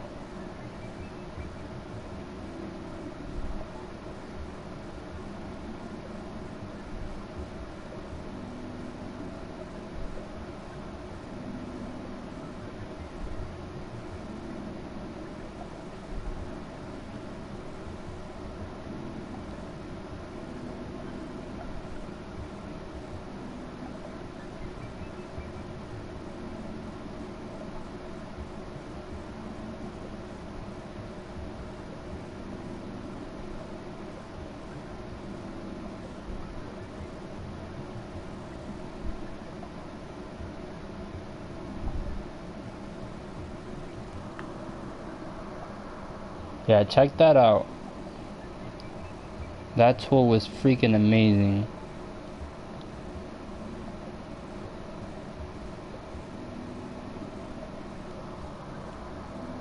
Damn, I missed that tool.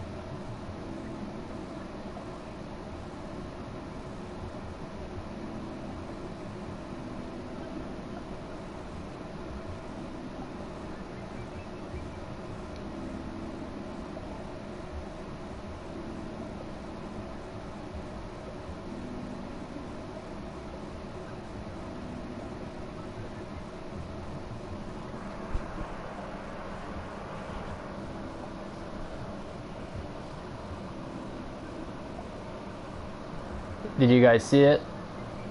That beautiful tool.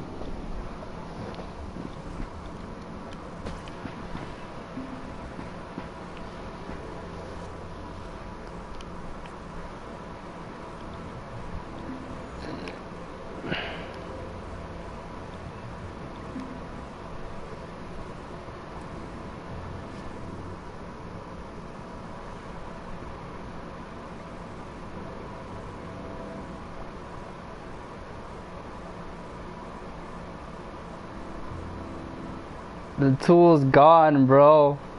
It's gone. And I'm in pain.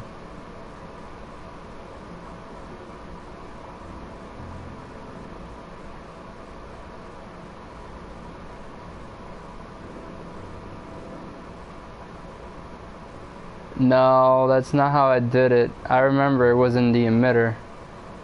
Yo, why does the play later keep removing games, bro? Like, I know I added way more play later games and this shit keeps removing them. Like, what the fuck? They don't stay.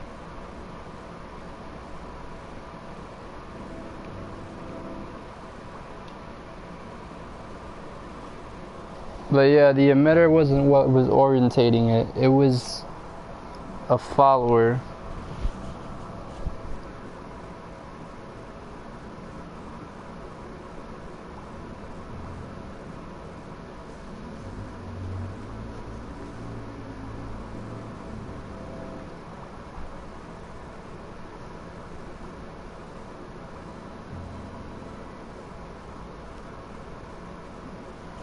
It was a follower.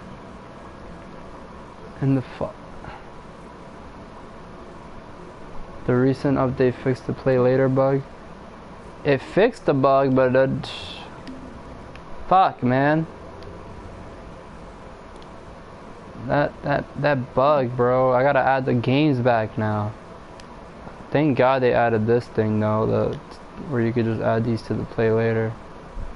Yo, this guy right here, Payoff Wizard, made the coolest game. And I love it.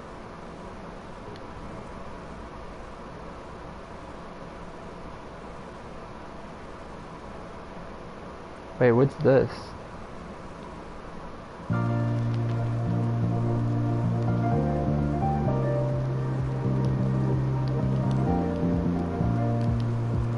Oh yeah. One of these relaxing games, I love it. Like I said, this guy is awesome.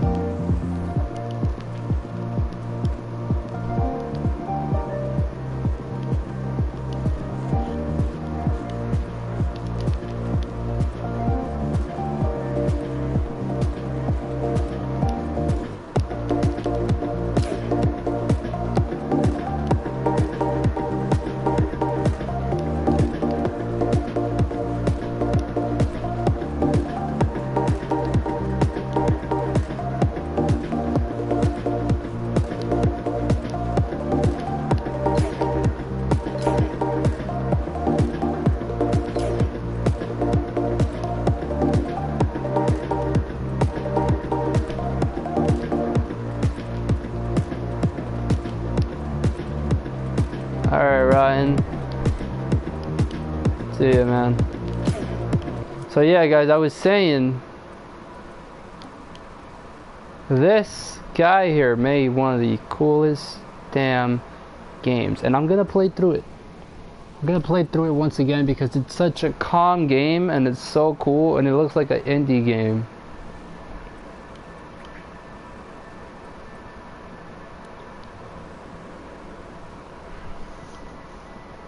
This game right here.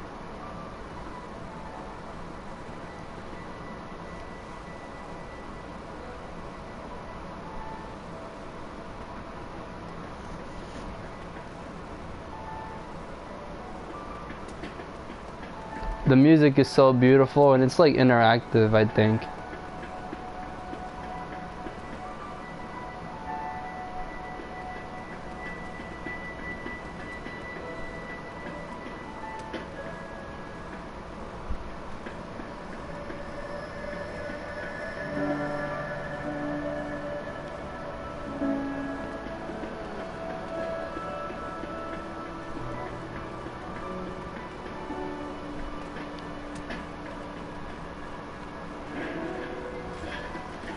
Those feels, man. I feel those feels.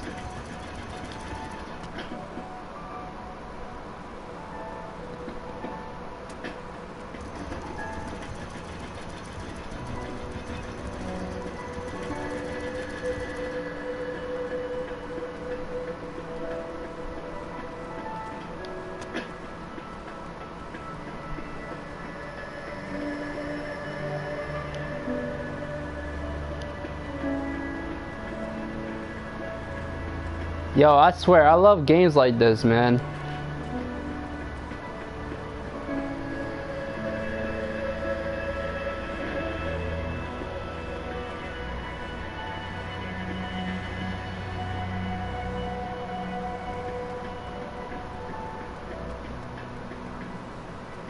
So you see how it's a simple design? Like I said, indie games are not hard to make. You just gotta know what type of design you want. This guy literally is using the same assets that he made. I think he made. Probably not, but this guy's literally using the same assets. Look, the same rocks, different orientations, same blocks, just different places. I swear, man, indie games are the way to go with dreams. That indie style, bro.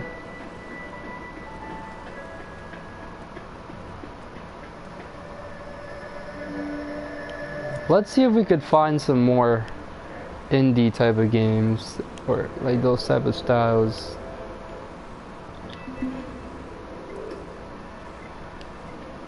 I believe if we look at the tag and type in... Oh, we can't type in indie, that sucks.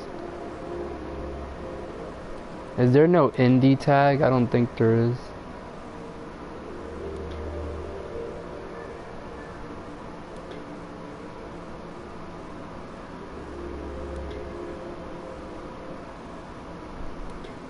It's really hard to find the good games on Dreams, and there's a lot of games on Dreams that are good. It's just people cannot find them because they don't know how to look, and it's just really hard to find them.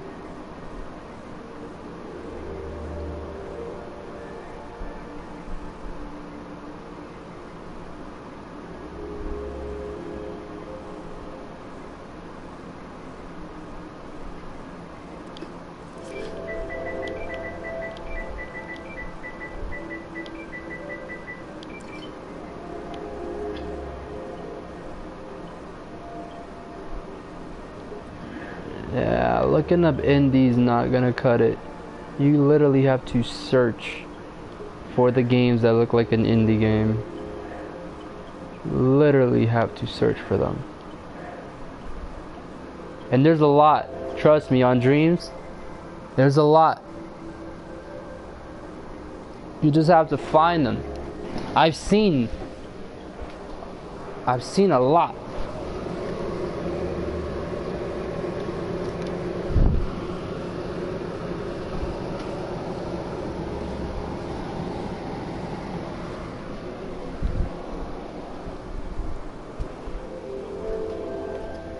Let's try to look for some.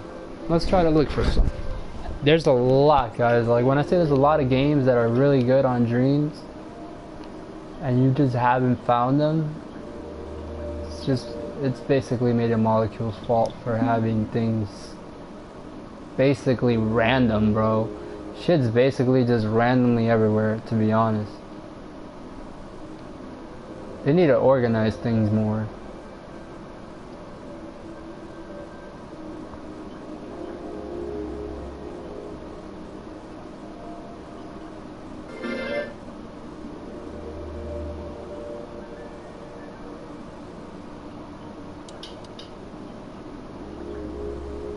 Like I said, it's really hard to find these type of games.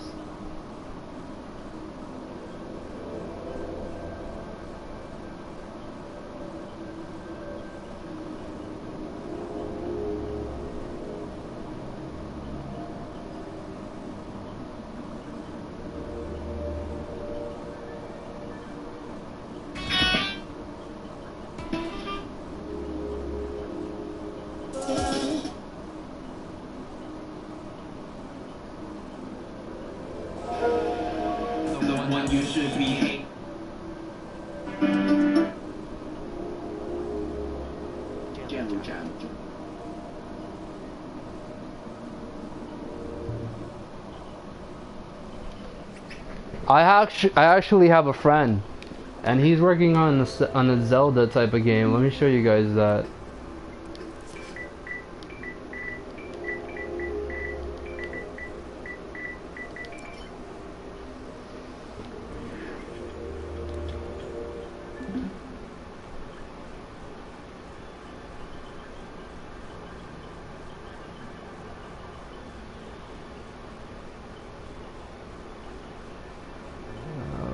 is it? It's so freaking good. I don't remember. What's the name of it? No.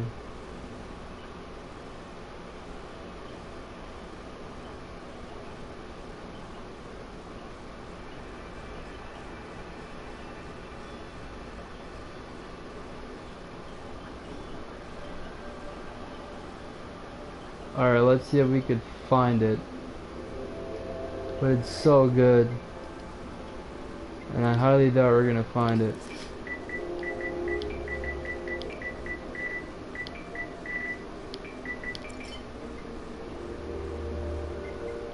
Oh look, this is an indie type of game. This right here is definitely an indie type of game. Let me show you guys this if you haven't played that. But I really want to find that Zelda game. It was a chibi style Zelda game. And I don't remember the name. It was the best Zelda I've seen on Dreams.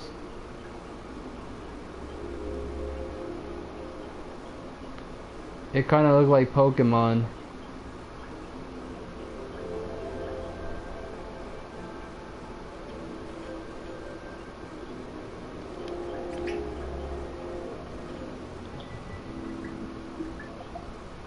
Like Water Gardens and Snow Gardens also. Yes, Snow Gardens, that's like an indie type of game.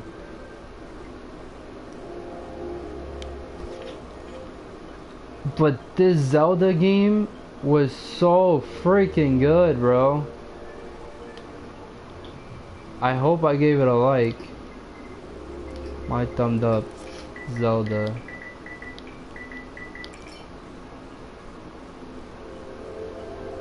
My thumbs up. Fuck.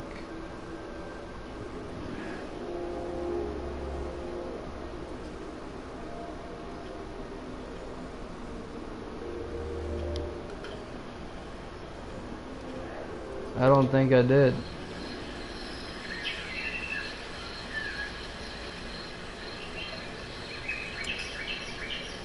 No, I don't think I did. Damn it. I don't think I gave it a like. It was just like this though. It was so freaking good, bro. Forgot the name.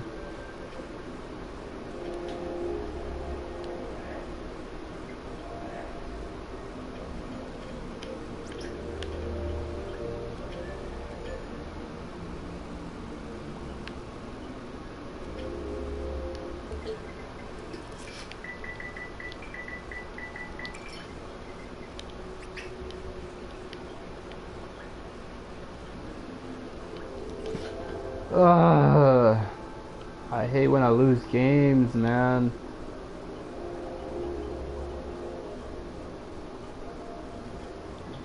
Let's see if we could find it. We could probably find it and play Zelda.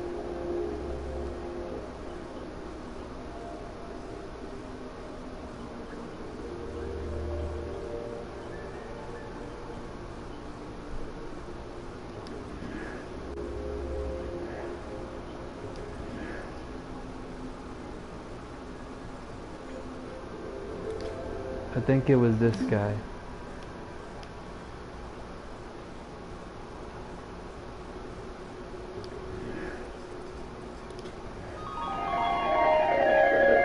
Nope. Wait, was it?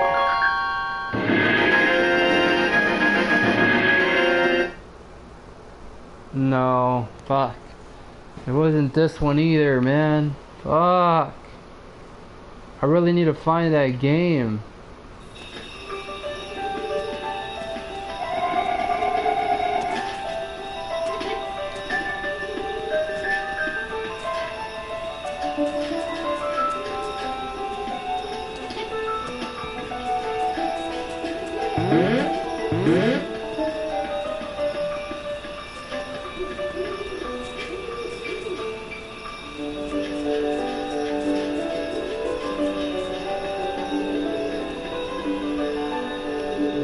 But you see, that's what I mean by that's a hidden gem right there. That looks good. But I need to find that Zelda that I played, yo. I need you guys to see that shit.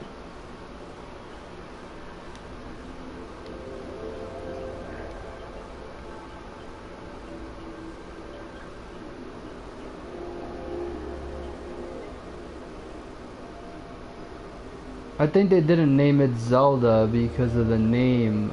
I don't remember. I think it was a different name.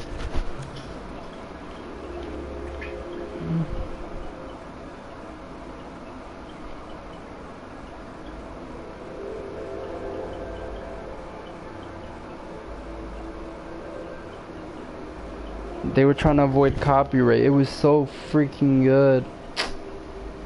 God damn, bro. I'm not gonna find this shit. There's only one way to find it, guys.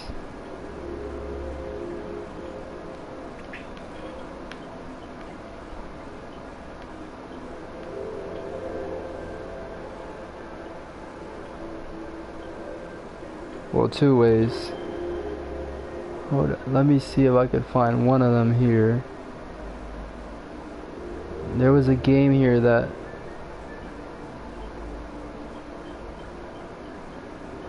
was really good. I lost 2 fucking games, man, that were freaking amazing. This shit was in my play later. Why is it not there?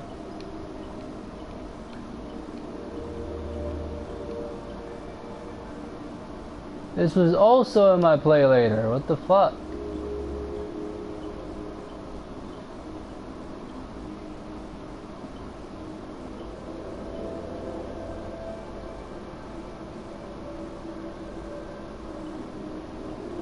This was in my play later.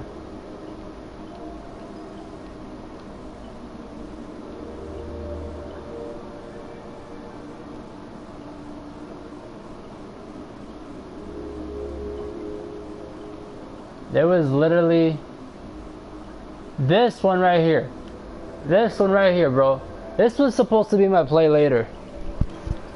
And it freaking wasn't. And this is such a good freaking game. And there's another one with a bunny.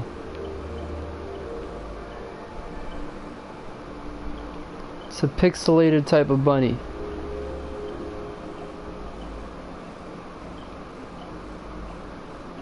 And I don't remember the name.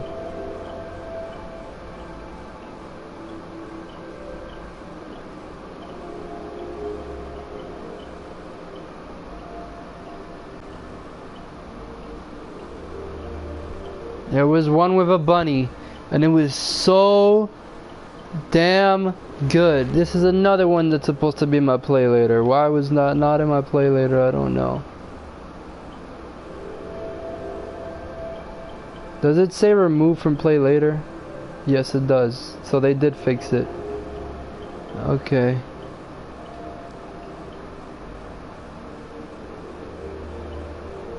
This was in my play later here. Oh man.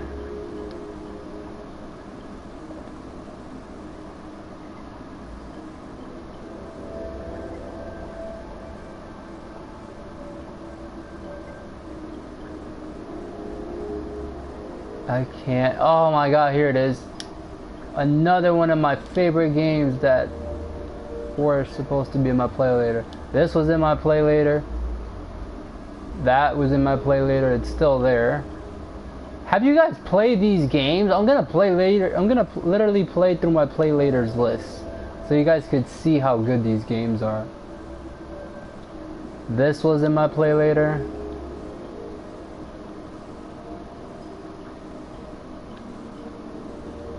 These games are MM picked for a reason.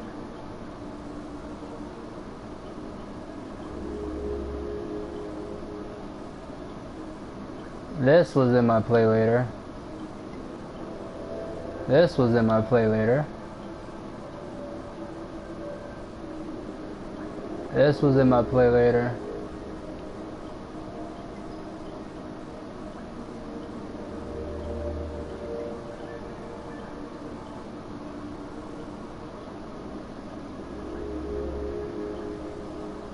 That was in my play later.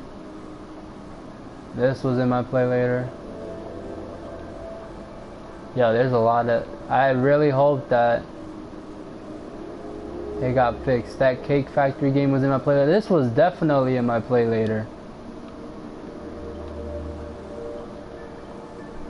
This was in my play later. This was it. Bro, this is ridiculous.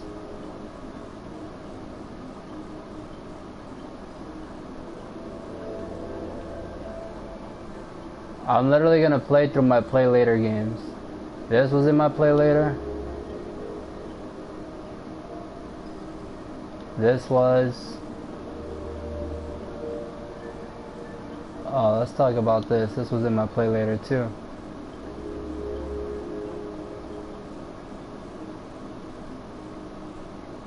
Is it this one? Hold on. Nope, not that one.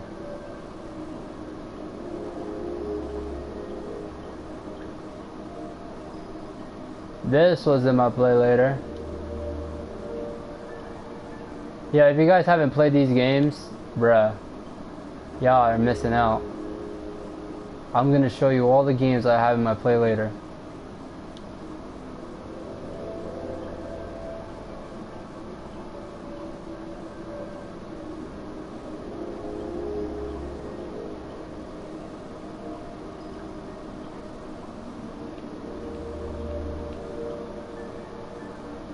This was in my play later. This. Like people say, oh yeah, there's not a lot of games on Dreams. You're wrong. You're wrong, bro. There's a shit ton of games, you just gotta know how to look. And these games that are in my play later are in my play later for a good damn reason.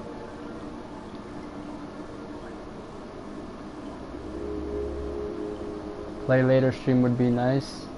Well, I'm gonna play through them right now so you could see. This was in my play later. This was in my play later.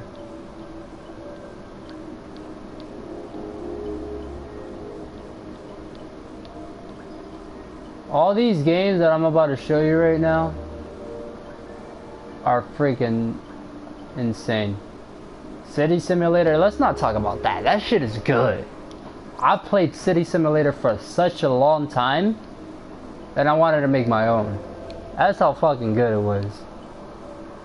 We're gonna definitely play City Simulator first, probably. Probably.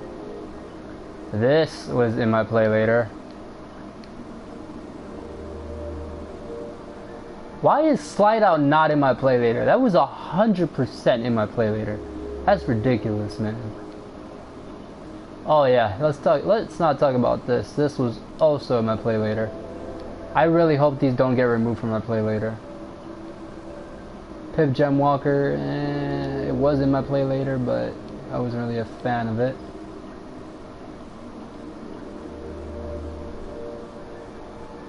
The Outer Depths, that was definitely in my play later. This was in my play later. I'm sorry guys, I'm taking so long. I'm just adding some games. This was in my play later.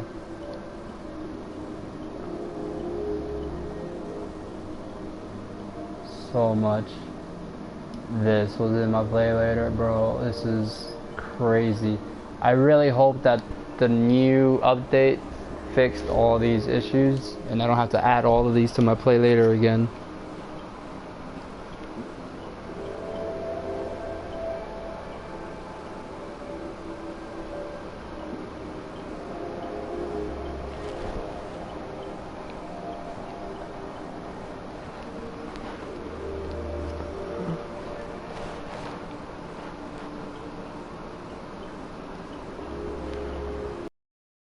There was a ball game that was definitely in my play later, and I'm missing it.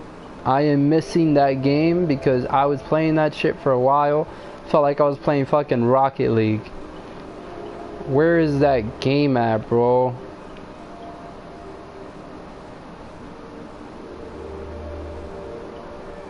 Hold on, this was in my play later. This was in my play later.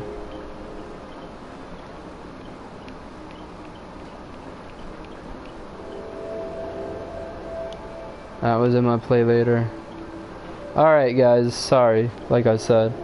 I think we've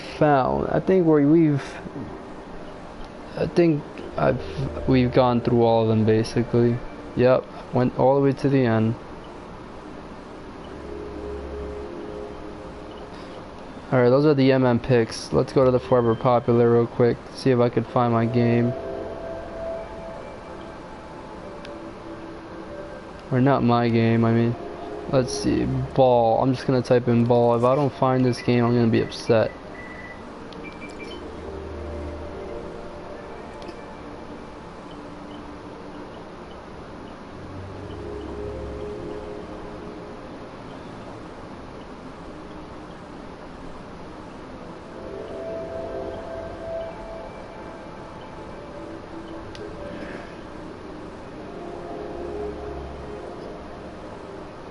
What the fuck? That's definitely gonna get a thumbs up and in my play later. I have to try that out.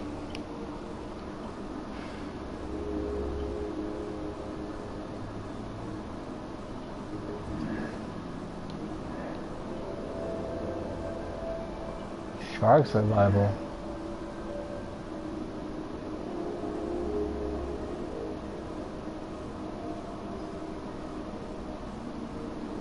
I'm gonna play that shit. Yeah, I swear, there's so many games on Dreams that are fun. People just don't know how to look.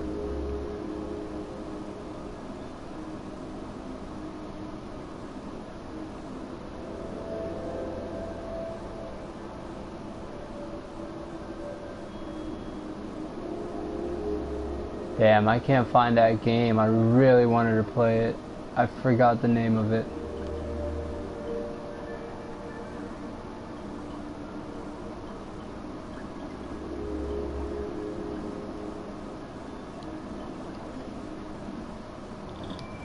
Bro, why would they fuck up the play later, man?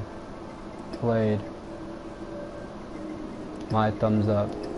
Ball.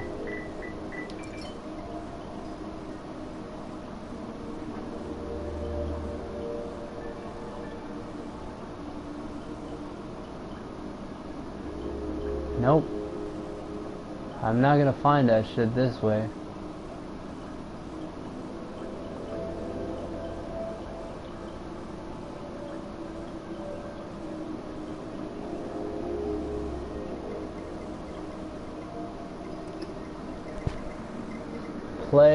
Play date. Okay, let's see if we could find it like this. Definitely. We could find shit like this. Prison Escape. You have to play that. So cool. What else? Don't worry guys, I'm about to play some games right now. I'm just basically adding the coolest games to my play later.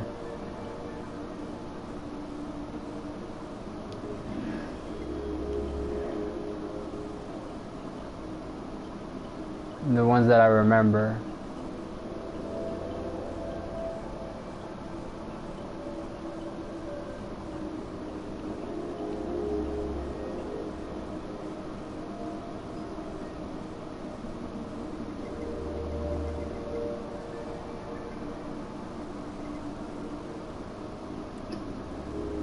Play trending. Is that the list of everything I played? There's way more to that than that. I think it's just showing a limited amount.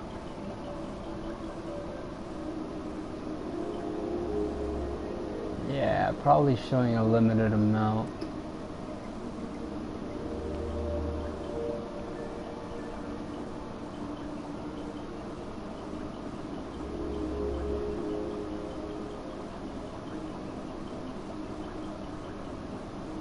Oh, I did not notice that. Thank you.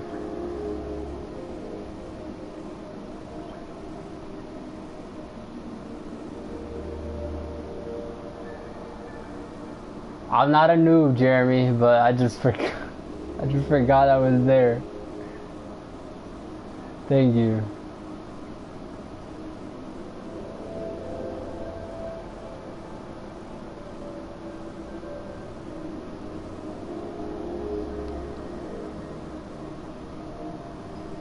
Alright, I'm trying to find one game that I freaking love.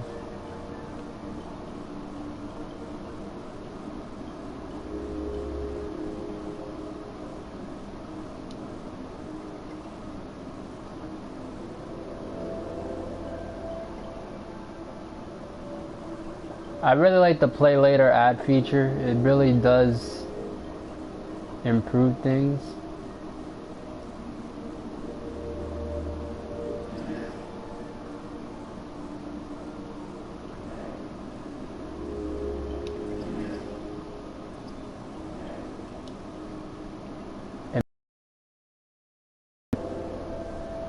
Alright, let's play. Let's play after I find this last game.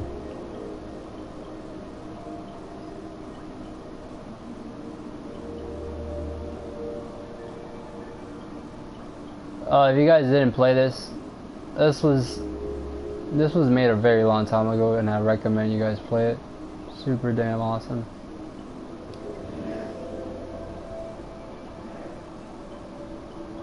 I'm gonna play through them right now, so you guys will see which games you want to play yourself.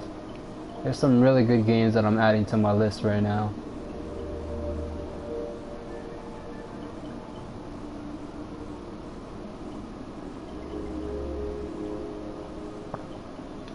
This shit is so fucking clean. I gotta show you guys this. This Netflix crap, bro. That's just legit. Literally feels like I'm watching Netflix. And I'm not even joking when I say that. Hold on, this is supposed to be my play later. Why is this not in my play later? That's 100% supposed to be in the play later.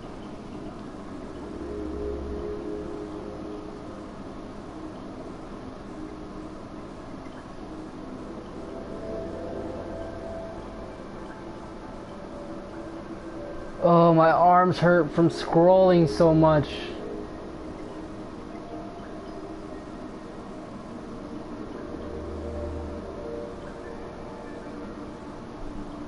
Play later. I'm literally looking for one game. Play later. Alright, so you guys are gonna tell me which game you guys want me to play first from my play later list. I can't find that last game I'm looking for. And I feel like I'm holding up the stream. I should probably look it up on my own time.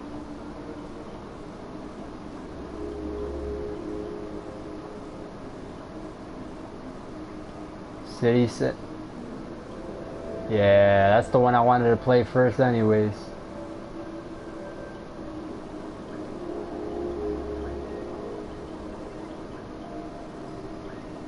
Yeah guys, I really can't find that game I wanted, and I'm very upset. Very, very upset.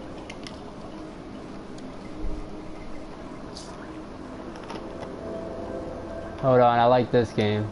It's a simple game, but I like it.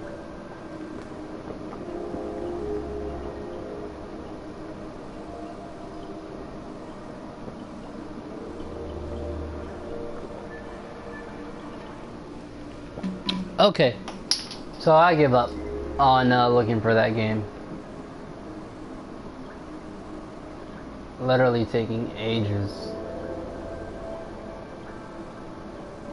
I'm gonna scroll for like 2 more minutes. If I don't find it, I'm not gonna bother looking for it anymore.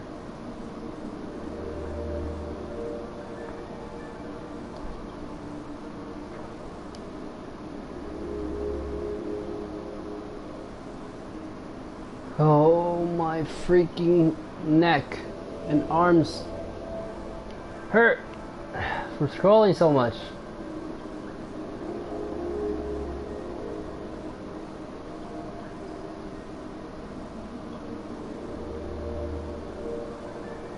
It's super good, man, but I can't find it, and I really miss that game.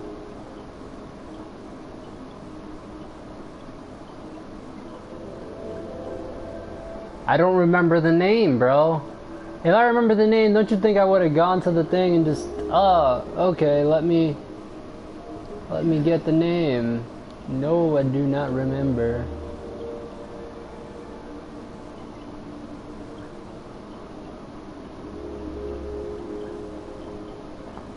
I wouldn't be scrolling as much if I remembered.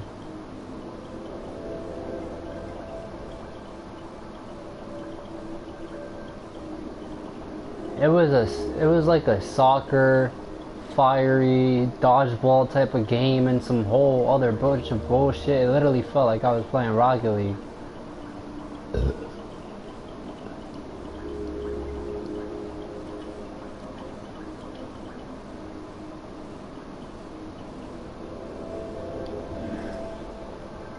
Oh, this is another good game, guys. I can't wait to play these games right now for you guys.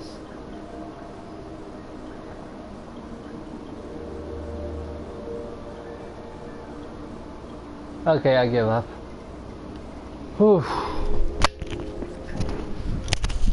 I give up. I can't find it. I've been searching for like 10 minutes. Okay, guys.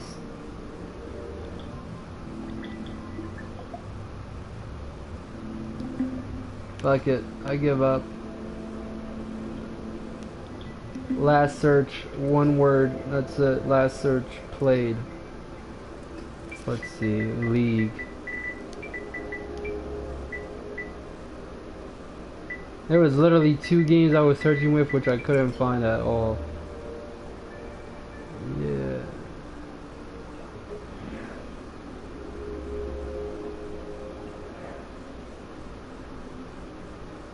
Nope. Played. And nope. I give up. Alright, let's go to my play later and let's play some good games.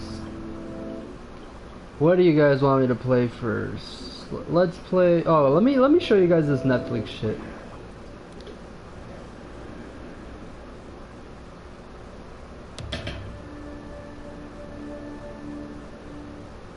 What the fuck, bro? That's so good.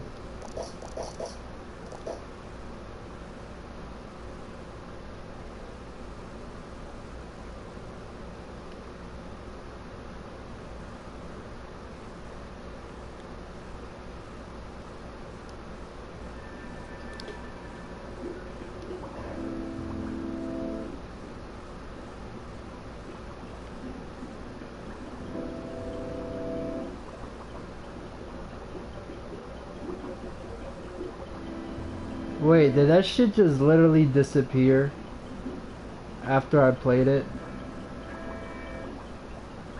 You're fucking kidding me, right? Hold on, you're kidding me, right? It just disappeared. What the fuck, bro?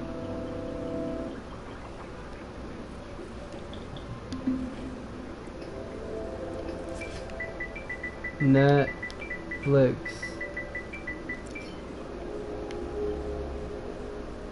Wow. Netflix has been added to your play later queue.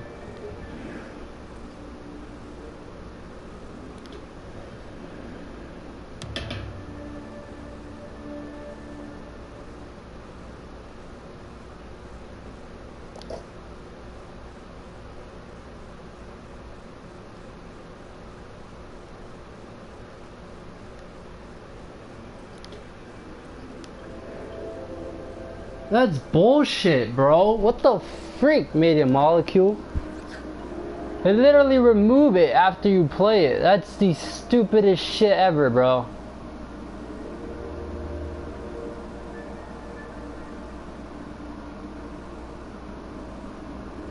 That is not supposed to happen. I remember I would play a game and I could play it again and again and again and again and again.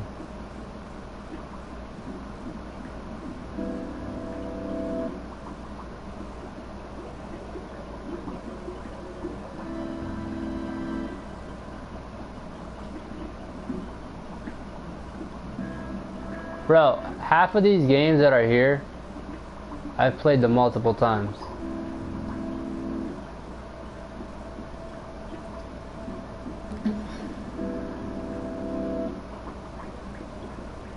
Alright, let's play this game then.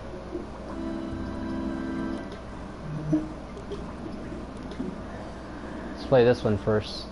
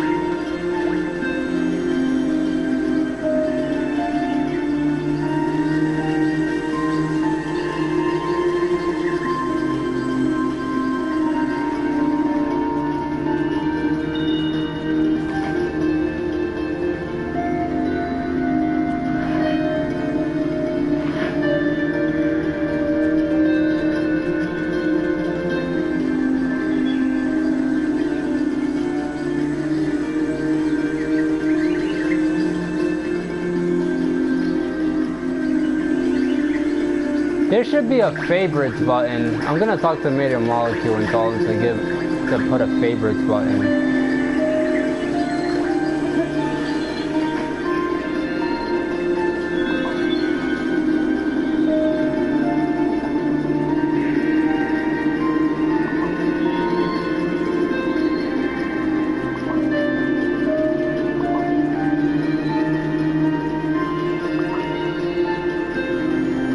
Honestly, if they added a favorites button, I would appreciate that so much.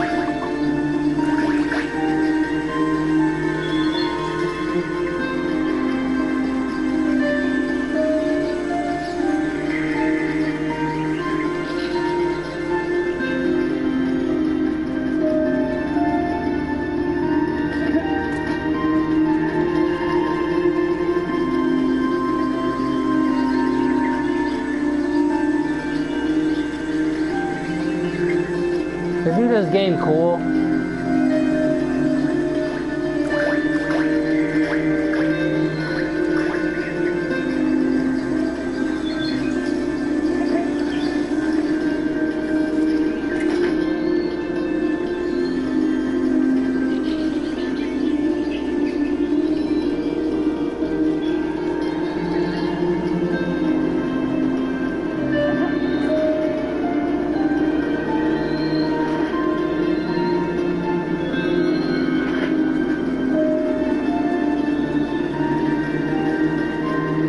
I have no clue where to go.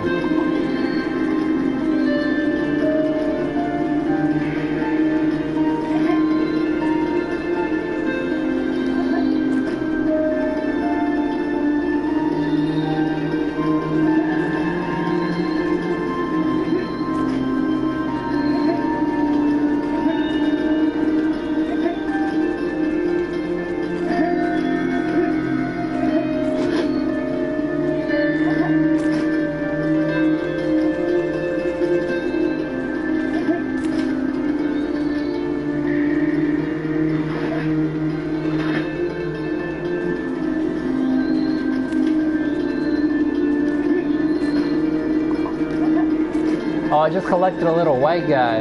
I wonder what that means.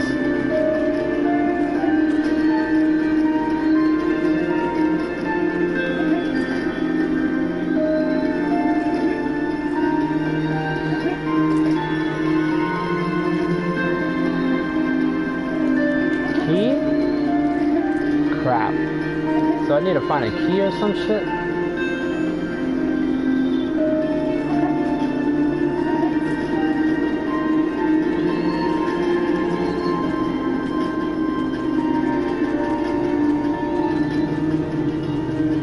My only complaint about this is the camera.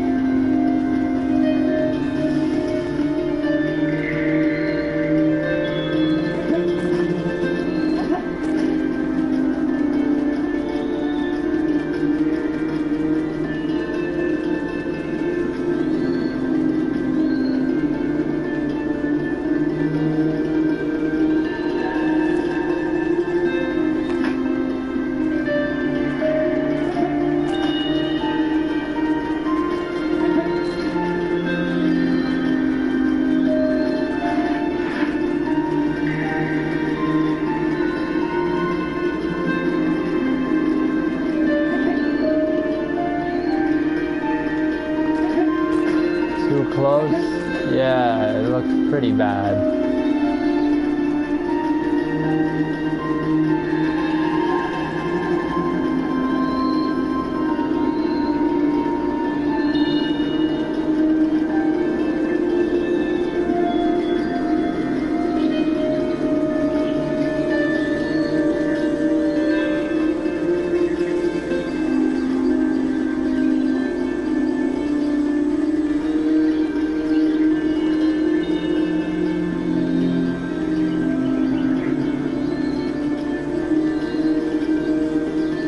That's cool.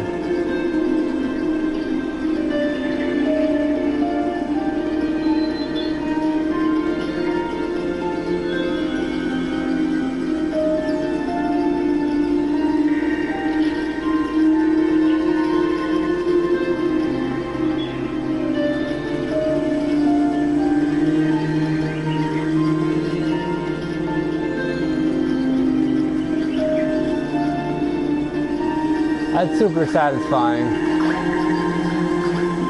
Why don't these do it?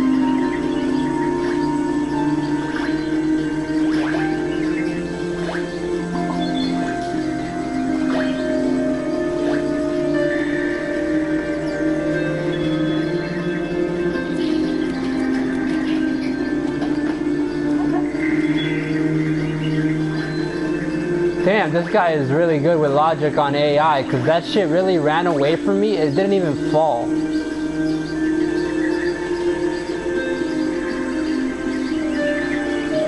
Oh, there we go. Now it fell. Never mind.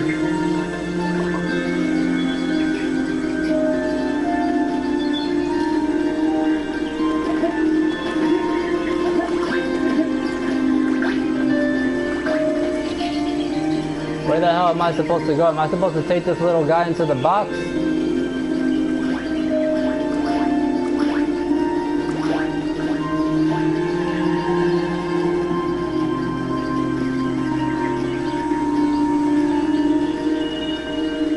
There's a key there. What the fuck? How do I get to that key, man?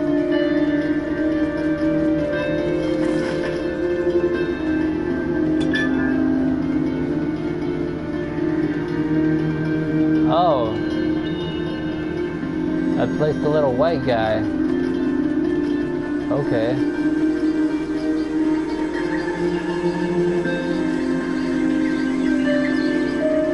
The running and walking needs work.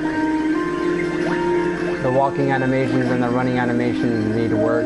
It's too fast. In terms of, if he's trying to go for an indie game style, the running is a little bit too fast.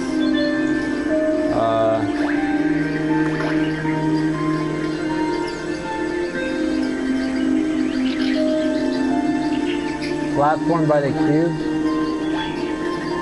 Hold on, did I miss it?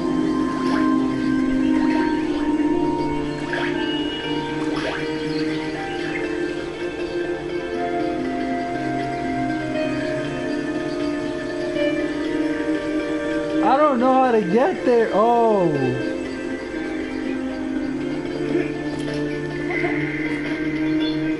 No!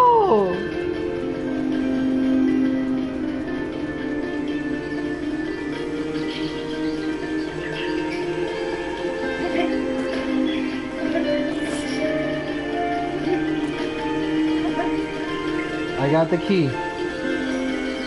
Now...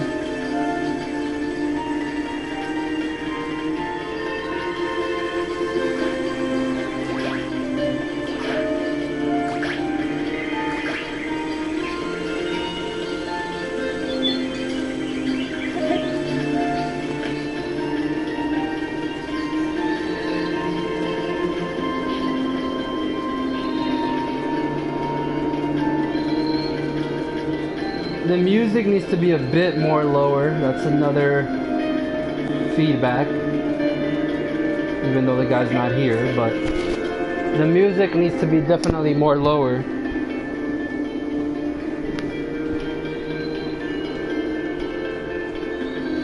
This is a really cool game. I hadn't played this at all.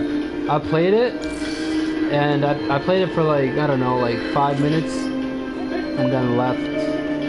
Because of I think someone told me to play their game the other day, so I had left and I didn't get to play it. But this is so cool.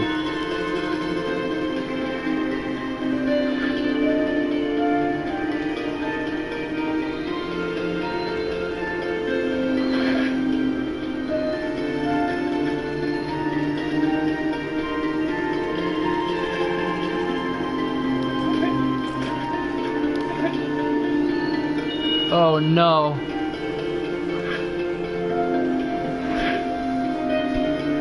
Where the hell do I go now, man? I got the key. Oh my god, how did I... This camera's so bad.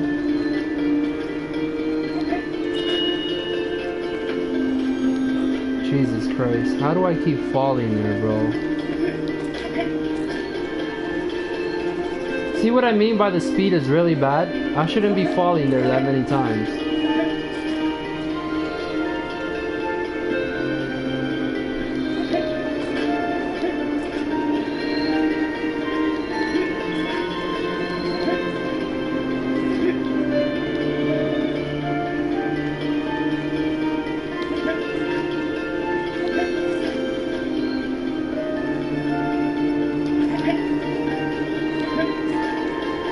Like I said, Jeremy, this shit, the camera's way too fast, man.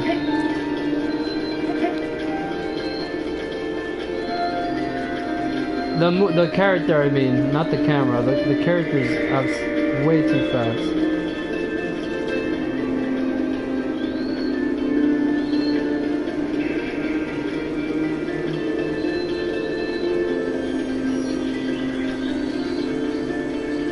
This camera's driving me crazy, bro. It's really bad.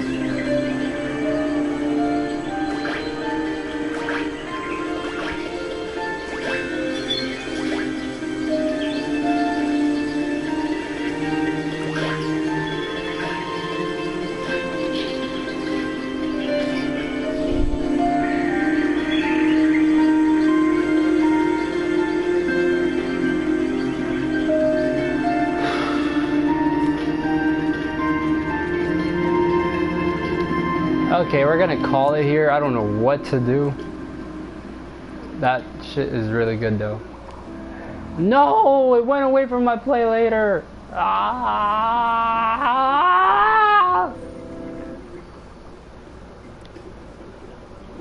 I hate it.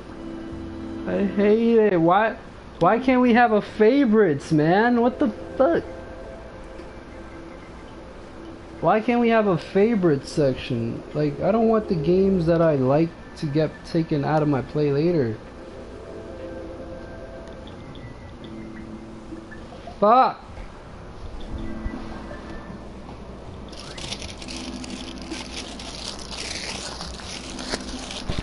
But yeah, Jeremy, my indie game that I have, it literally captures the whole indie style that you're supposed to have in an indie game. The speed is good, the cameras are good, there's no weird shit going on with the cameras. I don't know if you didn't see it, I'll show you it.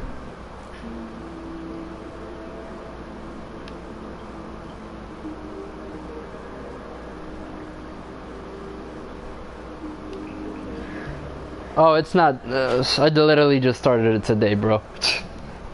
Literally just started it today.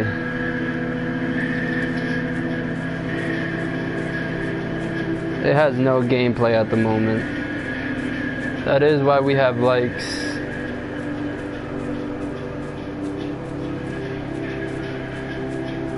That's true.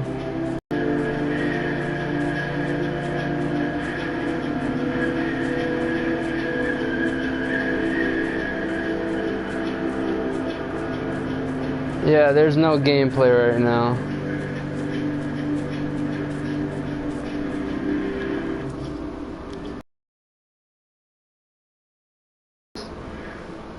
I'm pretty sure lots of people are gonna want that to be a game. And then there's the non-snowy version.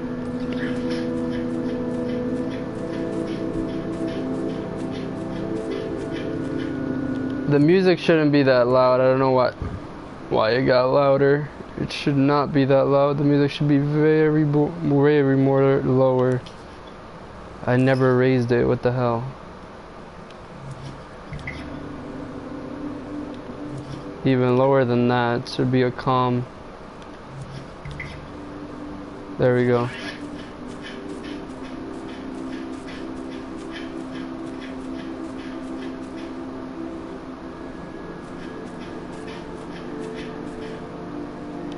But yeah, that's a game I'm gonna work on. All right, let's play our more play later games, I guess. Let me just see if this shit's saved into my likes. I don't really like the my thumbed up because you can't really see everything in sections. Thumbed up date, I guess that works. Whatever.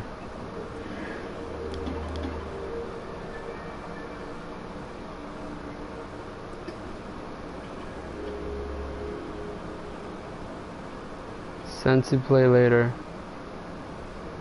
Okay, so let's just hold on.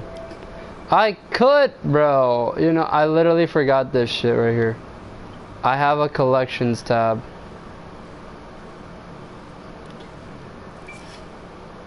My favorite games. I literally forgot about that shit.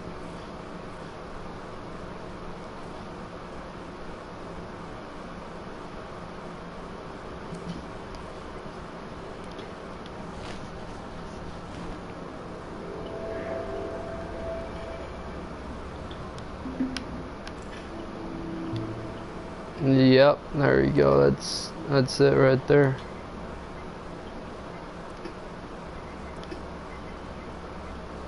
And then I can go to. Oh, it doesn't let me choose my thumbed up, most thumbed up, last updated. Okay.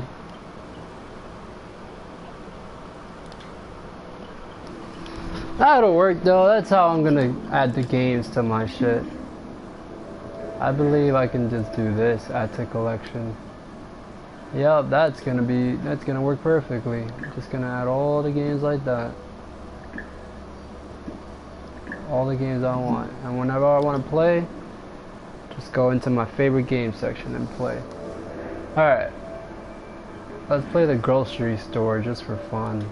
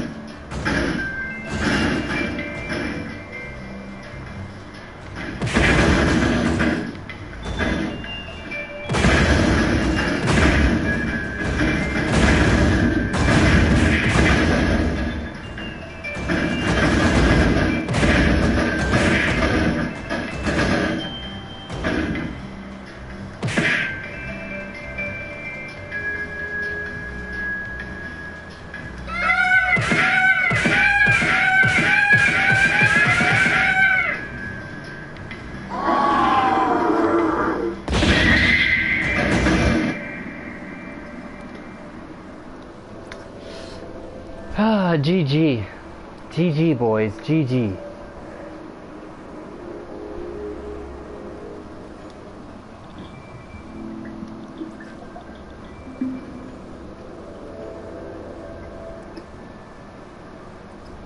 Ah, the beauty of weird dream games. Absolutely stunning.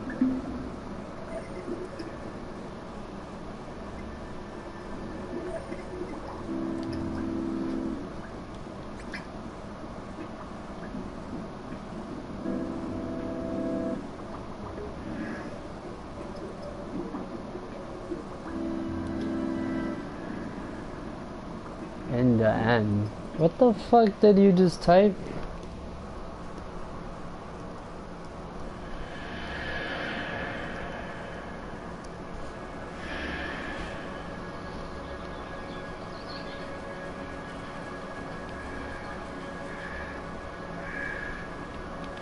Hold on.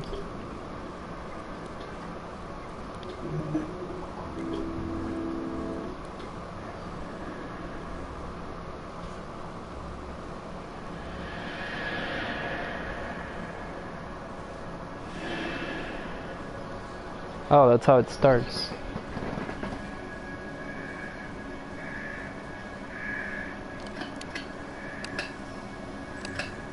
This is so fucking good.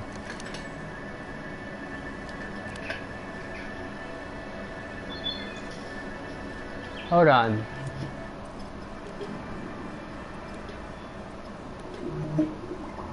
No, that's not how it starts.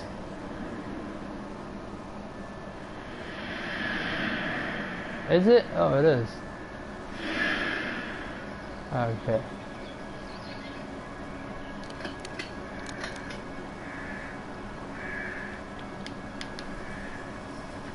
Oh my god, this is so clean.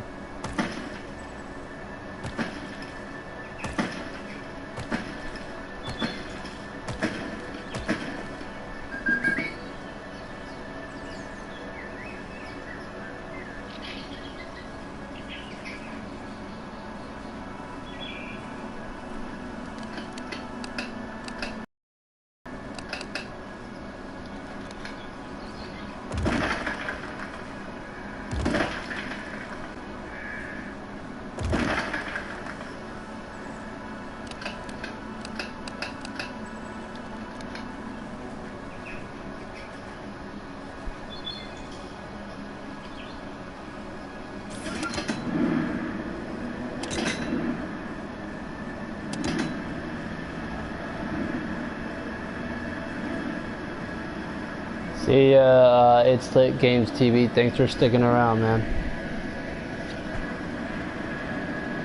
This is so good.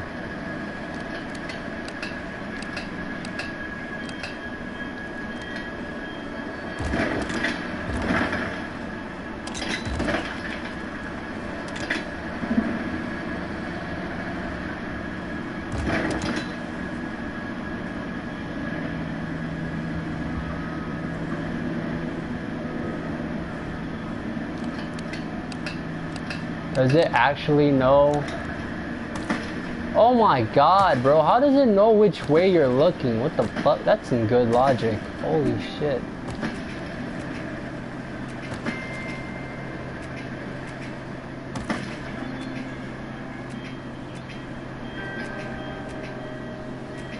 Yo, how the hell did they do that? They have like, I don't know what they did. They basically have the street and then it unblocks after you place a new block. What the fuck?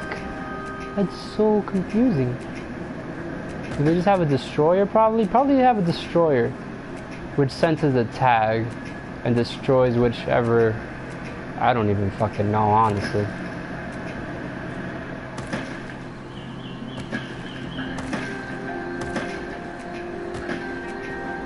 That's so cool.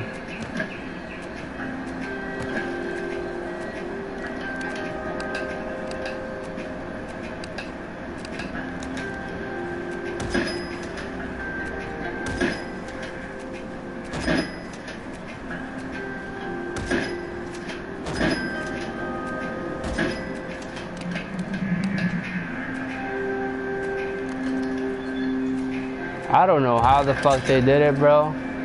I wanted to make a game like this, but I feel like that's some advanced ass shit.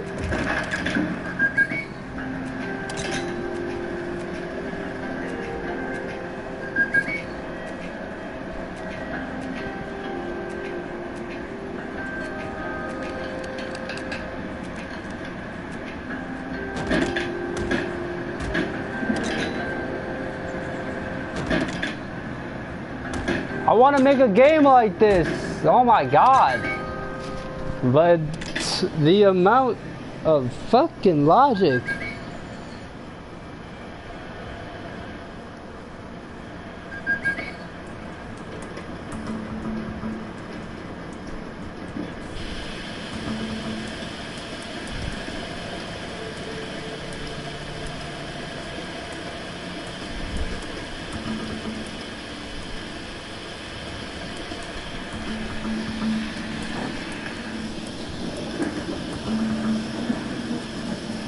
Maybe 2 weeks work? I don't know, man.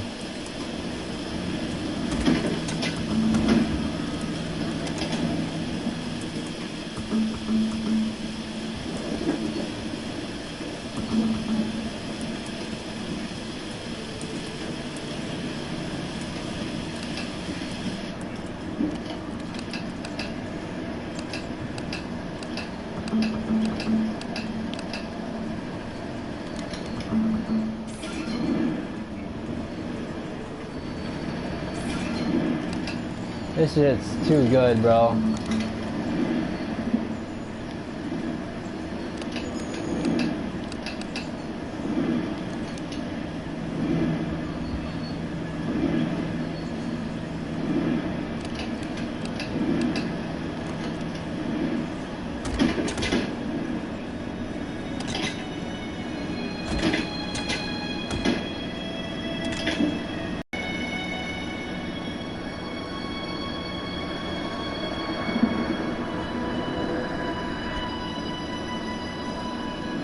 Bro, it's just so good.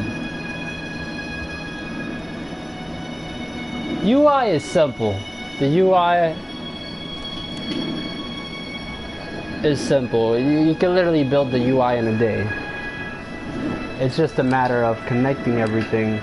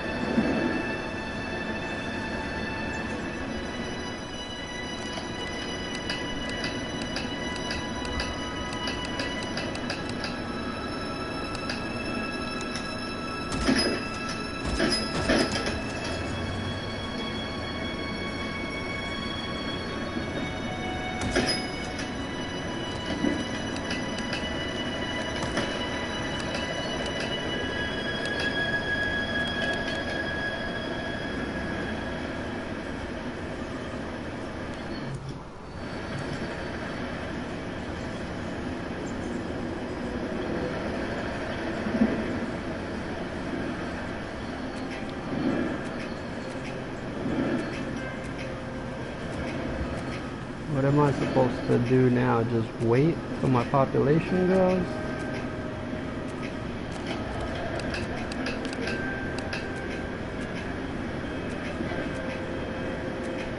Oh.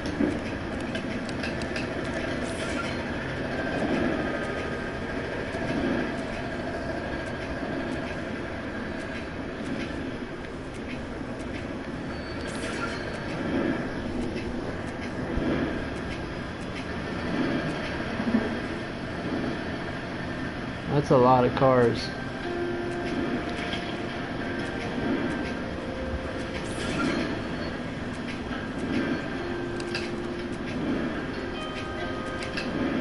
Need more population? How much more population do I need?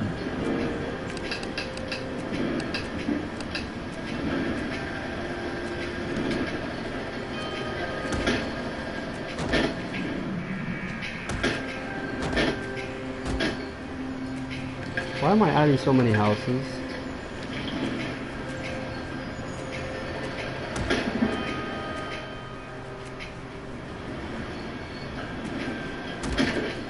Alright, man. Thanks for stopping by.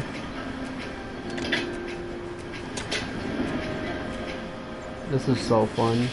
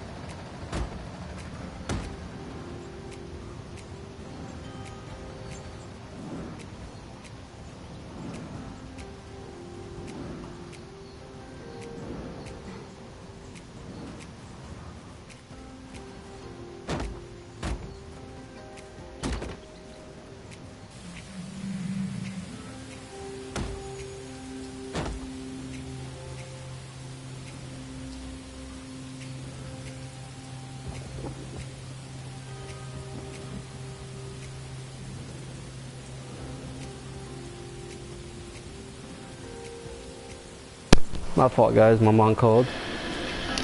I actually got to call JetBlue customer service.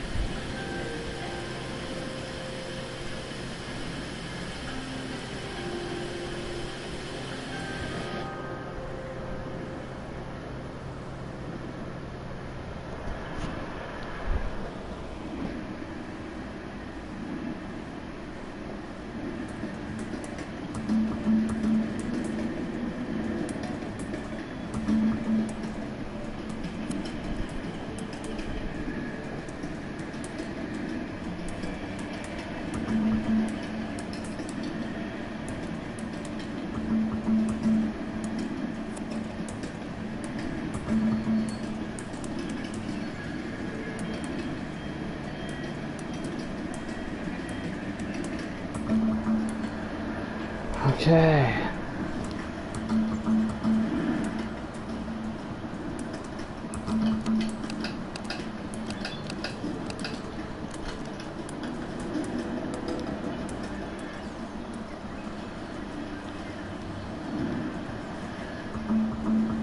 Oh shit, my budget.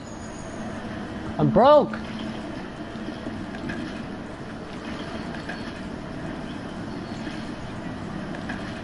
I'm going broke. No. How do I get money?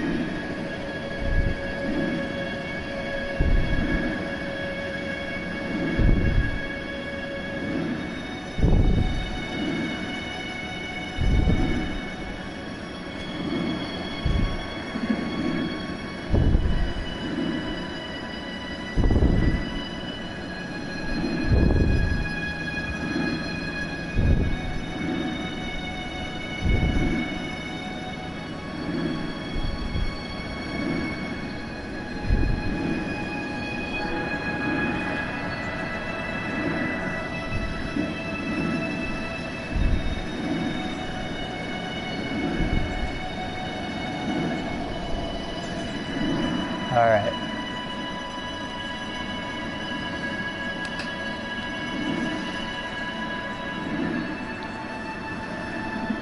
Bro, I'm broke.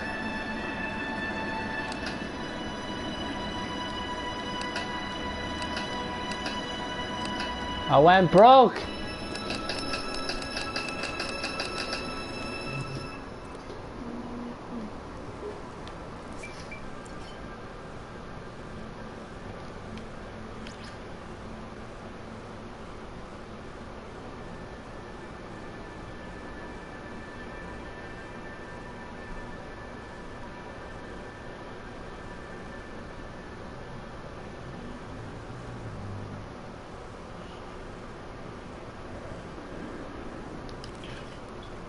Sheesh.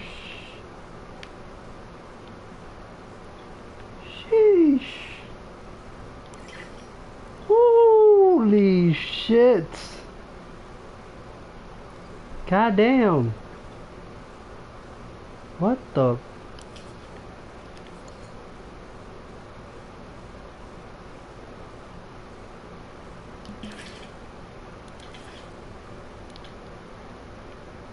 Oh, Zooey mama.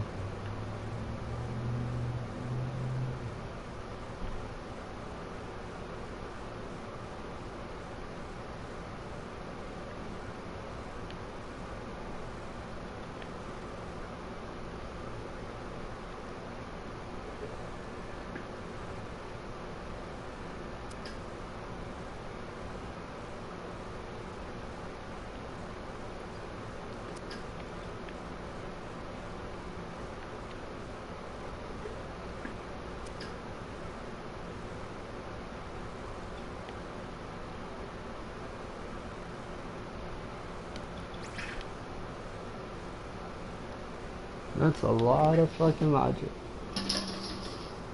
God damn.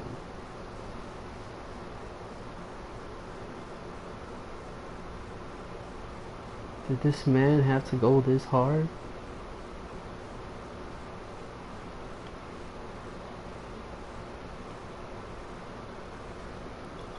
I don't even think you need all this fucking logic. God damn.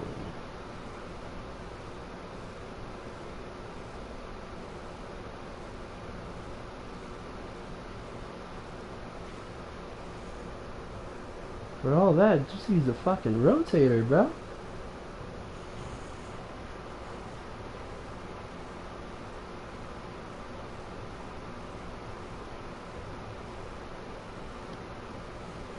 What I want to know is how the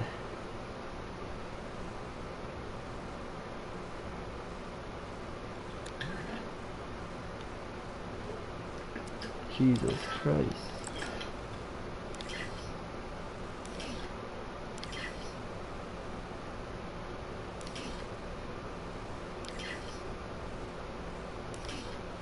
Sweet mother of God. Yeah, that's frying my brain looking at that. I don't think you need that much fucking logic to do this. I have a way simpler method. Like, what the fuck?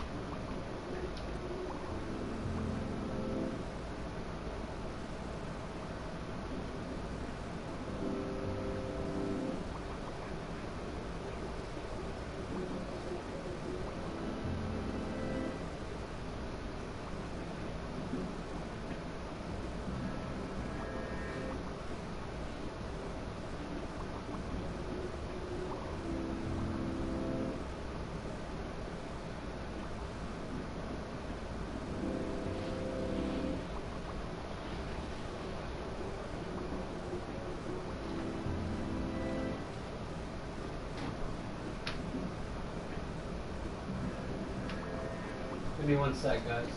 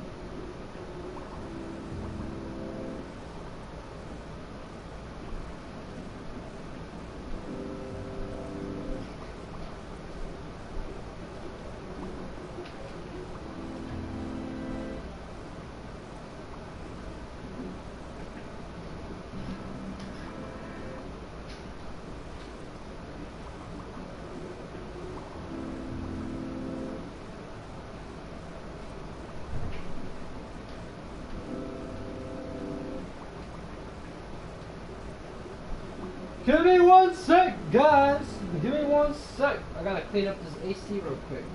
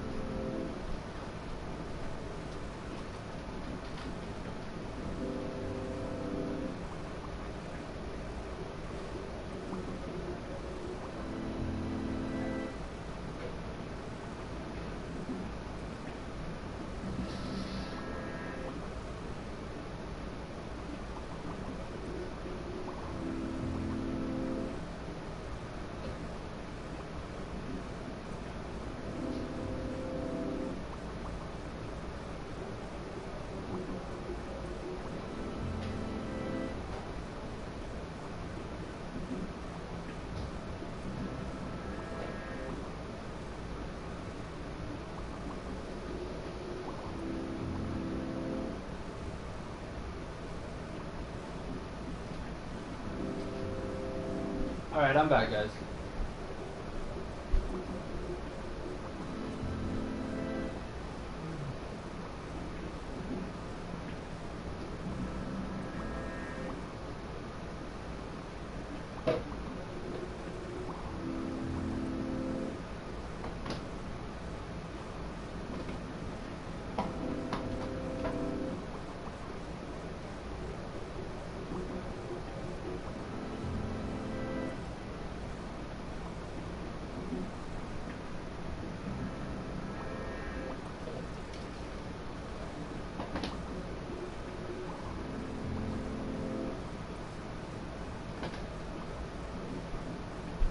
Alright, who's in here?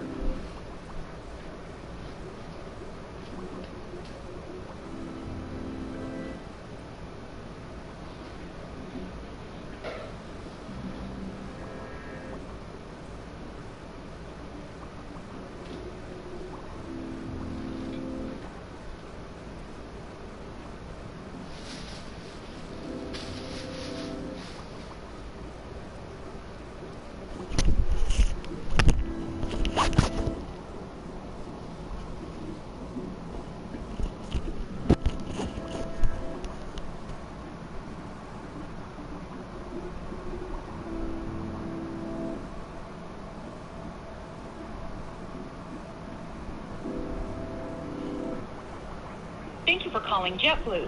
Para español, por favor, marque el número 9.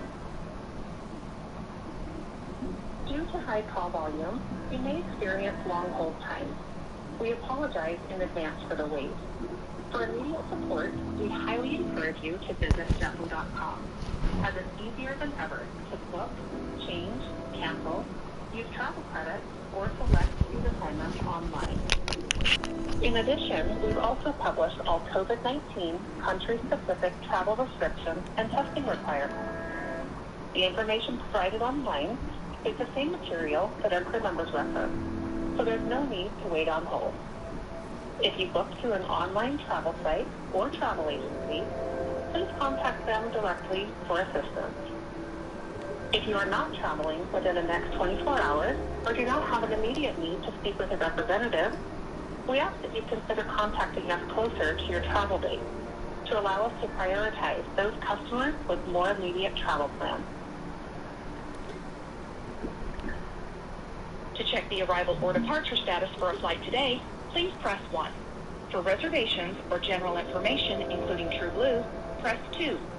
To book or inquire about a JetBlue Vacations air and hotel package, press 3. To repeat these options, press the pound key. To book a new reservation, press 1. To make changes to an existing reservation, including seat selection, press 2. For general questions not related to new or an existing reservation, press 3. To repeat these options, press the pound key.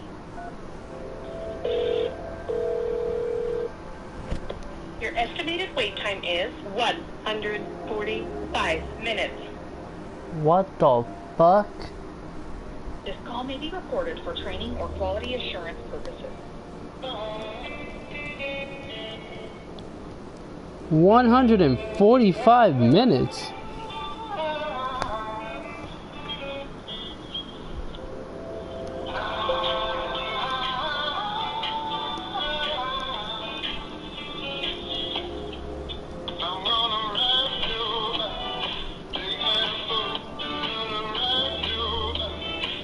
Two hours? Are they fucking drunk?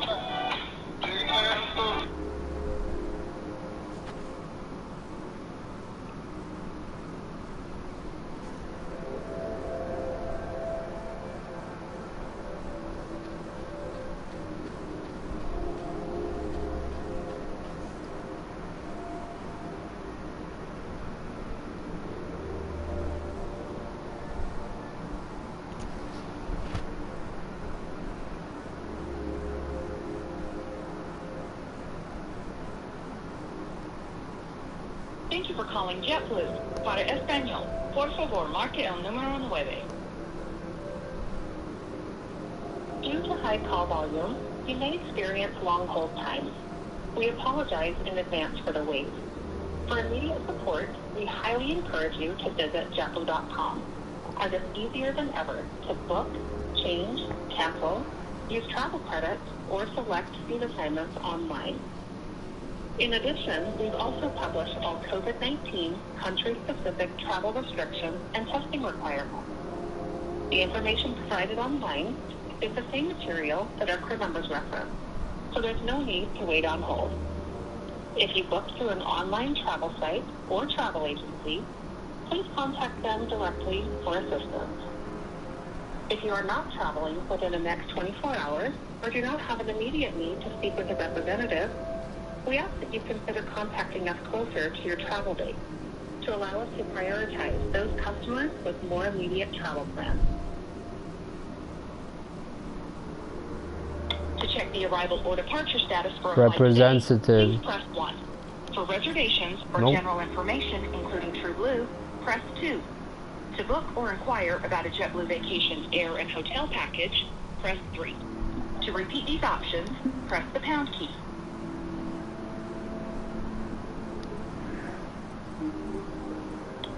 To check the arrival or departure status for a flight today, please press 1. For reservations or general information, including TrueBlue, press 2. To book a new reservation, press 1. To make changes to an existing reservation, including seat selection, press 2. For general questions not related to new or an existing reservation, press 3. To repeat these options, press the pound key.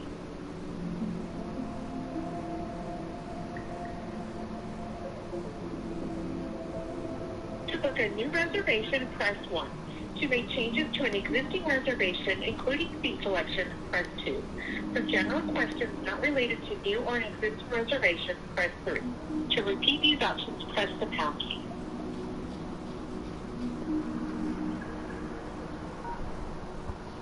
To book a new reservation, press 1. To make changes to an existing reservation, including seat selection, press 2. For general questions not related to new or an existing reservation, press 3. To repeat these options, press the pound key.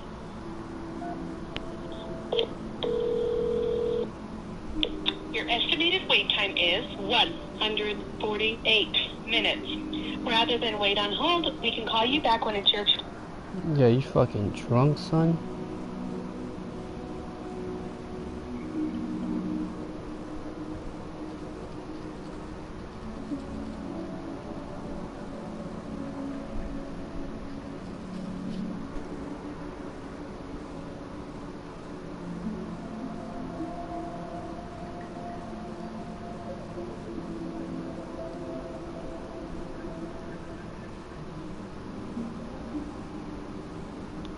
They said 145 minutes. Are they fucking drunk? They must be, bro, cause what the fuck?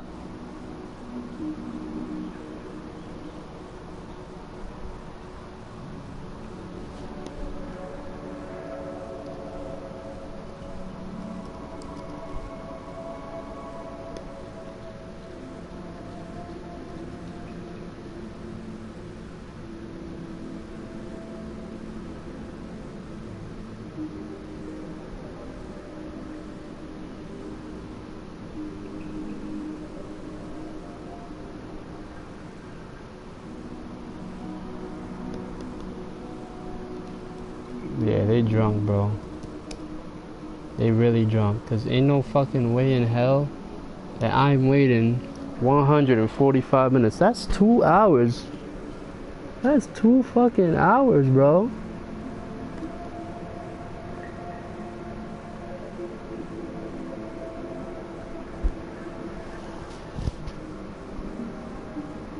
Holy shit, I've been streaming for 8 hours? That's crazy.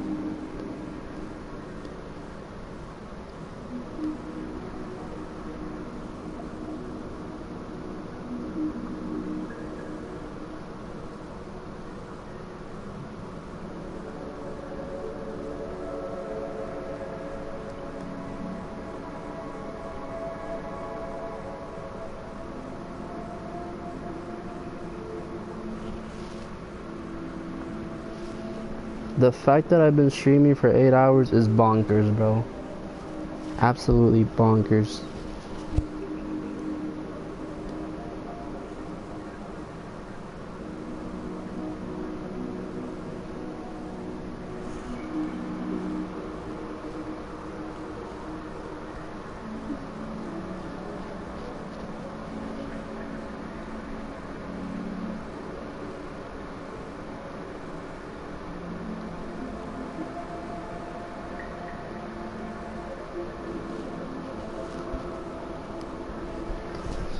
Alright, cool. So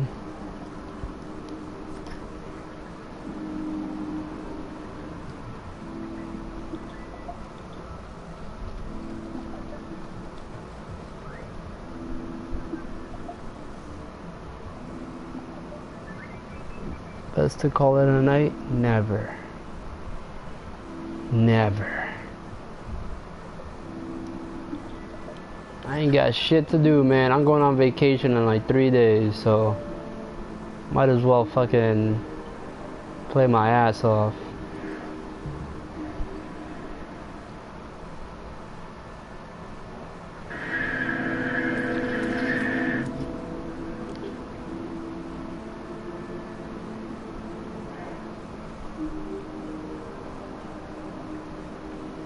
What to do, what to do, what to do.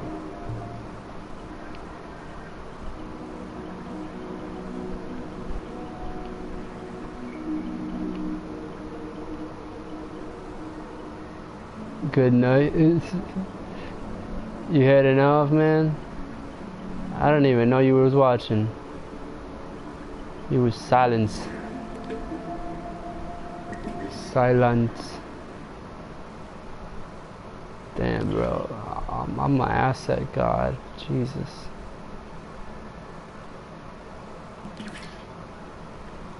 I am my asset, God.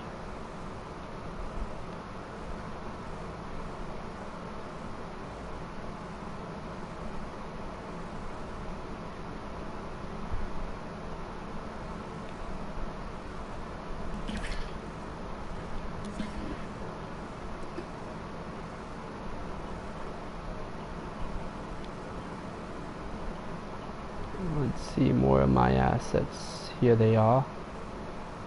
Some more of my assets.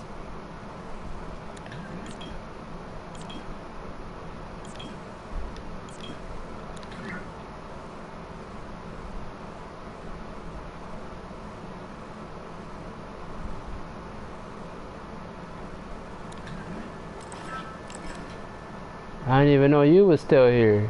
What the shit? What the shit? Holy shit, dog. Alright guys, you have a good night. Shit, I really been playing Dreams for 8 hours?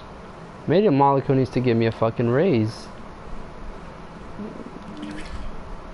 Yeah guys, I'm playing your game for 8 hours.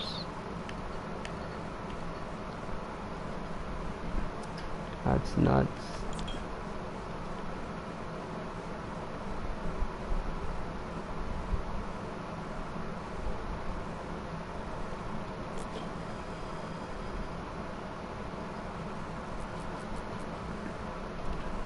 That is absolutely bonkers. Should I play some Watch Dogs? I feel like I should play some Watch Dogs.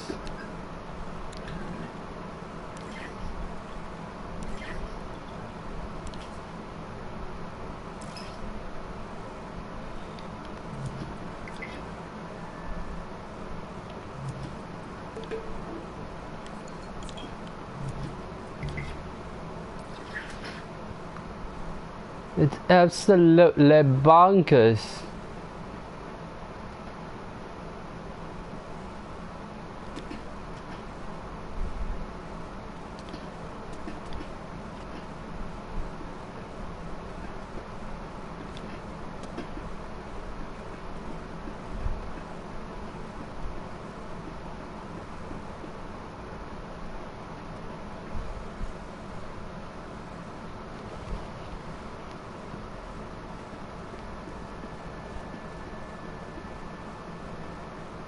What the fuck should I do now, man? I don't know what to do. I've been playing so much Dreams that my brain is fried. Fried of ideas.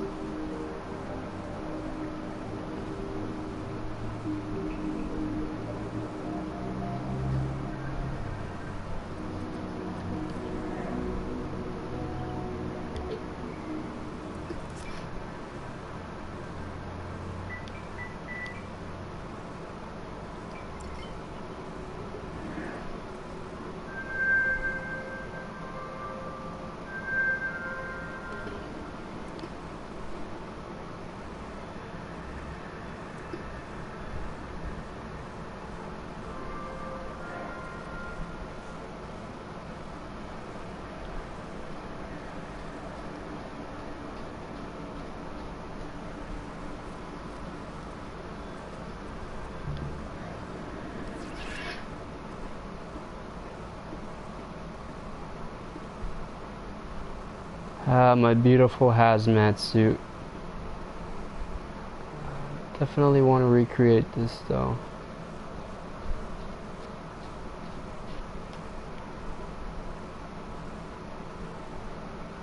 I could definitely do better now.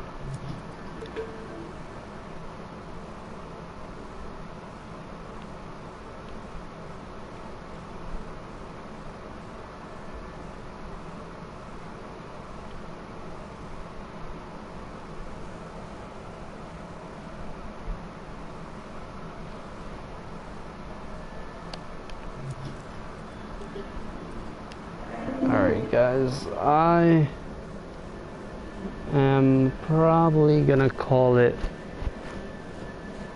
a dreams night for now. Maybe. I don't even fucking know, to be honest. The fact that I've been streaming 8 hours is ridiculous.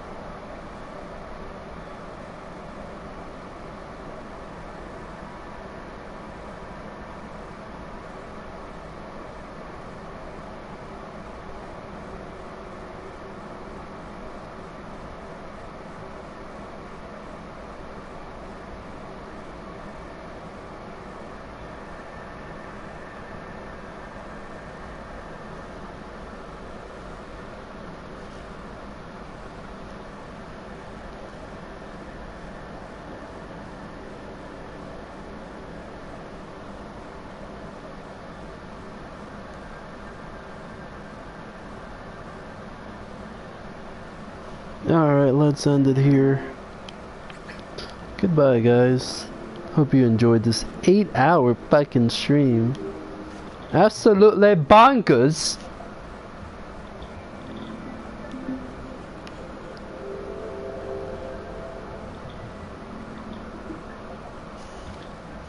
Absolutely bananas.